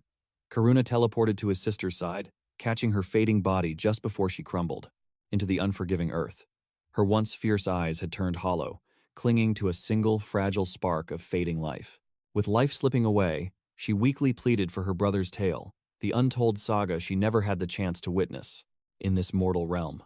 Karuna's voice shattered as he swore he had returned exactly as promised, and had never, not once, forsaken his vow. Barely clinging to life, she mustered the strength to ask why her beloved brother had descended into a shadow soldier, shackling his noble fate to the eternal darkness. Karuna choked back tears, confessing his death and how his divine powers were forcibly sealed. He grasped none of the cosmic truths, recalling only the paralyzing frost and the endless void of the eternal afterlife. Karen whispered through the pain that her invincible, radiant knight had fallen from grace to bow before a foreign sovereign. Hot tears streaming, Karuna declared that while their old lord remained, the true emperor, his new liege, harbored no wickedness. In truth, this system master was the miracle that reunited them. Karen softly closed her weary eyes, conceding that any sovereign who granted her brother a second chance surely possessed a righteous light. She then faintly begged to hear of the vast world beyond their empire's borders, the majestic sights she would never witness. The fallen knight stared into the void, painting a picture of an infinite, living ocean whose crashing waves breathed like the heavens sighing. Karen's eyes widened, questioning if this legendary sea was truly an entire realm submerged in water. She scoffed at such mythological tales, suspecting her brother was spinning sweet lies to soothe her passing. With a dying breath, she whispered that he remained the pure-hearted warrior chasing miracles, while she had incinerated her very soul and flesh, mutating into an accursed monster. Karuna's heart violently shattered. He screamed for her to banish that foul word, for in his eyes, she remained the irreplaceable sister he eternally cherished. Gripping her freezing hand, he swore a blood oath they would travel together to explore that boundless ocean. But Karen offered a tragic smile, whispering that his current king lacked the absolute power to claim her soul. Following those haunting final words, her spiritual essence began dissolving into ash. The mighty knight wept, his agonized cries begging her to stay. The girl confessed with her dying breath that, back in that cursed forest, she had desperately prayed her brother would save her. A heartbeat later, her head slumped forward, plunging into eternal slumber. Karuna turned to stone, clutching her hollow vessel against his chest, an ocean of tears spilling forth. Thus concluded the tragic night of the Red Lotus. The ruthless system violently chimed, target eradicated, mythic achievement unlocked, granting a new title and realm ascension. Yet, these divine spoils meant nothing. The young master sat paralyzed, drowning in abyssal sorrow. Kang Soul watched from the shadows as the heavens endlessly wept, the torrential rain, swallowing the battlefield whole. He bitterly realized the heaven-defying luck that forged his legend now felt like a cruel, twisted mockery from the heavens, yielding neither joy nor inner peace. The forbidden ritual had nearly drained his life force, leaving the young sovereign terrified that this spiritual trauma would completely shatter Karuna's soul. Karen's dying echo condemning him as a hopelessly weak king endlessly reverberated in his consciousness. That agonizing declaration pierced his heart like a cursed blade, forcefully dragging his mind back to that devastating final moment. Kang Soul knew his heavenly destiny had violently shifted, igniting an unshakable, terrifying resolve deep within his core. He must obtain absolute power. Karuna slowly turned his gaze to his liege, his shattered eyes pleading a silent prayer. Without a second thought, the young monarch triggered his legendary artifact, the Cloudy Day Jelly, a mystical system relic that overcharged his divine abilities for 1 full hour. He extended his hand toward Karen's empty vessel, issuing an absolute, reality-bending decree, commanding her soul to arise. Supreme mana shook the atmosphere, fracturing the divine boundaries of life and death until they were barely holding together. None could fathom that such a heaven-defying necromancy would actually succeed. Even the mighty Kang Soul stood trembling, entirely uncertain if to grasp this fleeting hope. For 17 agonizing years, he cast the dice of destiny endlessly, fighting tooth and nail to uncover the true path. Yet, the Eternal Realm constantly hurled devastating new trials his way. He knew with absolute certainty it was impossible to foresee the perfect strike. But if he surrendered now, his entire existence would crumble into nothingness. At this moment, only one mission mattered to him. Break the system, escape this cursed realm, and shatter his limits, even if he risked total annihilation. Divine mana erupted in a blazing tempest. Karen floated heavenward, her fragile vessel radiating an ethereal glow, looking exactly as if her shattered soul finally anchored to this realm. Instantly, the soul-binding passive triggered, weaving brilliant golden threads of destiny between her and Kang Soul, fusing their life forces into one eternal river. Karuna sensed an overwhelming surge of aura crash through his meridians, tearing at his mortal flesh, as if an invisible hand were ripping his very core apart. Right after the sacred ritual concluded, the system announced a brand new achievement called Bones, a mere numeric milestone, while Kang Soul unlocked the notorious Sinner title. The violent mana storm surrounding Karen finally settled. The maiden was fully restored and ready to accept Kang Soul's divine summons to a higher realm. Karuna grimly revealed that Monter had fallen to dust, and every comrade she cherished had perished, including her own sister. But such mortal tragedies no longer tied her down, because her past existence was dead. Shaken to her absolute core, Karen softly whispered that Jin had most likely been slaughtered by those otherworldly invaders too. Karuna coldly stated that the cycle of reincarnation spared absolutely no one, and that all mortal beings must eventually fade into the abyss, regardless of their lingering regrets.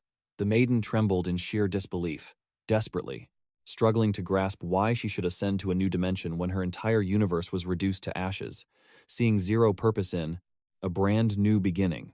But her brother's shocking response shattered her despair. He vowed to stand by her side against the heavens. The young master claimed their fallen empire was merely dust compared to the infinite cosmos, overflowing with divine mysteries and celestial miracles they never comprehended. And if Karen's past was truly wiped out, then destiny was offering her a blank slate to forge a new Tao. Suddenly, a deafening crash shattered his sentence. The warriors spun around instantly, completely blind to the chaotic anomaly erupting right at their backs. Karen, still drowning in profound realization, softly echoed his vow about forging a brand new purpose for her existence, despite the crushing weight. Meanwhile, the Moon Knight offered a gentle smile, urging his sister to keep walking, his eyes radiating tranquil warmth. He swore on his life that they would conquer the horizons and witness the infinite, breathtaking, oceans stretching far beyond mortal limits. Moved by his resolve, Karen yielded, and the duo plunged into the dense, ancient woods. Along their path, Karen glared at Kang Soul, bluntly declaring that even though she was officially bound as his shadow summon, she completely refused to acknowledge him as her sovereign lord. She boasted terrifying combat power, monstrous stamina, and divine talents that blazed brilliantly across her system status. Yet, she openly confessed her hesitation, questioning if this mortal was truly worthy to command her absolute loyalty in battle. Hearing such blatant defiance, Kang Soul blinked in pure shock, because in all his epic journeys, he had never summoned a spirit capable of such arrogant free will. Karen, however, instantly brightened up and politely bowed to the troll and the juvenile monarch. Kang Soul just shattered the 1 million stat threshold, unlocking a monumental cultivation milestone and claiming the exclusive Hidden Tycoon title. Now, he absolutely dominated the Dimensional Traveler leaderboards with legendary achievements, stacked securely in his inventory. After surviving those grueling bloodbaths, his exhausted core demanded rest, leading the young conqueror straight toward the decaying, ancient ruins of Navira. This fallen sanctuary rested deep within southern Pandaea, right at the jagged roots of the mystical woodlands where legendary artifacts and dungeon loot were traded daily. Yet today, Kang Soul had zero interest in deadly quests, craving only a safe zone to circulate his chi and heal. Checking the system interface for local sanctuary zones, the young master realized the system interface glared red, and the ominous phrase, catastrophic events, sent chills down his spine. Regardless, his Hidden Tycoon rank granted massive passive buffs to his martial techniques, guaranteeing our hero would easily snowball his crushing lead over rival cultivators. Meanwhile, Karen crossed her arms, glaring at the young master, and demanded he honor his promise to purchase premium armor sets immediately. The spirit girl hissed with fiery indignation that she absolutely refused to wander the realms in trash tier, broken down battle gear from Mantra. The tyrant Jamad rubbed his chin, wisely noting that Karuna, despite maintaining a stoic silence, desperately wanted an equipment upgrade too, judging by how heavily he groaned from within the void. Karen fiercely ordered the troll to drop that disrespectful nickname for her brother, which he accepted on one strict condition: she must stop referring to him as uncle. Karuna's physical presence was completely absent from this chaotic banter, trapped and magically sealed. As Kang Soul summoned Karen's shadowy form, apocalyptic black lightning suddenly shattered the instax, heavens apart. The sovereign instantly sensed a catastrophic shift in the atmosphere, but his body was paralyzed. He could only watch as a crackling sphere of heavenly lightning materialized. Blind to the chaotic storm inside, he could only stand rigid, praying that Karen and Karuna would survive the ordeal. An eternity passed before Karen finally stepped out of the blinding energy. A shadow summon secured. Powered by the Cloudy Day Jelly and the ancient Galota tongue, Kang Soul's profound spiritual energy shattered her limiters. Her realm ascended to legendary, pushing her strength and endurance past 200 points.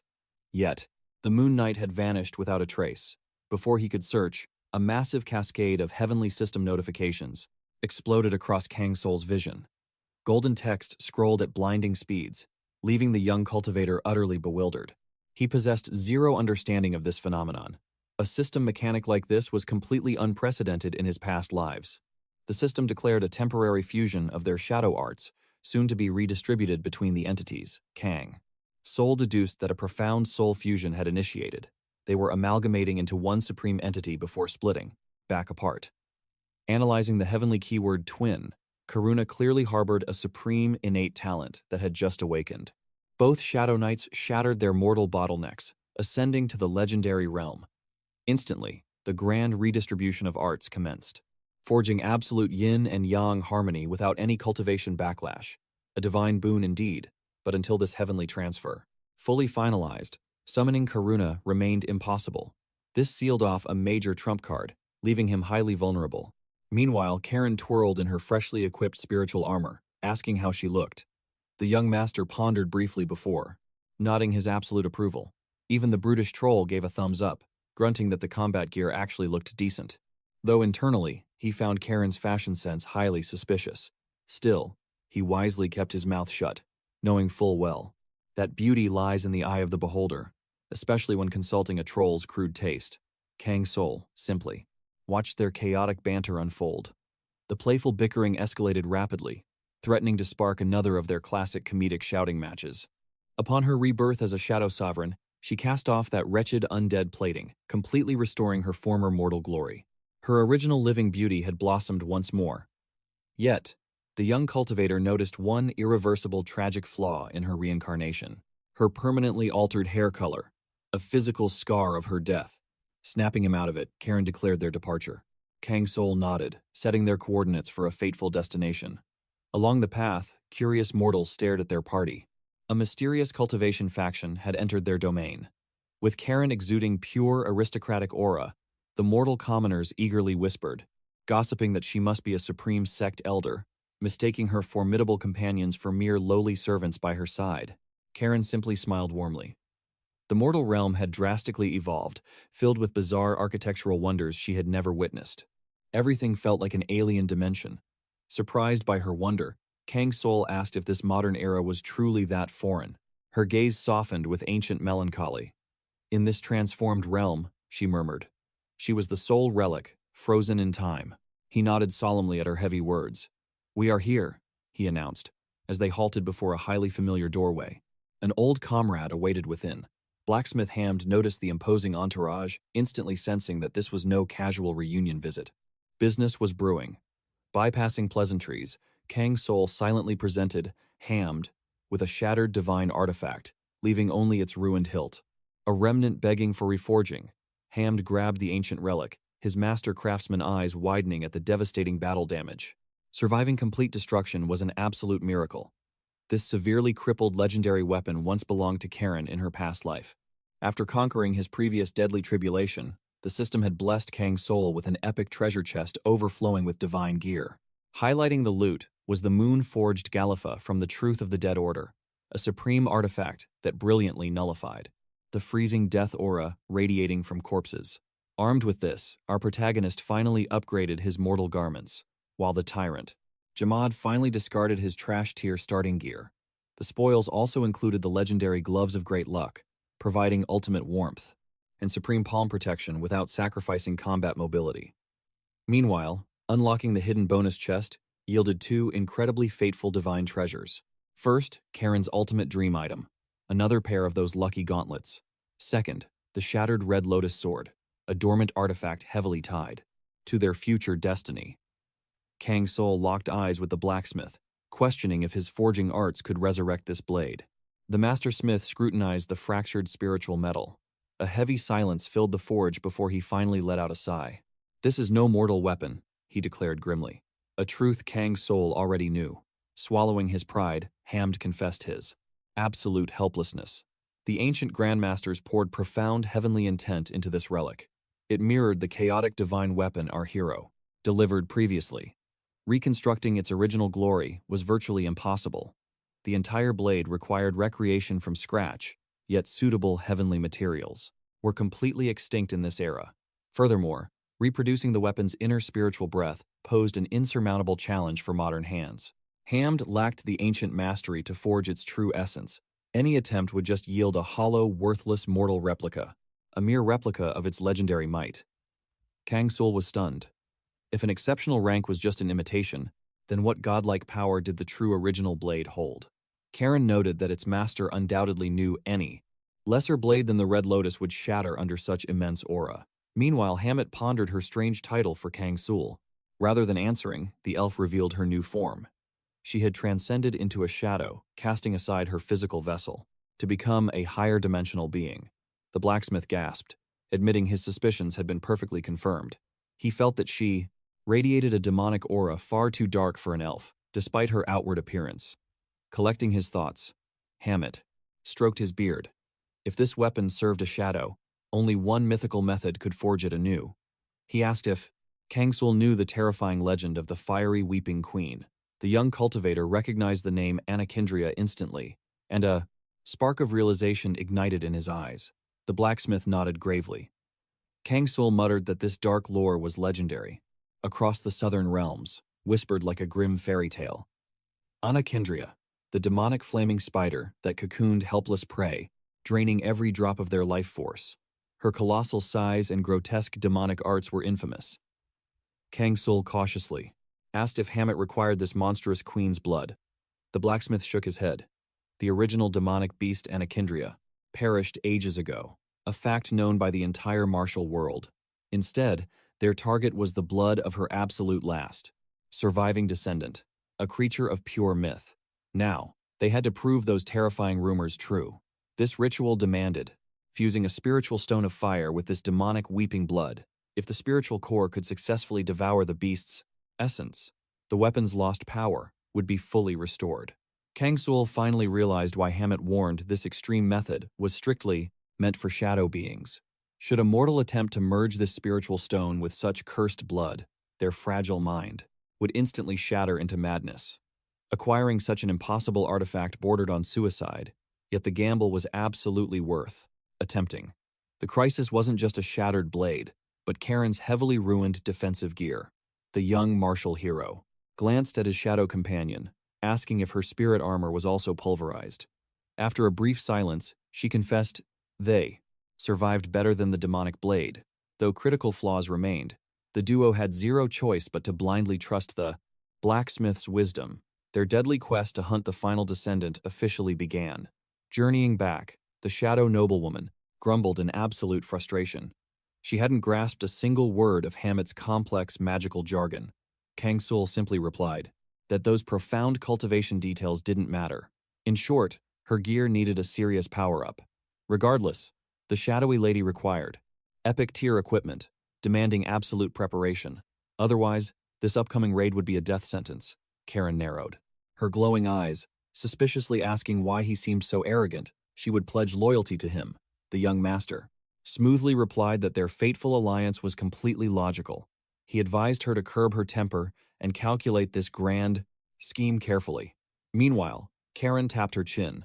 The cursed name Anakindria triggered a dark memory within her mind. She muttered that this monster possessed 12 demonic legs. Kang Soul confirmed her terrifying guess, his eyes gleaming. Was she truly too familiar with this boss-level beast? She clarified she had only heard rumors of Anakindria conquering one of the treacherous imperial gorges, cutting off all trade routes to the capital. They had never actually clashed. The young master paused. Grimly, he knew those cursed lands intimately. He completely understood how utterly soul-crushing this leveling expedition would be. The massive gorge was a nightmare zone. No sane guide or merchant dared to enter its borders. It was packed with jagged obsidian cliffs and relentless mutant beasts. Furthermore, marching back from Nova demanded a brutal one-month trek. Kang Soul held deeply traumatic memories of those blood-soaked lands. His grim thoughts snapped when Karen suddenly told him to focus on the massive fortress looming ahead. Their destination had finally arrived. He sighed wearily. If iron gates were locked again, he was completely done. He just stealthily climbed through a window. Karen, however, found such thievery beneath the honor of a noble knight. Gathering her aura, one devastating kick blasted the massive doors away. Kang Soul froze, absolutely stunned. Was this her usual explosive breaching tactic back in the Holy Empire? The Shadow Lady flashed a predatory smirk. She declared her aggressive methods had simply evolved to celebrate their epic new beginning. Once the young hero snapped out of his shock, he immediately ordered them down into the alchemy laboratory before the guards could sound the alarms. Karen marched forward like a conquering general, while Kang Soul silently pointed out the correct hidden passageway. Suddenly, a terrifying mental warning from his shadow wolf echoed. It signaled a lethal ambush waiting in the darkness. The elf maintained absolute icy composure. She whispered that she had tracked a suffocating killing intent following their entire journey. Instantly, a sinister figure emerged from the shadows, sneering that these trespassers were definitely not hunters, but foolish, suicidal prey. Shattering the heavy door into splinters, A mysterious girl stepped from the shadows, her gaze piercing as she mocked their obvious recognition. Kang Soul's eyes narrowed. "You are the Phantom of Kongori," he declared. "The legendary shadow summoner, Chiao." A smirk played on her lips. "You did your homework, boy. But Kongori was merely a brief resting place in my journey. Those barren lands are not my true home," she challenged, tilting her head. "Now, who dares to seek me out?" "They call me Snowman," our hero answered, stoically. Chiao scoffed, finding such a bizarre title utterly amusing for an uninvited guest. "How unfair," she whispered, her tone dripping with sudden malice. "You know everything about me, yet remain a mystery." Demonic fire ignited within her pupils. Kang Soul's aura flared in immediate warning, his instincts screaming of impending death. Killing intent erupted. But before Chiao's lethal strike could land, Karen materialized, her steel clashing fiercely against the deadly assault. "Oh, what a magnificent shadow," Chiao purred, a wicked thrill dancing in her voice. "This battle might actually entertain me." Kang Soul grit his teeth. Her transcendent senses had instantly pierced Karen's true nature. A Grandmaster Summoner could never be fooled. Lowering her murderous aura, Chiao chuckled. "I only tested your reflexes.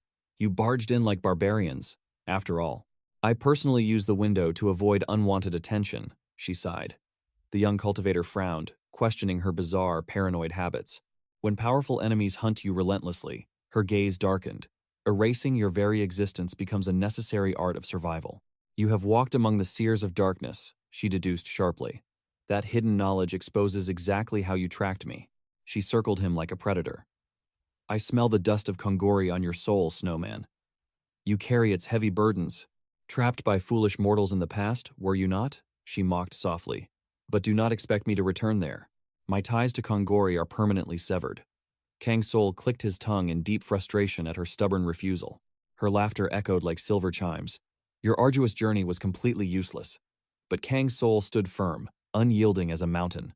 "I bring urgent tidings," his voice rumbled with authority. "But more importantly, I seek the ancient wisdom you possess." Chiao's arrogant smirk faltered. "What exactly do you desire, boy?" He met her gaze. "My cultivation has hit an absolute bottleneck. I need your guidance." A crippling invisible wall bound his player stats, halting his unstoppable growth and suppressing his divine potential.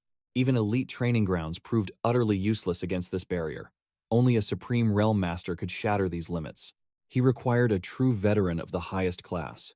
Realization finally dawned upon Chiao regarding his relentless months of tracking. Brushing off her previous biting mockery, Kang Soul stepped forward. "Will you forge my path or not? Answer me now." Chiao tapped her chin, a calculating glint in her eyes. "Patience, young dragon. Cultivating a true prodigy requires careful consideration." "My time is invaluable," she hummed. The tense silence stretched before she finally sighed. "Very well. I shall become your master. However, an equivalent exchange is mandatory." She demanded to know his next destination, the lethal Shadow Gorge. Our hero answered fearlessly. "1 month," he added. Chiao's eyes sparked with intrigue as she swiftly brushed a mystical seal onto a parchment scroll. "This mission is a matter of life and death," she warned, tossing him the sealed contract with a heavy, unspoken burden. "Survive the gorge, then execute these exact orders." Her tone brooked no arguments. "You have exactly 3 months to succeed. When you return to Novira, mark the gates with pure white fabric. Await my arrival at the stroke of midnight. Should I fail to appear, incinerate the room to ashes." A chilling sense of dread instantly washed over Kang Soul's mind. A deadly conspiracy was clearly unfolding in the shadows. "Why resort to fire?" he probed, demanding the grim truth. "If the flames do not enlighten you," Chiao sneered coldly, "then our karmic ties are severed. Seek another master, weakling." Kang Soul bristled with irritation. "I refuse to chase useless riddles," but the girl's next words shattered his defiant stance entirely. "I am the singular existence capable of unlocking your limits." The absolute arrogance in her voice left the hero utterly paralyzed. His anger morphed into profound shock. "I inherited my arts," Chiao proclaimed proudly, "from the Grandmaster of Shadows himself, Gregory." That legendary name echoed like thunder. An unrivaled deity among summoners, a myth whispered in awe by every top-tier player. Doubt flickered in his eyes. Could she truly hold such a divine lineage? "I loathe invoking my master's sacred name," she confessed. But the encroaching darkness demands extreme measures. The gravity of her ancient legacy instantly shifted the air between them. Destiny had spoken. Kang Soul accepted the pact, igniting a treacherous new quest for the fabled sleeping poison. Karen scoffed playfully. "Look at you, grinning like a fool," she teased, noticing his soaring spirit after recruiting the petite, enigmatic powerhouse. She suspected hidden romantic interest, but Kang Soul quickly shook his head. "My heart races for a completely different reason. The legacy of Gregory. With her guidance, my power will become absolute." In the silent background, the towering troll watched closely. Unseen plots brewed in the dark. With a cunning smirk, Kang Soul whispered, "Do not worry, Karen. I always have a backup plan." But the tyrant Jamad commanded silence. She cursed bitterly, growling that this utterly dull warrior lacked the fire of her old troll comrade. Meanwhile, Kang Soul was strategizing.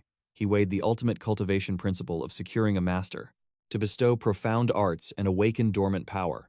But his true master plan went far beyond mere basic leveling. He schemed for Qiao to absorb Gregory's legendary inheritance. If she claimed that unparalleled mastery, there was a glimmer of hope she could transfer the divine techniques back to him. After all, hidden heavenly arts were infinitely rarer than mythic-grade gear. The main character knew raising Qiao would be a chaotic trial, for she was absolutely no standard shadow summoner. Reaching a humble inn at dusk, Kang Soul tossed and turned. Sleep completely evaded his restless mind. He stared into the darkness, haunted by grim memories of the terrifying shadow gorge he had long avoided. Setting his next fateful quest there brought immense psychological dread. The haunting echoes of his very last expedition lingered painfully. Back then, he controlled an avatar named Kiri, a fierce warrior possessing the rare avian hunter class. But Kiri met a brutal end in that cursed abyss, suffering eternal deletion. Those phantom scars inevitably flooded his soul with suffocating gloom. Still, his path was locked. Retreat was entirely out of the question, and dwelling on buried failures was utterly pointless. Just as he prepared to endure a maddening night of insomnia, a sudden voice shattered his dark thoughts. Karen frantically shouted for her master. Jolted back to reality and completely caught off guard, Kang Soul demanded answers. He blinked through the blinding light, shocked to find morning had already broken. The elf excitedly reported discovering a nearby bakery. The moment she threw the window open, an overpowering wave of heavenly dough assaulted her senses. She declared with absolute certainty that such a supernatural fragrance had to be a divine revelation. Such an overwhelming scent meant these pastries held ultimate culinary power.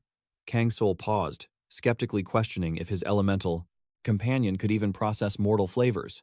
She proudly confirmed her perfect sensory perception, but witnessing the sacred buns rapidly vanishing, dark aura spiked around her. She viciously threatened to slaughter the rival customers, right as she fiercely commanded her master to equip his gear and sprint toward the legendary sweet treasure. Reality violently interrupted. A heavy, unexpected knock echoed through the room. An anxious servant bowed, delivering an urgent summons. The regional ruler, KBO, demanded an immediate audience downstairs. Karen spun around with a devastated expression, utterly crushed that her glorious quest for warm, sugary heaven was so ruthlessly annihilated. Maintaining a profound calm, Kang Soul smoothly informed the quivering attendant he would descend momentarily. The servant bowed and vanished. Downstairs, Lord KBO stood waiting like a stoic mountain, warmly welcoming the main character with a heavy sigh of relief.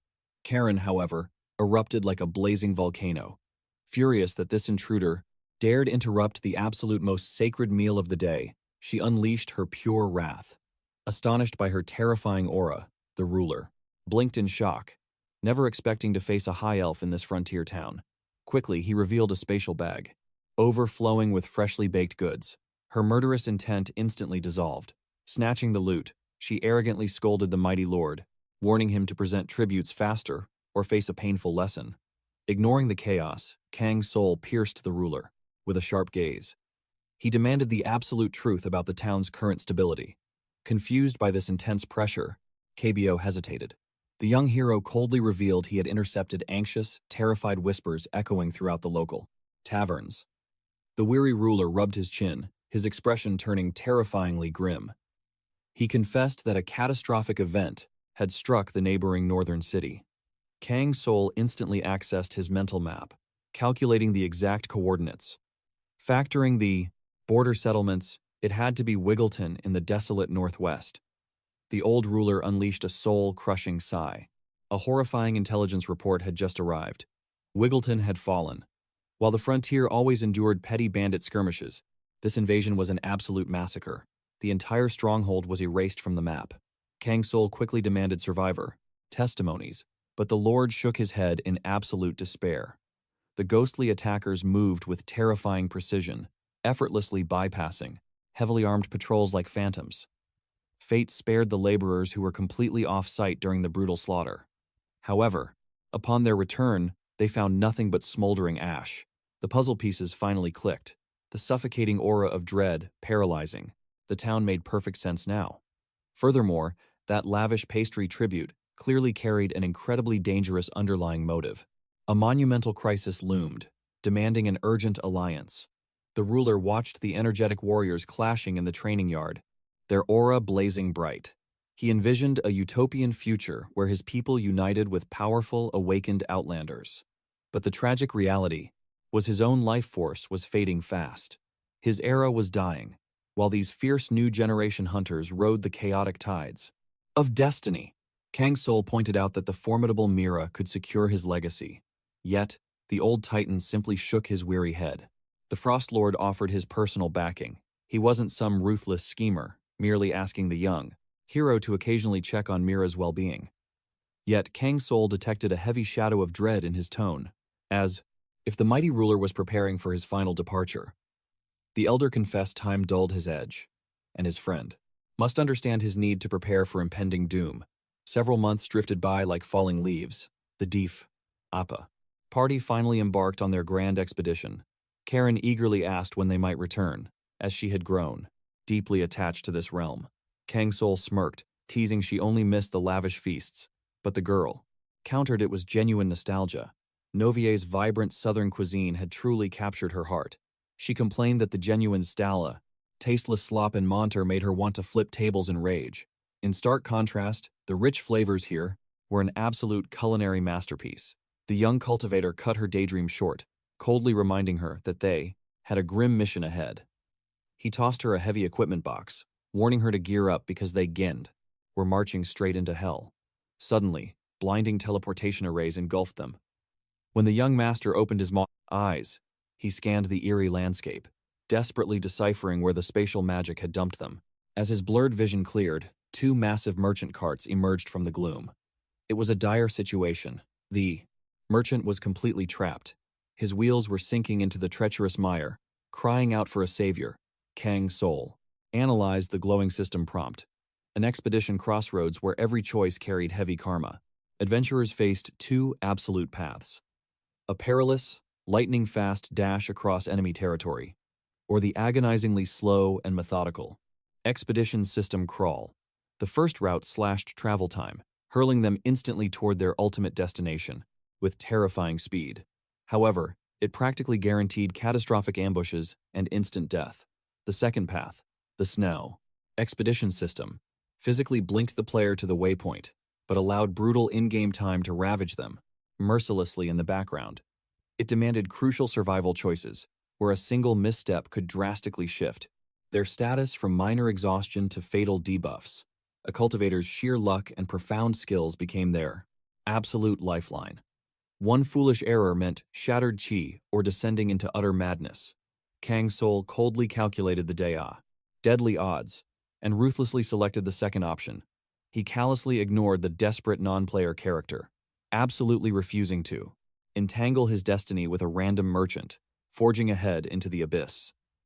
Soon, the party stumbled upon a desolate clearing. Setting up camp, they checked their spatial bags, only to discover a massive, catastrophic tear in the fabric. The Bren's precious rations had completely bled into the dirt. Kang Soul unleashed a soul-crushing sigh, convinced the heavens themselves had cursed him. Scouting the desolate wasteland later, he found absolutely nothing to replenish his vital energy or restore his battered morale. Finally, his eyes locked onto a bizarre, violently toxic-looking mushroom. The young master was saved only by his supreme culinary arts, purifying the deadly anomaly into a surprisingly nourishing meal. However, soon a foul quagmire blocked their path. Crushing exhaustion racked his meridians with violent tremors, rapidly devouring the past. Durability of his protective gear. Demonic beasts howled relentlessly through the endless night, shattering their meditation and draining their sanity. This severe sleep deprivation ignited a blazing fury within the exhausted hero. Eventually, the party discovered a mutated beast's corpse, sparking faint hope for a safe haven nearby. Despite fighting against an utterly monstrous wave of lethargy, the genius cultivator flawlessly cleansed the meat of lethal parasites and deadly toxins. At their next sanctuary, Kang Soul finally surrendered to the void of sleep. His physical vessel was collapsing under an ungodly burden. One more step without restoring his chi meant certain death. At long last, the hardened vanguard reached their ultimate waypoint, but true hell was just beginning. Welcome to the Shadow Gorge. Thus commenced the second epic quest, The Last Descendant. Their grim objective: extract the divine bloodline of Anakindria's final heir. Kang Soul, bitterly, realized 5 agonizing days had vanished, and this grueling trek was testing his absolute patience. Karen, however, was surprisingly thriving. Aside from nearly drowning in that cursed quagmire and damning all magical swamps to the abyss, she remained upbeat. The towering tyrant Jamad roared that he craved glorious battle very soon. Having withered in the suffocating 8 shadows all day, his colossal fists were trembling for slaughter. Karen smirked maliciously, mocking that his massive, imposing bulk was only good as a giant, fleshy windbreaker. The mighty troll scoffed, growling that he was far more dependable than the rest of this pathetic squad. She shot Kang Soul a challenging glare, baiting his reaction. But the young master coldly retorted she hadn't even sworn loyalty to him yet. Karen chuckled darkly, openly admitting that the absolute truth hung heavy in the air.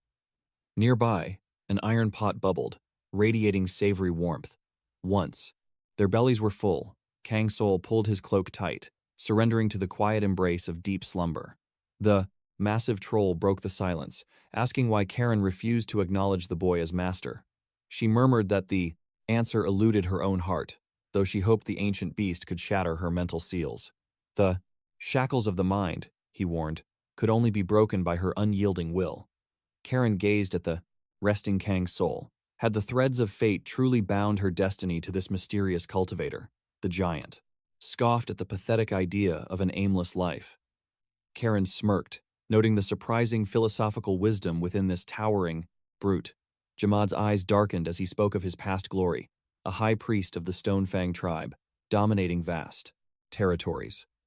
Their might was absolute, his authority as unshakable as the earth itself.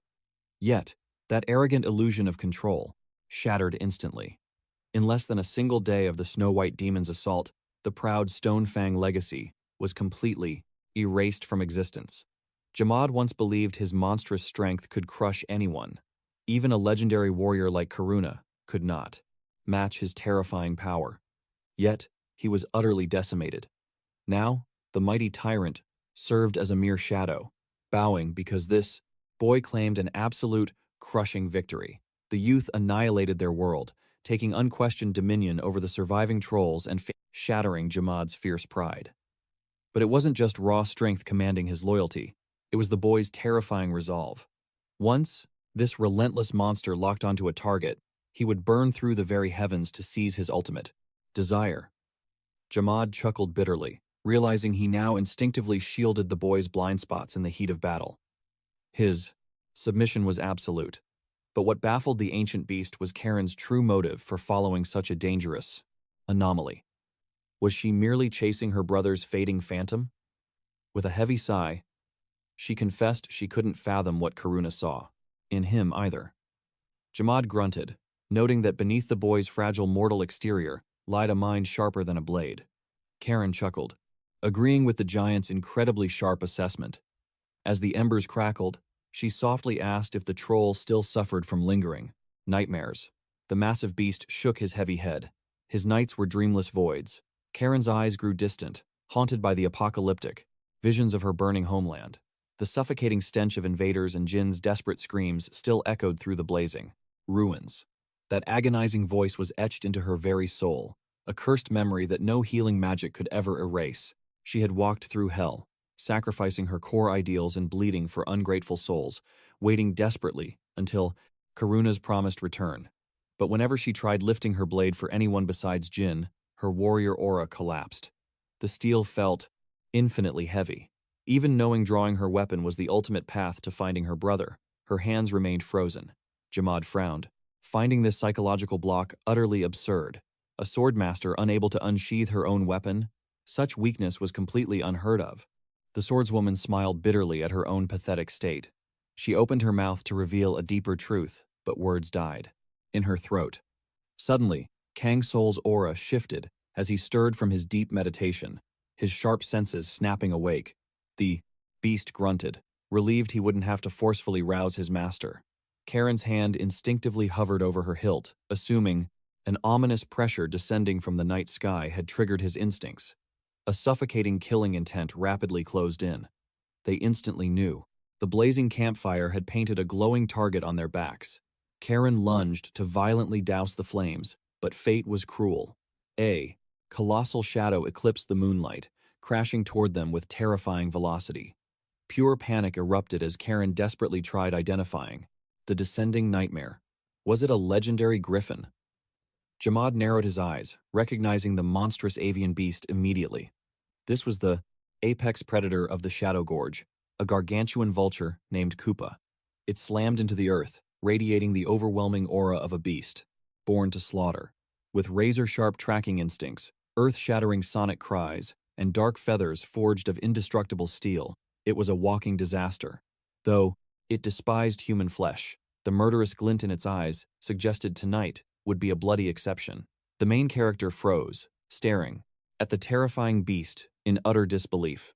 The shock hit him like a lightning bolt. How was this fateful reunion possible? Suddenly, oppressive phantom chains coiled around Karen, completely sealing her movements.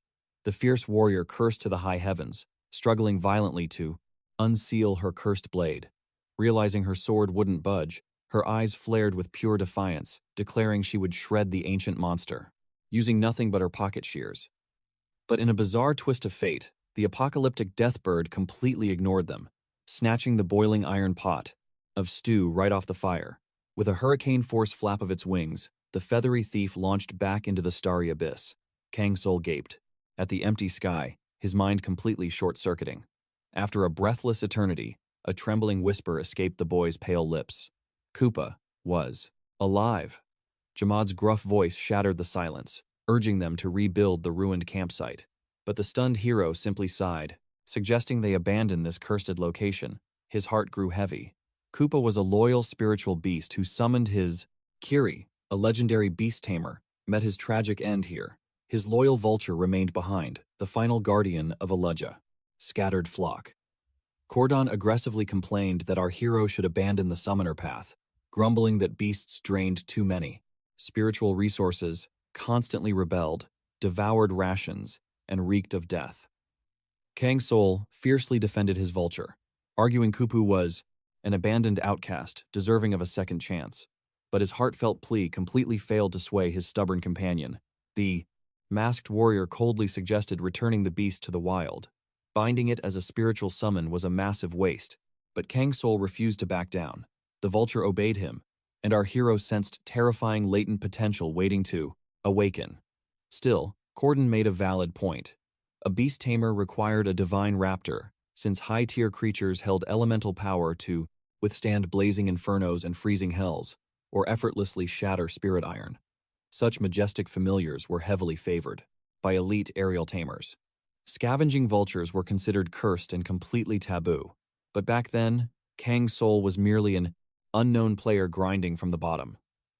When he bound a lowly scavenger, the entire server instantly branded him as a complete lunatic. Still, their grueling journey continued. Koopa devoured experience points, becoming an incredibly heavy burden on his master's arm. Then came the devastating turning point. Kiri's elite squad marched into the ominous Shadow Gorge, establishing their base camp on the fourth perilous night. By dawn, the entire server was shaken by news of the legendary player's sudden death. Soon, countless rival guilds met the exact same gruesome fate. The hidden truth? Sleep in this gorge meant instant annihilation, but the system kept this terrifying secret hidden. Decades passed, transforming the blood-soaked valley into a cursed, forgotten legend. Our party marched deeper into the abyss. The brutal troll, Jamad, noted they were highly blessed to find such a wide pathway. Karen smirked at the giant's surprising optimism. In response, her annoyed comrade muttered that the elf just talked way too much. Unlike the stoic Karupa, they watched the massive vulture, Koopa, endlessly circle the dark skies they desperately hunted for, the demonic spider's tracks while masking their own auras. Suddenly, Karen froze. Her elven senses flared with pure killing intent. Ahead, a filthy goblin patrol blocked their path, completely oblivious to the elite hunters lurking nearby. Bloodlust flashed in Karen's eyes, ready to slaughter them all. But Kang Soul instantly commanded her to halt. Drawing aggro now would ruin their stealth mission. Absolute silence was crucial. In the ruthless world of Pandia, mindlessly farming low-tier trash mobs granted absolutely zero system rewards. Epic loot and massive experience drops only spawned from slaying dungeon bosses or securing divine artifacts. Thus, the calculated young master ordered them to bypass the fodder and save their mana. Karen met his gaze, completely stunned by the intense, overwhelming aura radiating from his calm eyes. Meanwhile, deep inside the cavern, vile goblins ruthlessly mined the earth, blazing dark fires, forging cursed stones, and chanting a demonic ritual. The chaotic monsters danced like madmen around the burning flames, utterly blind to the deadly reapers closing in from the shadows. 5 agonizing days had passed in this hellish gorge. Karen's face darkened, realizing she recognized this exact dungeon layout. They had slaughtered these same beasts before. The terrifying truth struck her: they were trapped in an endless spatial loop for 5 straight days. The elf angrily declared that their progression had completely stalled, failing to locate a single trace of the boss spider's web. Kang Soul exhaled deeply, commanding her to drop the painfully obvious facts. The brutal troll confessed his scouting was totally useless too. The monsters vanished like ghosts, leaving absolutely no footprints, though they were likely lurking in the dungeon depths. Suddenly, Kang Soul's supreme system perception activated. His glowing eyes locked onto bizarre, hidden spiritual trails. He signaled the raid party. They froze in pure shock, staring down at the horrific nightmare below them. Mountains of crushed, corrupted bones paved the entire cavern floor. This terrifying discovery perfectly explained the total absence of the boss's sticky webs. Boom! Jamad smashed his massive fist into the dirt. The rocky surface cracked instantly, feeling dangerously hollow and suspiciously spiced, fragile, concealing a massive secret chamber right beneath their boots. The party's eyes widened. A hidden underground labyrinth was waiting, but the true level of the terrifying dungeon master remained unknown. Jamad grunted, admitting his beast instincts couldn't read the boss's hidden aura. But the fearless elf was already moving. Karen plunged into the abyss, deciding that brute forcing the unknown was the fastest way to gain experience. Kang Soul watched his reckless teammate vanish, while the giant troll calmly stated that even a demon lord couldn't stop her crazy impulses. Seconds later, the agile elf leaped right back to the surface, reporting her scouting results. She frowned heavily, revealing that the massive dungeon corridor below was entirely sealed by a brutal cave-in. The labyrinth's scale was utterly massive, but colossal boulders crushed the pathway. Any attempt to forcefully smash through the blockade proved completely useless. Jamad smirked, teasing her low physical stats, but Karen fiercely shot back that the mystical barricade was impossibly sturdy. Even a troll's maximum strength stat couldn't dent it. Kang Soul narrowed his eyes, analyzing the boss's bizarre psychological warfare. Who buries a tunnel only to perfectly seal the earth behind them? This terrifying spatial magic explained the completely vanished traps, and the goblin casualties were overwhelmingly brutal. Karen pointed out that the barrier stone felt entirely wrong. The jagged cracks and hollow voids clearly screamed of a hidden trap. Kang Soul narrowed his piercing gaze. One half was solid stone, the other artificially brittle. Another chilling mystery still lingered.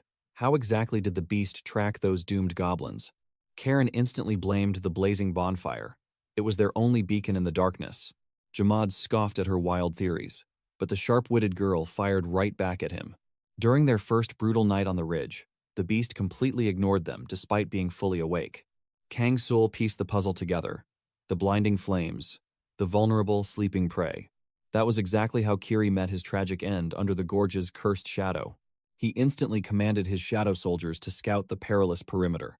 They needed absolute proof if the raging flames summoned the demonic beast. The hunting strategy was flawless.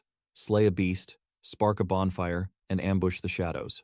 Karen grumbled under her breath. Her eyes screamed for an escape from this hellish abyss. Jamad ruthlessly mocked her trembling nerves, doubting she could even squash a low-tier spider.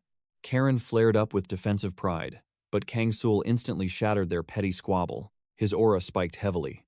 Silence. A massive presence was rapidly descending upon them. Karen tensed her spiritual energy. Suddenly, the legendary vulture Koopa violently dived from above. With terrifying speed, the beast snatched their bait and greedily devoured the bloody flesh. In a spectacular burst of wind, the colossal bird launched itself skyward, completely crushing their roaring fire. The shocked warriors stood paralyzed. Such overwhelming aerial dominance felt completely surreal to witness. Karen erupted with furious battle intent, ready to slaughter the arrogant winged thief. But Kang Soul calmly ordered a tactical retreat. They would simply forge a new trap. Why did Koopa ruthlessly smother the flames? The mystery deepened into a shocking revelation. The truth struck the young master like spiritual lightning. It all traced back to Kiri. If that fatal bonfire summoned the monster that butchered Kiri's entire elite squad, it made perfect sense why Koopa was left weeping alone in this wretched gorge. The majestic bird despised the flames. Extinguishing them was her desperate vow to prevent another massacre. Koopa possessed profound spiritual intelligence. The tragic loss of Kiri had scarred her soul forever. A crushing wave of guilt suffocated Kang Soul. If only he had reached the resurrection altar, that devastating failure carved a bleeding wound in his warrior's heart. Suddenly, Karen's sharp voice dragged his spirit back to the harsh reality of battle. The young master braced his aura, declaring his absolute readiness for the incoming clash. Karen smirked, mocking Jamad's turtle-like pacing. The tyrant fiercely roared back at her insults. A subtle smile crossed Kang Sool's face. His loyal comrades were desperately easing his heavy burdens. The squad launched multiple traps, but Koopa's divine talons shredded their plans into mere splinters. The relentless beast shattered every illusion. Karen's aura violently exploded with absolute murderous rage. She swore a blood oath to annihilate that infuriating feathered demon. Desperation demanded a supreme strategy. The vanguard decided to ignite two distant, blazing pillars of fire. It was the ultimate diversion tactic against that oversized chicken. Karen eagerly channeled her fiery mana. But Kang Sool's tactical genius kicked in. Two fires were far too weak. They needed 4 massive infernos. The elite trio surged into action, refusing to waste another precious drop of time. Karen unleashed her scorching magic, brilliantly igniting the first 2 strategic flame zones. Kang Sool and Jamad secured the flanks. The ultimate ambush formation was finally locked and loaded. The Supreme Hunters concealed their auras, absolutely certain of an overwhelming victory. But time ticked agonizingly on. Suddenly, they spotted the majestic vulture swallowing another hapless bird entirely. Watching him, Karen choked back a string of bitter curses. Meanwhile, Kang Soul coldly analyzed the situation. Judging by how slowly Koopa suppressed the demonic flames, his multiplicity technique had perfectly succeeded. Yet, to his dismay, there was zero sign of the spider boss. A heavy, dreadful aura washed over our hero. Would they fail again? A moment later, Karen's spiritual sense spiked. She gasped, sensing something absolutely impossible. The very ground beneath their feet violently collapsed. Choking ash exploded into the air, accompanied by an earth-shattering, monstrous roar. The stunned girl watched, the earth tear wide open before her very eyes. There was absolutely zero doubt about it now. This nightmare was agonizingly real. Suddenly, the abyss violently parted. A colossal, grotesque spider erupted directly from the round, shadowy depths. Its crimson exoskeleton bristled, with coarse, venomous spikes. It was the absolute manifestation of a terrifying, demonic horror. Yet, locking eyes with the beast, Kang Soul felt no overwhelming aura of imminent death. Thus, he severely doubted this was the true heir of Anakindria. Suddenly, his companion's guard instantly shot up, as the towering monster locked onto their life force. Out of nowhere, Koopa dive-bombed the beast, while Karen furiously screamed that the stupid bird was ruining everything again. In that split second, Kang Soul watched the spider launch, a deadly venomous stinger, but the fierce vulture flawlessly evaded, executing a high-speed aerial maneuver. to effortlessly dodge the fatal strike. Without missing a single beat, the great bird clamped its iron talons around the beast. With terrifying ease, Koopa effortlessly hoisted the massive demonic predator into the sky, treating it like completely ordinary insect prey. Karen was utterly paralyzed with shock. The majestic bird had literally kidnapped the boss. She fought a fleeting urge to aggressively chase them down. But Kang Soul raised his hand, halting her. He smirked. On the contrary, heavens were smiling upon them. The monster's impact crater was left wide open, granting them safe passage. It was blatantly obvious that the M-side, Arachnid's true lair, lay deep beneath the ravine. As they descended into the abyss, our hero channeled his chi into a radiant shield, illuminating the crushing darkness. Karen stared in sheer awe at his glowing spiritual aura. She sighed, realizing it was utterly useless to doubt him anymore. His divine light was breathtaking. Suddenly, the system interface flashed. The quest protocol immediately updated to Gorge Dungeon Apex Predator. The party had to plunge deeper into the subterranean abyss to hunt Anakindria's true final descendant, a supreme demonic being who would undoubtedly welcome them with death. Kang Soul cautiously waded into the chilling underground waters, listening to Karen's relieved cheers about finding a subterranean lake. The spiritual summon, Tyrant Jamad, questioned their next tactical move, since the eagle had abducted their target. But our young cultivator remained perfectly calm. There was zero cause for panic. That weakling was definitely not Anakindria's true heir. He logically deduced that while the beast was massive, a creature of that caliber couldn't dominate this immense cavern alone. Furthermore, demonic webs coated every single surface. A solitary arachnid could never weave a domain of this magnitude. Thus, the terrifying truth was clear. That monster was merely a low-ranking minion. Suddenly, an eerie, ghostly whisper ominously echoed inside the young cultivator's mind, luring him into the pitch-black depths. Whipping his head toward his comrades, he was met with blank stares. None of them had spoken. A single word. His party confirmed the dead silence. Frowning, Karen demanded to know what the phantom voice had whispered. Kang Soul shook his head, his brow furrowed in deep confusion. It was a cryptic blur. He suspected malicious mind control magic invading his consciousness. The haughty lady scoffed, boasting that he should submit to her supreme expertise in mental arts. But her companion ruthlessly reminded her that her grand powers were currently sealed. Meanwhile, the mighty tyrant Jamad scanned the area, reporting zero hostile presences nearby.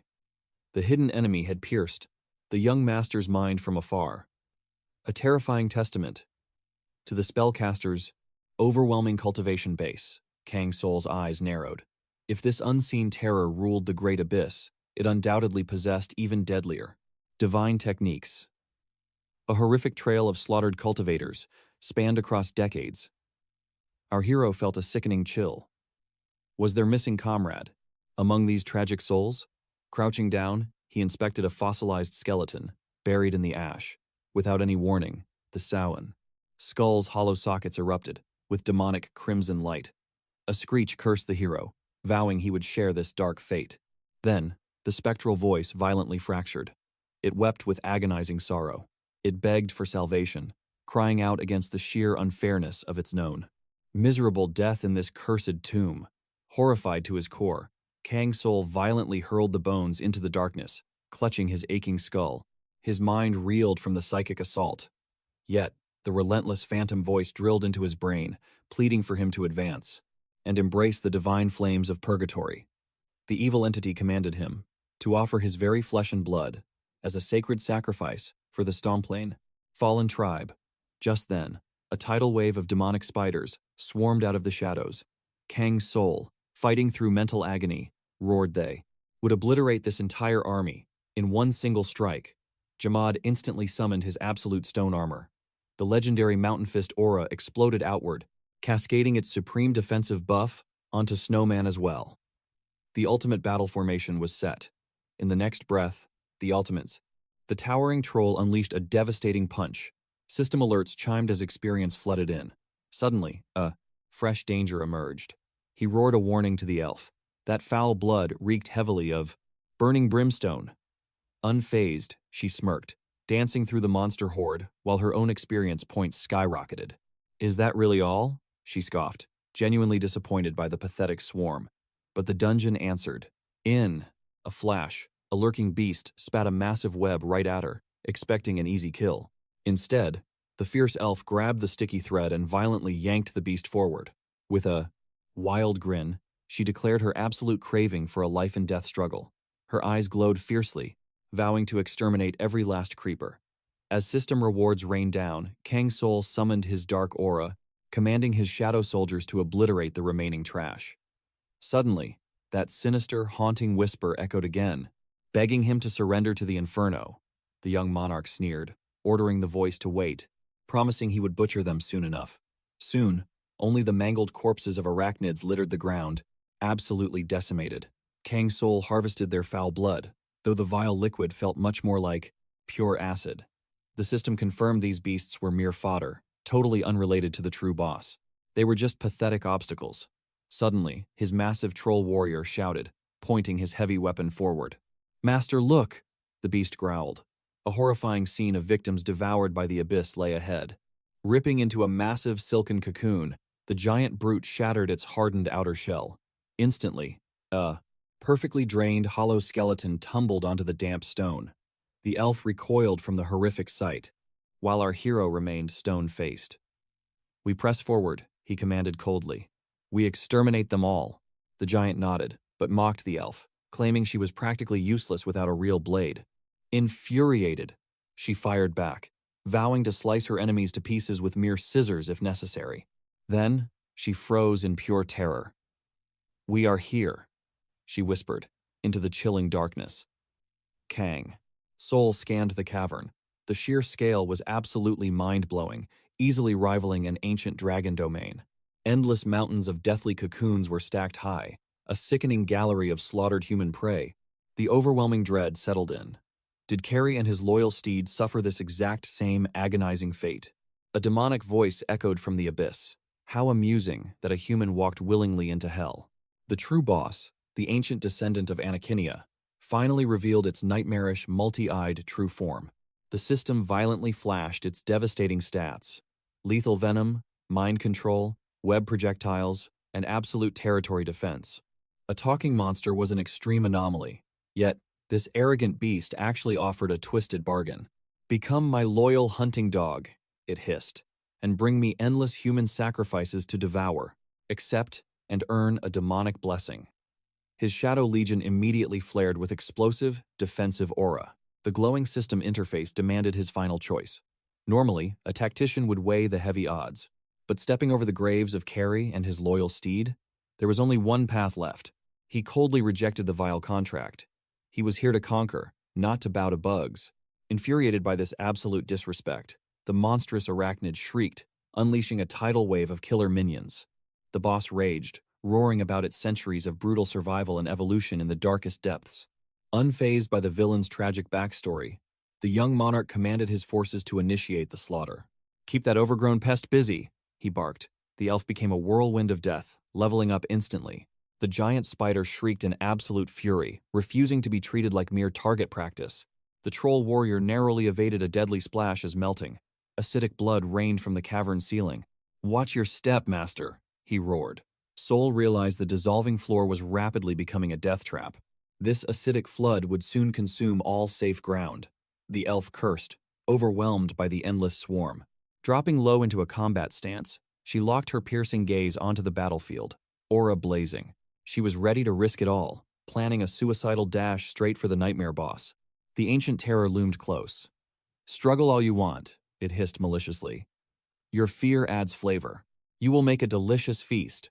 Unblinking, the fierce warrior woman stared down the abyss, ready to strike. The next deadly strike blasted toward them. Arak unleashed a web projectile, activating a passive throwing skill that inflicted a status of motion detection on the party. The fierce warrior seized the enemy, hurling him back before altering the trajectory of the devastating beam. Karen knew one truth. A single hit from this beast meant instant death, though the risk was already overwhelmingly high. Suddenly, the monstrous foe triggered its heavy web projectile again through its passive throwing art, and Another crushing status effect bound the team. Tyrant Jamad unleashed his bare fists, raining down a brutal barrage of blows upon the struggling beast. The demonic spider erupted in blinding fury, its pride shattered by the humiliation. Kang Soul glared at Anakia, boldly commanding the beast to descend and face him directly. The spider sneered, assuming this mere mortal was looking down on its divine power, and condemned him to absolute death. In a flash, Anakia activated the sweet sleep. Absolute skill. Tyrant Jamad desperately warned his master to brace himself, sensing a fatal mental attack. The magic resistance dice, rolled by Kang Soul, landed on 4. The mighty troll shattered the sweet sleep illusion. The next magic resistance dice rolled 5. Thus, the snowman successfully repelled the hypnotic slumber. But then, the final magic resistance dice rolled a tragic one, and her high resistance only added 1 to the final score. Karen instantly collapsed, utterly consumed by the sweet sleep spell. This catastrophic turn was unexpected, driving Jamad into a berserk frenzy, unable to accept this reality. Meanwhile, Karen's consciousness plunged into a completely different dimension, where a hauntingly familiar voice teased her, joking that she could somehow manage to doze off even while sitting in the divine presence of Great Mona's emperor himself. The young warrior stared at Jin in absolute shock, realizing she had probably been dreaming this entire time. Blinking away the haze, Karen recalled her sudden drowsiness and softly asked if Jin had finally returned.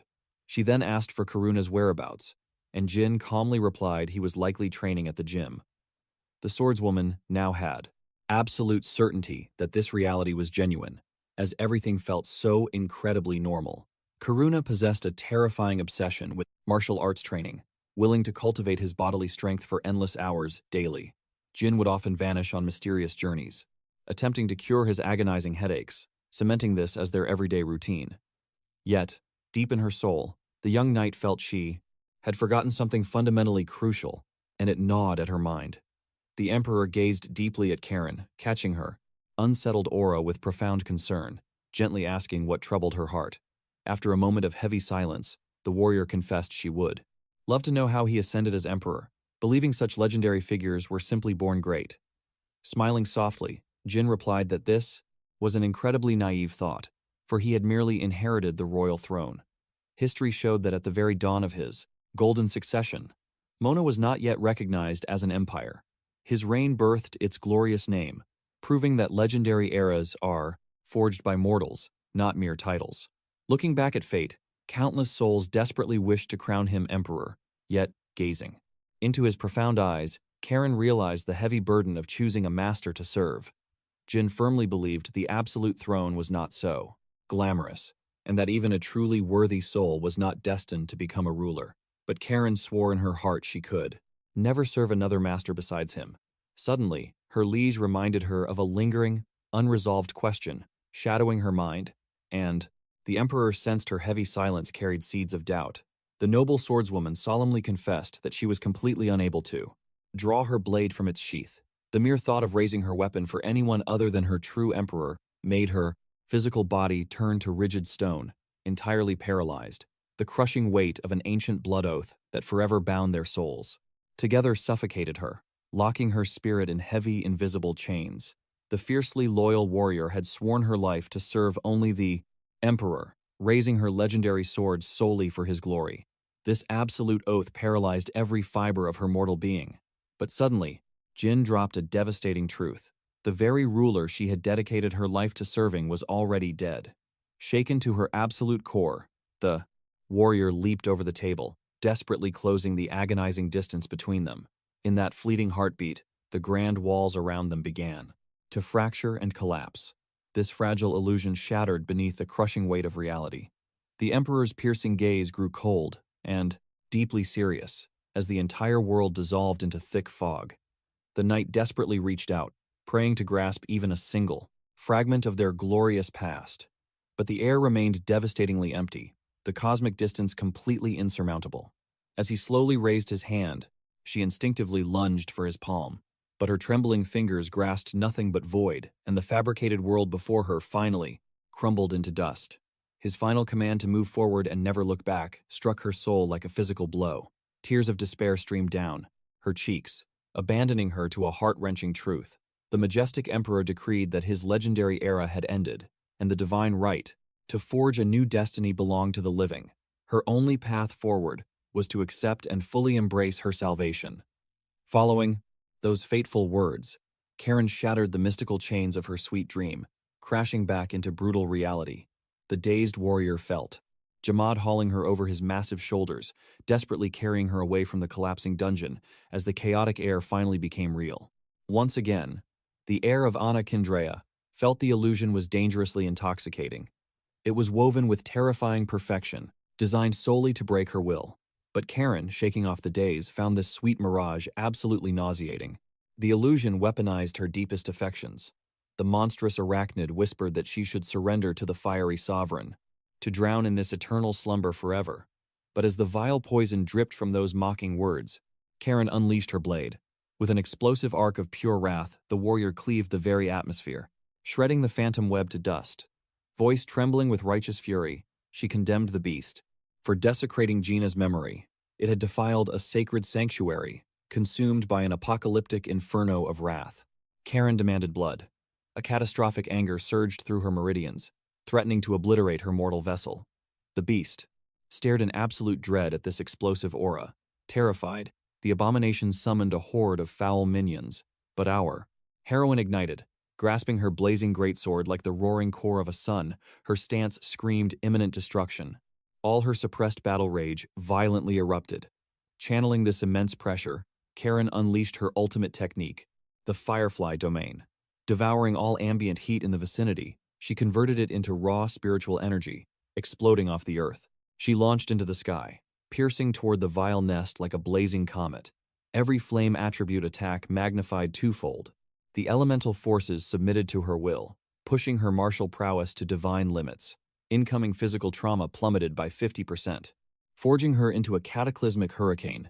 Every single strike unleashed a catastrophic 360% of her base power. Defying her fractured meridians, she executed 17 consecutive annihilation slashes. Kang Soul observed in utter awe from below, finally witnessing the true terror behind her legendary title, the Red Lotus Knight. She was a lethal blossom, erupting in absolute hellfire, incinerating the very battlefield. During the undead clash, she had restrained her overwhelming aura, terrified of harming Karupa. But now, the shackles were shattered. The troll sensed an imminent disaster and roared a desperate warning. Atarak spewed a torrential river of brimstone, manifesting an apocalyptic ash cloud designed to erase her foe from existence. The vanguard was forced to fall back. The corrosive miasma flooded the cavern at terrifying speeds, barely escaping the fatal tidal wave. Karen gasped through the scorching air. Glancing back, she desperately checked if her comrades survived the blast. Locking eyes with the monstrous arachnid, she smirked. Your little parlor trick missed. Now, let us see how you handle my counterattack. The beast hissed with venomous arrogance. That was a mere prelude. You arrogant mortal. Celebrating a phantom. Triumph is your grave mistake, Atarak roared, provoking the Crimson Knight to ascend into the abyss and face true despair. Without a flicker of fear, Karen accepted. She would pierce the heavens of this cavern and slaughter the monstrous sovereign. Kang Soul and the giant warrior stared in breathless reverence at her indomitable spirit. It looked like a suicidal plunge. Straight into the jaws of hell, she propelled herself upward, defying gravity as she scaled the treacherous, jagged peaks. Towards Atarak's foul domain, her radiant blade carved a fiery path through the darkness. Suddenly, disaster struck. She became ensnared in an indestructible demonic silk. Her movement speed plummeted by an agonizing 80%. The Wicked Queen cackled, mocking her. Unforeseen, pathetic struggle, declaring the knight's fierce momentum was nothing but hollow arrogance, yet defying all logic. The crimson aura shattered the bindings. She roared back that the true prey here was the Spider Sovereign herself. Instantly, the Red Lotus Knight unleashed an apocalyptic strike. A cataclysmic detonation ruptured the cavern walls. It felt as though reality was incinerated by the shockwave, completely shattering the demonic threads. Atarak stood paralyzed in pure, unadulterated terror, refusing to accept this impossible display of divine martial prowess. Radiating an infernal bloodlust, Karen announced the dawn of judgment had arrived. For this vile abomination, the Grim Reaper already hovered at her spine. Yet, as the beast's massive form was blasted, through the air and stumbled, a highly toxic brimstone violently erupted, transforming the entire battleground into a lethal, corrosive quagmire. Scrambling to the highest peaks, Atarak loomed over the intruders, hissing that the Crimson Knight would drown in the boiling ash. The beast triggered its passive barrage technique, flooding the domain with an endless ocean of bubbling, flesh-melting acid. The party was hit with a devastating movement penalty curse. Kang Soul and Jamad instantly dove behind a gigantic obsidian pillar. They gasped as a highly toxic, suffocating fog rapidly consumed the enclosed arena. Within this absolute death zone, achieving victory was impossible. Even survival seemed like a fool's dream. The grotesque monarch gazed down with absolute sadistic glee. As utter hopelessness crushed the spirits of the vanguard, the situation felt completely doomed. But then, a miraculous anomaly shattered. The despair, an unforeseen aura crashed onto the battlefield. A colossal sky beast dive-bombed straight toward the arachnid queen. Its terrifying arrival paralyzed the entire cavern. The party instantly recognized Koopa. Jamad, utterly bewildered, muttered that the hour had. They had to retreat immediately. The impending chaos of this beast, joining the fray, would crush them.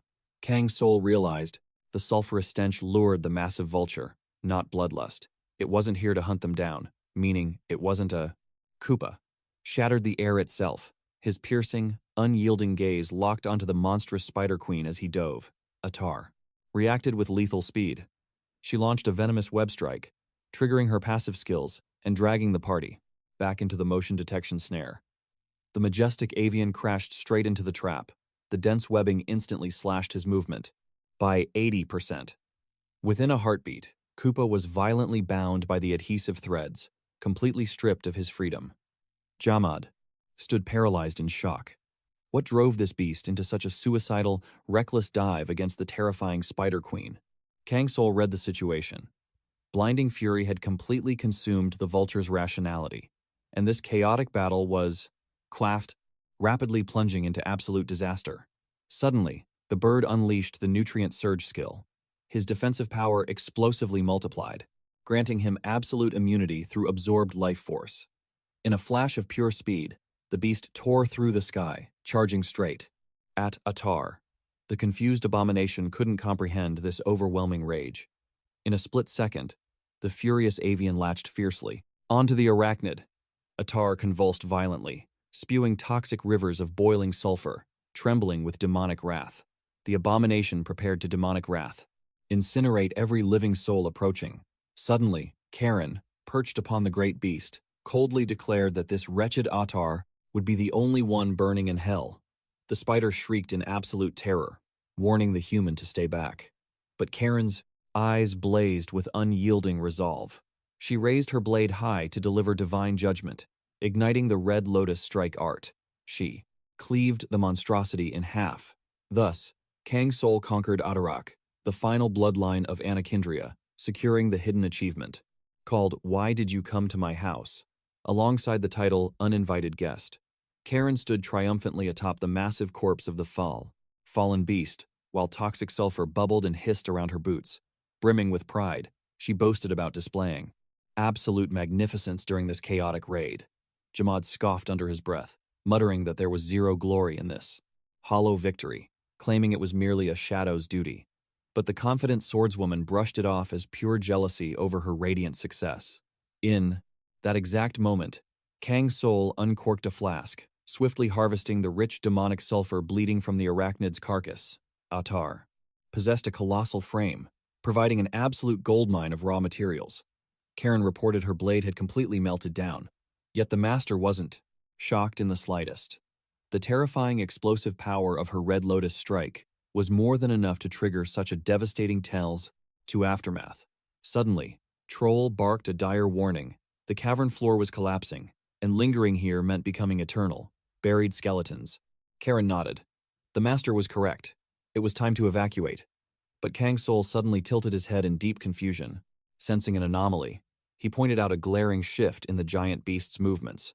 The majestic Koopa, who had been circling the high cavern vault, was now completely fixated on a single dark corner, seemingly paralyzed by an unknown, mysterious discovery. Kang Soul sensed the creature's hesitation. Stepping forward, he firmly called out the beast's name, offering guidance. The profoundly bewildered, Avian snapped its gaze toward Kang Soul's dominant aura, immediately shifting into a vigilant stance. Sensing extreme danger, Karen concluded this sudden shift was a lethal threat. She sprinted toward her lord, desperately wanting to block any suicidal, reckless actions. However, the scene too. Very next heartbeat, the colossal Koopa descended with surprising grace. Against all logic, the young cultivator gently stroked its fearsome feathers. His party stood completely paralyzed by shock. Their minds shattered, failing to comprehend why this terrifying apex predator showed zero fear toward them. Yet Kang Soul remained completely unfazed. To him, it was entirely natural. Koopa harbored no dread toward humanity, and genuinely embraced them as comrades. It viewed the party as blood brothers, radiating not a single ounce of hostility. Suddenly, the young sovereign caught a gesture from the beast. It was lowering its massive back, silently urging them to mount up. Without hesitation, the group secured themselves atop Koopa, taking their journey to the skies once more. As the wind howled, Kang Soul calculated that Koopa's previous circling point had to be dangerously close by. Instantly, his senses flared with hyper-awareness. The bizarre anomaly, manifesting directly before his eyes, defied all logic. Suspended in the shadows, a densely woven, mysterious cocoon blocked their path, radiating an incredibly sinister aura. Suddenly, Koopa unleashed an earth-shattering screech. It was an absolute demand for them to secure this bizarre artifact. Karen was entirely clueless about the object's true value, yet she swallowed her doubts and carefully initiated the descent. A fraction of a second later, the swordswoman successfully snatched the massive, tightly bound chrysalis. Gripping her mysterious loot with iron strength, she boldly declared that their office prize was secured.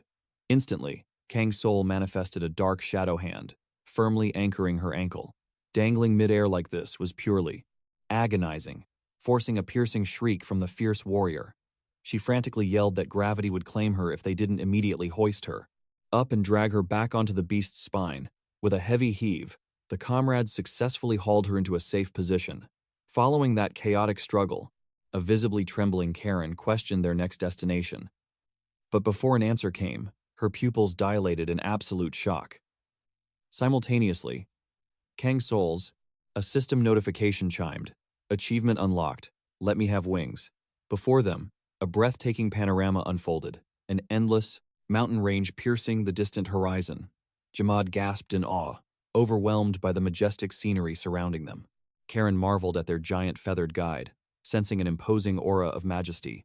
Kang Soul stared deeply. Ahead. Strangely, up close, this monstrous beast almost looked gentle. The party pressed forward through the sky, soaring until they hovered above a glowing, ethereal sanctuary. Karen landed first, her eyes wide with absolute disbelief. Such divine beauty hidden deep within the treacherous gorge, but the real question lingered. Why bring them here? As if answering, the massive creature turned. It gently pressed its razor-sharp beak against a mysterious, massive cocoon. With agonizing care, Koopa sliced through the dense, silk-like shell. The party held their breath in absolute bewilderment. A human silhouette emerged from the shadows. Miraculously, his body remained perfectly preserved. The giant beast trembled, softly nuzzling the fallen cultivator, while letting out heartbreaking, mournful cries. The truth hit them like lightning. His master, Jamad, finally understood the lone beast's sorrow. It hadn't abandoned its flock. It was fiercely guarding this tomb. Kang Soul pieced the puzzle together. The sleeping warrior was Kiri. Koopa locked its sorrowful eyes with Kang's, nodding slowly. It was a plea for closure. The young conqueror dropped gracefully to one knee before the fallen senior, offering a warrior's respect. Kang whispered that Kiri could finally rest, leaving behind a pet that had evolved into a magnificent, unstoppable king of the skies. Suddenly, a tremendous surge of spiritual energy erupted. Ancient memories slammed into Kang's consciousness. The mental shockwave was overwhelming. He gripped his skull as the legendary soul-sharing process ignited, pulling his spirit away. Reality shattered. He materialized in an illusionary past. A golden bonfire crackled violently, its sparks dancing toward the heavens. Through the flames, Kiri's spirit appeared. He smiled warmly at a tiny baby Koopa, gently scolding the energetic chick, warning it not to wake the sleeping camp. The young cultivator sensed his tiny companion's deep, unspoken insecurities. The others had shunned the beast due to its foul spiritual aura after hunting, an outcast among the glorious. But Kiri's faith was unshakable. He promised the little beast that destiny had grand plans for them both. Soon, Koopa would unlock its ancient bloodline. It would grow into a terrifying titan of the skies, conquering the highest peaks. It would pierce the very heavens themselves. Kiri's voice carried the absolute certainty of a master seeing his companion's limitless potential. He swore that their golden era was just beginning. But fate is a cruel and unforgiving master. The warmth vanished. A demonic spider lunged from the abyss, instantly binding the young cultivator in nightmare-forged silk. Little Koopa erupted in absolute fury. He threw his tiny body at the monster, tearing desperately at its armor. But the demonic beasts were overwhelming. Dark sleep magic and lethal venom flooded the camp, dragging the entire party into darkness. Kiri was taken, and the weak, helpless chick could do absolutely nothing but watch its master vanish into the abyss. For countless years, Koopa wandered the deadly gorge alone. Driven by sheer willpower, the beast survived the brutal wilderness. Every battle forced an evolution. Bones became like steel. Wings blotted out the sun. Claws morphed into executioner's blades, slaughtering thousands of demonic spiders in an endless crusade, all just to bring Kiri home. Now, the spirit reached out, gently caressing his legendary beast. He whispered apologies for the agonizing centuries of loneliness his faithful companion had suffered. But the endless night was finally over. Kang stood as their witness. The agonizing saga of waiting had reached its conclusion. The heavenly beast lowered its majestic head. Kang Soul mirrored the gesture, offering supreme reverence to the fallen immortal. Kiri's spirit slowly dissolved into glowing stardust, returning to the heavenly cycle. In that exact moment, a tidal wave of grief and devotion crashed into Kang's very soul. The majestic bird had poured its centuries of sorrow into the young conqueror. A system prompt shattered the silence. Kang inherited the master's dying will, awakening a dormant, ancient power within his bloodline. Ding! Passive skill unlocked. Currently restricted to his summoned beasts, but, with enough cultivation, its potential to dominate the battlefield was absolutely limitless. The aura instantly flared to life. It washed over Karen and Jamad, drowning them in the crushing, beautiful melancholy of the Karent, a bond that transcended death itself. Kang Soul slowly rose to his feet, his eyes burning with renewed absolute determination. He placed a trembling hand on Koopa's massive beak. He spoke its name, sharing the soul-crushing weight of infinite solitude. The tragedy of surviving alone had shattered Kiri's lingering spirit, trapping his ghostly remnant in an endless cycle of regret. But witnessing Kang acknowledge Koopa's glorious evolution finally shattered the chains of the past. The master's final regrets vanished completely. Freed from its spiritual burden, Koopa roared. Absorbing the residual ancient energy, the legendary beast's aura exploded with terrifying new power. Massive, his fire resistance reaching an absolute god-tier level. Thanks to this legendary surge of power, the party no longer had a mere vulture beside them, but a true sovereign of the skies. Karen watched in absolute awe as Koopa evolved right before her eyes, awakening a truly terrifying and majestic aura. The companions witnessed a reborn beast. Its feathers blazed with pure, fiery light, a scorching core forming within its very soul, awakening a skill that ignited the very air with a scorching, ash-filled scent. Kang Soul smiled, noting that this spiritual beast had finally grown up. Well, and Kiri would undoubtedly be proud. Now, a critical choice awaited him, as the omniscient system displayed several destinies. Our hero chose the most honorable path. Instead of forcing the beast into servitude, he granted it freedom. Koopa pushed off the earth and pierced the heavens. The system immediately announced his newly acquired charm stats, granting him new affection points. The mighty vulture Koopa was now bound by fate, a loyal companion ready for future battles, depending on their spiritual bond. The massive bird vanished into the clouds, setting off on its own legendary journey, perhaps never returning to this cursed gorge. Karen sensed the lingering soul of the beast's master. Sorrow washed over her heart, but shaking off the gloom, she urged her comrade to stay strong, declaring they must push forward and trust their destiny. Kang Soul cracked open the Crimson Descendant's chest. His level skyrocketed, granting him several golden skill points. Among the loot was an ultra-rare hidden tycoon ability, bursting with bonus stats. The young Cultivator pondered carefully on how to wield this power. The demonic heart had no immediate use, so they decided to seal it inside his spatial inventory. However, the boiling blood elixir pulsed with fiery essence, boosting the user's strike power by 5%, a massively useful buff. The young master decided to bestow it upon the twin knight Karen, anticipating the explosive results. The chest also yielded a parasite helm, a bizarre artifact harboring a secret skill perfect for frail mages with low vitality. Meanwhile, the dull flame greaves offered absolute fire resistance, total immunity to aura-draining curses, and nullified all burn damage. Karen was deeply moved to receive such legendary armor. There was absolutely no need to hand it over to Hamoon. She equipped it instantly. Meanwhile, our protagonist accessed the system interface to review his awakened titles. Every single title offered god-tier buffs. Surviving these prolonged, deadly expeditions was finally paying off. However, this epic quest had officially ended, teleporting the young sovereign back to the dimensional void. The expedition system hovered before him, and it was impossible to move a single muscle. The young master stood paralyzed in absolute shock.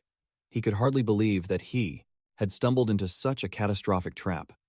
He had spawned in Twilight Village, a seemingly isolated and humble farming settlement. Kang Soul's mind raced, questioning how this forsaken place survived untouched by the modern world. Such distant outposts were usually slaughtered by demonic beasts or roaming bandits. In 9 out of 10 cases, the locals treated wandering hunters with heavy suspicion. If a cultivator received warm hospitality here, they needed to keep their guard up, because it was a massive red flag.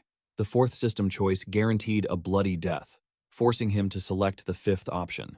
That very night, a bone-chilling scene unfolded. Eerie human prayers echoed from the dark abyss of the ancient temple. It turned out these villagers were insane cultists, and their dark dogma needed to be purged. First, he needed to uncover the truth about the demonic god they worshipped, but every single system choice threatened to destroy Kang Soul. If he rejected the most suicidal paths, only a razor-thin margin of survival remained.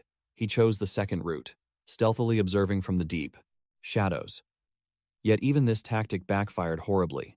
Ultimately, Kang Soul uncovered their gruesome rituals, leaving his spirit utterly shattered, plunging him into a severe psychological debuff. He realized these smiling peasants had been brutally slaughtering every single wanderer who stayed behind, offering them as blood sacrifices. Fleeing for his life, Kang Soul hit a raging river and faced a lethal dilemma. However, the system offered no safe escape routes, plunging him into an absolute nightmare scenario that defied logic. The young master believed he had outrun the cultists' wrath, but backed into a corner, his only choice was to plunge into the deadly rapids. The alternative choices were pure suicide or a twisted gamble with fate. Suddenly, a massive wave was crashing right toward him. Kang Soul swam desperately against the violent tide before darkness consumed his vision.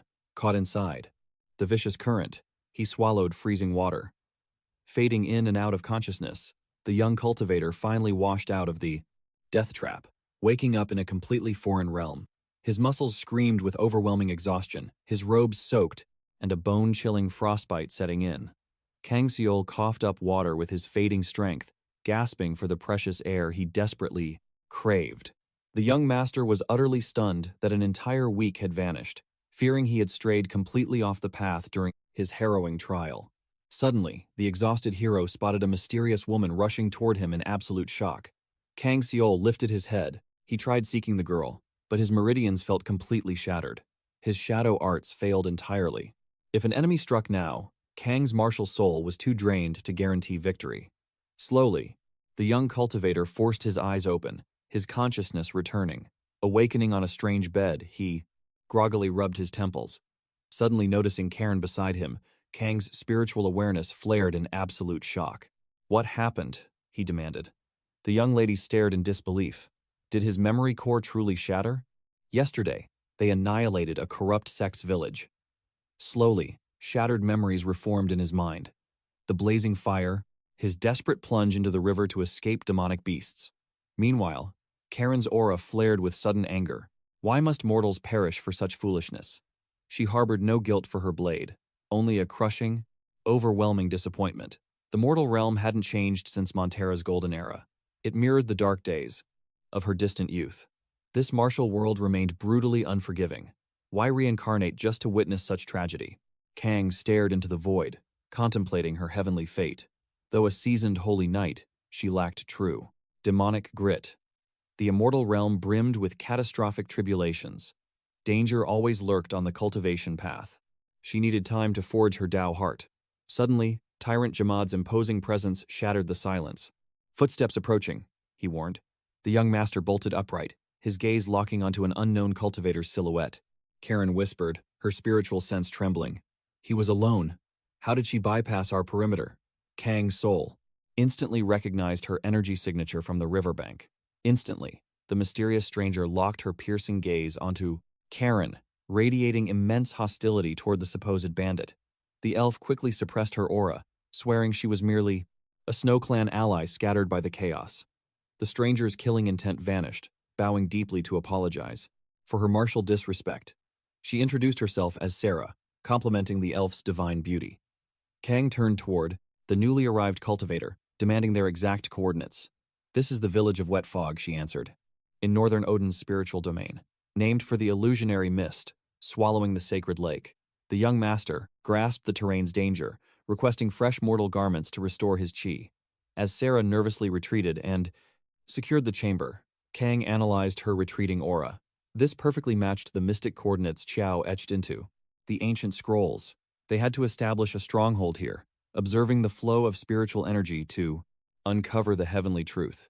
He also hunted the treacherous alchemist from the sacred portrait. But utter stealth was required. If rumors of the slumber elixir spread, the rogue cultivator would vanish. Karen's eyes flashed, vowing to snatch the divine elixir back. With such a flawless spiritual rendering, the target couldn't possibly evade them. Thus ignited a legendary quest for the slumber artifact, a trial demanding they conquer the taint's low coordinates within the heavenly scroll. Failure meant shattering Qiao's divine trust. United, the party ventured deeper into the mist-shrouded village ahead. Marching forward, Kang probed his companion about her rescue technique. How had she dragged his heavy spiritual body from the raging floods? She admitted to summoning local mortals, lacking the sheer aura to move him alone. Currently, the entire village was frantically managing a catastrophic plague, draining their vital energy. Half the population lay crippled within the central pavilion. This horrific revelation struck our heroes like heavenly lightning. Kang recalled Qiao's supreme directive: infiltrate the realm, analyze the lingering aura, and decode the settlement's dark secrets. The young master immediately ordered a patrol to the pavilion. The guide nodded grimly. She warned the cultivator to brace his Tao heart against the incoming nightmare. The scene inside was truly demonic. Dozens of mortals burned with feverish chi deviation. What cursed these innocent souls? He demanded. Sarah revealed they were locked in an eternal slumber. However, despite the shared affliction, medical elders swore this mist plague wasn't spreading. Without hesitation, Sarah offered to present the young martial artist to the leading healer. She channeled her voice, calling for Dr. Gunana, announcing the traveler's awakening. Kang's mind raced with suspicion. A plague of eternal slumber? Here, right where his treacherous target hid? The rogue alchemist, who brewed slumber elixirs. If anyone could disguise themselves as a supreme physician, it was him, the cultivator, prepared to cross-reference this healer's face with his spiritual wanted poster. Suddenly, the esteemed Professor Gunt stepped from the shadows of the plague ward. The elder scanned the young man's meridians, graciously offering his medical expertise. Kang discreetly manifested the ancient portrait in his mind, instantly realizing this elder was absolutely not the right target. Gunt stared back in utter bewilderment. Walking away, Karen realized she was entirely lost, clueless, on how to track this cultivator down. The young hero was equally baffled. Their sole clue, the portrait of Qiao, only hinted that his aura lingered in this village. Considering a mysterious plague was currently spreading, the infection likely stemmed from a dark, sleeping elixir. However, the face of the suspected healer belonged to a completely different man, sharing zero traits with the divine drawing. It felt impossible that a portrait forged with such masterful intent could be wrong. Suddenly, Sarah approached, gently asking how the traveler was faring. Kang Soul claimed he was fine, but his mind focused on the villagers' fading life force, since no cure existed for this misty plague. Sarah lowered her gaze, whispering that Dr. Gunt tirelessly worked for them, yet his medicinal path remained blocked. The young cultivator stared deeply into her eyes for several moments. Then, Karen gently gripped her shoulder, declaring they would aid this realm. Sarah could hardly believe her ears. Stunned, these rogue experts would protect their humble village. Karen smiled warmly, insisting. Doubt was pointless, as this young master and Lady Fairy possessed heavenly kindness. Kang Soul noted his companion's sudden initiative. It was a flawless strategy to flush out a master hiding in the shadows, as earning mortal trust opened hidden doors. The young maiden joyfully poured out her endless gratitude. She confessed their desperate need, having already begged the outer sects, but they were rejected and abandoned. Bursting into heavy tears, Sarah endlessly thanked Mr. Snowman and Karen. The elf softly promised Sarah could lean on their absolute strength. They resolved to merge their shadow investigation with saving the mortals, starting by purifying the village's sacred water supply. Karen effortlessly hauled 2 massive barrels, claiming boundless stamina, then rushed to chop the evening firewood. The mortals watched in awe, realizing their own indigenous strength could never match this supreme traveler. She joked they had just grown lazy, a truth the men could only sheepishly accept. Kang Soul walked past, watching the village's dormant life force slowly reignite with their profound arrival. Karen single-handedly crushed tasks meant for 2, and through her relentless drive, she swiftly forged bonds with the mortals. The dark miasma choking the village initially had nearly vanished. Kang Soul saw that alongside the village, Karen's own spirit had awakened. He prayed. The girl had finally escaped her bloody past, successfully cleansing her heart's deep melancholy. The youth approached the wandering doctor. Gunt grimly reported the infected numbers had heavily spiked in the neighboring lands. More souls were contracting this shadowy affliction, though it wasn't contagious. It crept across the entire realm. The victims' inner meridians were collapsing. Thus, the ailment, masqueraded as illness, yet mirrored a massive demonic poisoning. Gunt suspected corrupted local harvests, but he couldn't pinpoint the toxic source. This alchemy required immense wealth, so Kang Soul volunteered to back the physician's research. Yet, the healer insisted the young master's true power was needed simply guarding the fallen mortals. Meanwhile, Karen announced the woodpile was overflowing, asking where the next load should be stacked. Kang Soul realized the elf had burned her spiritual energy, aiding Sarah instead of hunting the true target. Sarah gazed at Karen with absolute awe, whispering they could never afford such divine favors. Gunt admitted that despite demanding a meager toll, his conscience dragged him to this infected village. He refused to abandon these suffering souls, watching them blindly surrender to a grim fate. These mortals weren't strangers, making it impossible to merely spectate. That was his martial truth. Soon, the doctor announced his immediate departure, begging the young master to protect the patients while he vanished. Kang Soul silently watched Gunt fade into the distance. As twilight fell and everyone rested, Karen softly confessed that they should abandon their violent path. She yearned for this peaceful existence, free from the endless slaughter or shattered morals, just hiding among mortals in absolute tranquility. Kang Soul sensed her wavering heart stemmed from the bloody massacre at the zealot's village. The young maiden agreed this was heavily poisoning her mind. After all, their hands were stained with blood, and carrying that karmic weight was to bury the traumatic past. Kang Soul finally grasped the reason behind her burning fixation on aiding the villagers.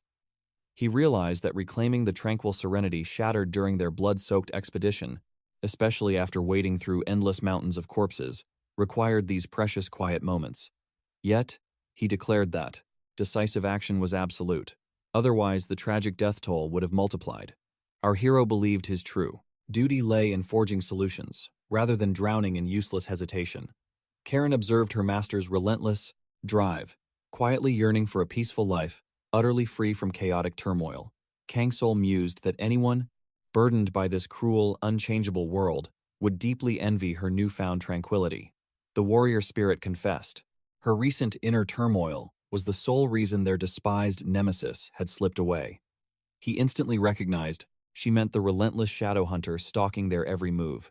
The terrifying memory still burned fresh, as if unfolding today. A pack of ravenous demonic beasts had trapped them. He clearly visualized the man who hunted them down, recalling only a dark hood and the suffocating, malicious aura radiating from the stranger. Karen swore a blood oath to annihilate that bastard upon their next encounter. The fierce maiden declared her deadly resolve, vowing this humiliating failure would never repeat, for her shattered spirit was fully restored. Suddenly, a frantic pounding on the door shattered their moment, as a terrified villager desperately screamed for our heroes. Kang Soul, sensing the chilling dread, demanded answers, only to learn disaster had struck. Instantly, Karen realized sweet Sarah faced catastrophic peril. Heart pounding, she lunged forward while Kang Soul barely managed to shout her name, desperately trying to anchor her. Yet, Karen seized the trembling man's shoulders, frantically demanding the terrifying truth. The gruesome reality quickly crashed down. Sarah had suffered a grim fate, discovered entirely lifeless. Moments later, our tense party charged into the crowded healer's hall, surrounded by groaning, cursed victims. The frantic elf prayed to awaken her, but Sarah remained trapped in a deathly slumber. The rescuer explained he discovered her collapsed near the village gates, hastily carrying her to the healers. A terrifying truth dawned on them. Sarah had contracted the dreaded mist plague. The frail, battered maiden finally fluttered her heavy eyelids, desperately straining to focus on Karen's tearful face. Her terrified companion begged for answers, and Sarah recounted her horrific ordeal in a fading, ghostly whisper. She revealed how an unnatural, suffocating fog had swallowed her path out of nowhere, concealing a deeply grotesque abomination within its depths. She spoke of a soul-chilling, nightmarish silhouette, an entity of absolute terror lurking in the mists. The villagers whispered, questioning why she recklessly abandoned safety for such a suicidal, foolish venture before the unnatural haze lifted. Kang Soul's instincts flared with danger, having never encountered tales of a beast stalking within the cursed mist. The elders revealed this demonic entity materialized only in blinding fog, bringing inescapable tragedy to unfortunate souls who glimpsed its distorted form. Any mortal crossing paths with this nightmare was destined to contract the deadly plague. Without warning, Karen erupted into motion, her aura exploding with a savage, untamed thirst for vengeance. She dashed out, ignoring Kang Soul's frantic shouts.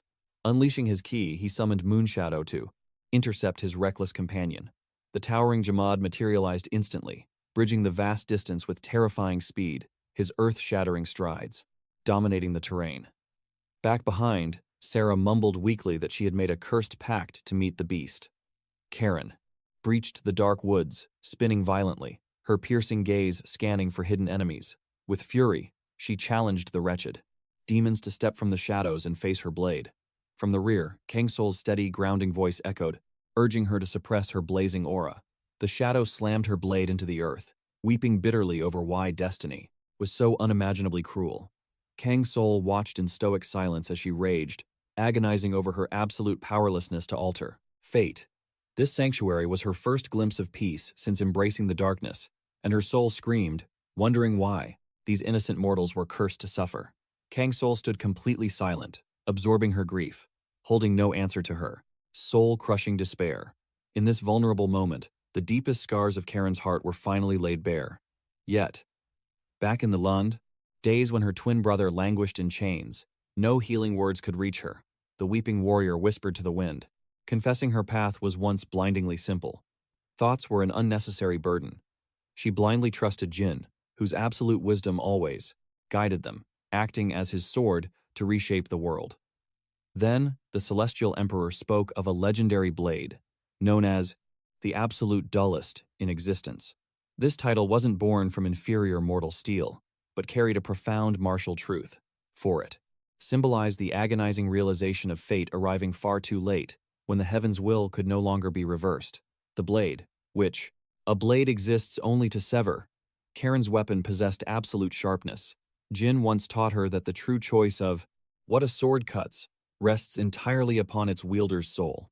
Through this martial intent, a mere mortal can reshape the entire world. Gazing at her blade piercing the earth, Karen saw the cruel truth. The mortal realm remained unchanged. The weak perished senselessly, as demonic evil continued to rampage. She simply could not fathom how the heavens could allow such absolute injustice to be accepted as the natural order. Karen's agonizing inner demons stemmed from a reality utterly devoid of Jin's guiding light. Now, she alone had to forge her own Tao of righteousness. Sensing her turmoil, Kang Soul spoke the very words her shattered heart desperately needed to hear. He declared that his heavenly mandate left him absolutely no time to doubt the supreme justice of his path. True enlightenment would only come with time. His singular, unbreakable conviction was that by conquering this hellish trial and reaching the pinnacle, a true sovereign would ascend to demand absolute answers from the arrogant heavens. Only then could they forge a pristine, transformed world. But for now, they needed to focus their spiritual senses entirely upon the looming threat at hand, hunting the demonic beast lurking within the mist. At dawn, the cultivators initiated their search, marching straight toward the mystical lake. Karen theorized that their mysterious target might actually be the fog fiend itself. The party previously assumed the cultivator was hiding within the mortal village, but in this twisted realm, absolutely anything was possible. Nothing was certain. The swordswoman gravely noted that not a single soul among the villagers possessed an aura that remotely matched their enigmatic target. Suddenly, their spiritual pressure spiked. A chilling, unrecognizable shadow materialized in the distant, swirling mist. Within mere seconds, the ominous figure began advancing toward them. As the stranger suddenly pivoted with a deadly glare, the cultivators unleashed their auras. Karen, moving like lightning, instantly suppressed the suspicious wanderer, only to discover that it was actually Professor Gunt. Kang Soul casually inquired about his progress, assuming the scholar had already concluded his spiritual investigation of the area and revealed their mission to hunt the fog demon. Gunt scrutinized the young cultivators with an intensely piercing gaze, warning them that the evil spirit had manifested once more. Karen, her heart clenching with sorrow, confirmed the horrific beast's return, revealing it had already claimed her dear companion, Sarah. The elder scholar appeared utterly devastated by the shocking news that the maiden was trapped in the guild hall, awaiting salvation. Whirling around, he desperately sprinted toward her, completely consumed by anxiety for his wounded patient. The cultivators merely watched his retreating back, heavy sorrow and bitter regret clouding their eyes. Suddenly, Snowman felt the booming telepathy of Tyrant Jamad.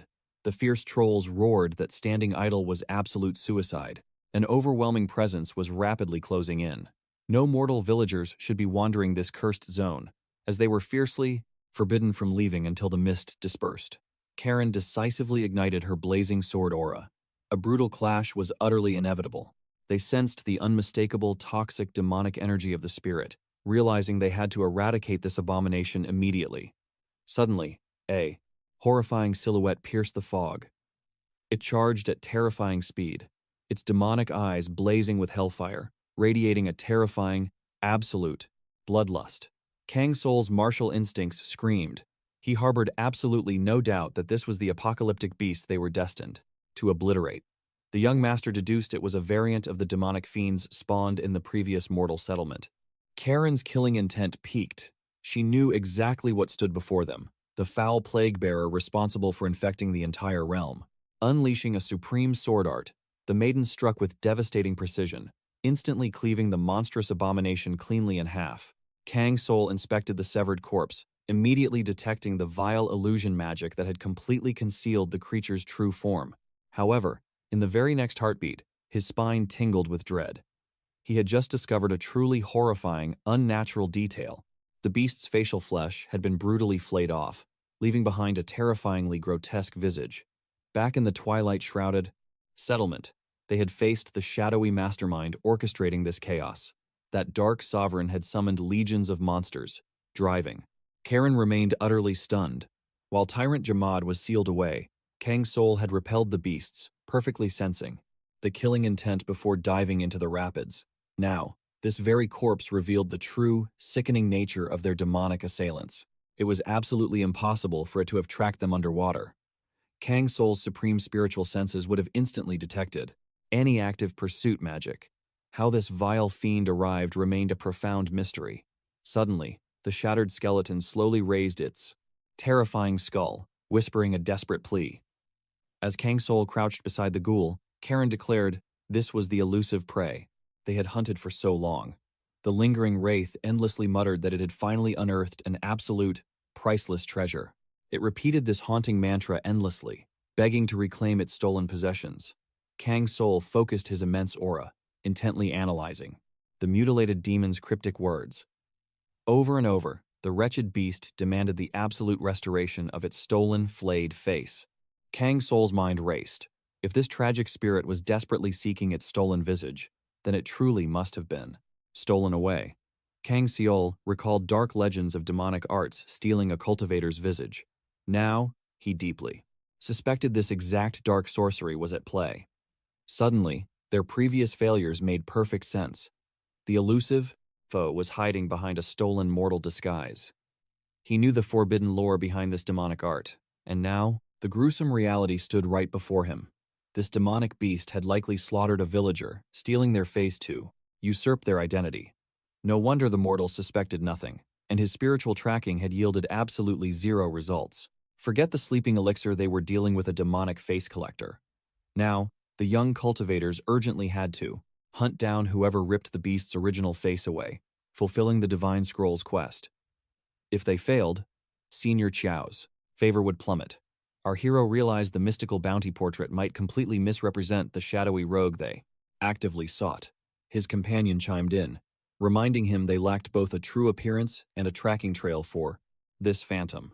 Seol countered that Chiao had sensed the target's aura within this very mist-shrouded settlement. Since no one had vanished recently, the suspect was definitely hiding among these mortals. Suddenly, the demonic beast raised its rotting hand, groaning that its cursed hunt was finally over. Now, its dark master must return its true visage. Immediately, the abomination's flesh dissolved into the earth, emitting a foul, toxic vapor. Kang Soul frowned, trying to decipher what the demon supposedly found and the hidden truth behind its dying breath. Suddenly, the young master's sharp gaze caught a parchment resting perfectly within the beast's putrid remains. Seol snatched the mysterious artifact, breaking its seal, only to realize it was a hidden missive. The cultivator's eyes trembled with absolute shock upon reading its secrets. Karen stared intently at her companion, demanding why his spiritual aura suddenly turned incredibly heavy. Without speaking a single word, the swordsman passed the cursed letter, letting her witness the horrifying truth firsthand. Karen's breath hitched in disbelief. The words she read shattered her reality. Gritting his teeth, Seol declared they must storm the central hall immediately. The settlement was spiraling into chaos, mortals weeping violently as they surrounded the fallen Sierra. This innocent soul should never have contracted such a vile demonic plague. Dr. Gunt grasped her freezing hand, while despairing villagers wailed that their home was entirely doomed now that even bright Sierra was corrupted. Despite her youth, her pure spirit endlessly fueled their fading. A broken farmer muttered. Their ancestral home was finally finished, though a healer fiercely scolded his dark omens. He cried that ruin was destiny. They had drained all their spiritual energy nursing the infected mortals, abandoning the vital fields completely, guaranteeing a famine next spring. Gunt silently absorbed the mortals' desperate conversations. They were hopelessly trapped. Surrounding sects offered zero salvation. With the sleeping plague claiming everyone, their sole remaining path meant braving the cursed mist toward the imperial capital. The mortals had exhausted all earthly remedies, leaving nothing but prayers for a miracle. Suddenly, Kang Soul and his martial sister reached the gates. The young champion resolutely shoved the entrance wide, his commanding voice instantly locking onto the physician. Gunt flinched at the cultivator, visibly startled by his sudden presence. Trembling, he announced that Lady Sierra had succumbed to the slumber, her dark symptoms growing, frighteningly severe. Mortal medicine was utterly powerless now. She was destined to remain trapped in this cursed coma for her natural lifespan, demanding they locate her surviving bloodline for eternal care. Deep down, however, the deceitful doctor knew.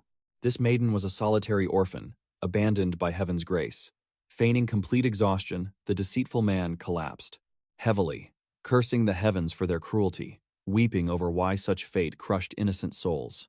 Gazing upon her pure visage always reignited his spirit, blinded by her blazing will despite the endless suffering. Kang Soul heard the hypocrite spew venom against the cruel world, blaming heavenly tribulation while nursing dark resentment deep within his soul. Supposedly, since their destined encounter, he craved her radiant light, envying her opposite nature. Yet, heaven mocked him as he remained absolutely powerless. Interrupting this pathetic act, Kang Soul stated it wasn't over.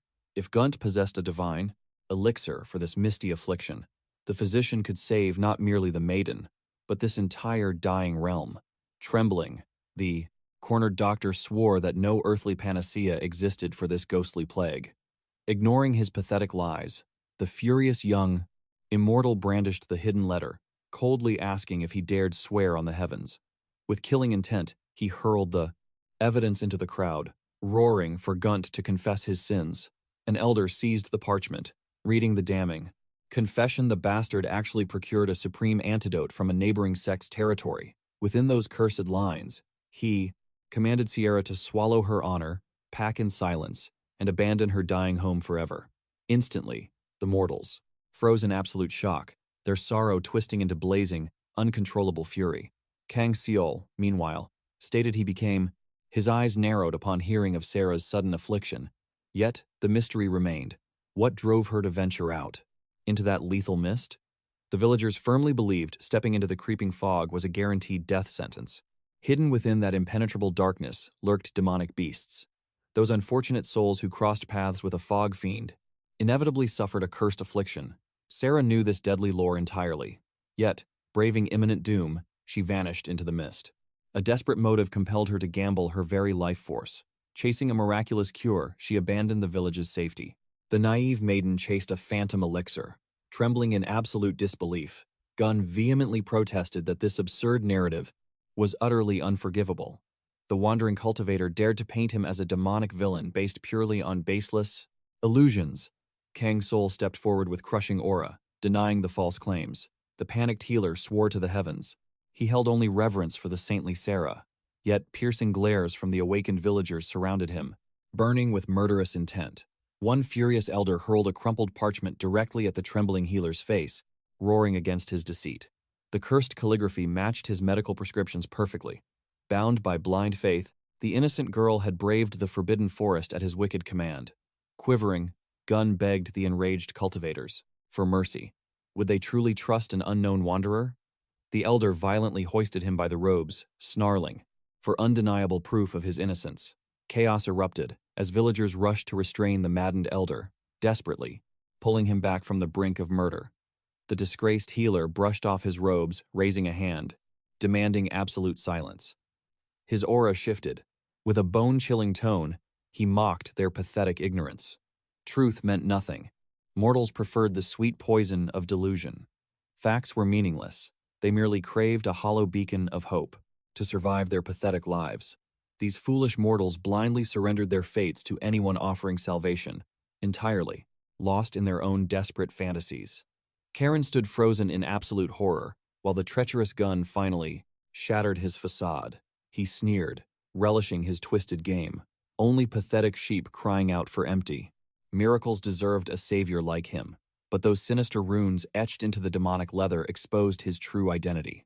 Kang Soul instantly recognized the dark sigil, the cursed emblem of the Twilight Village, a forbidden crest used in heretical rituals for eternal life. The pieces clicked into place. The catastrophic tragedy of that ruined settlement was entirely Gunn's demonic masterpiece. The sinister healer offered a venomous smirk. The brat actually connected the dots? Perhaps he wasn't utterly brainless. Suddenly, a blood-curdling shriek shattered the silence, plunging the entire room into mortal dread. Colossal abyssal beasts surged toward the gates, their crimson eyes glowing with malice. The terrified villagers scrambled, desperately fortifying the barricades to repel the incoming slaughter. Gunn scoffed at their pathetic struggle, his voice dripping with pure disdain. Their fragile defenses were utterly meaningless against true destruction. Blazing with righteous fury, Kang Soul locked eyes with the madman. A horrifying revelation struck him. These abominations were forged from the very flesh of the infected villagers. The demonic healer smiled wicked confirmation, mocking the pathetic mortals who dared to believe.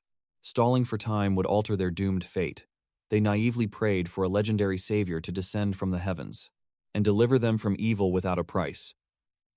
But reality is a cruel master, offering only endless despair and devastation.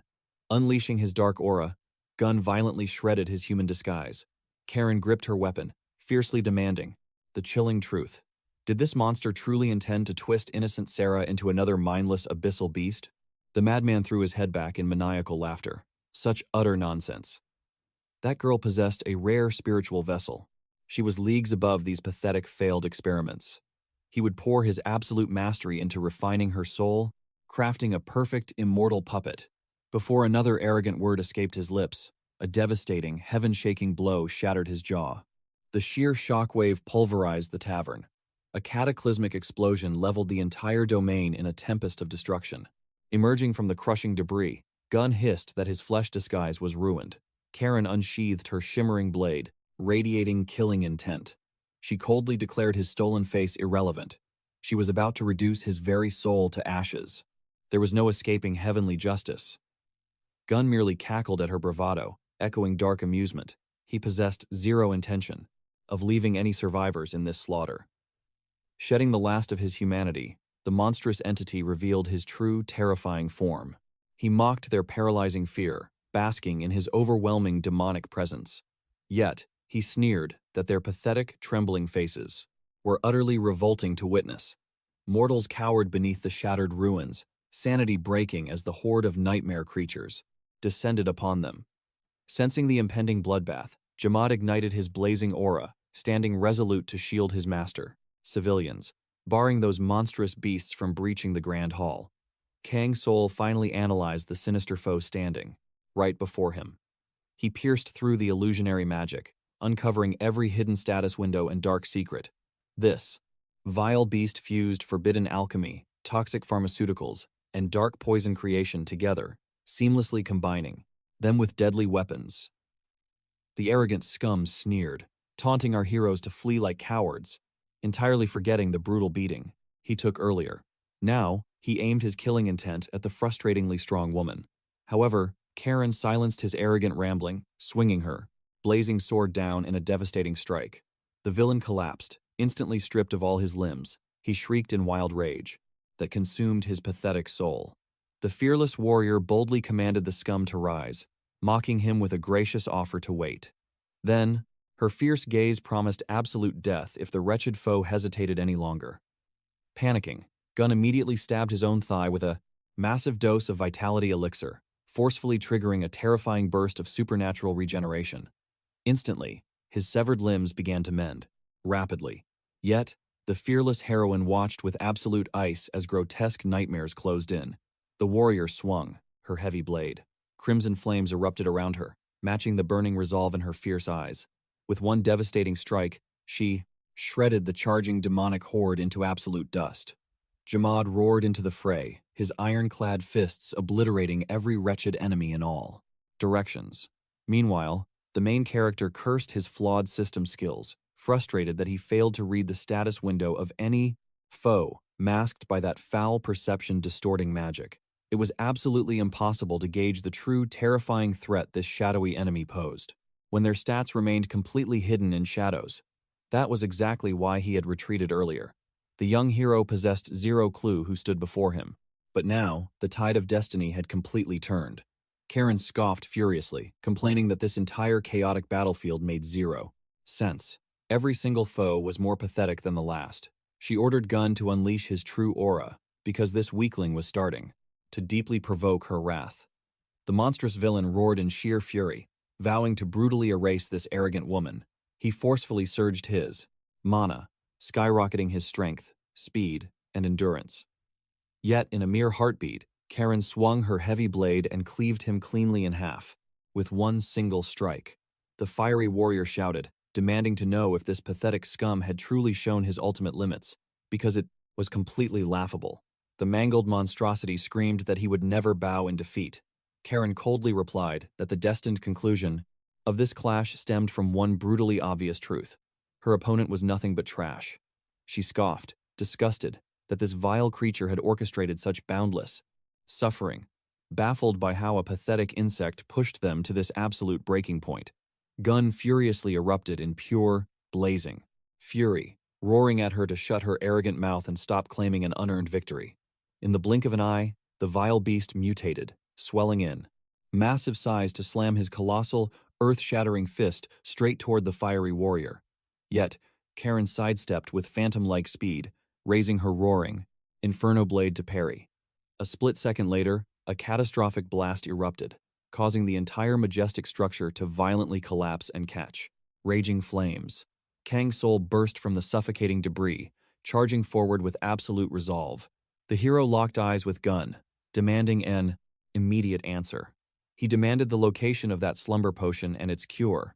The monstrous villain smirked, beginning his dark monologue by echoing his previous grim warning. A cure simply did not exist, and chasing such pathetic, empty hopes in this battlefield was completely useless. Kang Soul sharply interjected, declaring that since countless innocent souls had succumbed to this lethal poison, it absolutely guaranteed that this cunning beast had secretly forged a safeguard, terrified of tasting his very own medicine. The vile antagonist genuinely flinched, deeply stunned by the young hero's terrifying perception.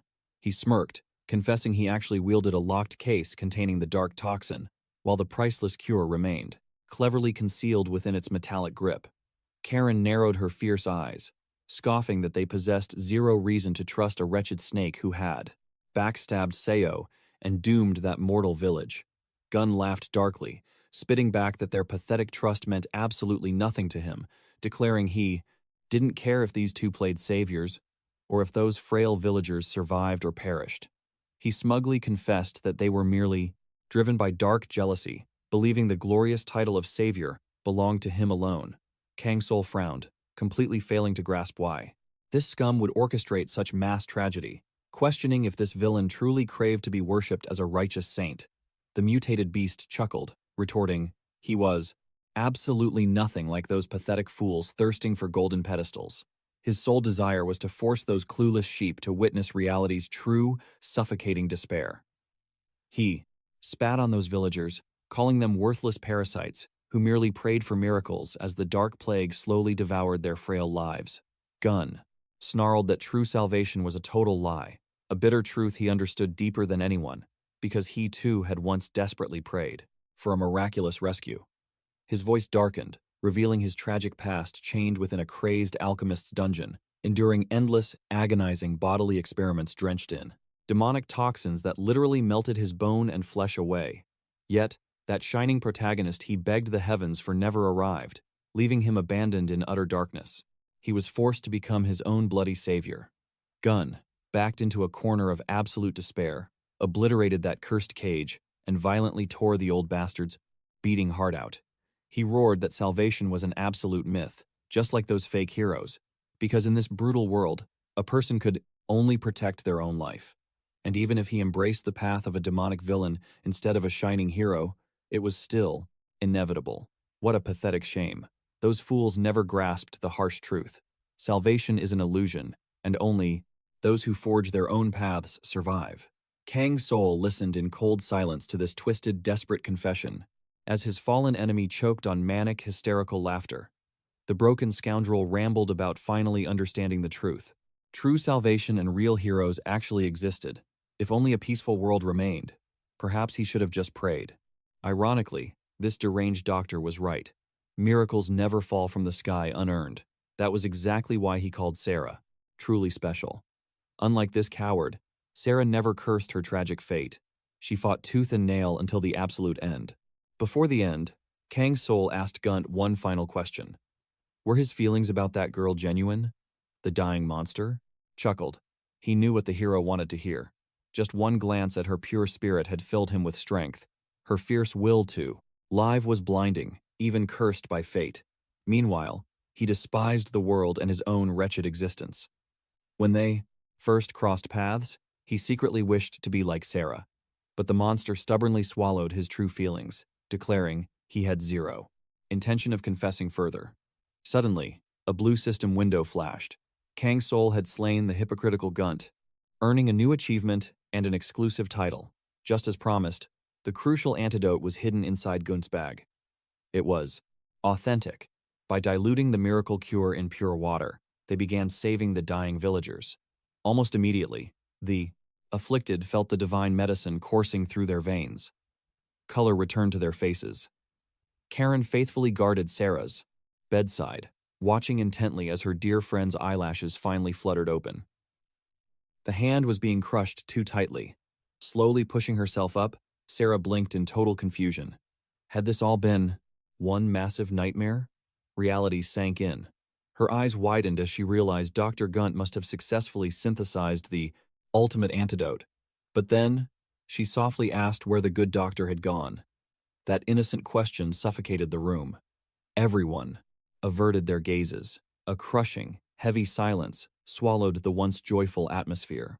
Swallowing her grief, Karen finally shattered the quiet, forcing out that he was gone. Stepping forward, Kang Soul smoothly lied, explaining that the plague had ravaged countless lives beyond this settlement. The doctor had moved on, and would likely never return. Sorrow crashed over Sarah, her heart breaking at the thought that they parted without a single goodbye. Out of countless dialogue options presented by the system, Kang Soul deliberately selected the path of least emotional devastation. He gently stated that Gunt had just departed. The seasoned warrior knew full well that the dark truth would eventually reach her. But today, a merciful lie was necessary. Sarah had placed her absolute faith in that fallen scoundrel. Discovering his betrayal would completely shatter her recovering soul. She had barely crawled back from death's door, and Karen refused to add to her torment. The elf gently lied, claiming Gunt's final wish was for her absolute happiness and peace of mind. Blinking back tears, Sarah glanced out the frosted window, noticing massive flames roaring outside. The companions quickly reassured her. There was zero danger. It was merely a cleansing fire, incinerating the infected garments and tainted belongings left by the plague victims. Purifying the village would take countless hours. But the dark shadows had finally lifted. There was nothing left to fear. Sarah could finally sleep peacefully. The horrific nightmare was completely over. By conquering the plague, Kang Soul saved the remnants of the Wet Fog Village, securing another glorious achievement and an epic title. Trekking back home, Karen softly thanked him for honoring the secret of Gunt's demise. Kang Soul smirked, claiming it wasn't a total lie since he technically left this world.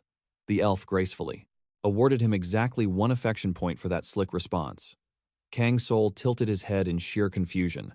Smirking, the beautiful elf playfully promised that upon reaching 100 points, she would officially accept him as her true master.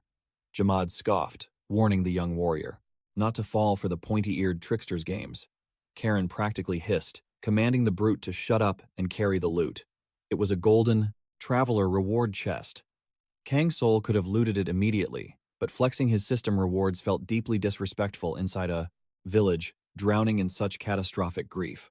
Since our legendary hero was heading toward Odin anyway to access the grand teleportation array back to home base, he chose to unseal the treasure far from prying eyes.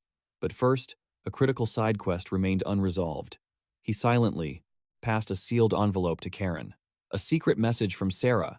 The timid girl was too embarrassed to deliver it herself, begging him to hand it over only after they departed. A heavy wave of sheer anxiety instantly flooded Karen's beautiful, widened eyes. Fingers trembling slightly, she broke the wax seal, her heart pounding. The tear-stained parchment expressed overwhelming gratitude for saving the village, but carried a far deeper, personal confession. From their very first encounter, Sarah had harbored profound admiration for Karen's majestic aura. The radiant elf mirrored the legendary figures from her wildest dreams, breathtakingly gorgeous and overwhelmingly powerful. Cursed with a frail physique since birth, Sarah constantly prayed to cultivate immortal strength, desperately wishing that others could lean on her. Instead, her pitiful weakness only burdened her loved ones. She truly believed that if she could just level up, she might shift the heavens, even a fraction. She concluded her transmission, praying that destiny would eventually grant them the privilege of witnessing a realm devoid of torment. Karen paused, her gaze piercing the horizon, unsure if such a utopia could ever truly materialize. Yet, in that exact heartbeat, the young cultivator resolved to push beyond her mortal limits to forge that future herself. Her expression lingered in a storm of profound contemplation and lingering anxiety. Then, pivoting toward the master, she declared, they should unlock the treasure vault and toast to her newfound liberation. Jamad blinked, his mind struggling to process this sudden shift. Just a breath ago, she had dismissed the loot as cursed and repulsive, adamantly demanding they seal it away. But Karen playfully scolded him, urging him to abandon logic and pry open the divine container. Without another second of delay, the heavy lid finally groaned open, revealing the legendary legacy of the hypocrite, a hidden cachet. Birthed from primordial mists, though its aura felt surprisingly weak compared to the grand bounty from slaughtering the bloodline of Anacandria. Perhaps surviving that hellish realm had completely skewed their expectations. Within the glow rested the fabled armor of the Wanderer, practically vibrating with dormant ki. Karen instantly staked her claim on the relic, boldly asserting that it would flawlessly enhance her rotational combat techniques. The young protagonist nodded, recalling her devastating Fireflower arts, an explosive skill that inflicted catastrophic area damage scaling directly with her momentum. The higher her velocity, the more apocalyptic her blazing strikes became, and she confidently bet that her comrades would surrender the loot without protest. Kang Soul silently agreed, acknowledging that the logic was flawless.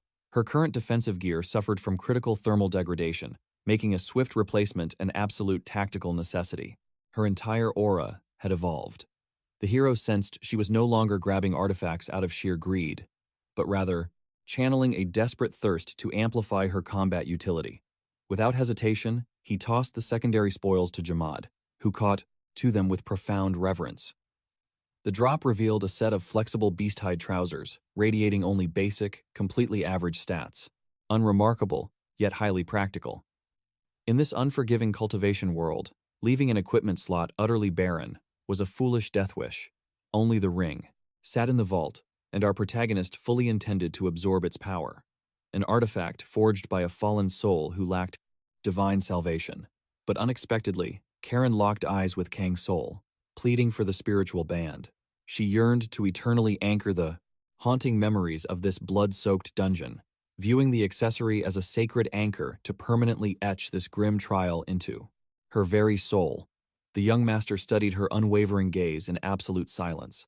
Finally, he surrendered the relic, quietly recognizing the profound metamorphosis she had undergone. Karen had weathered shattered illusions and terrifying awakenings, utterly rewriting her entire mortal foundation. She had finally discovered bonds worth bleeding for. A genuinely steadfast ally had been forged, sparking a radiant new destiny within her previously hollow core. Clutching the artifact, the fierce maiden swore a blood oath to the heavens that she would uphold her covenant with Sarah, no matter the cost. Ultimately, only a single treasure remained for our hero, the necklace of distorted faith, plundered from the terrifying arachnid village. This cursed item possessed severe demonic drawbacks, yet its absolute power was utterly undeniable. Earning the dual achievements of Divine Savior and Master Swindler, these layered titles synergized flawlessly to grant him monstrous stat multipliers. Kang Soul declared the harvest complete, signaling it was time to retreat. But suddenly, his party members surrounded him. Karen furiously demanded the guildmaster discipline this uncultured, half-naked barbarian, outraged that his aesthetics were so corrupted he dared favor basic beast hide over true martial plates. Instantly, a volatile clash of ideals erupted regarding the philosophy of divine defense. The protagonist rubbed his temples, mentally sighing as he realized this chaotic girl had not changed one bit. Dismissing the nonsense, he commanded an immediate march, as they had a strict deadline to breach Odin. Before long, the vanguard stood before the majestic gates of the sprawling metropolis. Karen gasped at the sheer architectural dominance, a fortress significantly dwarfing even Nova. But Kang Soul cut through the awe, coldly reminding them that duty trumped idle tourism and sightseeing was strictly forbidden. The maiden pouted in defeat, accepting the harsh reality that exploring this grand domain would simply have to wait for another cycle. Suddenly, a glowing system prompt flashed before his retinas, offering the golden opportunity to instantly terminate the expedition. However, accepting meant random displacement, and chaotic spatial jumps risked dumping them miles off course, severely jeopardizing their time-sensitive mission. Thus, the party opted for the secure network of base-to-base warp gates. Though it demanded a much heavier toll of spirit stones, the absolute precision was worth the cost. Without warning, the magical array ignited, and a chilling system voice issued a hazard warning. Their bodies instantly dissolved into streams of light, violently sucked into the plast, chaotic void of dimensional space. The fate cube materialized, landing on a miserable 2, a disastrous omen. Kang Soul widened, his eyes refusing to accept this cursed luck, roaring furiously into the void. However, the mystical dice kept spinning in defiance. A heartbeat later, the lawless trait flared to life, forcing the die to settle on 3.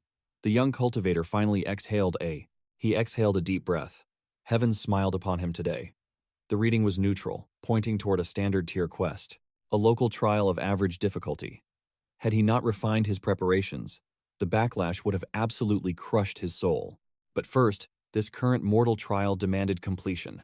A glowing Azure system window materialized before our young cultivator's eyes, displaying his active contribution points at a mere 12. The awakened hero realized this domain vastly outranked the Nova sector. He resolved to conquer this territory once the dust settled. Turning to his martial brothers, he ordered their immediate departure. They needed a beast-drawn carriage immediately. Marching down the stone-paved streets, a vanguard trailing behind suddenly checked his status screen. His jaw dropped. An anonymous supreme expert sat upon the first-place throne, hoarding nearly 2 million contribution points, while their entire squad hadn't even breached 600,000. A female cultivator gasped, swearing this phantom was nowhere present just moments ago. She theorized this monstrous rogue cultivator might have ascended from a lower mortal realm to crash their trial. Her comrades scoffed, denying that mere lower realm trash could reach such divine heights. Meanwhile, our main character's party reached the bustling Odin transport hub to secure a carriage.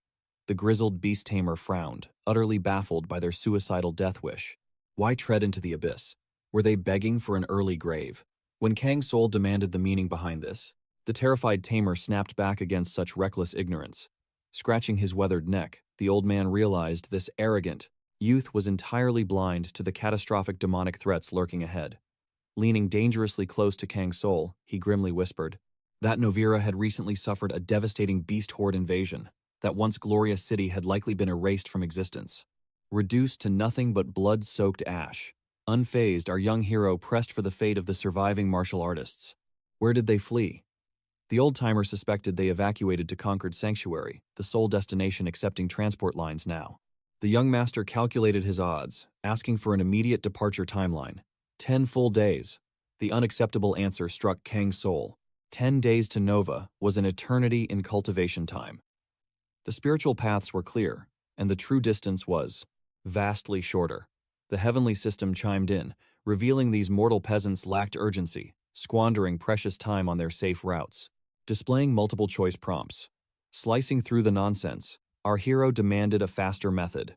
The seasoned coachman stubbornly declared. His mortal steeds had limits.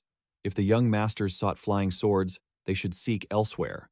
Without blinking, the young hero flashed his spatial ring, offering instant gold. Kang Soul swore to double the bounty for every single day skipped.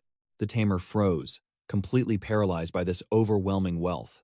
Greed overriding fear, he practically teleported up, shouting that he must instantly alert his fellow passengers. Meanwhile, deep beneath the suffocating shroud of night, a hidden door creaked open, welcoming a shadowy informant inside. The exhausted scout bowed deeply, reporting absolute failure. The territory was overwhelmingly vast, making this hunt utterly impossible, like finding a single spirit grass in a wasteland. He trembled, adding that their vanguard forces still swept the sectors, under the terrifying butcher's command. Despite the foul stench of conspiracy, questioning his brutal authority meant an instant death sentence. Rumors swirled that rival martial sects had joined the hunt, yet truth remained cloaked in shadows. Suddenly, another bloodthirsty cultivator stepped from the darkness, demanding intel. The scout wheezed, his core energy severely drained from channeling movement techniques relentlessly. He collapsed. Gasping for air, he begged his fellow disciples for their findings. The elite hunter harshly reminded him. Their sole mission was tracking that monstrous anomaly with 2 million points. His comrades scoffed, hunting one ghost across this colossal domain was a fool's errand. Hen gritted his teeth, cursing these utterly useless subordinates lacking killing intent, yet he ruthlessly commanded them to scour every shadow. Left alone with his boiling rage, Hen realized this agonizing curse might haunt him forever. This nameless phantom had violently ripped the golden throne of first place right from his grasp, flaunting 2 million points. Hen's soul burned. His blood, sweat, and 990,000 points felt like absolute trash. This hidden dragon hadn't just surpassed his martial peak, he had doubled it. Such terrifying, heaven-defying power felt completely inhuman. A mortal could never achieve this. Fear crept in. Was this rancor an ancient demon? Crushing his doubts, Hen vowed upon his honor to hunt him down. Yet, A far darker question consumed his racing mind. Was this mysterious, heaven-defying bastard truly an unstoppable god? The sect had just intercepted a divine prophecy regarding a secret realm of staggering, catastrophic proportions. The entry restrictions were absolute. Only 5 elites could cross the portal. Mobilizing an entire martial guild was completely impossible. Even dispatching their absolute supreme grandmasters guaranteed nothing but an early grave. However, a terrifyingly brilliant scheme sparked within him. If this 2 million-point monster allied with them, the scales would tip entirely. The power dynamic of the team wouldn't matter.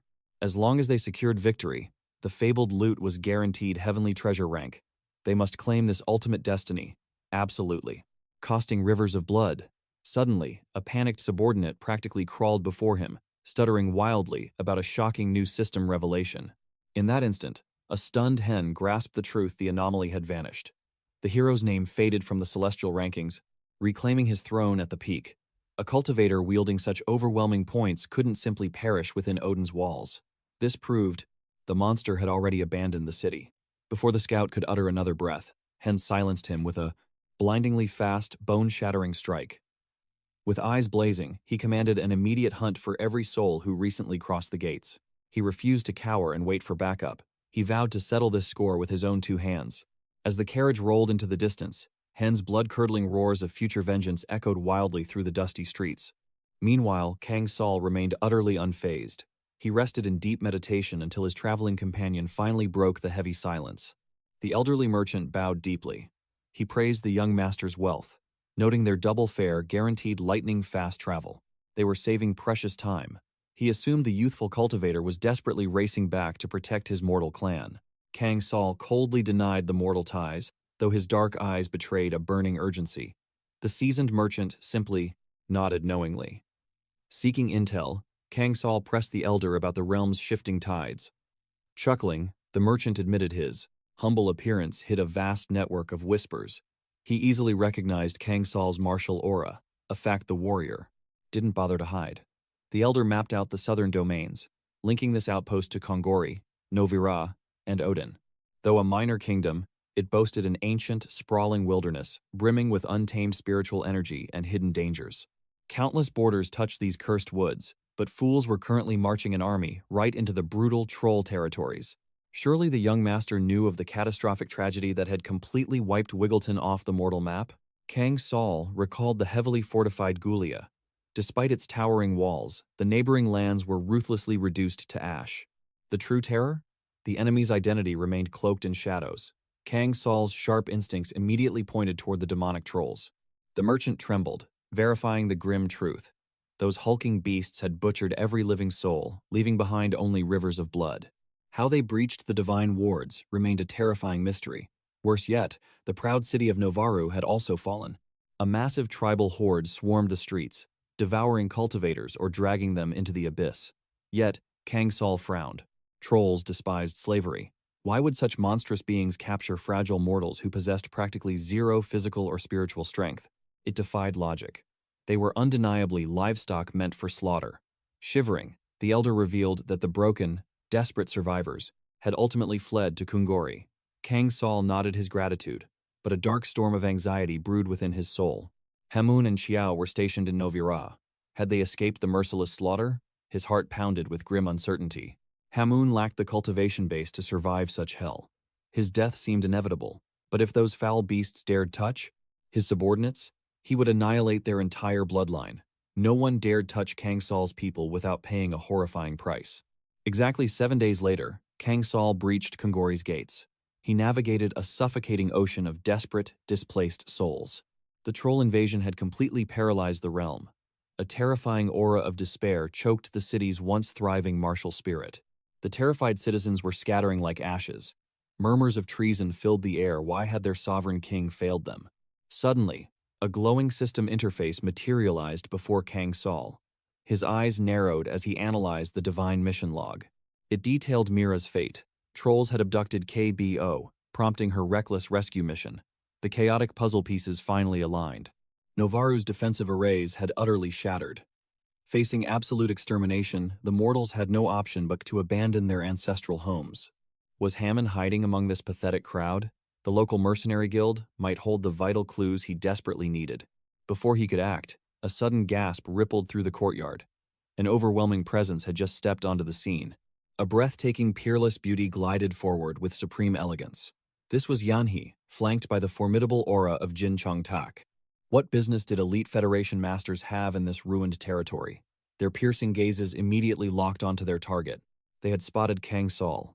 Yanhee softly commanded her vanguard, deciding it was time to test this mysterious rogue cultivator. Instantly, Karen flashed forward, her mana flaring as she blocked their advance. She coldly demanded they halt and identify themselves. Yanhee blinked in genuine shock. She hadn't sensed this powerful guardian lurking in the legendary hero's shadow until now. Karen's eyes remained sharp as daggers, silently radiating lethal warning. Raising her hands peacefully, Yanhee requested a single, crucial moment. She stared deep into Kang Soul's soul. Did he know Hani? When he calmly nodded, her heavy spiritual burden vanished. A sigh of immense relief escaped her lips. The hunt was over. She officially declared that the Supreme Federation demanded his immediate recruitment. Soon after, the imposing gates of a grand, crystal-adorned pavilion loomed before them. With a graceful smile, Yanhee gestured for him to enter. A legion of armored knights stood guard within, and their commander immediately stepped forward. Her beauty radiated. The young lady strode past with absolute dignity, casually brushing him off. He scoffed, mocking her uncle's imminent departure. Freedom at last, Yanhee just rolled, her eyes dripping with sarcasm. Kang Soul's piercing gaze scanned the crowded room, calculating the lingering guild presence. Kungari's underworld syndicates of theft and pseudo-justice had vanished. Skim the mud, and the pond gleams briefly. That exact illusion had consumed this city. Suddenly, Yanhee knocked, declaring she had finally brought the savior. The heavy doors creaked open. Kang Soul locked eyes with Han, whose face lit up with overwhelming joy. The main character instantly recognized the very first anonymous pioneer. Those gathered stared in awe. Rumors of his monstrous strength had already dominated the entire realm. He had slaughtered his enemies solo.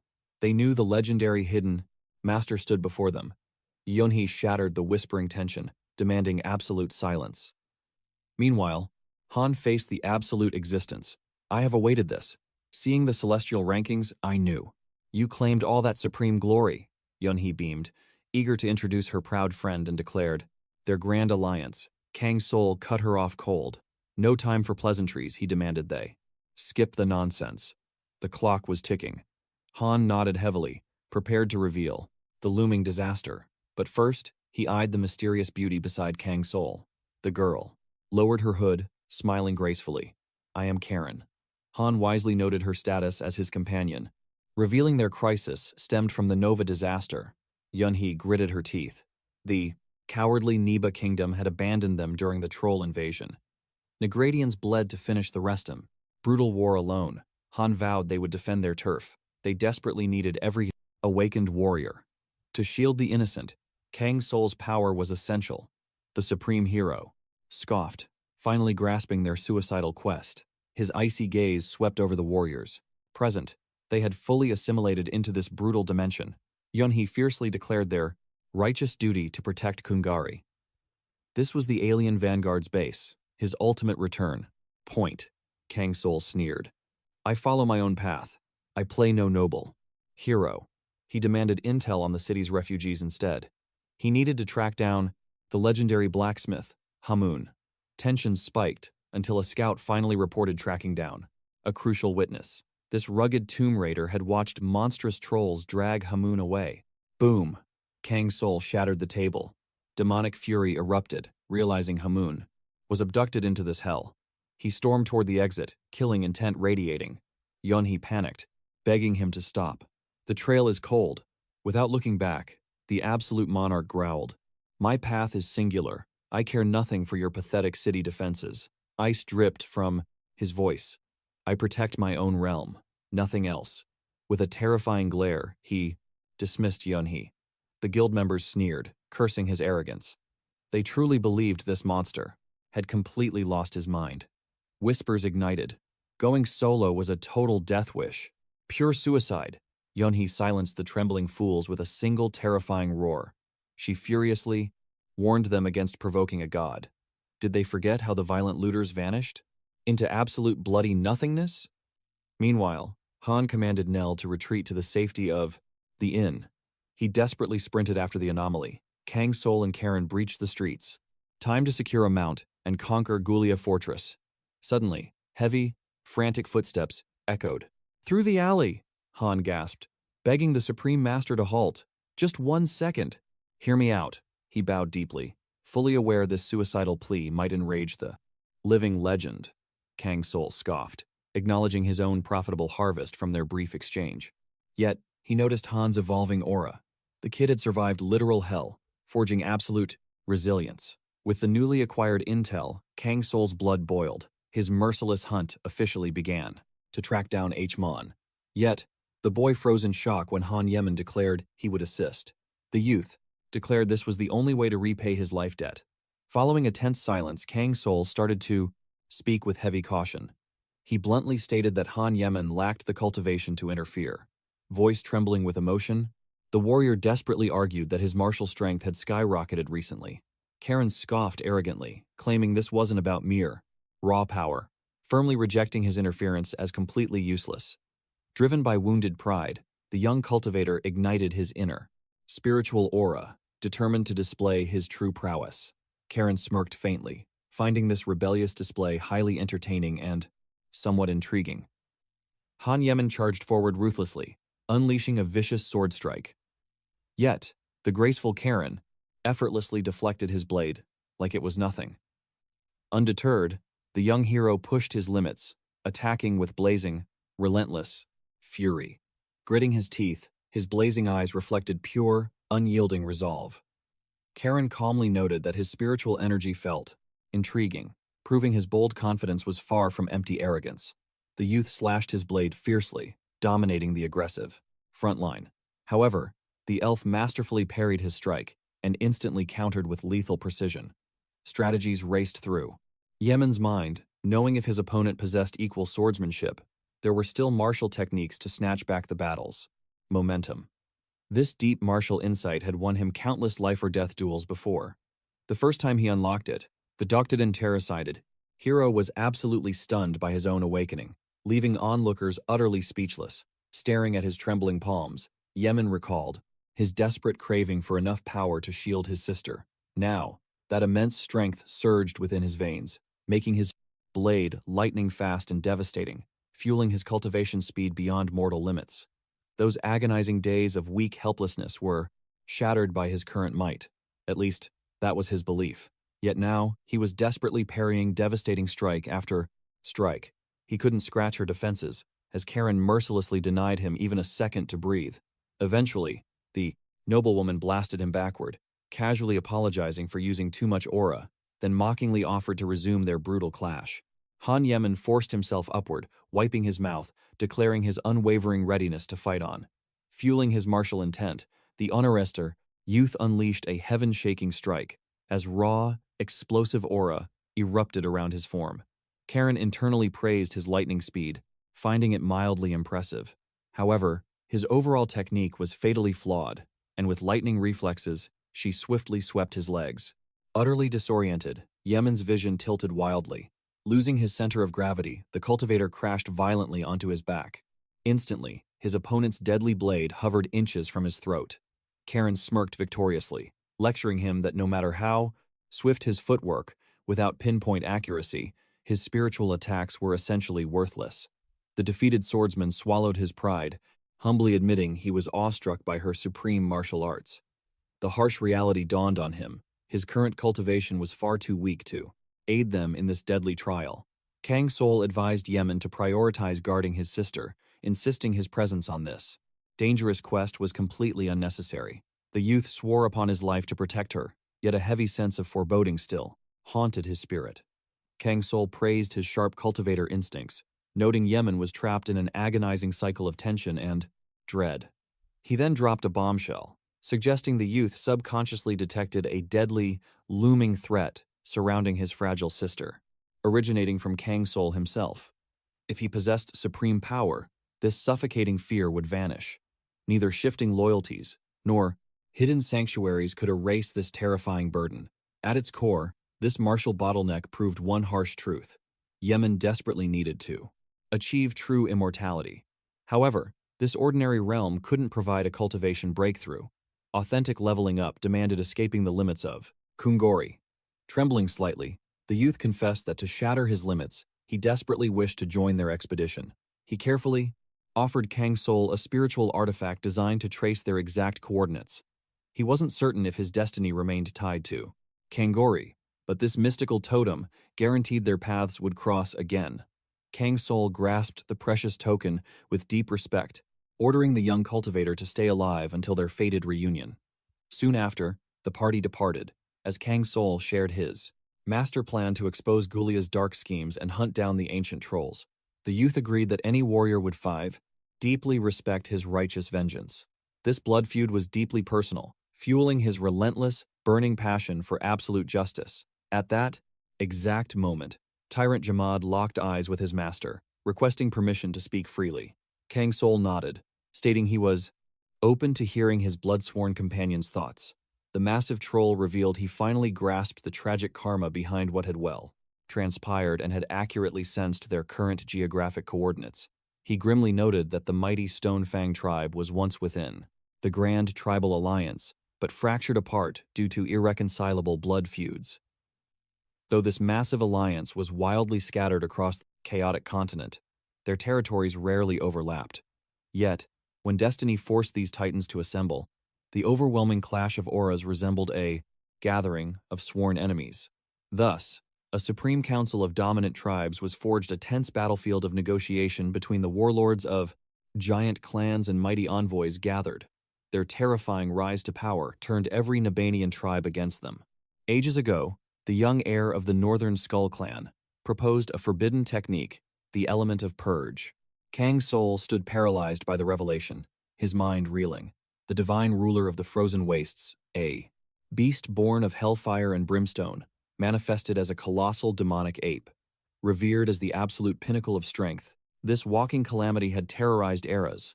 The young cultivator gritted his teeth. Would they truly dare to manipulate the festival of the divine? The tyrant Jamad gasped at his master's insight. Meanwhile, Kang Soul finally understood why. The troll clans had infiltrated Nova. The monstrous servant noted that the Wiggleton massacre was directly tied to their dark scheme. The abducted mortals were mere fodder, sacrificed to purge for divine power. Armed with this might, they could either lay waste to Nabania or obliterate Gula. With the border defenses shattered by alliance assaults, it was almost certain that Satina would deploy her vanguard. These realms were already bleeding and exposed. Yet, while this strategy appeared brilliantly cunning, it was discarded. The troll factions despised Satina, and the grand patriarchs of rival sects fiercely opposed it. Kang Soul's voice dropped to a deadly whisper. How much time remained before the captives became sacrificial blood? Tyrant Jamad calculated grimly. If the dark ritual had just initiated, they possessed roughly 1 month. Karen gasped, utterly bewildered. 1 month was an eternity for something as trivial as offering mortal souls to a deity. End quote. Response: the hulking beast explained the truth. A primordial elemental god bowed to no mortal command and refused to follow insignificant schemes. Furthermore, Purge reveled in sadistic torment. Appeasing his chaotic wrath would require immense time and blood. Yet, if the troll army marched on foot 7 days after the Nara massacre, they were definitely already charging toward the blazing summit. Simply put, their 1-month grace period was a fragile illusion. Meanwhile, the distant stronghold burned to ash. Agonizing wails pierced the heavens. In a landscape of pure despair, a bloodied survivor dragged himself from the shattered ruins, gasping for air. The secret breach was exposed. Though the tunnel was tight, a hulking beast could easily slither inside. Furious survivors cursed the sentinels. How had the guards failed to butcher the invaders, or even to Nixine detect the shadowy tunnel? Amidst the chaos, a cultivator demanded answers from the elders. A grim voice warned that it was best to leave Mira be. Her soul was completely crushed. The weeping maiden channeled ki into her battered uncle, desperately begging him to wake up. His eyelids fluttered open, coughing up blood. He struggled to speak, faintly whispering her name. Mira's mind raced with panic.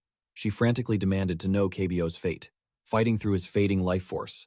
Her uncle commanded her to listen. She must never step foot on that cursed path. He let out a rattling breath, his eyes dimming with absolute exhaustion. Mira cried out, pleading with the elder to hold on. She swore to carry him from higher, this slaughterhouse, and find a healer. But her uncle gave a hollow whisper. Her efforts were useless. The monstrous horde had decimated everything. Nova was reduced to a graveyard. Her home was gone forever. Mira heard his dying words, through a deafening fog of grief.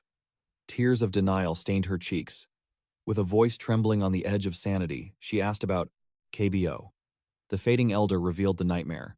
KBO was dragged away by the pillaging beasts.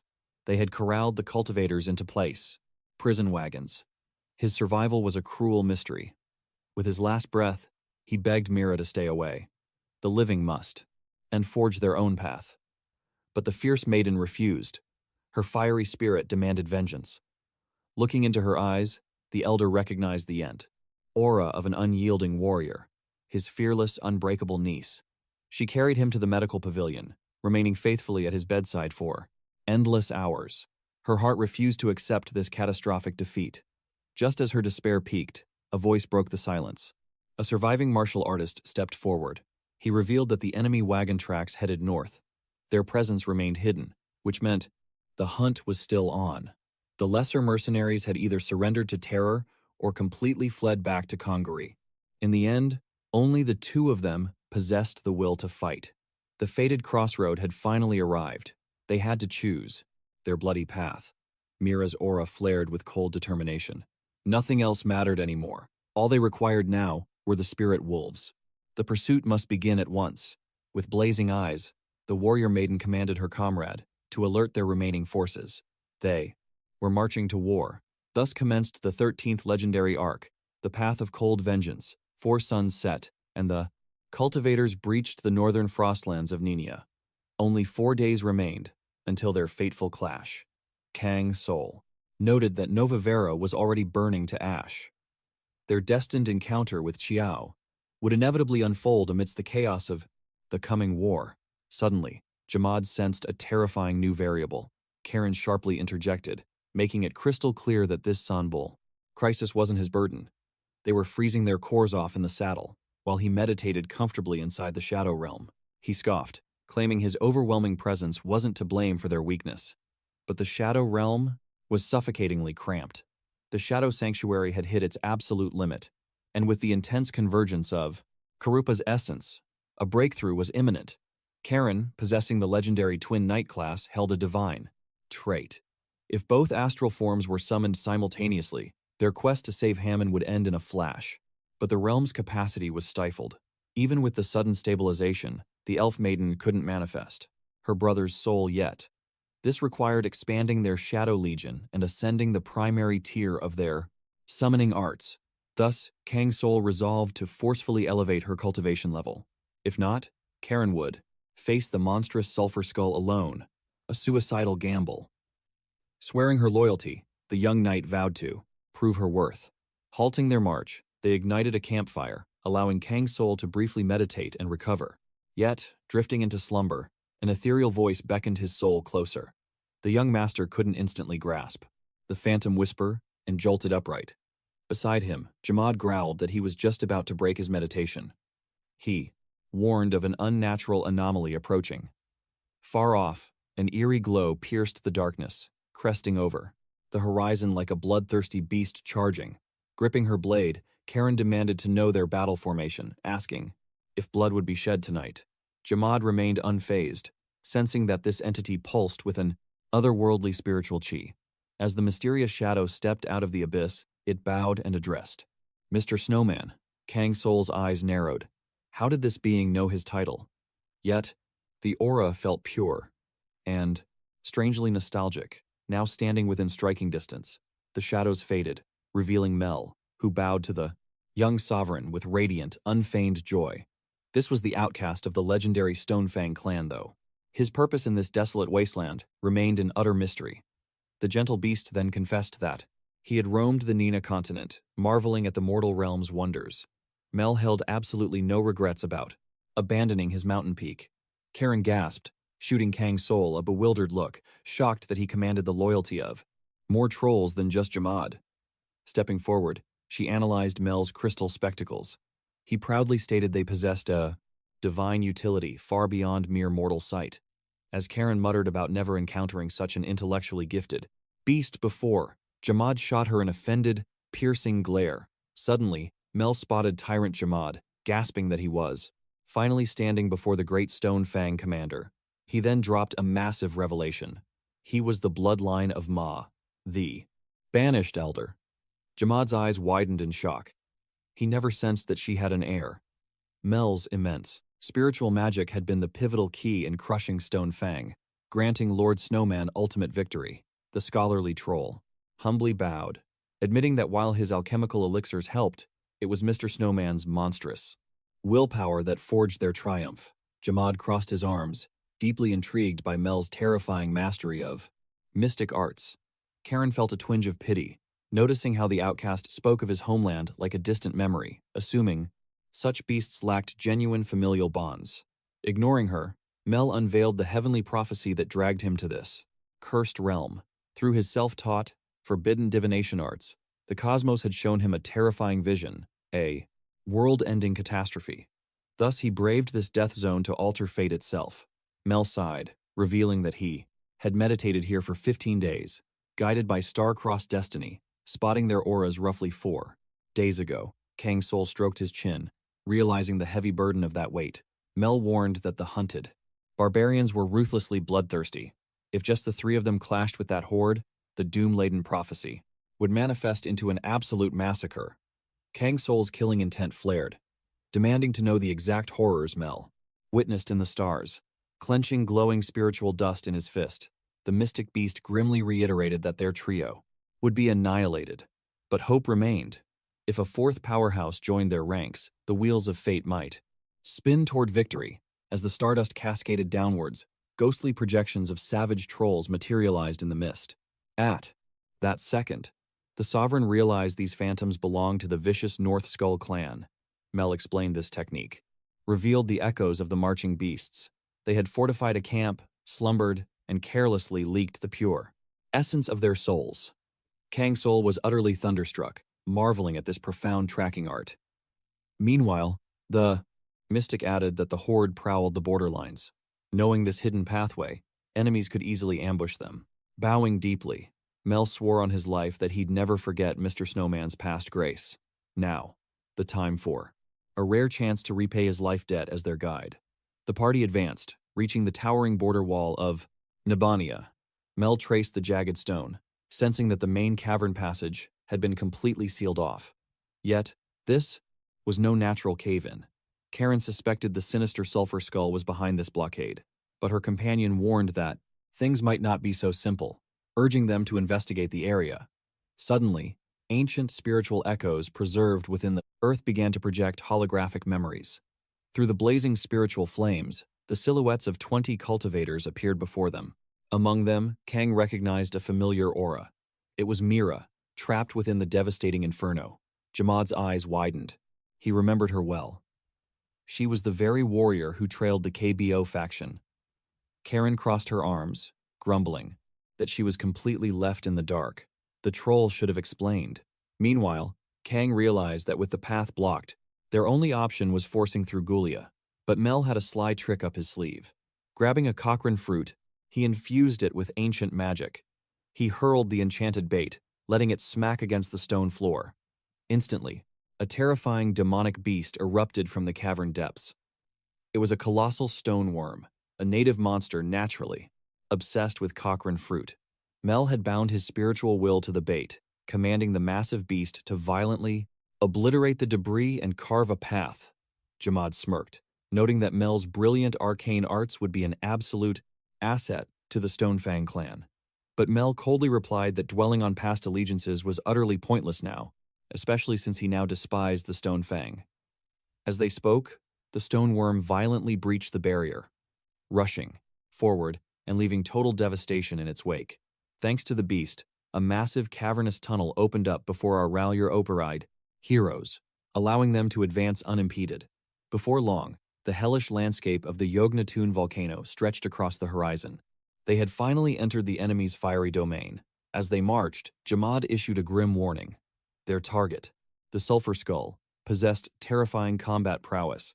They needed to stay on high alert as they approached the dangerous, higher peaks. Karen scoffed, mentioning that very few trolls possessed actual transcendent power, making her highly curious about what ultimate skills the Northern Skull Elders wielded. With a heavy sigh, Jamad revealed the terrifying truth. Among them was one absolute, bloodthirsty monster. Suddenly, a shocking sight interrupted their path and froze their blood. A bloodied cultivator lay on the ground, groaning in agony as he desperately crawled forward. Jamad immediately recognized the uniform of Mira's elite tracking squad. Mel rushed forward, materializing a spiritual healing herb in his palm. He handed him satri leaves to chew and wash down. Desperate for survival, the dying warrior quickly consumed the medicine. Within moments, the spiritual energy cleared his lungs, allowing him to breathe. Trembling, he forced out a hoarse, panicked whisper. Our heroes leaned in, realizing the broken man was begging them to immediately run away and escape the monster. The truth hit them like lightning. Mira's covert recon mission had been completely compromised. The Sulphur Skull had ambushed them. Yet, it was absolutely mind-blowing to think that an entire elite squad of 20 cultivators had been slaughtered so easily. Jamad grimly noted that, against the monstrous Sulphur Skull, this carnage was expected. This sole survivor only escaped because he was buried beneath the corpses. Kang's Soul shivered, unable to fathom how a mere fraction of the enemy's power eradicated 20 masters. Steeling his resolve, he declared they had to push forward before they were discovered. Meanwhile, Mel channeled his spiritual aura, casting a cooling barrier of wind to shield the party from the deadly volcanic heat. The wise troll possessed a treasury of ancient arcane knowledge, shocking his peers, since those legendary grimoires were written in complex runes that even Grandmaster scholars failed to decipher. Jamad arrogantly scoffed, declaring that he had absolutely zero interest in dusty magic scrolls, preferring raw physical strength over spells. Mel sharply retorted that a true tribe, the leader needed infinite wisdom, but the stubborn warrior remained fiercely confident in his current overwhelming physical power. Karen completely agreed with Jamad, noting that raw power let you travel freely and enjoy the world's finest delicacies on your own terms. But suddenly, her carefree smile vanished. She paused, her eyes narrowing as she pointed out a terrifying detail. They hadn't encountered a single enemy troll patrol. Jamad's expression darkened, explaining that the enemy's master plan centered around the legendary sacrificial altar inside the crater. The entire enemy army was likely gathered there. To stop them, our heroes had to summit the peak, holding on to hope of rescuing the remaining captives. Moments later, the colossal Sulphur Skull altar loomed before them, radiating an oppressive aura. It was within striking distance. Karen gasped, staring in absolute awe at the towering, monstrous monument of dark power. Kang Soul realized that even with Miles' wind magic, surviving this infernal heat would be an absolute nightmare. They had purposely taken the deadliest path to lose their trackers, draining far too much of their spiritual energy. A brutal trial loomed ahead. An entire enemy legion might be guarding their captured comrades inside that massive altar. Thus, their deadly clash with the Northern Skull began. It was an inescapable fate bound directly to their journey. They had to rescue the surviving captives and completely shatter the Northern Skull's dark ritual before it finished. They had to stop the blood sacrifice. Scanning the perimeter, Jamad frowned, sensing the guards possessed surprisingly weak auras. This was bizarre. The Sulphur Skull tribe boasted overwhelming martial might, rivaling even the greatest clans in the realm. Yet, despite the towering altar, only a tiny fraction of their forces stood guard. This pathetic security felt deeply suspicious. Mile urgently warned that their time was rapidly vanishing. The blood ritual formations had already been perfectly prepared. The trolls had definitely summoned the flame god Purga's gaze beforehand. They planned to offer up human lives right now. They were waiting for the absolute perfect celestial alignment. Because of this, the party could not gauge their true deadline. Time was blindingly short. Furthermore, there was zero guarantee the captives survived, since brutal soul arts might have been used. With agonizing torture likely happening, the group desperately looked to Snowman, praying for a brilliant tactical breakthrough. Kang Soul sank into deep meditation. He recalled when the Sulphur Skull's young heir proposed summoning the flame god. The terrifying conclusion was undeniable. They were truly dealing with a divine invocation of the elemental gods. A bold strategy suddenly sparked in the young cultivator's mind. With grim resolve, the hero quickly turned to Mile. He desperately needed the troll's wisdom, demanding to know the exact countdown until the ritual's bloody climax was achieved. The troll revealed that, unlike massive divine festivals, this specific summoning ritual was actually frighteningly swift. Elemental gods were notoriously volatile and deeply impatient. They absolutely despised long, drawn-out human ceremonies. The offering did not even need to be living. However, human souls were simply the easiest fuel to harvest. Sometimes, rare spiritual treasures were offered instead. Hearing this, Kang Soul's eyes flashed with a brilliant realization. He concluded they must launch a devastating preemptive strike, hijacking the divine summoning ceremony for themselves. Meanwhile, Mira and her loyal companion pushed through a treacherous gorge, violently battling the rugged, dangerous terrain. A horrific truth soon emerged. Their elite 20-man hunting party was completely slaughtered by just 2 demonic beasts. Even worse, the terrifying enemy commander had merely watched the bloody massacre unfold without lifting a finger. Zermo fiercely swore he would never let her face death alone. Suddenly, Mira froze dead in her tracks. Her pupils trembled violently. Monstrous behemoths blocked their path, radiating an aura of absolute, crushing dread. Primal terror suffocated the air. Zermo screamed for his brave captain to hold her ground and wait. But the fierce warrior blindly charged, swinging her massive battle axe. Instantly, Jamad effortlessly deflected her heavy blade. The powerful troll knew her reckless, suicidal charge would only result in a completely meaningless death. Mira stood utterly paralyzed, her mind spinning. She had never encountered a monstrous troll speaking fluent human language. Suddenly, another familiar figure stepped forward from the shadows, casually greeting the bewildered Captain Mira warmly. The warrior woman gasped, her reality shattering at this impossible reunion. She recognized those blazing golden eyes. It was the legendary snowman himself. Exchanging urgent updates, the party finally learned the dark truth. She explained her desperate hunt for the Sulphur Skull to rescue KBO and her unit's total annihilation. Tears of bitter guilt stained her face. She believed leading her comrades into this hellscape caused everything. Kang Soul gently reassured her broken spirit, reminding her that those fallen soldiers proudly chose this path. They marched willingly to repay KBO's profound kindness. Wiping her tear-stained cheeks, Mira bravely continued her dark tale. She recounted the deadly ambush. Just as they thought they had cornered those wretched fleeing kidnappers, disaster struck. The cunning enemy sensed their pursuit. They immediately unleashed 2 fearsome troll elites to slaughter her forces. One wielded a grotesque steel claw, the other swung a colossal axe. Jamad's expression instantly darkened, realizing these were the bloodthirsty Northern Skull warriors, Joe and Kango. Though they possessed undeniably formidable martial talent, they were mere pawns. The true apocalyptic nightmare was their supreme commander, a monster who defied logic. Jando masterminded this insane scheme. Jamad could not measure his cultivation base, having never directly clashed blades. Still, the fierce warrior exuded unshakable combat confidence. Finally, Kang Soul slowly grasped the sheer terrifying scale. Was reality. He faced Mira. They were infiltrating the enemy's lair. He then questioned the group's next move. The young cultivator clenched her fists, her aura blazing with determination. She demanded to join, their vanguard, ready to dive straight into the volcano's blazing core. Kang Soul nodded in agreement, but warned they needed an absolute disguise. He commanded everyone to shut their eyes tight. The young party stared in shock, completely baffled by his grand scheme.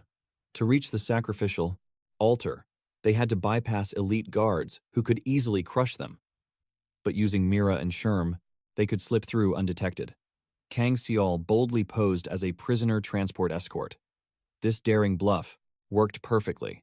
The system had provided multiple quest routes, and this path proved to be an Entalaman's absolute masterstroke. He smoothly lied, claiming he was delayed from joining Lord Jondo because he was busy hunting, escaping captives. Time was running out. He warned that if they were delayed any further, the Plaza's furious master would sacrifice the guards instead. Terrified, the sentries immediately opened the gates. Yet, they stared at Jamad. They could not recall employing such a massive, terrifying troll warrior. His fearsome aura mirrored the late Commander Stone Fang, sparking instant suspicion. Jamad simply growled in a low tone that the dead should remain forgotten, marching straight ahead. The sentry then recalled that Lord Magra's elite forces were arriving soon. Jamad coldly replied he hadn't seen a single soul. The guards warned them to tread carefully, as Lord Magra himself was joining the dark ritual, leaving Lord Jondo completely on edge. Tensions were at their peak. The party pressed forward, crossing the threshold of the massive stone gates, entering forbidden territory. Suddenly, the group froze in their tracks. A massive, unforeseen obstacle blocked their path forward. Jamad knew instantly. Lord Magra's terrifying presence in this domain was a catastrophic threat to their survival. The three tribes' union was ruled by the Elder Council, ancient beings, wielding overwhelming spiritual power and supreme authority. Magra was an infamous, legendary sorcerer of the Ajo, Northern Skull Tribe, and an Elder Council member. Even the slightest mistake would mean absolute annihilation. Yet, knowing the danger changed nothing. Mael had to strike the first blow. According to the Master plan, he must infiltrate the altar's central axis. Mael was the crucial key to Kang Soul's strategy. His mission? Destroy the levitating central axis while faking the prisoner escort. Meanwhile, Jamad was assigned to break the captives free. It was time to steal their resolve and locate the hidden dungeon. Simultaneously, Kang Soul and Karen pushed toward the grand stage of the divine ritual. En route, Karen smirked, noting that her master's magical disguise looked incredibly ridiculous and brutally ugly. He instantly shot back that she wasn't exactly a goddess herself. Karen grumbled, shocked that she had to endure such insults in this lifetime, feeling completely humiliated before Jamad. Changing the subject, she decided to remind her master of his grand vow during the mist monster subjugation. Back then, Kang Soul declared that by the end of his cultivation journey, the world would be transformed. The young hero paused, reflecting on those words, and smiled at the memory. Karen admitted he was probably right. Kang Soul rarely fought to play the hero, yet, ironically, his relentless leveling up was actively reshaping the entire world for the better.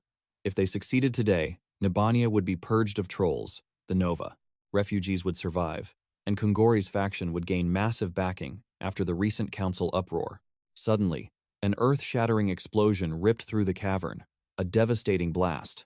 Mael had perfectly executed his strike. Absolute chaos erupted. The monster horde fell into a blinding panic as the central axis was breached. Warning sirens blared, forcing the beast to scramble towards the lower levels. They had to sprint or risk burning to ash in the rising hellish lava. A demonic guard glared at our heroes, roaring angrily about why they were defying orders. He demanded to know why they stood completely frozen, like statues. But right at that heart-stopping second, Kang Soul and Karen's magical camouflage violently shattered. The fierce swordswoman smirked, declaring their true path was directed upwards. With a blinding flash, she unleashed a devastating sword aura. Meanwhile, the enemy commander watched in absolute horror. He had just received reports of the altar's failing core, shattering the seal's delicate balance. Blazing with monstrous fury, he violently gripped. He hoisted the guard by the throat. "Explain this disaster," he roared. Gasping, the guard revealed. Troops were already swarming the lower levels to hunt down the cause. Jundo spun around. Facing Magra, he sneered. "Do not fret, Elder. Mere rats have breached the central axis." Magra scowled, his displeasure radiating like a dark aura. This was catastrophic news. To interrupt the divine festival was ultimate blasphemy. They needed to uncover the intruder's true motives. Jundo reported that these nameless shadows were cunning. This was a calculated strike, carefully planned. Their real target? Halting the grand sacrifice. The threat was imminent, since only Jundo possessed the specific spell to stabilize the broken altar. This sabotage was a direct assassination attempt. The beast cursed his luck to face such humiliation before the esteemed guest, Magra. But Magra commanded cold focus. "Suppress your rage." Suddenly, elite trolls stormed the chamber, kneeling in absolute submission. Magra unleashed them. Descend into the depths and slaughter the vermin. Relief washed over Jundo. The elder still backed him. His aura flared with renewed resolve. Bowing deeply, he swore to finish the blood ritual. The Northern Turtle's supreme dominance would consume all of Nebbia. He banished his lingering doubts, channeling every ounce of spiritual energy to mend the shattered core. With a final bow, Jundo vanished into the shadows. Magra's gaze lingered. Could this young warrior truly forge a new era for the tribes? No, his blood still ran too hot. He sought only to drown the world in terror. But mere fear could never shatter their destined chains. The curse of their own primal savagery fractured their unity and drained their martial intent, without tempering the soul and conquering beastly instincts. The realm of true immortality remained barred. This profound flaw was why history condemned their kind, as nothing more than mindless, pathetic beasts. A heavy sigh escaped Magra. Perhaps abandoning them was a fatal error, birthing this very chaos. The sting of regret pierced his ancient heart, especially mourning the legendary Jamad, the one warrior who swore to shatter the heaven's ancient laws. He defied the Union's pathetic limits. His ultimate ambition? To ascend as the sovereign of creation, forging empires with sheer respect. To him, even the elemental god was merely a stepping stone. Did the Union crave such demonic ambition? Or were the tyrant's grand dreams just empty illusions? After all, his mighty peak crumbled in a single night. Below, the captives withered like dry leaves, pleading for salvation or a single drop of life. Their vital energy was completely drained away. Suddenly, a booming voice froze the sadistic guard. Jamad materialized, delivering an earth-shattering palm strike, obliterating the weakling instantly. "I will be taking these." The towering troll smirked, snatching the keys. The heavy iron mechanism clicked open. "Evacuate! Now!" barked Consul. The trembling uncle stared at Mira. His mind reeled in absolute shock. Why was she here? In this hellish pit of despair? And why was this monstrous troll protecting them? But Mira's lips remained sealed. Her sole focus was locating KBO's spiritual presence. "Watch your back," a voice screamed. Mira pivoted like lightning. A towering abomination blocked her path. It was Joe, exuding a suffocating, bloodthirsty, demonic aura. The beast locked onto its prey, muscles coiled with explosive tension, ready to massacre them all.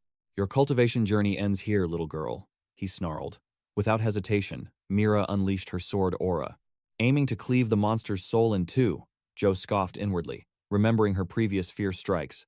But now, her spiritual sea was running dry. Her battered mortal vessel betrayed her iron will. She was merely a lamb waiting for Mr. Purga's slaughter. Her desperate slashes met empty air. Zero impact. The shadow of death descended upon her. Was this truly her tragic final stand? Boom, the system chimed. Double-edged sword art, activated. KBO's strict teachings echoed in her mind. Empty your mind. Strike with unyielding conviction. A glowing system prompt materialized before her wide eyes. Attack power amplified by 50% for 30 seconds. The terrifying recoil would follow. Taking the gamble, she unleashed a devastating heavenly slash. Joe stumbled back. The ripping fangs awakened, flooding his senses, that he utterly failed to evade her basic strike. The young warrior, however, was already consumed by blinding fury. She struck without mercy, certain this scum deserved eternal damnation. Thus, she mercilessly crushed the infamous Bloody Jose, claiming a bountiful system reward. Suddenly, the maiden's aura spiked as a terrifying, beastly roar echoed through the darkness. A massive troll charged directly toward her, radiating killing intent. Yet, this bloodthirsty monster instantly met Jamad's devastating, lightning-fast counterattack. With a single earth-shattering blow, the phantom warrior slammed the beast down, knocking it out cold. He assured Mira that the immediate threat was neutralized, and Jose was vanquished. But they had zero time to waste, as innocent survivors still desperately needed saving. The young woman nodded, deducing this majestic troll was merely one of Snowman's summoned shadow warriors. She knew he could annihilate Heki's entire syndicate single-handedly, yet lacking direct proof. His true cultivation realm remained a mystery. Realizing Snowman could potentially command an entire legion of these elite shadows left her trembling at his unfathomable combat power. Meanwhile, Jamad shifted his gaze toward the trembling captives, commanding them to shatter their terrified silence and declare their will to return to the mortal realm. The broken souls froze, utterly bewildered hearing a troll speak human tongue. Still, paralyzed by deep primal fear, they dared not disobey his imposing aura and finally answered. At that precise moment, Mira urged everyone to trust Jamad, their sworn ally. Triumphant cheers erupted across the dungeon, overflowing with pure relief. The realization that salvation had finally arrived, and freedom was theirs sparked immense hope. However, Jamad hunted a specific soul, brutally shattering a heavy steel door. The loyal troll telepathically informed his liege that the target was located. miraculously still breathing and retaining his mortal head. He then glared at the awestruck Ham-Moon, firmly ordering the cultivator to evacuate this death zone immediately. The profoundly shell-shocked young, a warrior simply could not process this divine intervention. A heavy guilt struck him, believing his comrades wagered everything just to save his skin.